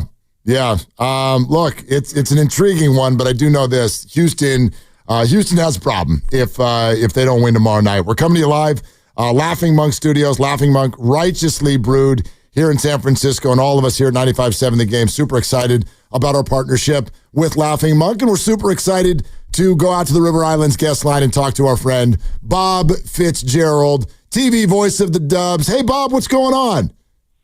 What's up, guys? I mean, multiple sponsorships, like for the guests, for the studio. You guys are on fire right now. Yeah, what would you like written on the back of your neck so that you can keep coming on the show? We'll get you sponsored here, Bob. You know, decent guy, lots of friends, loves Notre Dame football. Okay. You know, something like that. just 8 handicap. Just put a big great around the green. We're gonna put a big shamrock on your forehead. That'll work. Oh man! Hey, what'd you think? What was your big takeaway from game one? Well, I went with the boxing analogy a little bit towards the end of the game, and one of my favorite kind of matchups was Roberto Duran versus Sugar Ray Leonard. Because I loved Sugar Ray because he was such a great boxer and Olympics and the whole bit. And Duran just mauled him and mugged him and got him in the corner. And Duran won that first fight. And then Sugar Ray boxed him in the no moss fight where Duran basically quit. Well, the Warriors just played the Duran fight and beat Houston at their own game. And that's what's very exciting because the Warriors can play better. But 95-85 with 22 offensive rebounds and huge physicality and Steven Adams tossing bodies all over the place. Like, that's a Houston type of game because they're an amazing offensive rebounding team, the best in the NBA, and they're an excellent defensive team. But the Warriors beat them, and so if this moves to 120-115 or 110-105, that's going to favor the Warriors. So, you played Houston style, and a credit to the Rockets for imposing their will on that, except the Warriors won the game. So that's kind of my takeaway from game one. And then, at practice today, I was kind of there to see if the vibe is, hey, they got the split, and that's what you want, and this and that. The attention to detail and the level of, just kind of the Warriors getting after it was very encouraging for game two. I mean, I think they're like, hey, every playoff game, there's no, hey, we're happy we got a split. But it does bring up that out of 30 playoff series with Steve Kerr, Steph, and Draymond, they won at least one road game in 29 of those 30 series, which that is just remarkable amongst this team. Yeah, especially when you take game one, and you're right, there's the mentality to think house money, but I don't believe that this team will, pondering what it would mean rather to go up 2-0. And Mark and I were talking, Fitz, about what kind of a game can Houston actually win? If they can't win a 95-85 Leonard Duran slugfest, does it have to come down to Houston just having an epic shooting night to be able to win a game? I wouldn't say epic shooting night. When you see Van Vliet 4 of 19 and 2 of 13 on threes, Van Vliet's capable of a 30-point night. I mean, he's championship experience and doesn't turn it over, and is a better shooter than 2 of 13 on threes. For certainly. Now he has not had a great shooting year. The other one is Jalen Green. If you look at how can Houston win, look at their win at Chase Center. In their last meeting there. That was the best Houston could do. They bottled up Steph. They were amazing on the glass. They were good defensively. But Van Vliet had a night, and Jalen Green had a night, and Dylan Brooks had a night. Dylan Brooks is a 38% three-point shooter, and he had 11 points, and he was 3 of 9 for the game. So I wouldn't say epic shooting night, but you're right. I mean, Houston has to shoot the ball. I mean, all the defense, all the rebounding, all the toughness, all the run-jump athletes, all the depth, the ball must go through the basket at some point. And the Warriors have more guys that can do that, I think, than the Rockets do. Bob, you've obviously watched so much in terms of Warriors playoff performers over the last decade and a half, and I wonder how you would now fit Jimmy Butler into that conversation. What was your sort of first impression and how he compares to what other top Warrior offensive players have done in the past in the playoffs? You know what's weird is you see, Mark, where there's some Iguodala in his game. There's some Klay Thompson in this game, not from the three-point shooting, but that Klay would show up offensively a lot in the playoffs. And so Jimmy, to me, there's a little Iguodala and a little Klay in terms of past Warrior playoff performers, but this guy's the real deal, man. I mean, 42 minutes, 25 points, 7 boards, 6 assists, 5 steals. Like, my goodness, what a tremendous player. And with Draymond and with Steph, and then you have GP2 and you've got Looney out there, and here's Moses Moody and Podziemski making plays in the fourth quarter, because this series and any other future series are all going to tip on what does Moody do, what does Podziemski do, what does Quentin Post do, what does Buddy Hield do, like the ancillary guys. Those are the guys that are going to tip you. I know what Steph and Draymond and Jimmy are going to do. I feel very good about what they're going to do. But it's the other guys, when they play well, that's when the Warriors are at their very best. And I thought Moody pull-up jumper, big corner three, Podziemski driving by Dylan Brooks and laying it in at the end and being plus 17, the highest plus-minus on the team in his very first playoff game. Like, that stuff makes you feel pretty good about where the Warriors are right now. You think about the bench and, GP2, almost 16 minutes, and he was a minus 10, and some of that was circumstance where, Houston made their run after being down 23, but, Buddy, if he's not shooting, Quentin looked a little bit like he was in the deep end, and beyond that, not a ton of bench help. Is there a chance that Steve either alters the rotation or changes what he's trying to do with that next 5? Well, I think the thing is that, Steve has said, and he said it with you guys, you had a great conversation, I think, last week when you talked to him, kind of, what is the thought process on some of the bench roles? And I think he knows the main sled dogs, but it's going to be different guys at different times and different groupings based on how they play. Like you said, Quentin Post, that was his very first playoff game. He got in there and went, oh my God, this is the deep end of the pool with Steven Adams and Şengün. And I like Quentin's fight. He was in the fight, but, he missed both his threes, and, he looked like, a first guy. That's fine. But Guy Santos in 6.5 minutes had 5 points and, committed 1 foul, had a rebound, hit a 3, made a cut, got fouled, hit both free throws. Like, that's going to be it sometimes where you're playing kind of hit or miss on the bench. The one thing that makes you another Warrior encouraging point is the Warrior bench has been amazing all year, and they didn't have a great bench night. So I feel good that down the road in this series that the bench will be even more productive. Ime Udoka went 8 guys. I mean, Tari Eason, Steven Adams, and Jabari Smith were the only guys that came off the Rockets bench. Now, this Sunday, Wednesday, Saturday, that's plenty of time for everybody. That's why Steph played 40 minutes and Butler played 42 minutes and Van Vliet played 40 minutes. But after Saturday at Chase, Monday, Wednesday, Friday, Sunday, real quick and fly back and forth. Houston isn't close to the Bay Area. Like, you're going to need more bodies if the series starts going longer and longer. And that's where Steve and Ime Udoka have to start looking at, okay, who do I roll out there, who's fresher, and who is playing well? Because sometimes you get dudes that are really, they find it. They find a hot streak, and you got to ride that. That's in a game as well as in a series. Bob Fitzgerald joining us here on Willard and Dibs 95.7 The Game. Speaking of the Warriors bench, Bob, with how much you watch, what is your drink of choice to help you stay calm after watching Buddy Hield make decisions? Oh, you mean like on a 2-on-1? You're throwing a lot over. Just in general, like general question. We love him. We love him, but sometimes you need a drink. That's how I describe Buddy. Sometimes I go to, I'm a big Seinfeld fan, so there's always a Seinfeld line for everything. And I think it's Kramer in the episode where his skin and everything was terrible because of smoking. And he was like, look away. So sometimes I get in that mode like, oh God, look away. Yeah. But it does, like, it's funny, but it's also on a serious thing.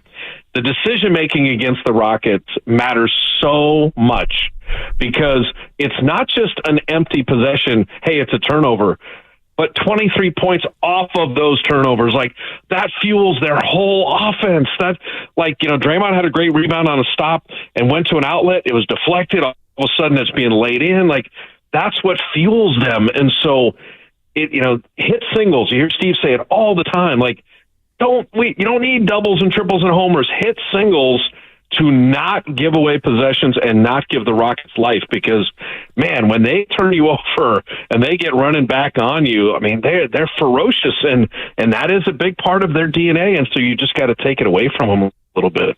Especially when you look at the Rockets in the half court, they're not that efficient. They don't shoot the three great. Şengün can get a bucket, but outside of that, they don't have much else. And I'm looking at earlier in the year when Houston won the NBA Cup game and the Warriors had 22 turnovers and the Rockets only won by 1 point. So is it just as easy as that, Fitz, to distill this down to Warriors take care of the ball, Warriors win?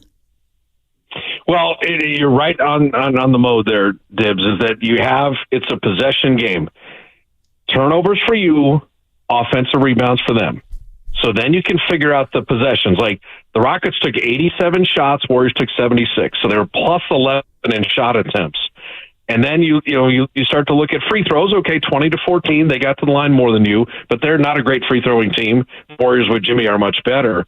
But it really, like, if you tell me right now, how many offensive rebounds are the Rockets getting tomorrow and how many turnovers are the Warriors committing, we can do that math equation and come up with a win or a loss. Like, because, and I'm not assuming some shooting variance where the Rockets shoot, 58% from the field in a game, because the most underrated thing with the Butler acquisition and people that look at the Warriors tangentially is that they're a great defensive team. The Warriors with Jimmy Butler are one of the top 3 defensive teams in the whole NBA. And it never gets talked about. I mean, it really does. Steph shooting, which is remarkable, and like, oh, what about the young guys and the depth, and Jimmy can get to the line. And these are all fine, but the Warriors are a rock-solid defensive team. And so that gives them a chance in all these games. And so, like you mentioned, the regular season game, which was ugly, 91-90, you lose by a point, but you held the Rockets to 90 in their own, or 91 in their own building. You held them to 85.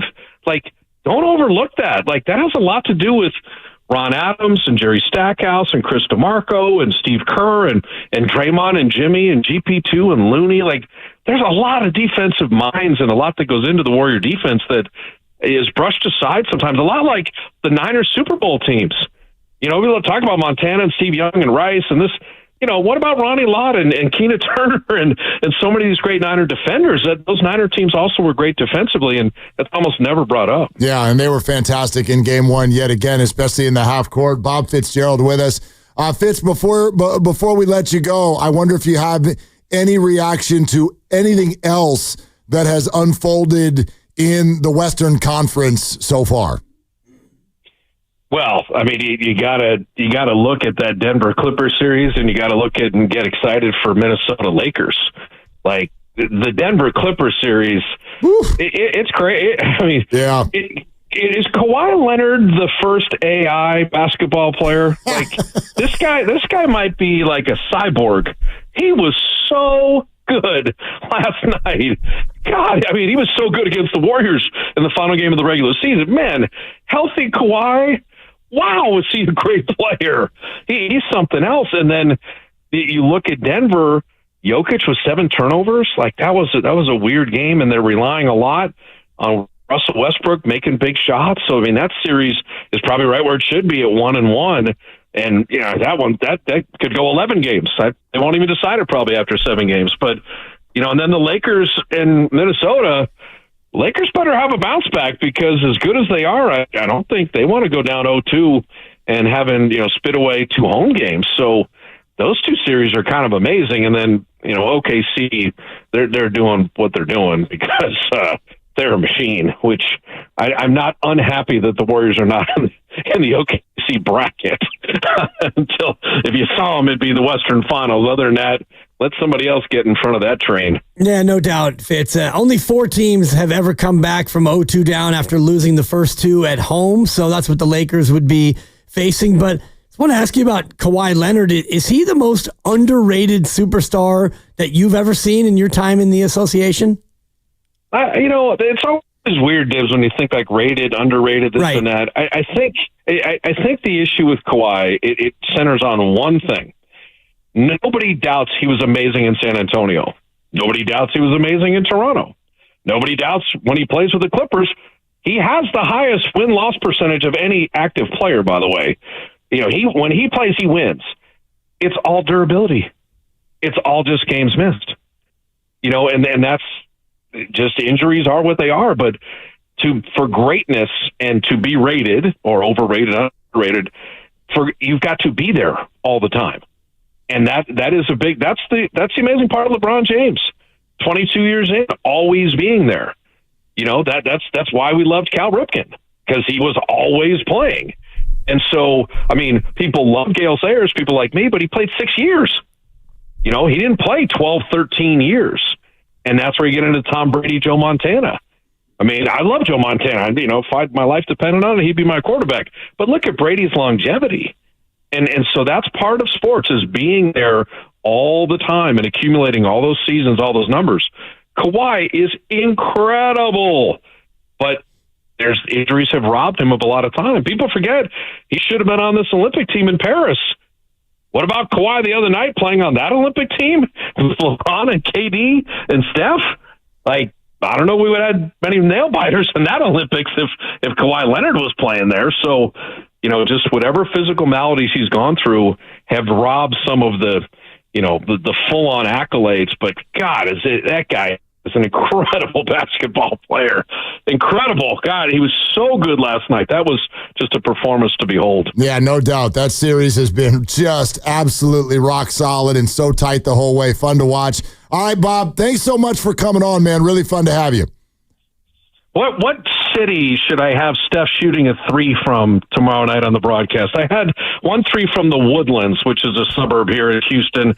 Any other Texas city? If you throw one out, I will mention it just for you guys. I went to College Station to watch an A&M game when my old neighbor. Right. That's about 100 miles away now, but we did fly into Houston, and you drive about 90 minutes away to College Station, home of A&M. So that's about all I have for you, Bob. Apparently, go ahead, Bob. Go ahead. No, I was saying. Go ahead. I got a College Station from Diz. What do you got, Mark? Apparently, there AI says there is a city in Texas called Bug Tussle. And Bug Tussle? Get out of here. Bug Tussle. And so that's the winner. That has my vote. That's the winner. Deep 3 from Bug Tussle. That is coming tomorrow night. I don't know when it will be coming, but when it does, you can have a little smile. That was a Mark Willard, Dan Dibley production. I have never been more excited for a basketball game in my life. I just hope he makes a 3. Yeah, exactly. well, here's the thing: is if it's super long, I might have it from Bug Tussle whether it goes in or out. Yeah. Population of 15, by the way, Bug Tussle. So you'll make 15 people very happy. All right, well, Bug Tussle just made the broadcast, and people are like, it's that same idiot talking on the radio that was calling the game. It's that Fitz guy. It's that guy. It's that guy. All right, I can't wait for it. Bob, thanks, man. All right, great hearing your voices. Made my day. Appreciate it. All right, you too. There he goes. Bob Fitzgerald from Houston, getting ready. Game 2 tomorrow night. # Bug Tussle. Yeah. Population 15. Come on. If you're from Bug Tussle, then are the phones not working in Bug Tussle? That's an old Lee Hacksaw Hamilton. That was for you. I want to talk to you, Bug Tussle. You guys going to do a show in Bug Tussle? If there's somebody from Bug Tussle that the Giants want, I'm there. Be careful, because our show meeting's on Thursday, and you're totally the guy that'll be like, all right, here's the deal. Tim Jordan, remote, there's a gas station in Bug Tussle. Let's go. And our guy is just crazy enough to do it. Oh, Tim would make it work. Yeah, he totally would make it work, which is what I'm terrified of. But thank you for going first on that answer and allowed me time to Google bug tussle. Yeah, and it's interesting because bug tussle is some distance away from Houston. That's the point. Yeah, 310 miles away. Yeah, it's a long 3. That's a very long 3. Yeah, you can't be just like toes on the line and shooting from bug tussle. Well, he asked for a suburb and you went to bug tussle, which is basically in Oklahoma. But that's all right. I'm not trying to spoil an otherwise good bit. Bug tussle. AI. Bug tussle has multiple stories behind it, including an ice cream social spoiled by bugs, a picnic area where residents watched bugs tussle, and a playful remark during a town name debate. Those are your top 3 answers on the board as to how we got to the name bug tussle. I like it. 2 words, bug tussle. And you know you're in a sleepy town if you're just sitting around watching a couple of bugs fight, and you're like, we should name this place. These bugs are tussling. Get a job, Jim. Totally. Like coaches in the SEC are like, where's that? I mean, my God, bug tussle. There's a driving range there. It's got 1 employee. Yep. I just made that part up. More than 70 bug tussle highway signs have been stolen over the years. And many people go there to be married just so they could say they got married in bug tussle. I mean, these are all things. The internet wins again. It's just so good. I can't wait for tomorrow night's game. I was already excited about tomorrow night's game. I don't know if you know this. It's a playoff game. Yep. But wow. Now it's going to be like Super Bowl during the commercials where the party, you're like, shh, shut up. I got to listen to the broadcast. I can't miss the bug tussle because it's coming. It's coming at you like a freight train. And I cannot wait to hear Kalena's response. What'd you say to me? What the hell? He hit that one from bug tussle. Fitz, are you okay? Oh, my gosh. I'm very, very tickled by this. This is going to be great. Yeah. Oh, man. I mean, he hit 5 threes in game 1, so you would figure that he probably will hit a 3. But then again, you go back to the last regular season game, he was 1 of 8 from 3. Whatever. I don't know if he hits. Bob said he could even use it on a miss. Okay. Boy, he missed that one, but he shot it from bug tussle. Yeah. No wonder he missed. Yeah. A lot of ways, a lot of options. When Fitz is good on his word, too, he's given Guru a couple of Union cities, and, I actually threw it out before, and he definitely took it and used it, so Fitz is good like that. We're sponsored by Safeway. Steve Kerr in a half hour. We'd love to hear from you. Warrior fans, what possible results here in the playoffs would make you feel good about the season? We will take your calls right now. 888-957-9570. Get in now. Steve Kerr in a half hour. We also should go through some of the key things that Anthony Slater said earlier today on the roast. Some good insight into things going on with the Warriors. And I know you mentioned this earlier. You kind of gave him the he who shall not be named kind of treatment. Yeah. And I get that, and we're not going to get into a Jonathan Kuminga debate. Oh, there it is. No, we're not doing that. But I do think, just put it this way, there is one quick comment that I would like to throw out there, and so that's coming up next as well. This is Willard and Dibs.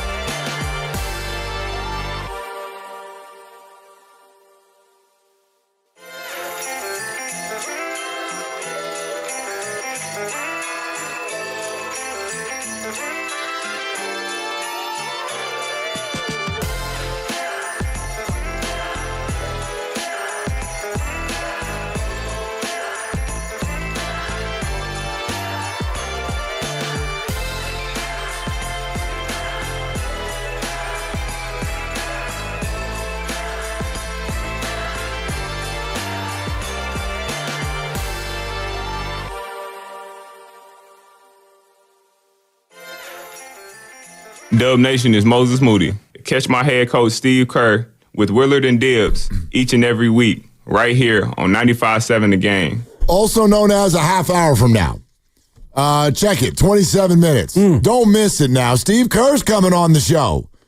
Steve Kerr, after the Game 1 win and on our way into Game 2 tomorrow night. So very, very, very excited and interested, as always, to talk to Steve from Houston and check in on the team. Now, I'm not looking to start a bug tussle. Okay. You're loving that right now. Well, it's kind of fun.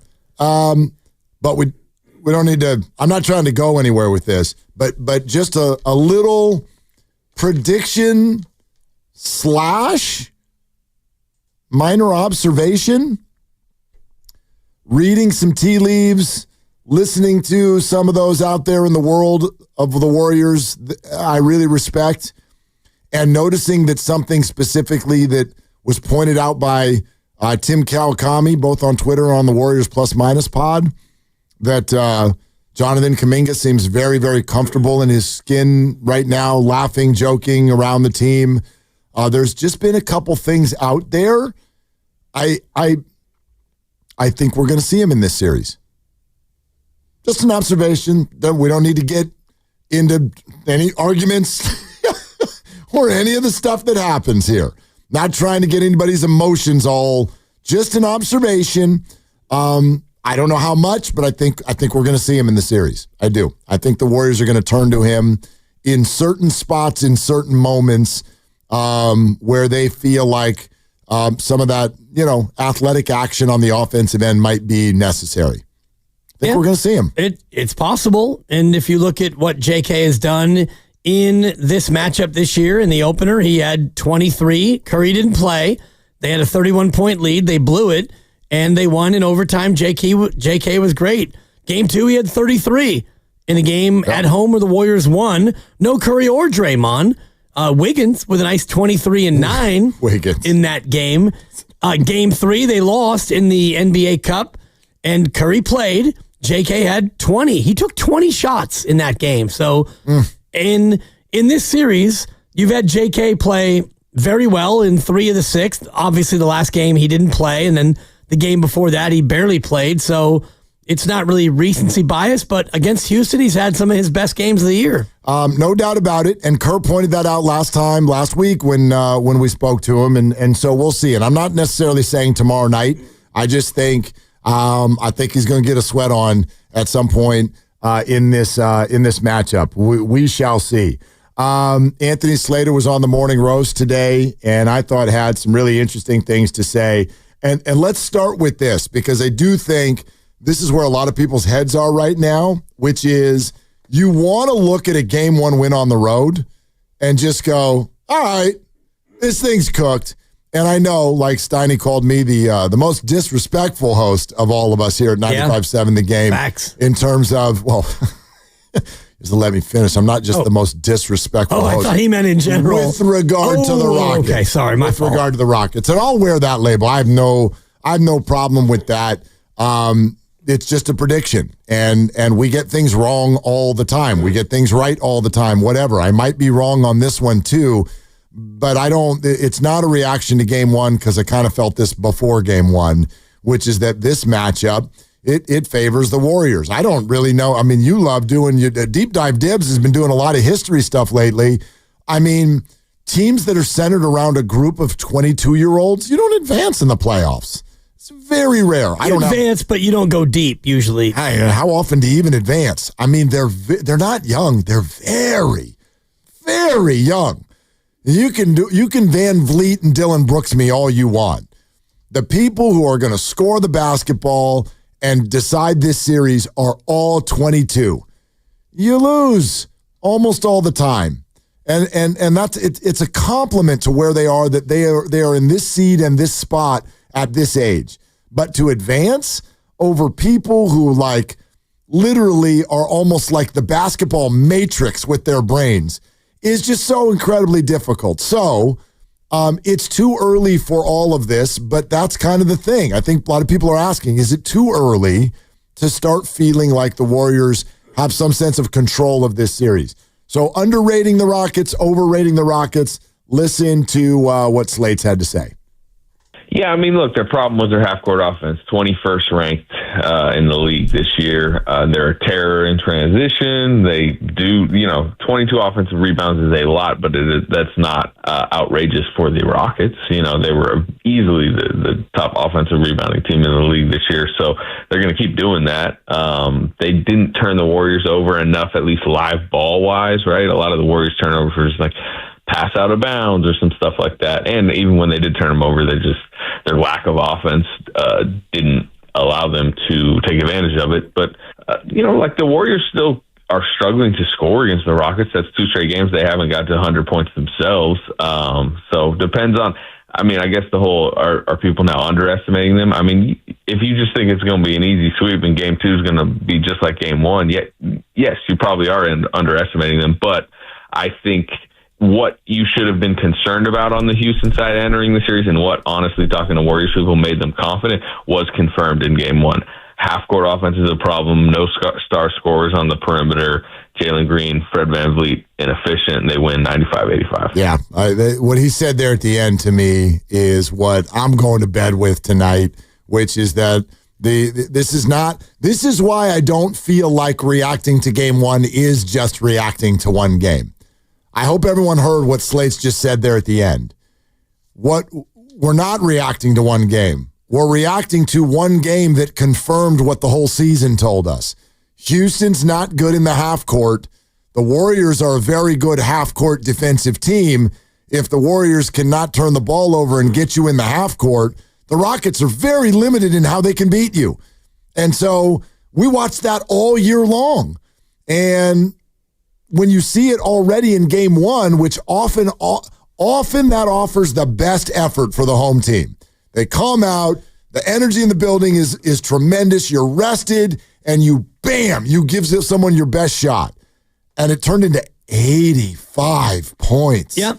Good God, how can you not be optimistic? Especially when you have 22 offensive rebounds and it turns into 22 offensive points. So you only got 22 out of 22 offensive rebounds, and a lot of that was Steven Adams, and we're going to throw it out to VanVleet, who isn't going to make it, and Green had a very bad shooting night as well. So you're at home, and younger players should be better at home. That's why I think game 2 might be a bounce back. We'll find out tomorrow if that's actually the case. And maybe Ime Udoka sees what we all saw, which is, God, we have no shooting. And maybe he goes to other players on his bench who can actually shoot better than the guys he's putting out there. Wouldn't that give you Avery Johnson vibes, though? I know they're not the 1 seed and all that, and they're young. But if I'm Udoka and I lose one basketball game, the 2 seed, 52 wins, and then I'm out here reaching for people who didn't even crack my rotation in game 1, feels a little bit like a panic. Well, not quite. Depends on how much you lean on it. And Avery Johnson changed his starting lineup. And if I'm Ime Udoka and I look at what I put out there and I look at what I got out of them, which is 39% from the floor and 21% from 3. And if this game is going to be more of a half-court game, well, then I need to have somebody who can be better in the half court. Aaron Holiday is a guy who had a good game against the Warriors earlier this season in a game that, the Rockets they didn't win it, but he had 25 in a game that the Warriors won 105-98. But you know why that happened? It's because they sat everybody. They sat everybody in the second half. VanVleet didn't play, and they shut down the starters, but he's at least a guy who was able to get something going. Jock Landale can shoot the ball. Reed Shepherd can shoot the ball. So if you want to get this into a half-court game, maybe you turn away from the big guy, Steven Adams, and maybe you turn to somebody who can actually knock down a 3. See, my bet is Udoka does something with the people who are already on the floor that at least attempts to look a lot more like what we saw in the home game against the Rockets a couple of weeks ago. I think what he does is he tells his guys, look, I just want you to hound them. I want you to go crazy. I want you to put every bit of your energy on the defensive end into causing turnovers. Wreak havoc. And if that means you get called for a couple fouls, then you get called for a couple fouls. But beat them up, push them around, grab them, do everything, create turnovers, See if you can frustrate them and get us the ball going in transition. Because that's what you just heard Slate say. They're a nightmare in transition. They're fast, they're young, they're long, and they're finishers. And everything that they do well is around the rim, as we've already established. They do not shoot the ball well from outside. So the second they're running down the floor and the Warriors are back on defense ready for them, and they pull it back out and set up their offense, that's already a win. That's a win for Golden State the second that the Rockets do that. So I would imagine at home and only game 2, even though it's a desperate game, I'd be really surprised if he turned to people who are deep on his bench, person 9, 10, 11, and 12, to see if he could go win what is, in effect, the biggest game of their year. It's a big game, and I'm not saying you go to all of them, but you may want to spot somebody who can actually knock down a shot. Maybe. And, you mentioned the game where they beat the Warriors here in Golden State, and Dillon Brooks was 10 of 13. And that was from the floor, and I know from 3 he was like 3 of 7. I have it here, and he wasn't spectacular, but he was pretty good. But overall, he was really good. He was 3 of 4 from 3. As a team, they were 10 for 30, which is not great. It's actually a little bit worse than what they normally are, but they were able to get, like you said, a lot of points in transition. Dillon Brooks, Jalen Green was 9 of 19. Amen Thompson was the Steph stopper. Yep. Curry only got 3 points. And so that game is a wild anomaly. Curry doesn't have a lot of those games in his 1,000-game registry in the association. So you could try and do that, and I think they probably will. But I do think that there's room for them to go and bring in Shepherd or somebody else who can actually shoot the ball. Be interesting. It'll be interesting. If I'm the Warriors, and we'll ask Steve about this coming up in 15 minutes. Steve Kerr on with us live here on Willard and Tibbs and 95.7 The Game. I'll ask him what adjustments he expects the Rockets to make, because the Warriors are no dummy. They've been through these playoff series, and they understand that when one punch gets thrown, the counter punch comes. I wonder what he thinks the counter punch is going to be. And in this particular case, it might actually be a punch. Nice. It might. Like, that's what they did when they beat the Warriors. They just made it an absolute... Well, they didn't punch anybody. No, but you know what I mean. Yeah. Figuratively. Okay. Not literally. Like, they made it like you would like to call it, a rock fight. And I know that the other night was a little bit of a rock fight, which is kind of the problem for the Rockets. I see the Warriors as a team that can win multiple styles of basketball games. They can run with you. Look at what they've done when they've played Memphis in big games recently. They did it twice. The play-in game and the start of the gauntlet in Memphis, both of them pretty high-scoring basketball games. They'll run with Memphis. They beat them at their own game. Then they'll come to Houston and win a game where the over-under can be 185 and the under wins. You know what I mean? Like that. That's the mark of, I think, a really dangerous team. And so they can do it multiple ways, and that's the equation that Udoka needs to solve. But I would expect the Rockets to have full energy, and for them, that means all the physicality they can bring. And so all eyes on you tomorrow night, actually, when you announce the officials' assignment, because I think this is a game for them. I really want to see what kind of tone they set, and I would predict, especially if the Rockets win, there's going to be all of those NBA conspiracy comments, of course, the next morning, because people think that the NBA wants a longer series with more games. And that comes out tomorrow at 6 a.m. You can go to NBA ref assignments. Just Google that, and it will populate, and you can see exactly what's going to come. I'll tell you this, the over-under is 203.5. 203 and a hook, yep. Which, and I credit Evan Giddings on the pregame with Mark Grandy on Sunday. Evan was like, because Grandy said, all right, time for the pick. And Evan's like, I like the under. Under. And I was like, damn. And I think that the under in that game was 210, or it was higher than 203.5 for sure. Yeah. I think it was 213.5. Even that high. Wow. Yeah. Not the lowest over-under of the playoff games won. I think the Celtics Magic over-under was 205. And the Celtics Magic tomorrow is 197 and a hook. There you go. Look at that. Sub 200? Yeah. Sub 200. Wow. The Magic can't score even more than the Rockets can't score. They can't score. Yeah. It's crazy. And by the way, what was the final score of that Boston-Orlando game 1? It was 103.86. There you go. 189 total. The under hits. Yeah. The under hits. A lot of unders. Yeah. Thunder Grizzlies, 211 total under. Oklahoma City will score that much by themselves. They had 131 and that game went under, which I always have said, and whatever, fade the dibbers, ha ha ha, but blowouts tend to go under, like super blowouts.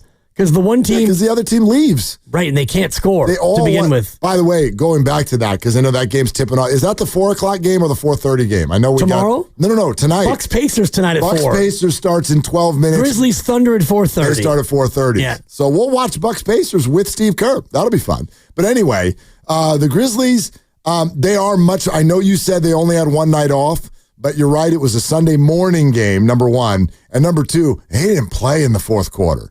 Like, they did not play a lot of minutes in that basketball game. So you're going to get a better Grizzly effort tonight. I don't think it'll be enough. at all. But yeah, the over-under stuff is interesting because I do think the Warriors can win multiple styles. But if you get a really physical game and you get refs who want to keep it under control, the quickest way to hit an over is for both teams to start parading to the free throw line. And I think that there will be more free throws in game 2 than there was in game 1. Because it was still kind of a below average free throw night, was it not? I believe so. For the whole game. Yeah, the Warriors shot 14 and the Rockets shot 20, so 34 total is a little bit below the average. Didn't you say the average is high 30s? Yeah. Okay. I'll take the over on that tomorrow night. Yeah. I'll take the over 38.5 on free throws attempted in the game. And it doesn't necessarily mean that the Rockets will win as a result. No, and I go back to the first game of the year where the Warriors shot 50 free throws. The Rockets shot 24, and the Warriors won in overtime. The Rockets are a bad free throw shooting team. They're just a bad shooting team. So let's I don't care where the hell they're shooting look at the thumbnail sketch of the Rockets. They're not good at shooting the 3. They're okay at shooting the 2, and they're not good at shooting free throws. They're really good at defending, and they're good in transition. And they're great at rebounding. Right. So great at rebounding. And they're used to rebounding because they don't make a lot of shots. And I guess you get a lot of offensive rebounds when you miss a lot of shots. It's actually a funny... Wouldn't that make sense? Yes, it would. Yes. And when you miss them terribly, air balls, ones that barely take iron. Balls are flying out. Yeah. What'd you have, Grandy? The Rockets have scored 93 points or fewer 4 times this year, if you include the playoffs. 3 of them versus the Warriors. Ooh. Yep. Yeah. They've That's scored... interesting. They're 1 and 2 in those games. Yes, they won one of them, 91 to 90. And the only one they won was a game they won. And they've played the Warriors. A game they won. Yes, they played the Warriors 6 times this year. The Warriors have held them under 104 of those 6 times, including game 1. I thought you said that they only did it 3 times. Well, that's 93 or fewer. Or 93 or fewer. They've done that 4 times this year. The Warriors have been the opponent 3 of those 4 times. The other was the Boston Celtics. So what does that tell you? But they've scored under 100 versus the Warriors in 4 of the 6 matchups versus the Warriors. What does that tell you? The Warriors have the answer to their offense. The Warriors, okay. You say, what does that tell you? It tells me that the Warriors are a really good defense, and Houston struggles against really good defenses. So if the Warriors are even decent on their offensive game, they're going to win. And if you look at these games that Grandy's referencing, the 91 to 90 game, the Warriors shot 44% from the field, and they had 22 turnovers. You lose, Warriors. Yeah. But you only lost by 1. By 1. And again, it was the play it drove Steve Kerr nuts. The foul Let's bring it up. On the scramble, 80 feet from the basket. The Warriors were up by 1 with 2 seconds left to go, and they gave a couple of free throws to Houston for diving on the floor on the other side of the court. Whether it was a foul or not the point. They usually do not make that call. Call. Especially when he's clearly asking for timeout. Exactly. It's just so much easier to give him the timeout.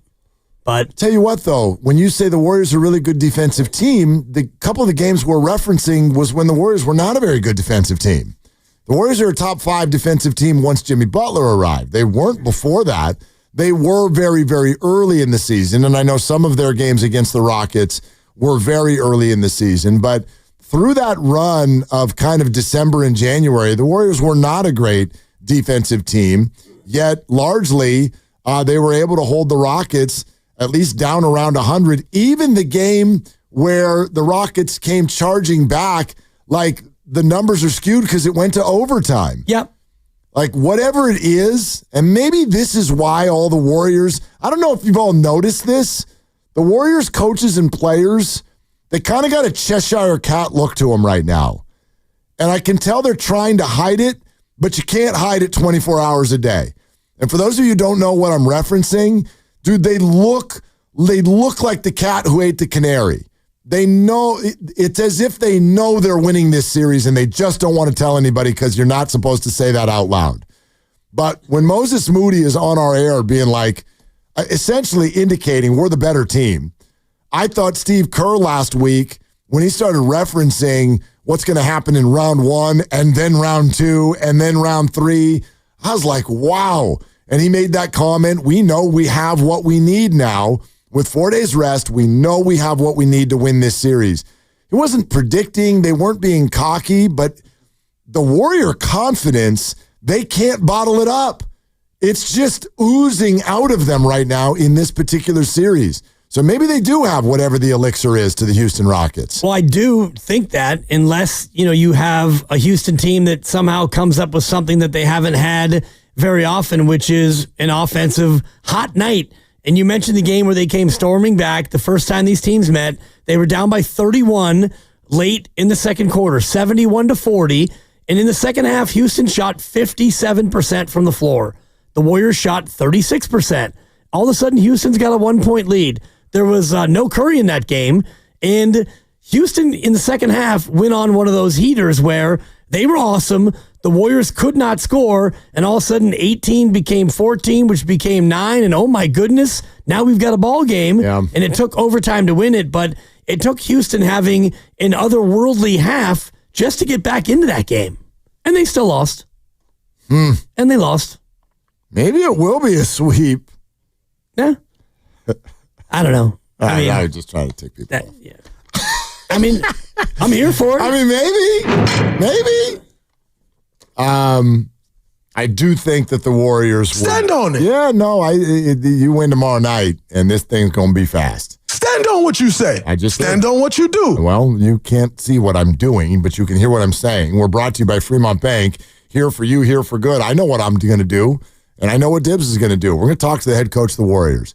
Steve Kerr, live from Houston, joins us next on Willard and Dibs.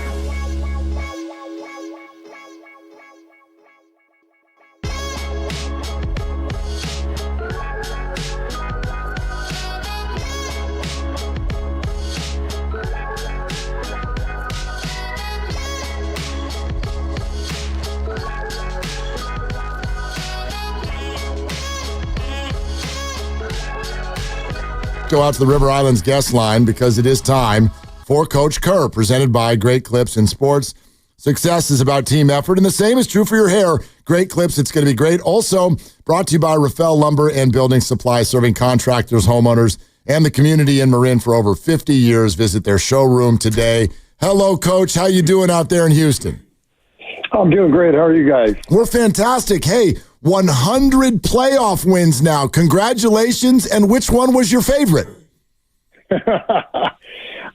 Game 6 in Cleveland in 2015. Yeah. That's first championship, kind of unexpected. I mean, to win a title that year and kind of it felt like we skipped a couple steps, like we were supposed to maybe go through a little more pain. So, but to feel that feeling as a coach to win your first championship, pretty special. How important is that process? And I'm not trying to get you to dismiss the Rockets and what they're trying to do, but it feels like they're a team in need of those steps. And this Warrior team kind of made those steps before you got here. How important is it to go through that experience before you actually get to where you can win the Larry? Well, when I think about my NBA upbringing, I think about teams like the Bulls, losing to the Pistons for a few years before they finally broke through. Or, actually the Pistons had to break through Boston, to get there for the first time. And there seems to be a process, a sequence that, teams have to go through as they climb to the top. But I just think playoff experience is a big deal. I mean, it really is a different game. The officiating's different. It's more physical, more pressure. You can feel the importance of every possession, and it's hugely helpful to have guys on your team who have been through it and who understand it. Coach, you made a comment to the assembled media in Houston earlier today that you thought maybe it was a little bit of a mistake to leave Jimmy Butler into the game as long as you did into the third quarter. Can you expand on as to why you thought that was a mistake and how you'd like to kind of approach it differently going forward? Well, it disrupted our rotations. I mean, we bring them out in the middle of every quarter for a couple of minutes, especially the first three quarters, and it allows us to get to the 5-man groupings that we like. But what we did in the middle of that third quarter, we were rolling, and we just decided we didn't want to disrupt the momentum, and so we kept him out there. And they started making a run while he was out there. So it just, I should have taken him out earlier. Guy was great in his minutes in the second quarter. It would have been the perfect time to get Jimmy out for a few minutes, and then that allows him to, finish the quarter and then start the fourth. But because he played the whole third, I didn't start him in the fourth, and I thought our lineup combos were a little disrupted as a result. Is it harder to take a guy out of the game when he's rolling or keep a guy on the bench when you know he needs rest, even though you may need him on the floor in that moment? I mean, it's all difficult. During the playoffs, you're constantly making decisions that may or may not work, so you're really just going with your gut. I do like to have a set rotation. I think players feel comfortable knowing when they're going to go in, and I think it helps them play better. The stars, I don't think, it matters as much too, although, Steph really appreciates when he's got a consistent rotation pattern. So, I think in the playoffs, you have to sort of throw everything out the window and do whatever it takes. That's why we started Steph in the fourth. We felt like it was too dicey to keep him on the bench to start the fourth after, everything we were looking at and the run that they were making. Coach Steve Kerr with us from Houston right here, Willard and Dibs, 95.7 The Game. I'm interested to know, this is always such a cat and mouse game when you get into a series. What adjustment do you think Udoka is going to make for Game 2? Well, I don't know. We'll see. We talked about it as a staff the last couple of days. They obviously had a lot of success with, the big lineups, the physicality. He may change some lineup combinations around. He may not. I would say most coaches wait until after 2 games to make a major adjustment, whether it's a rotational addition or a scheme change. I think I don't expect massive changes from Ime. They know who they are as a team. They've had a great year. They have a real identity, and so we kind of know. They're going to be physical. They're going to defend, and they're going to rebound. And I don't think too much will change from that philosophy. And how about from your side, where you come off a game that you won, and Mark and I were talking yesterday, and I thought it was a B effort, maybe B minus, B plus, whatever. It wasn't your best game, but it was good enough to get the win. When you come off a win, are you more likely to kind of stick with what actually worked, or look to make some tweaks and tinker to see if you can't get that A performance out there? Yeah, well, it was an A performance through the middle of the third, and then we watched the tape with the team today, with the staff yesterday. There were some obvious things that we have to improve upon, particularly our offensive execution. And so, in a situation like this, you feel good about the win, but you prepare for the force that's coming, and you tweak some things to try to improve your game. Steve, you know what I want to ask you? I mean, we all know, obviously, how special Steph is, but there's something that goes beyond basketball that I really notice, especially in a series like this. Whatever we do in life, when there are people or forces that are grabbing at us constantly, trying to stop us from where we're going, that really, really annoys people, and it's a struggle. I want to know what tools Steph uses to be grabbed and shoved and stopped and all of the illegal things that happen, and not just succeed at basketball, but keep his cool. How does he do it? Incredible mental toughness and fortitude.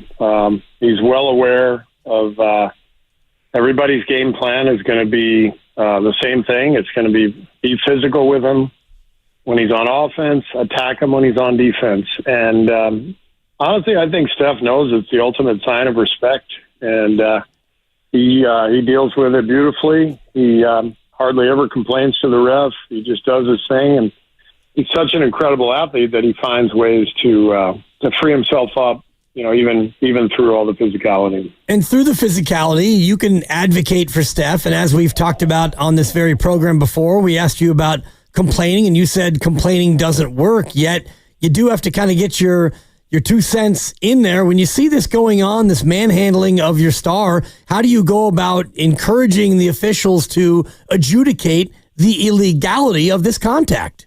Well, you just mention it to them during games. I mean, both coaches, I'm sure, are talking to the officials, and I just try to point out freedom of movement is, a big part of the rules, and if they're draped around them and they have two arms wrapped around them, that's supposed to be a foul. So there's not much else you can do. I mean, if you want, you can send clips into the league, and during the playoffs, those clips will be shared with, the other team so they know what you're sending in, and it's all part of the song and dance of the playoffs. I don't think sending clips in helps, to be honest with you, but we might do it once in a while. Steve, it was the first playoff game for Brandon Podziemski and for Quentin Post. What did you think in terms of how they handled it? I thought they handled it well. Brandon made some huge plays for us, really played well. I think it was great for Quentin to get really his first taste of the NBA playoffs. Brandon, has played 2 years now, so he's got a lot more experience than Quentin. Played in the play-in last year. But for both guys, it felt like the last couple of weeks have already been the playoffs, and the Memphis game is absolutely a playoff game, whether they want to call it that or not. So, I don't know. I just think that young players need that experience. They need to feel that vibe, and these last few games have been really good for both guys. Especially Moses, and not that he was shaky offensively, but he didn't really seem to have his offensive game, and then fourth quarter, he hits that big jumper in the mid-range and then the corner three. What is it about Moses that allows him to go from a really quiet offensive night to being able to come through big in the fourth? Well, two massive shots. I mean, those were enormous. And we've always loved Moses' professionalism, his work ethic, his poise. I mean, he's really a fantastic young guy, and the process of these last 4 years has really been great. He's just improved and gotten better and taken on more responsibility, and now he's one of our most important players. Coach, I want to go back to Steph for a second. He has referred to himself as the petty king. So we know he hears everything and at times uses it for motivation. And there were plenty in the media, especially after what happened a little over 2 weeks ago at Chase Center, that were referring to Amen Thompson as sort of the next Steph stopper. We've seen other names throughout the history of the league sort of get that title for maybe a day or two, and then all of a sudden it goes away when he has a big performance. Does he know about those things? Does he take it to heart? And sort of like, where does he go from there when he hears it? Yeah, I mean, he said it himself, right? Did he call himself the petty king? I think so. Yeah. Or did you make that up? No, I didn't make it up. That was like it was him. When you guys won over Boston. That was a big thing. Like both he and Clay were talking about hearing everything that everybody says. He says nothing gets by him, and yeah, that one I won't take credit for that one, Coach. Well, he sees everything, he hears everything.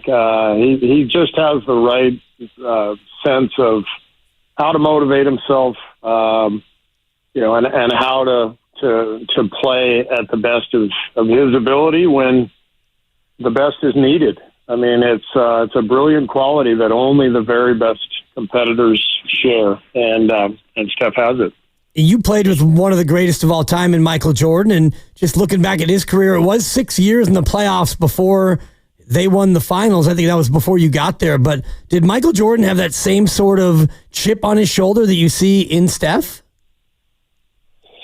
Yeah, I mean, they're very different people, but the competitive gene is what stands out for both of them. Michael was, I think, a petty king himself, like just using everything. I remember Jeff Van Gundy, when he was coaching the Knicks, said something about, Michael befriends every player in the league and then he destroys them at night.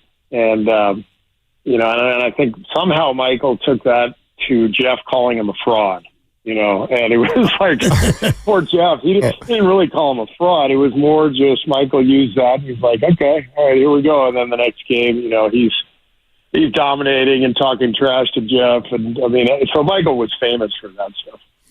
Coach, when you win game one on the road, you know where the fan mind goes. It's like, all right, cool, we got this series. And obviously you guys can't think that way, but how would you describe the mental approach to a game like tomorrow night when the Rockets are going to be, totally desperate and you guys need to find a way to sort of combat that? Yeah, well, we've got to prepare our guys to be ready for the force that they're bringing and the physicality. We've got to be ready to play through the bad stretches because there's always going to be some, no matter how well you play, there's going to be adversity. The other team's going to make runs. So you just have to take it 1 minute at a time, one possession at a time, and string together good basketball, good two-way basketball. But you have to do that with a sense of vigilance for what's coming, and that's kind of what playoff basketball is about, especially in these situations when you're up 1-0 on the road. You got to be ready for what's coming. You mentioned halfway through the third, you had an A grade, and then it kind of went down from there. Part of it for me was the offensive rebounds that Houston was able to accumulate. How do you, as a staff, coach them up and maybe scheme it different so you don't give up 22 offensive rebounds in game two?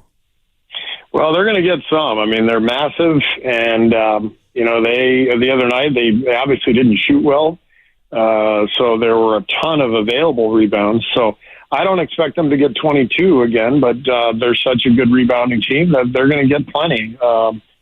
I thought that what stood out on the tape was not so much negligence. It wasn't like we weren't hitting bodies and we weren't trying to rebound.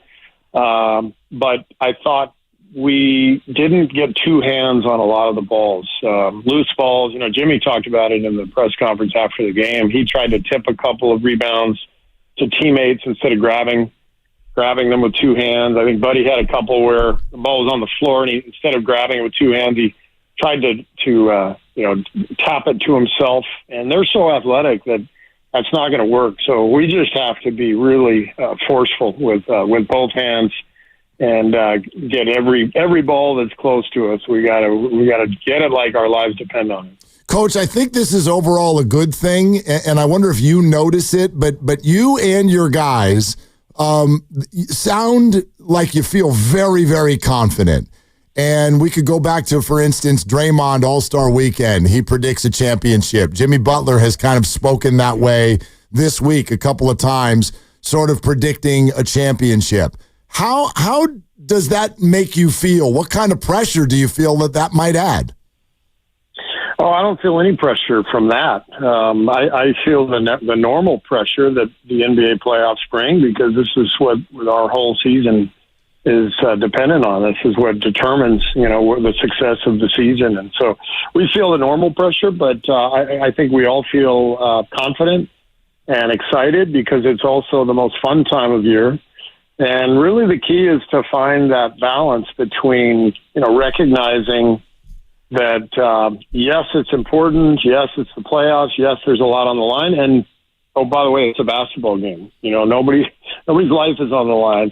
Nobody's health is on the line. This is, this should be fun. And so you have to find that balance between the importance, but also the joy that comes with competing. And if you can, that's what Phil Jackson was, honestly, he was the best I've ever been around in that regard. Just finding perspective and finding a really good place in which to thrive during the playoffs. That's what we're searching for. Yeah, no pressure, but the more Warrior games we have on our station, the better we do as a station, and the more I'm able to feed my family. So there is that, Steve.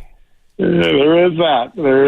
Yeah. But no, it's, we're all lucky. We do what we love, and I think our guys really enjoy this. But the biggest thing is our young guys. All they have to do is follow the lead of Steph, Draymond, and Jimmy and Loon. Our vets who have been here a million times. They're going to lead us. Our young guys just have to play as hard as they can and let it rip. And I think we're going to have a lot of success. What's the one key thing that you have to do or you have to avoid not doing in order to allow Houston to be able to get the upper hand in a game 2 or in any game in this series? Well, we can't turn it over.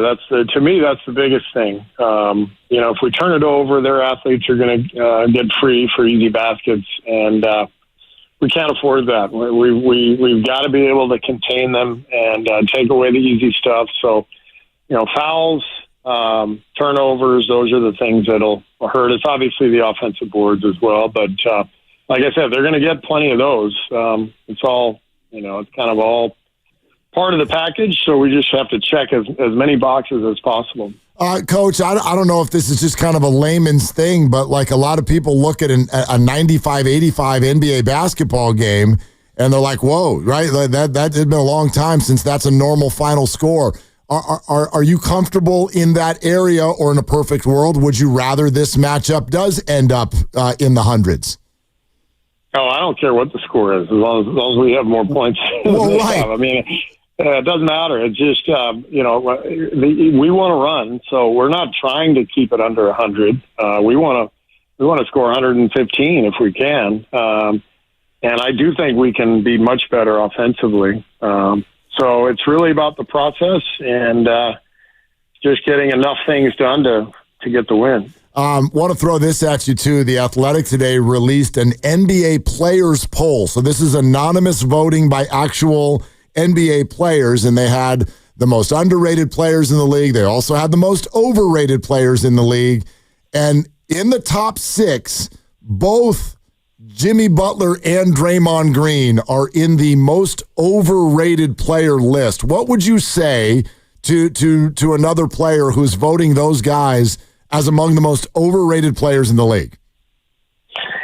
Well, first of all, I don't really care.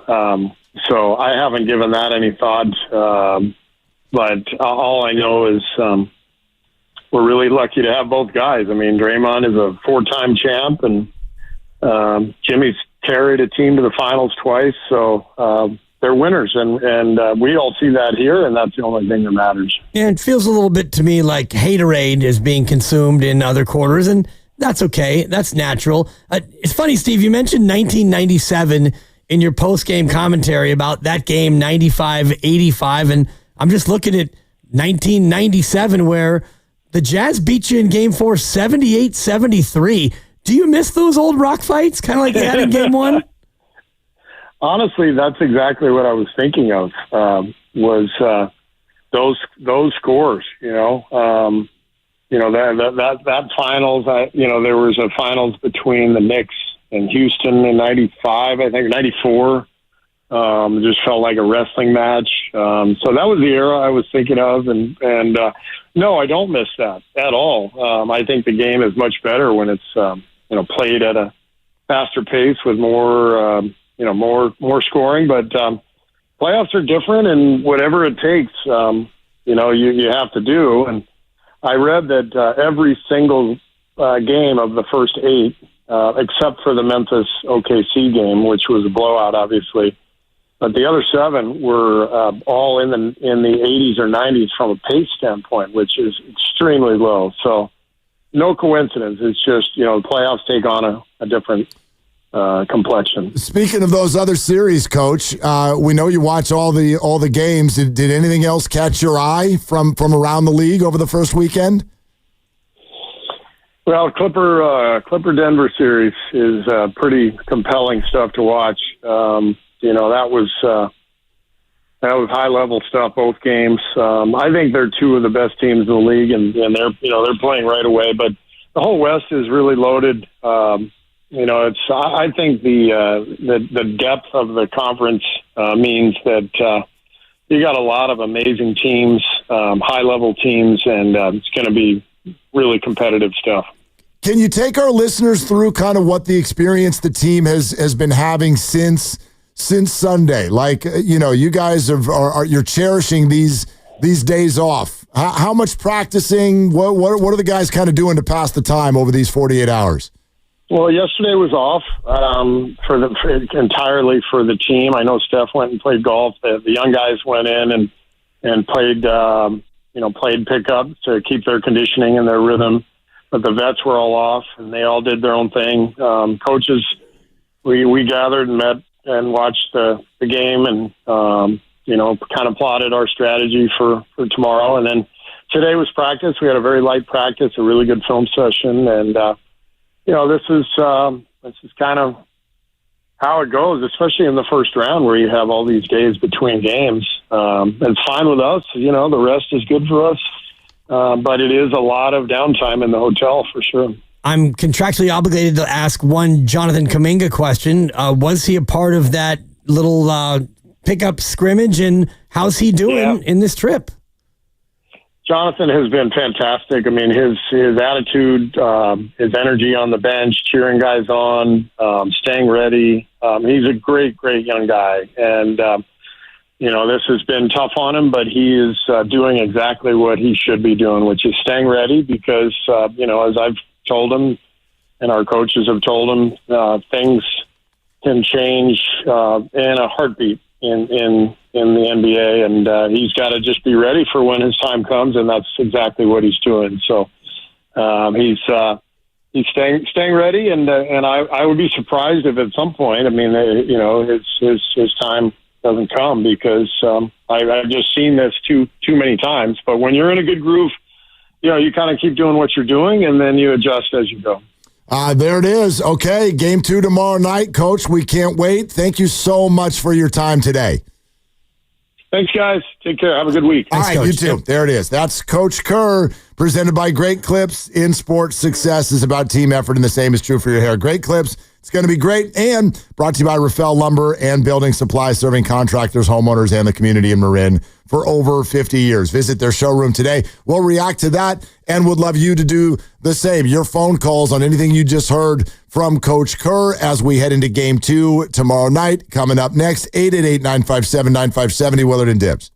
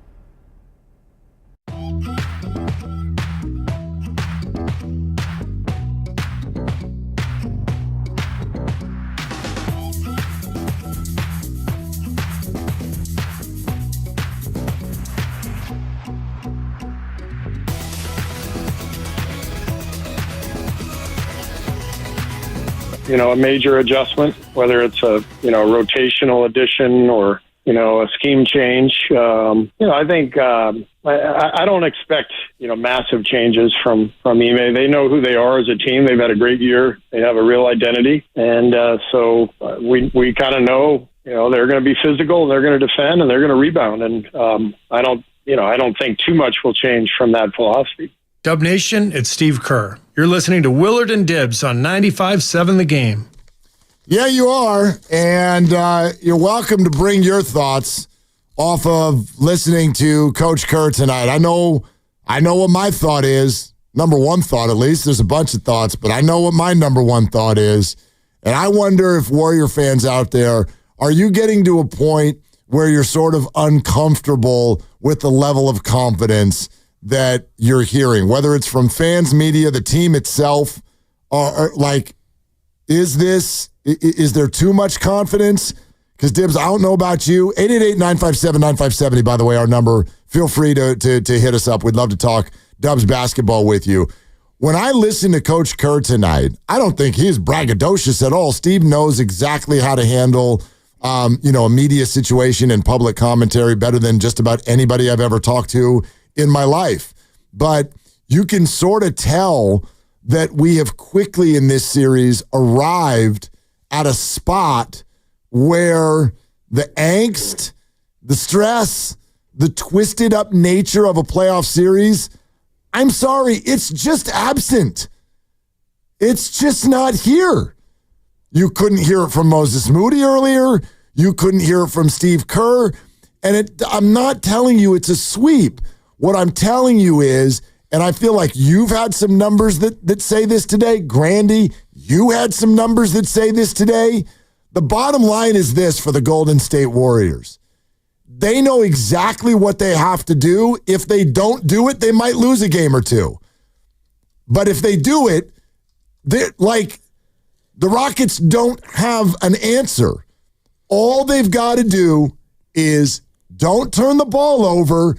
Don't let the Rockets turn this into fast break points. If you don't do that, they're not beating you 4 times. And it sounds to me like the Warriors are very privately aware of that with every single conversation we all have. Right. They feel like they're the better team, and then they went out and they won game 1 in a game where they were up by 20 plus, and Steve even said that. I said, I had it as like a B or B minus, and he said, well, it was an A. It was. Up halfway through the third quarter, it was an A, and then we got a little sloppy with the ball, and we made some mistakes, and we allowed them to get back into it, and so that is kind of the way that happened. And he mentioned the turnovers, and in the 6 games this year where they had 20 or more turnovers, they were 0-6. And I know 20 is a lot. 2 of those games were against the Houston Rockets, where they had 20 or more turnovers, and they lost the basketball game. So that's kind of why I was leading Steve to that answer when I said, what's the one thing? And he's right, it's turnovers. And Jimmy's gotten them from being like 16 a game down to 14 a game, which is significant. And the offensive rebounds don't matter as much if you don't turn the ball over. And also what he said is, and you and I were talking about this before, like a team that misses a lot of shots, there's going to be a lot of available rebounds. Totally, and they're taller, so they're going to get some. Right. They're going to get some, but it's like, okay. You got to find a way to turn that into points. Listen, y'all missed this on Steiny and Goo today, and Evan was in for Goo. Moses Moody was on. Listen to this comment. I think we can score better than them in the half court. Definitely. They bring a lot of pressure, so as long as we can control the ball, limit turnovers, when it comes down to it, I think we're a better team. So the more that we can use that and not let them just play fast and get out of it, then I think it'll be better for us. I'm like, when it comes down to it, we're a better team. Right. Said the 7 seed role player after 1 game. Now, I'm not trying to turn that into bulletin board because, by the way, hashtag he's right. Mm-hmm. He's right, but this is I wonder if everyone catches this. This is a very rare occurrence in the NBA that you're going to get a playoff series that feels this way. I'm not going to call it in the bag or over or anything, but the feeling of this, particularly with a 7-2, which this just isn't, but even though that it is, right. But you're not going to get this kind of feeling, this kind of commentary after one basketball game. But you have it because the Warriors, I just think they have a very simple assignment here. Doesn't mean that they'll complete their assignment every time they play, but they have a very simple assignment. And if they do it, they're going to score more points than the Rockets every time. That's how I feel. So, well, and the simple assignment is don't turn it over a ton. Yeah. And especially live ball turnovers where they can get out and they can run and get easy hoops. If you make it a half-court game and it comes into being a shooting contest, well, the Warriors will shoot better. And what Steve said about offensive rebounds is true. The Rockets missed 53 shots in that game. They missed 53 of their 87. And of the 53 available rebounds, the Warriors got 30, and they got 22.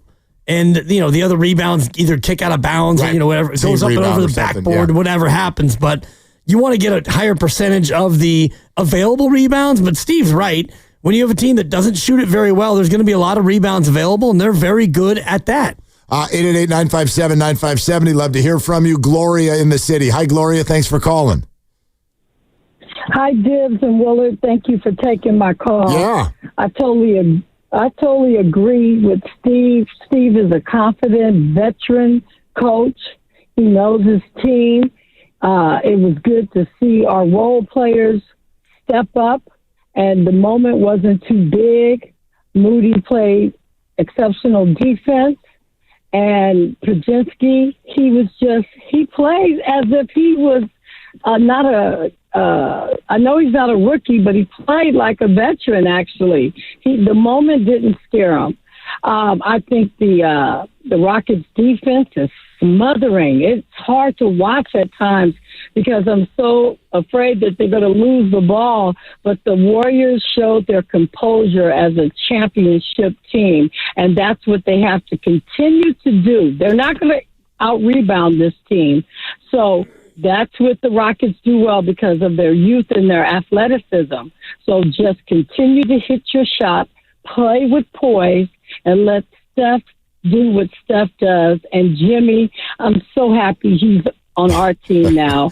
I'm confident that we're going to win this series and get some rest for who we face next. Thank you, gentlemen. Gloria, thank you. Thank you for calling, and I love the two words that she used, and they have some overlap, and for many in this case kind of mean the same thing. She used the word composure, and she used the word poise. That's what Steve was saying on the sideline. That's it. Poise. Poise, yeah, exactly. That's all. That's it. And that's kind of like you heard another thing Steve said in our conversation where he goes, I just think playoff experience is such a big deal. There are times in sports where the word experience gets overused or kind of like you hang your hat on it too much. If it's a one-game situation or if it's baseball, which is kind of random with bloopers and Texas leaguers and things like that. But it's so excessive in this series. It's so excessive. The Warriors' experience, championship pedigree, and know-how versus guys who are all playing in their first playoff game. I just thought it was wildly evident in that second quarter, and that's the kind of thing that's almost like speed. It just doesn't take a day off. Like you said it earlier, the Rockets just, they haven't been out of the state yet. They haven't been on a trip yet. Right. Like they haven't gone to college yet. They got to go see the world before you know exactly. I mean, Steve said they know who they are. I'd almost kind of argue, not really. Not really. They are the prefrontal cortex of an 18-year-old. Not fully formed. No, but I do think that, whatever happens this year for them will be a great experience. Yes. And you and I were having the discussion earlier about young teams who go on a run. And I was thinking about the Oklahoma City Thunder in 2011 where they went to the Western Conference Finals with KD, James Harden, and Russell Westbrook, all who were under the age of 23. And as I did not a deep dive, but a shallow little wade into the water. Let us know if Deep Dive Dibs is here again. He's not. Okay. All I'm going to point out is that very team that went to the Western Finals the year before was a playoff team. They lost in the first round. Yep. You had a rookie, and then I think Westbrook and KD were in their second year, and Harden was a rookie, or those three all had a collective 2 years of experience They went, they played 7, they lost, and then it was the next year where they went to the conference finals, and a couple years later they went to the actual NBA finals. And do I have this right? Like, did Harden won it one year, right? All 3 of them have MVP awards. I believe that's right. All 3 of them have MVP awards. These guys are all going to the Hall of Fame. And I'm not going to compare Jabari Smith, Şengün, and Jalen Green. Yeah. Because those 3 are not these 3. Exactly right. And, look, I know everybody's got to go play a year either of college or overseas or whatever you want to do. But I also look at, Westbrook, Harden, and KD. And I know they didn't play a ton of it. I think KD just 1 year at Texas. But these were also they were all college basketball players. They were all players that played at big-time universities, that went on tournament runs and all of that. So, like, their 22 might not be this 22. There's also a different skill set. You're looking at 3 players, and particularly Kevin Durant and James Harden, who are literally all-time ball handler, scorer type players. Rockets don't have that guy. Right. They just don't. They don't have that guy. I don't even think a few more years of experience will do that. These Rockets, if you project them for another 2 to 3 years, really dangerous, but they still need another guy. They need an addition. They need you said yesterday, Cade Cunningham. Durant or Kevin Durant. Anthony Edwards. Yeah. Even John Morant. Somebody who can just flat out get you a bucket. Totally. And I know he's not the great personality fit. Just before we go to the phones, there's one common thread between that Oklahoma City Thunder team, the Baby Thunder, and the Baby Rockets. You know what the common thread is? What's that? Jeff Green. Oh, yeah, that's right. He was on that team. Jeff Green. Was he allowed off the bench for that team? Oh, he played a bunch. Yeah, he did. He was second on the team in minutes. Was he? He was second? In 2011, he played, I think, 37 minutes a game. Damn. And that same Jeff Green is now on the Baby Rockets. Right. But not a baby. No. Which is why he's not allowed to play. Well, Let's go to Morgan in Morgan Hill. Hi, Morgan. Thank you for calling. Hey, guys. Thanks for taking my call. First off, I just wanted to say that you guys are wonderful interviewers. I love the way you guys tag team with those questions. And not only that, sophisticated. Dibs, did I hear you say, how do you adjudicate the illegality of I was just trying to flex on Steve with my state school education. By the way, you guys know what that is, right, Morgan? I think so. I think I do. It's an adjudication sensation. That's what it is. Okay, you got me there. But hey, that was interesting. I have 2 meaningless comments. We've got way more than that, but go ahead.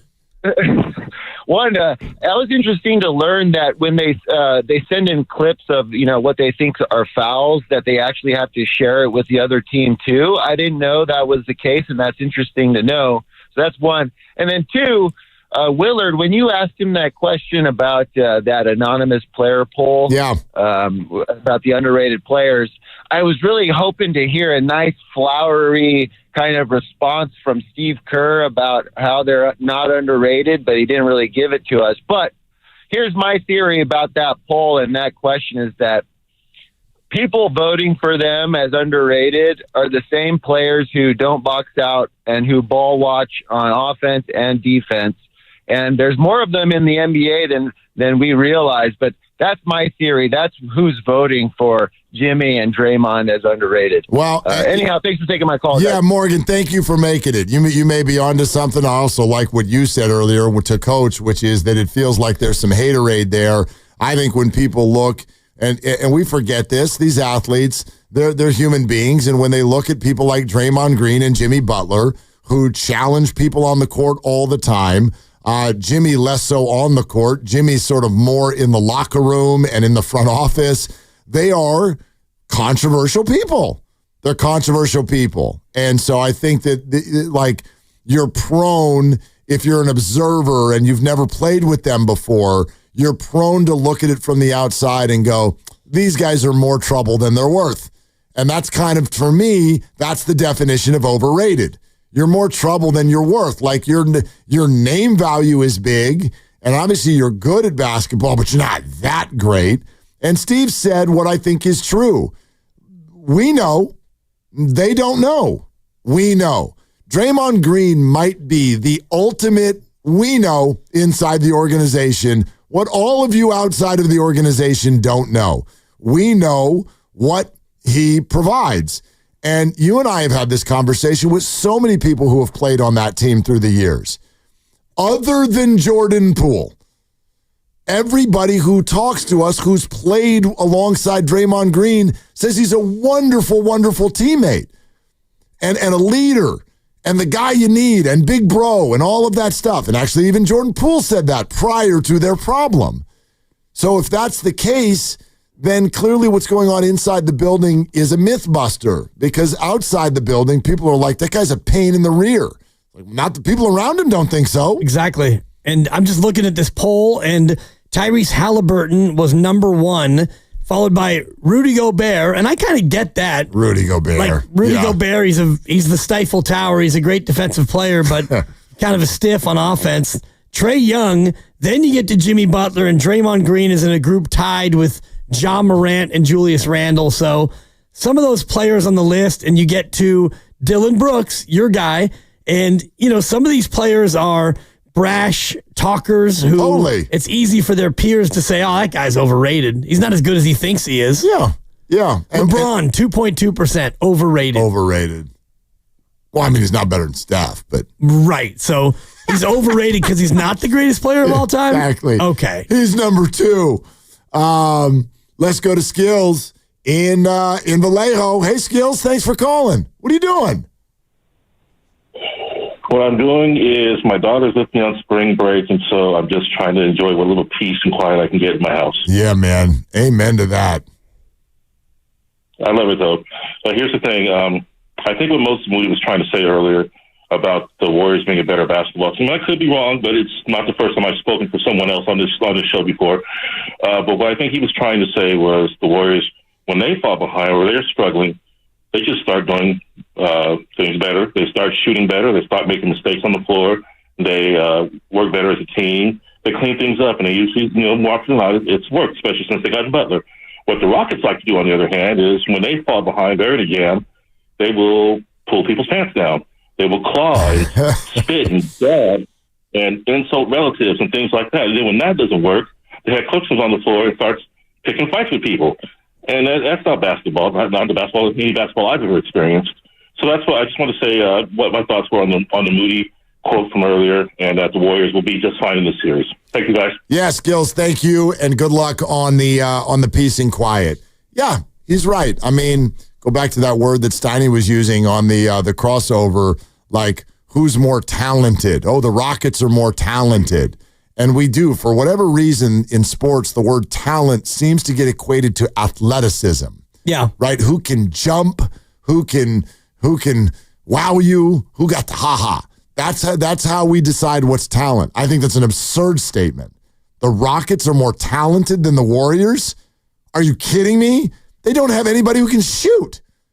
How the hell could they be more talented? They may be more athletic. Steph Curry's not the most talented person you've ever seen in your life. He can walk into the upper deck of a basketball arena and make a shot. Like, that's a crazy statement. It's simply saying you're more athletic. And so that's not enough. And I like Skill's point, which is when a team needs to kind of dig deep and get something, the Warriors have a lot more different things they can do than the Rockets do. And I wonder, like, about the idea of talent and what it really means, because Kevon Looney has certain talents in the league that fit with what the Warriors try to do. So if Kevon Looney was on any of the other 29 teams, maybe he wouldn't be as talented. Maybe he wouldn't even be able to play in the association. And I hope that he'll find a home outside of Golden State if they let him go in the offseason. But his talent is such that it fits perfectly with what they're trying to do. Yeah. So is GP2 suddenly more talented here than he was elsewhere, or do the Warriors just know how to use it? Yeah, he's a great fit. He's a great fit. Eric in Vallejo. Hey, Eric, real quick, what's going on? I want to give my 2 cents about Draymond being overrated. I tell everyone all the time that Steph is obviously our best player, but Draymond has been the MVP of our team the last 10 years, right? I mean, if you look at him when he's off, when the Warriors, when he's off the floor, the offense is clunky. We give up a bunch of points. So he's a quarterback for offense and defense. The other thing you said about Warriors fans, no, he's not overrated. I kind of disagree with that. There's a lot of Warrior fans that don't like him and think he's overrated and that wanted to actually trade him the last couple of years. So I don't know why it is, but I think people just look at the numbers. They look at big numbers, but he has a huge impact, just like Iguodala. What are your thoughts on that? Yeah, Eric, thanks for calling. I'm with you. I think any Warrior fan, look, you can be annoyed by Draymond Green, but you cannot dismiss Draymond Green. If you're a Warrior fan and you think that Draymond has not been an absolutely vital part of everything that's happened, quite frankly, you're crazy. You are crazy. And I question your fandom. You've let your emotion overwhelm your fandom. And all you need to do, don't listen to me. Who the hell am I? Just a voice in the room. You want to know why you're wrong if you diminish the importance of Draymond Green? Because Steph Curry disagrees with you. And Steve Kerr disagrees with you. Kevon Looney disagrees with you. Well, the Banners disagree with you. Exactly. And Joe Lacob and 3 parades in Oakland and 1 down Market Street disagree with you. So you can put him on your overrated list all you want. The man's got 4 titles. And they don't have any of them without him, I firmly believe. We're brought to you by Fremont Bank, here for you, here for good. We'll keep going with your phone calls next, 888-957-9570. If you missed any portion of Steve Kerr, it's still around the corner in the 5 o'clock hour as well. Stay with us here on Willard and Dibs. And it's Willard for Underdog Fantasy, which just became one of the best places to make picks during these basketball playoffs, which are already underway tonight. By the way, did you know you can go in mid-game and make picks too, just like mid-game wagering? Check this out.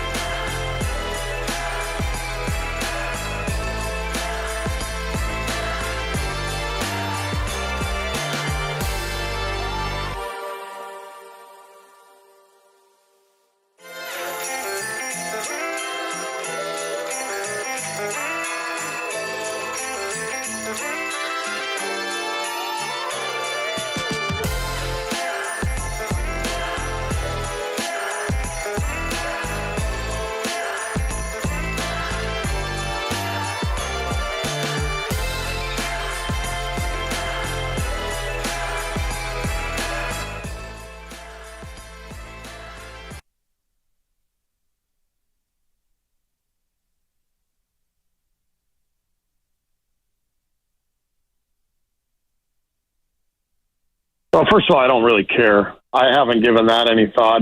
Now, back to Willard and Dibs on 95.7 The Game. Well, that's what we're here to do. We're here to ask questions about things that maybe you haven't thought about yet. Yeah, I don't care. Exactly. I could not care less. First of all, I don't really care. You got served. Not really. A little bit. I mean, not really. No, not really. Yeah. He answered the question. And he's like, I don't care. Right. He answered the question. He did. I haven't given that any thought.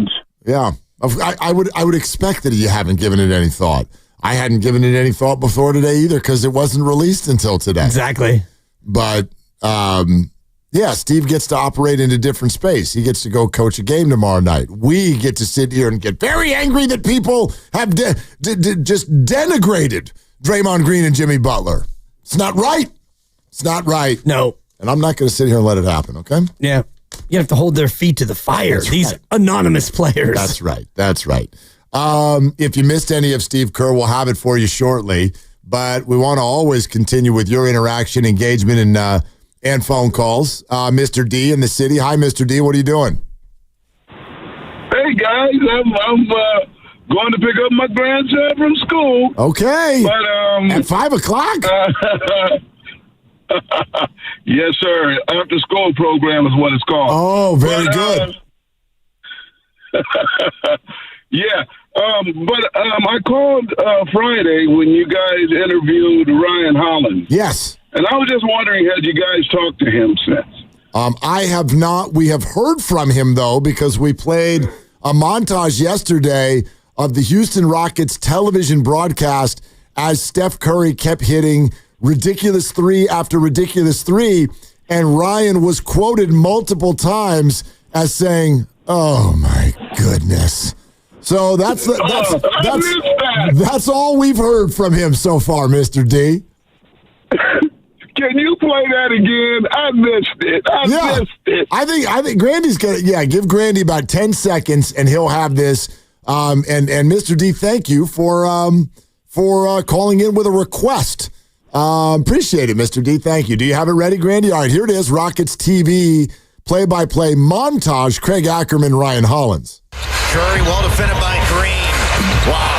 Oh, my gosh. That is vintage Steph Curry. Incredible.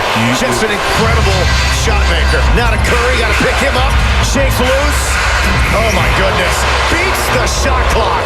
Steph Curry with 28, his fourth three. This is unreal, Craig. I'm just telling you, man. I got PTSD from seeing this dude too many times in the playoffs. I'm just going to admit it. Comes into Curry on the bounce, launches deep one. Oh, my goodness. And he hits it from the Y at Toyota Center. This is unreal, Craig. And the first one, oh, my goodness. Oh, my, yeah, enough. But that's what he does. What he does. He missed his first three, and they kind of ran him off the line, and his next 5 baskets were all twos, drives, and layups, and a midi, and the rest of it. And Houston's probably thinking, you know what? We'll take that.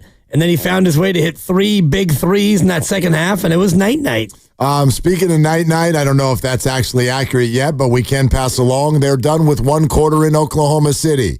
And Memphis, which promised to never play that poorly again, is down 15 after one quarter. They're playing that poorly again. There's your spread. So your assignment, Memphis, is stay even the rest of the way. Good luck. We're all counting on you. Yeah, I said OKC by 30 earlier in the show, You and did. I feel pretty good about that proclamation. They're on pace for 60, so we'll see. John in Fairfax here on Willard and Dibs. Hi, John. Thanks for calling. Hey, thank you. Before I start, just want to give a heartfelt shout-out to the West Marin community. Dibs, I know you know that San Anselmo and the Archie Williams community. So, anyway. Thank you, John. Appreciate on a less that. Important note, wanted to talk about the Draymond Green MVP talk. And when I think about it, like, an MVP doesn't have something that distracts from the team. And yeah, he's got his 4 rings, but what could it have been without an untimely technical in a playoff game? And so I get the sentiment of that statement, but you got to appreciate what Steph has given and MVP all the way for Steph. Yeah. Thanks for taking my call. Okay, John, thanks. I feel there was some confusion there. I don't know who brought up the idea of MVP and Draymond Green.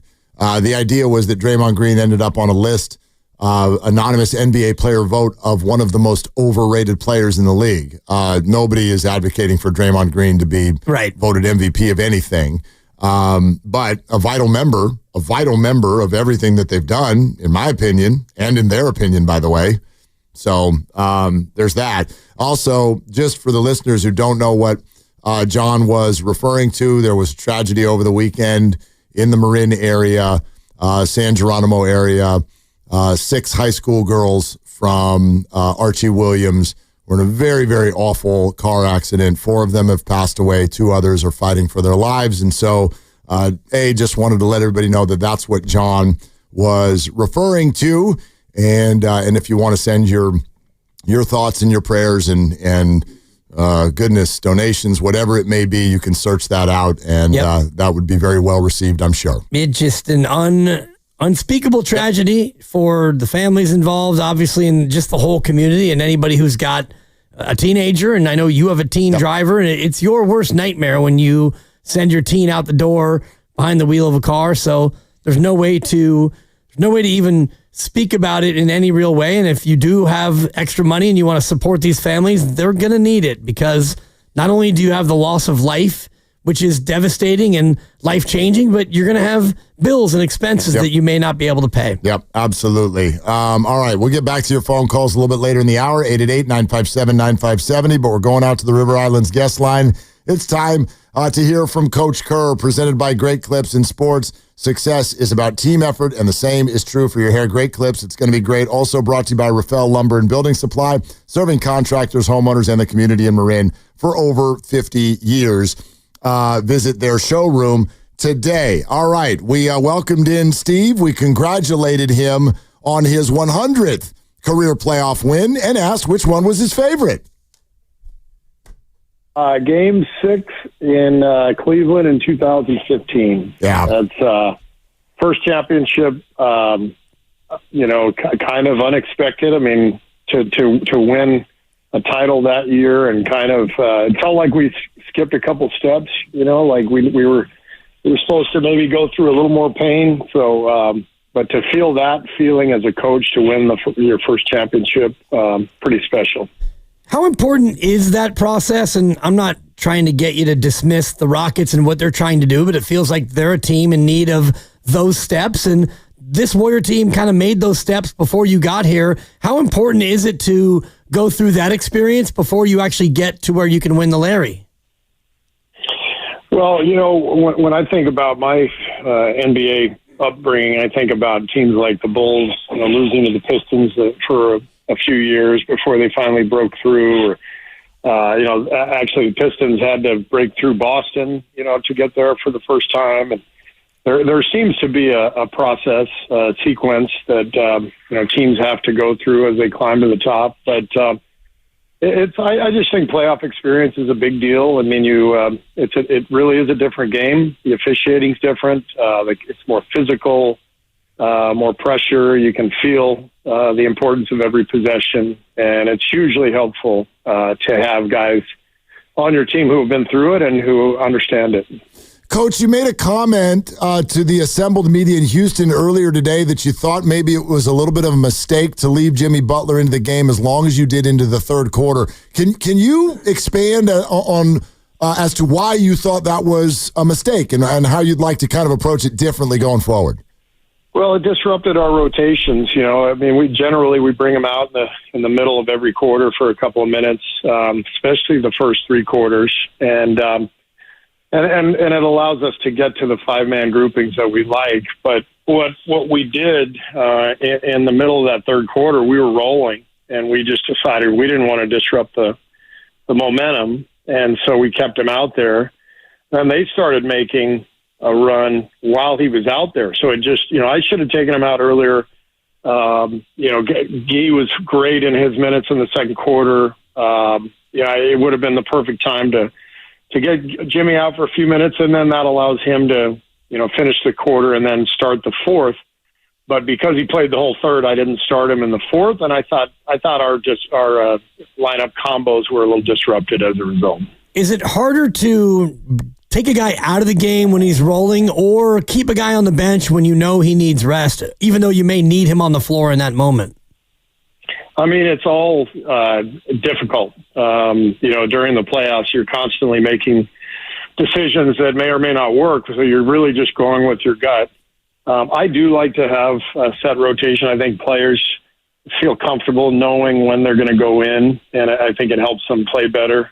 The stars, I don't think, it matters as much too, although, Steph really appreciates when he's got a consistent rotation pattern. So, I think in the playoffs, you have to sort of throw everything out the window and do whatever it takes. That's why we started Steph in the fourth. We felt like it was too dicey to keep him on the bench to start the fourth after, everything we were looking at and the run that they were making. Coach Steve Kerr with us from Houston right here, Willard and Dibs, 95.7 The Game. I'm interested to know, this is always such a cat and mouse game when you get into a series. What adjustment do you think Udoka is going to make for game 2? Well, I don't know. We'll see. We talked about it as a staff the last couple of days. They obviously had a lot of success with, the big lineups, the physicality. He may change some lineup combinations around. He may not. I would say most coaches wait until after 2 games to make a major adjustment, whether it's a rotational addition or a scheme change. I think. I don't expect, massive changes from Ime. They know who they are as a team. They've had a great year. They have a real identity. And so we kind of know, they're going to be physical, they're going to defend, and they're going to rebound. And I don't think too much will change from that philosophy. And how about from your side, where you come off a game that you won, and Mark and I were talking yesterday, and I thought it was a B effort, maybe B-, B+, whatever. Wasn't your best game, but it was good enough to get the win. When you come off a win, are you more likely to kind of stick with what actually worked, or look to make some tweaks and tinker to see if you can't get that A performance out there? Yeah, well, it was an A performance through, the middle of the third. And then, we watched the tape with the team today, with the staff yesterday. There were some obvious things that we have to improve upon, particularly our offensive execution. And so, in a situation like this, you feel good about the win, but you prepare for the force that's coming, and you tweak some things to try to improve your game. Steve, you know what I want to ask you? We all know, obviously, how special Steph is, but there's something that's goes beyond basketball that I really notice, especially in a series like this. Whatever we do in life, when there are people or forces that are grabbing at us constantly, trying to stop us from where we're going, that really, really annoys people, and it's a struggle. I want to know what tools Steph uses to be grabbed and shoved and stopped and all of the illegal things that happen, and not just succeed at basketball, but keep his cool. How does he do it? Incredible mental toughness and fortitude.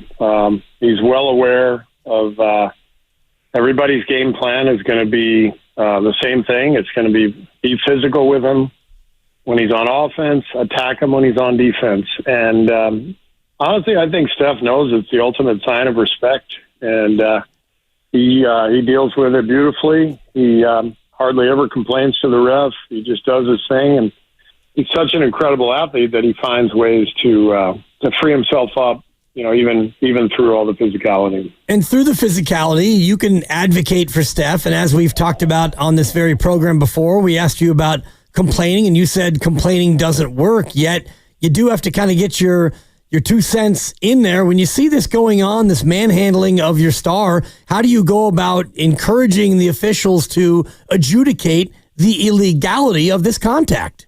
Well, you just mention it to them during games. Both coaches, I'm sure, are talking to the officials, and I just try to point out freedom of movement is, a big part of the rules, and if they're draped around them and they have two arms wrapped around them, that's supposed to be a foul. So there's not much else you can do. I mean, if you want, you can send clips into the league, and during the playoffs, those clips will be shared with, the other team so they know what you're sending in. And, it's all part of the song and dance of the playoffs. I don't think sending clips in helps, to be honest with you, but we might do it once in a while. Steve, it was the first playoff game for Brandon Pajemski and for Quentin Post. What did you think in terms of how they handled it? I thought they handled it well. Brandon made some huge plays for us, really played well. I think it was great for Quentin to get really his first taste of the NBA playoffs. Brandon, has played 2 years now, so he's got a lot more experience than Quentin. Played in the play-in last year.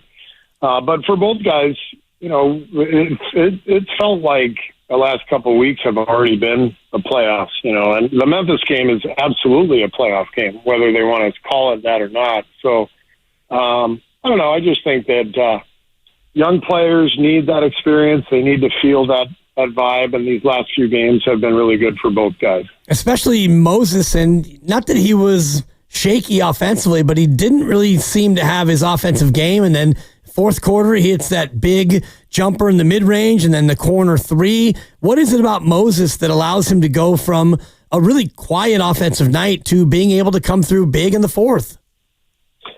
Well, two massive shots. I mean, those were enormous. And we've always loved Moses' professionalism, his work ethic, his poise. I mean, he's really a fantastic young guy, and the process of these last 4 years has really been great. He's just improved and gotten better and taken on more responsibility, and now he's one of our most important players. Coach, I want to go back to Steph for a second. He has referred to himself as the petty king. So we know he hears everything and at times uses it for motivation. And there were plenty in the media, especially after what happened a little over 2 weeks ago at Chase Center, that were referring to Amen Thompson as sort of the next Steph stopper. We've seen other names throughout the history of the league sort of get that title for maybe a day or two, and then all of a sudden it goes away when he has a big performance. Does he know about those things? Does he take it to heart? And sort of like, where does he go from there when he hears it? Yeah, I mean, he said it himself, right? Did he call himself the petty king? I think so. Yeah. Or did you make that up? No, I didn't make it up. That was like when you guys won over Boston. That was a big thing. Like both he and Clay were talking about hearing everything that everybody says. He says nothing gets by him, and yeah, that one I won't take credit for that one, Coach. Well, he sees everything. He hears everything. He just has the right sense of how to motivate himself, and how to play at the best of his ability when the best is needed. I mean, it's a brilliant quality that only the very best competitors share, and Steph has it. You played with one of the greatest of all time in Michael Jordan, and just looking back at his career, it was 6 years in the playoffs before they won the finals. I think that was before you got there, but did Michael Jordan have that same sort of chip on his shoulder that you see in Steph? Yeah, I mean, they're very different people, but the competitive gene is what stands out for both of them. Michael was, I think, a petty king himself, like just using everything. I remember Jeff Van Gundy, when he was coaching the Knicks, said something about, Michael befriends every player in the league and then he destroys them at night. And, and I think somehow Michael took that to Jeff calling him a fraud, and it was like, poor Jeff, he didn't really call him a fraud. It was more just Michael used that. He's like, okay, all right, here we go. And then the next game, he's dominating and talking trash to Jeff. And I mean, so Michael was famous for that stuff. Coach, when you win game one on the road, you know where the fan mind goes. It's like, all right, cool, we got this series. And obviously you guys can't think that way, but how would you describe the mental approach to a game like tomorrow night when the Rockets are going to be, totally desperate, and you guys need to find a way to sort of combat that. Yeah, well, we've got to prepare our guys to be ready for the force that they're bringing and the physicality. We've got to be ready to play through the bad stretches because there's always going to be some. No matter how well you play, there's going to be adversity. The other team's going to make runs. So you just have to take it 1 minute at a time, one possession at a time, and string together good basketball, good two-way basketball. But you have to do that with a sense of vigilance for what's coming, and that's kind of what playoff basketball is about, especially in these situations when you're up 1-0 on the road. You got to be ready for what's coming. You mentioned halfway through the third, you had an A grade, and then it kind of went down from there.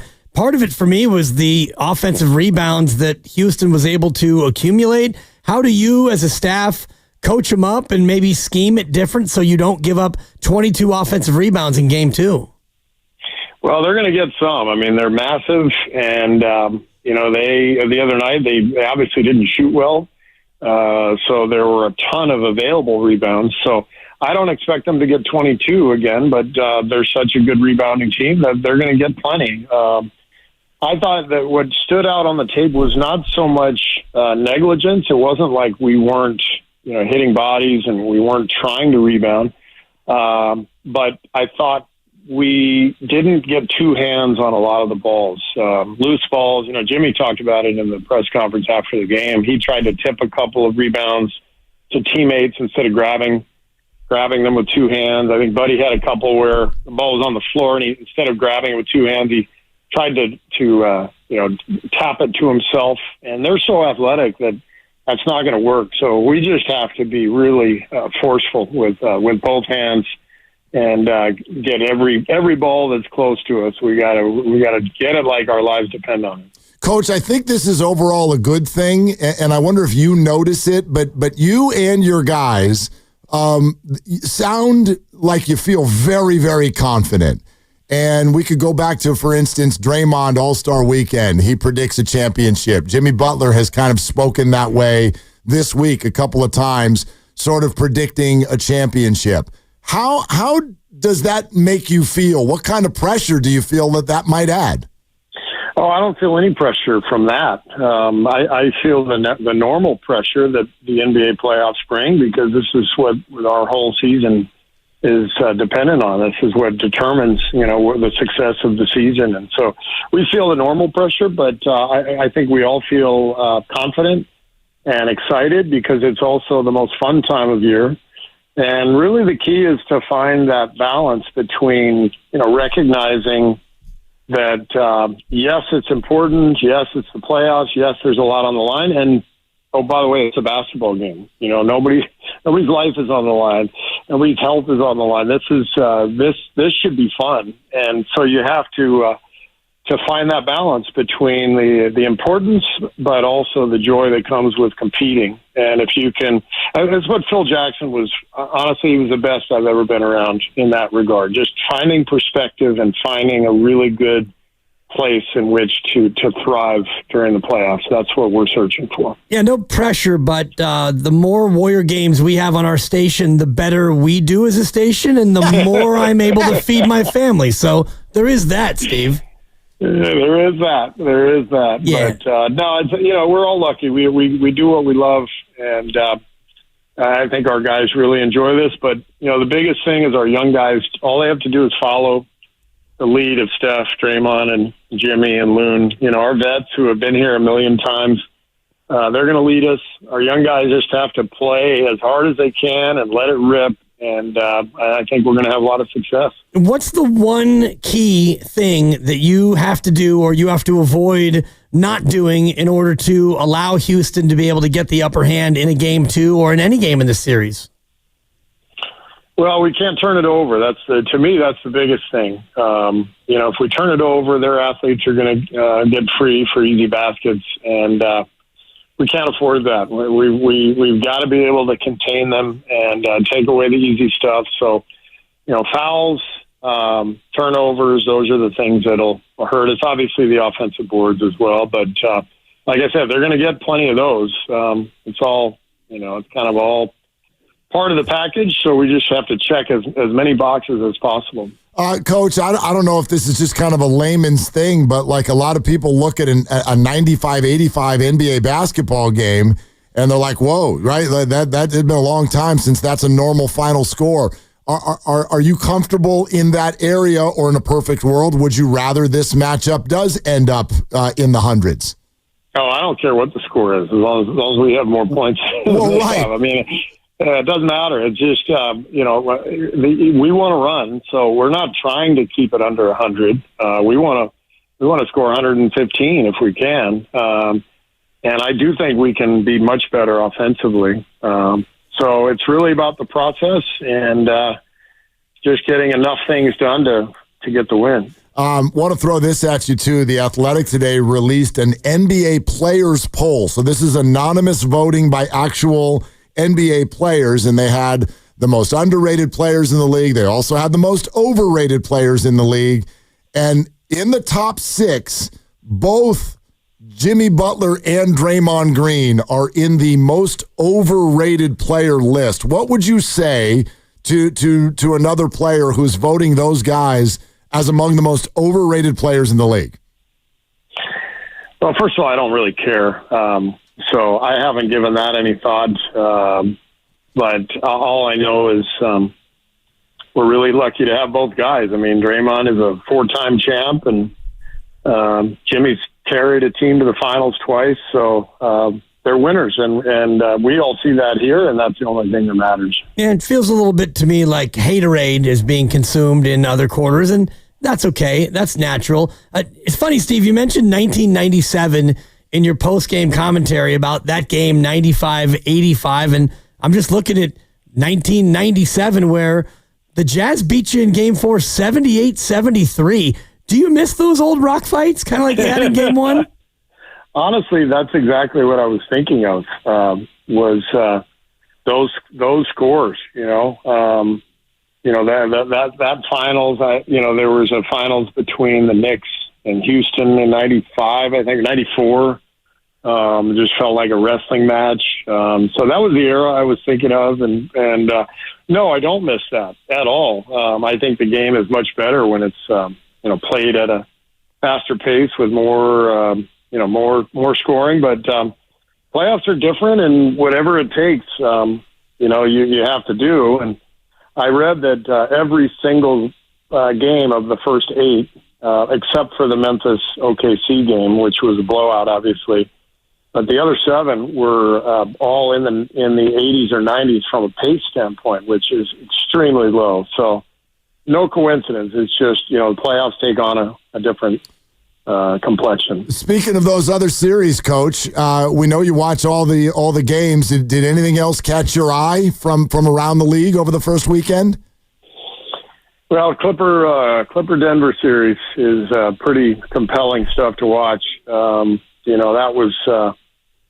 That was high level stuff, both games. I think they're 2 of the best teams in the league, and they're playing right away. But the whole West is really loaded. I think the depth of the conference means that you got a lot of amazing teams, high level teams, and it's going to be really competitive stuff. Can you take our listeners through kind of what the experience the team has been having since Sunday? Like, you guys you're cherishing these days off. How much practicing? What are the guys kind of doing to pass the time over these 48 hours? Well, yesterday was off entirely for the team. I know Steph went and played golf. The young guys went in and played pickup to keep their conditioning and their rhythm. But the vets were all off, and they all did their own thing. Coaches, we gathered and met and watched the game and, kind of plotted our strategy for tomorrow. And then today was practice. We had a very light practice, a really good film session. And, this is kind of how it goes, especially in the first round where you have all these days between games. It's fine with us. The rest is good for us. But it is a lot of downtime in the hotel for sure. I'm contractually obligated to ask one Jonathan Kuminga question. Was he a part of that little pickup scrimmage, and how's he doing in this trip?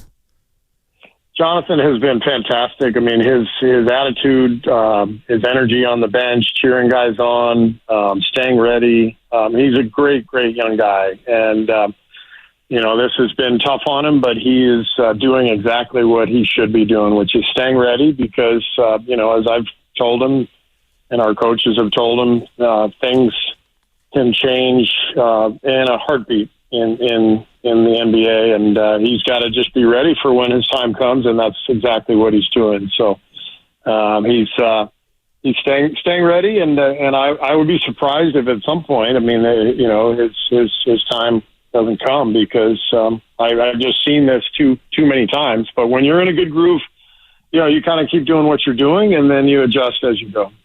There it is. Okay, Game 2 tomorrow night. Coach, we can't wait. Thank you so much for your time today. Thanks, guys. Take care. Have a good week. All right, Coach. You too. Yep. There it is. That's Coach Kerr, presented by Great Clips. In sports, success is about team effort, and the same is true for your hair. Great Clips. It's going to be great. And brought to you by Rafael Lumber and Building Supply, serving contractors, homeowners, and the community in Marin for over 50 years. Visit their showroom today. There it is, Coach Kerr from Houston, Game 2 tomorrow night. Willard and Dibs, 888-957-9570. Look, I'm not going to fake it. I'm looking. I'm searching. Yeah. I might need to hire Deep Dive Dibs. Oh, okay. Can I give you an assignment? Sure. Find a reason for a Warrior fan to worry. Well, outside of the obvious one. Which is what? Which is... Excuse me, and all this water. Are you Bruce Boccio? Are you trying to steal my impression? A little scratch in there. A little scratch. Didn't do any talking the last 24 minutes, and so it kind of built up on me. But I thought I heard you. Yeah, you did. Okay. You heard me. Anyway. Mostly you, as we know. Wow. But if you want to have a reason to worry, it is what Steve Kerr said to us in that interview, which is turnovers. And in their 6 most turnover-prone games this year, which is 20 or more, 2 of those happened against the Rockets, and the Warriors lost both those games. So can Houston's active defense and the Warriors' tendency to be sloppy with the ball, can that lead to 20 turnovers? Well, if it does, that would be a reason to worry. But that's a mythical thing right now. Like, I'm looking for an actual reason to worry, and I can't find it. I don't think they can find it. That's the observation we have today. Everybody sounds not just confident, but almost knowing. And so you could call that dangerous in and of itself, I guess, if you want.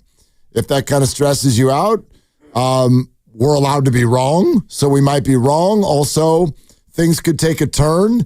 There could be an injury to a player on either team in the series. Right. Like that things can obviously unfold in a very, very different way. But if you want to look at this matchup and the way these two teams play and the age of these teams and where they are in the arc of their story and everything, like I get it. I get what Moses Moody said to Steiny and Evan earlier today. I think we can score better than them in the half court. Definitely, they bring a lot of pressure. So as long as we can control the ball, limit turnovers, when it comes down to it, I think we're a better team. So the more that we can use that and not let them just play fast and get out of it, then I think it'll be better for us. The more you think about it, what it comes down to is that we think we're a better team, and that's coming from starter number 5. That's coming from a role player. It's coming from a young player who made his first playoff start on Sunday night. And so it's not meant to be bulletin board material, and we're not going to blow it up into that. I understand where Moses was coming from,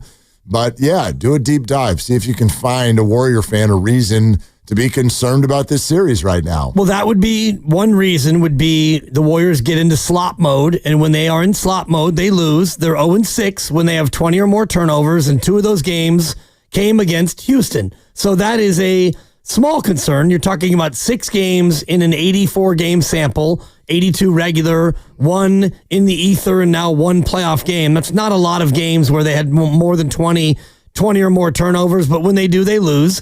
And the other one is the last game they played in the regular season, where you had Amen Thompson, who was, for that night, a Steph stopper, And you could say what you want about the officiating and Steph was cold. Whatever the reason was, Steph was 1 for 10. He had 3 points, but it also took the Rockets to have a great night shooting the basketball. And I'm looking here where Brooks 10 of 13, Green 9 of 19, the Goon had 19 and 14. So if you're looking at reasons to worry, yeah, this is kind of like, staying up at night with a shotgun on your lap because you're afraid somebody's going to rob your house. Right. You might get your house broken into once a year if you live in certain areas. And I'm not going to I'm not going to name check those cities, but I lived in them. And even at that, I mean, you might have some activity one day a year.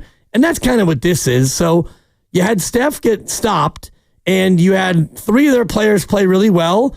And they still only won by 10. But that's what I mean. Like we have to reach into unlikely hypotheticals, and I don't want to make excuses for anyone. But when the Rockets came here toward the end of the regular season, as you and I talk about all the time, if you really, and this is like, especially if you want to try, I'm not going to suggest this to anyone. I do it, but if you want to gamble a little bit on the NBA, you better start to understand a team's spot. The spot that they're in. Mm-hmm. Don't act like a team's going to look the same every night because that's not how it works. What's the situation? What's the spot? How much travel's been going on? What's the matchup? Where are they in terms of motivation? All of these things. And I have my opinions about the spot that the Warriors were in that game against Houston, where they had already gone through the gauntlet. They had finished up a road trip with a win in Memphis and a win in LA, turned right around, flown home, and beaten Denver. And I just don't think that the Warriors had their juice for that game that night. I don't think that they felt like they needed it. I felt like they were tired and had accomplished their goals.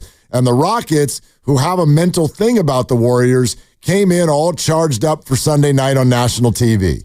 And played great and earned the win, but I don't find that representative of what we're going to see in this series. Probably not. Game 1 was. Well, and the Rockets came in off a win over Oklahoma City at home. Right. So they beat the Thunder, big win at home, even though the Thunder were kind of in 12 o'clock in a hotel mode, which is checkout time. But Houston got the win. They played great.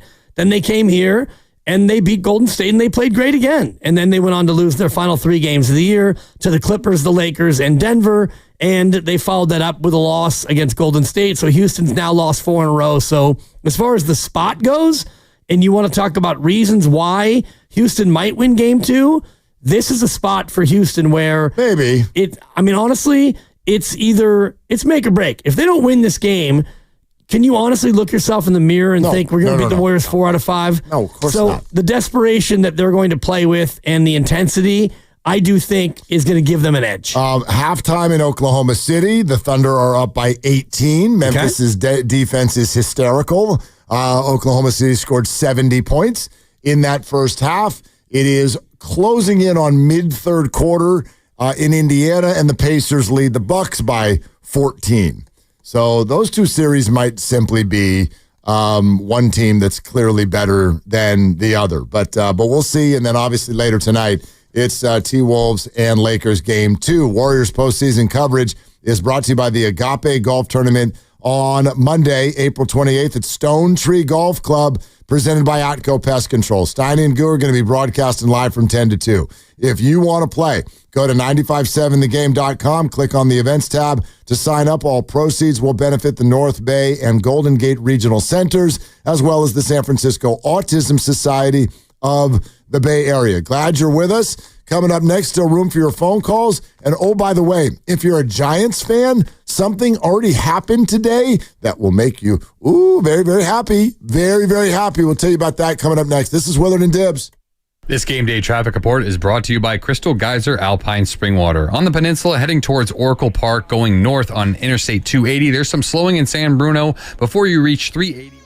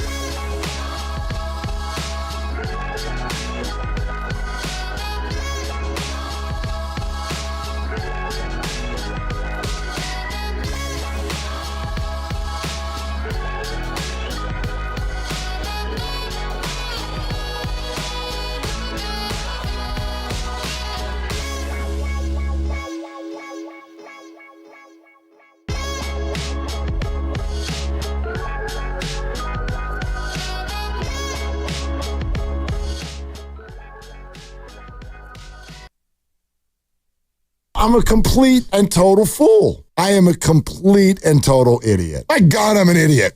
Now, back to Will and Dibby on 95.7 The Game. These things are all true. Man. All true, but not today. No. That was yesterday. You've been sharp today. Maybe tomorrow. I don't know. See. Can't predict tomorrow. Yeah. Only thing I'll predict about tomorrow is that the Warriors will still be better than the Rockets. Win or lose, they will be better. Yeah, and still in control, by the way. Just how much control? Yeah. Well, historically, teams that split the first two games are, I think, 60 and 62 in a best of 7. When the home team, Did you say win or lose, they'll be better than the Rockets? Yes. Overall is what he means. Yeah. And win or lose, I said they'll still be in control of the series. Oh, okay. Yeah. I'm sorry, is there a problem? Well, if they lose tomorrow, then they're not better than the Rockets tomorrow. Not tomorrow, but... What if they lose the next 4? Are they still better than the Rockets? Well, I would argue no, but okay. I'm going to predict against that. All right. Yeah. I don't do what like somebody did that. That's like, okay, what if I asked you the year the Warriors played the Raptors? Are you one of these people that's like, Raptors were a better team? Well, there was very specific circumstances to that series. Thank you. So don't be a black and white thinker now. To tomorrow, specifically, there's not a lot of other circumstances just yet. I wasn't spotlighting only the day. I was saying that even if the Warriors lose tomorrow, I find them to be a better team than the Houston Rockets. Like, I mean, if one game just decides that, then we should all go home. The Rockets are worse than the Warriors. They played Sunday. The Warriors are better. It's over. Like, right? Rockets had a better record in the regular season, so they're the better team. We just go home and not play the playoffs, right? Right. So what about the Jimmy Butler aspect of that? Situational. Context matters, doesn't it? I think. But you want to be a black and white thinker, knock yourself out. You knock yourself out. Hey, before we go to the phones, though, Giants fans, try this one on for size. Okay. So y'all know about the number one prospect in the organization, the left-handed power-hitting first baseman, Bryce Eldridge. Well, he got hurt coming out of spring training. He has not played baseball yet this year. So a lot of people are like, how's he doing in the minors? He hasn't been playing at all. So he finally got activated today, and they sent him to Double-A, the Richmond Flying Squirrels, I believe. Okay. Whatever. Richmond, Double-A. First at bat. Gone. Home run. Nice. Gone. Okay. Gone. Call that man up. Well, they need a first baseman who can hit. Did Lamont Wade get a hit yet? Jeez. He got a hit. He did, though. He got a hit last night. He got a hit, Dibs. He got a hit. Good for him. It's awesome.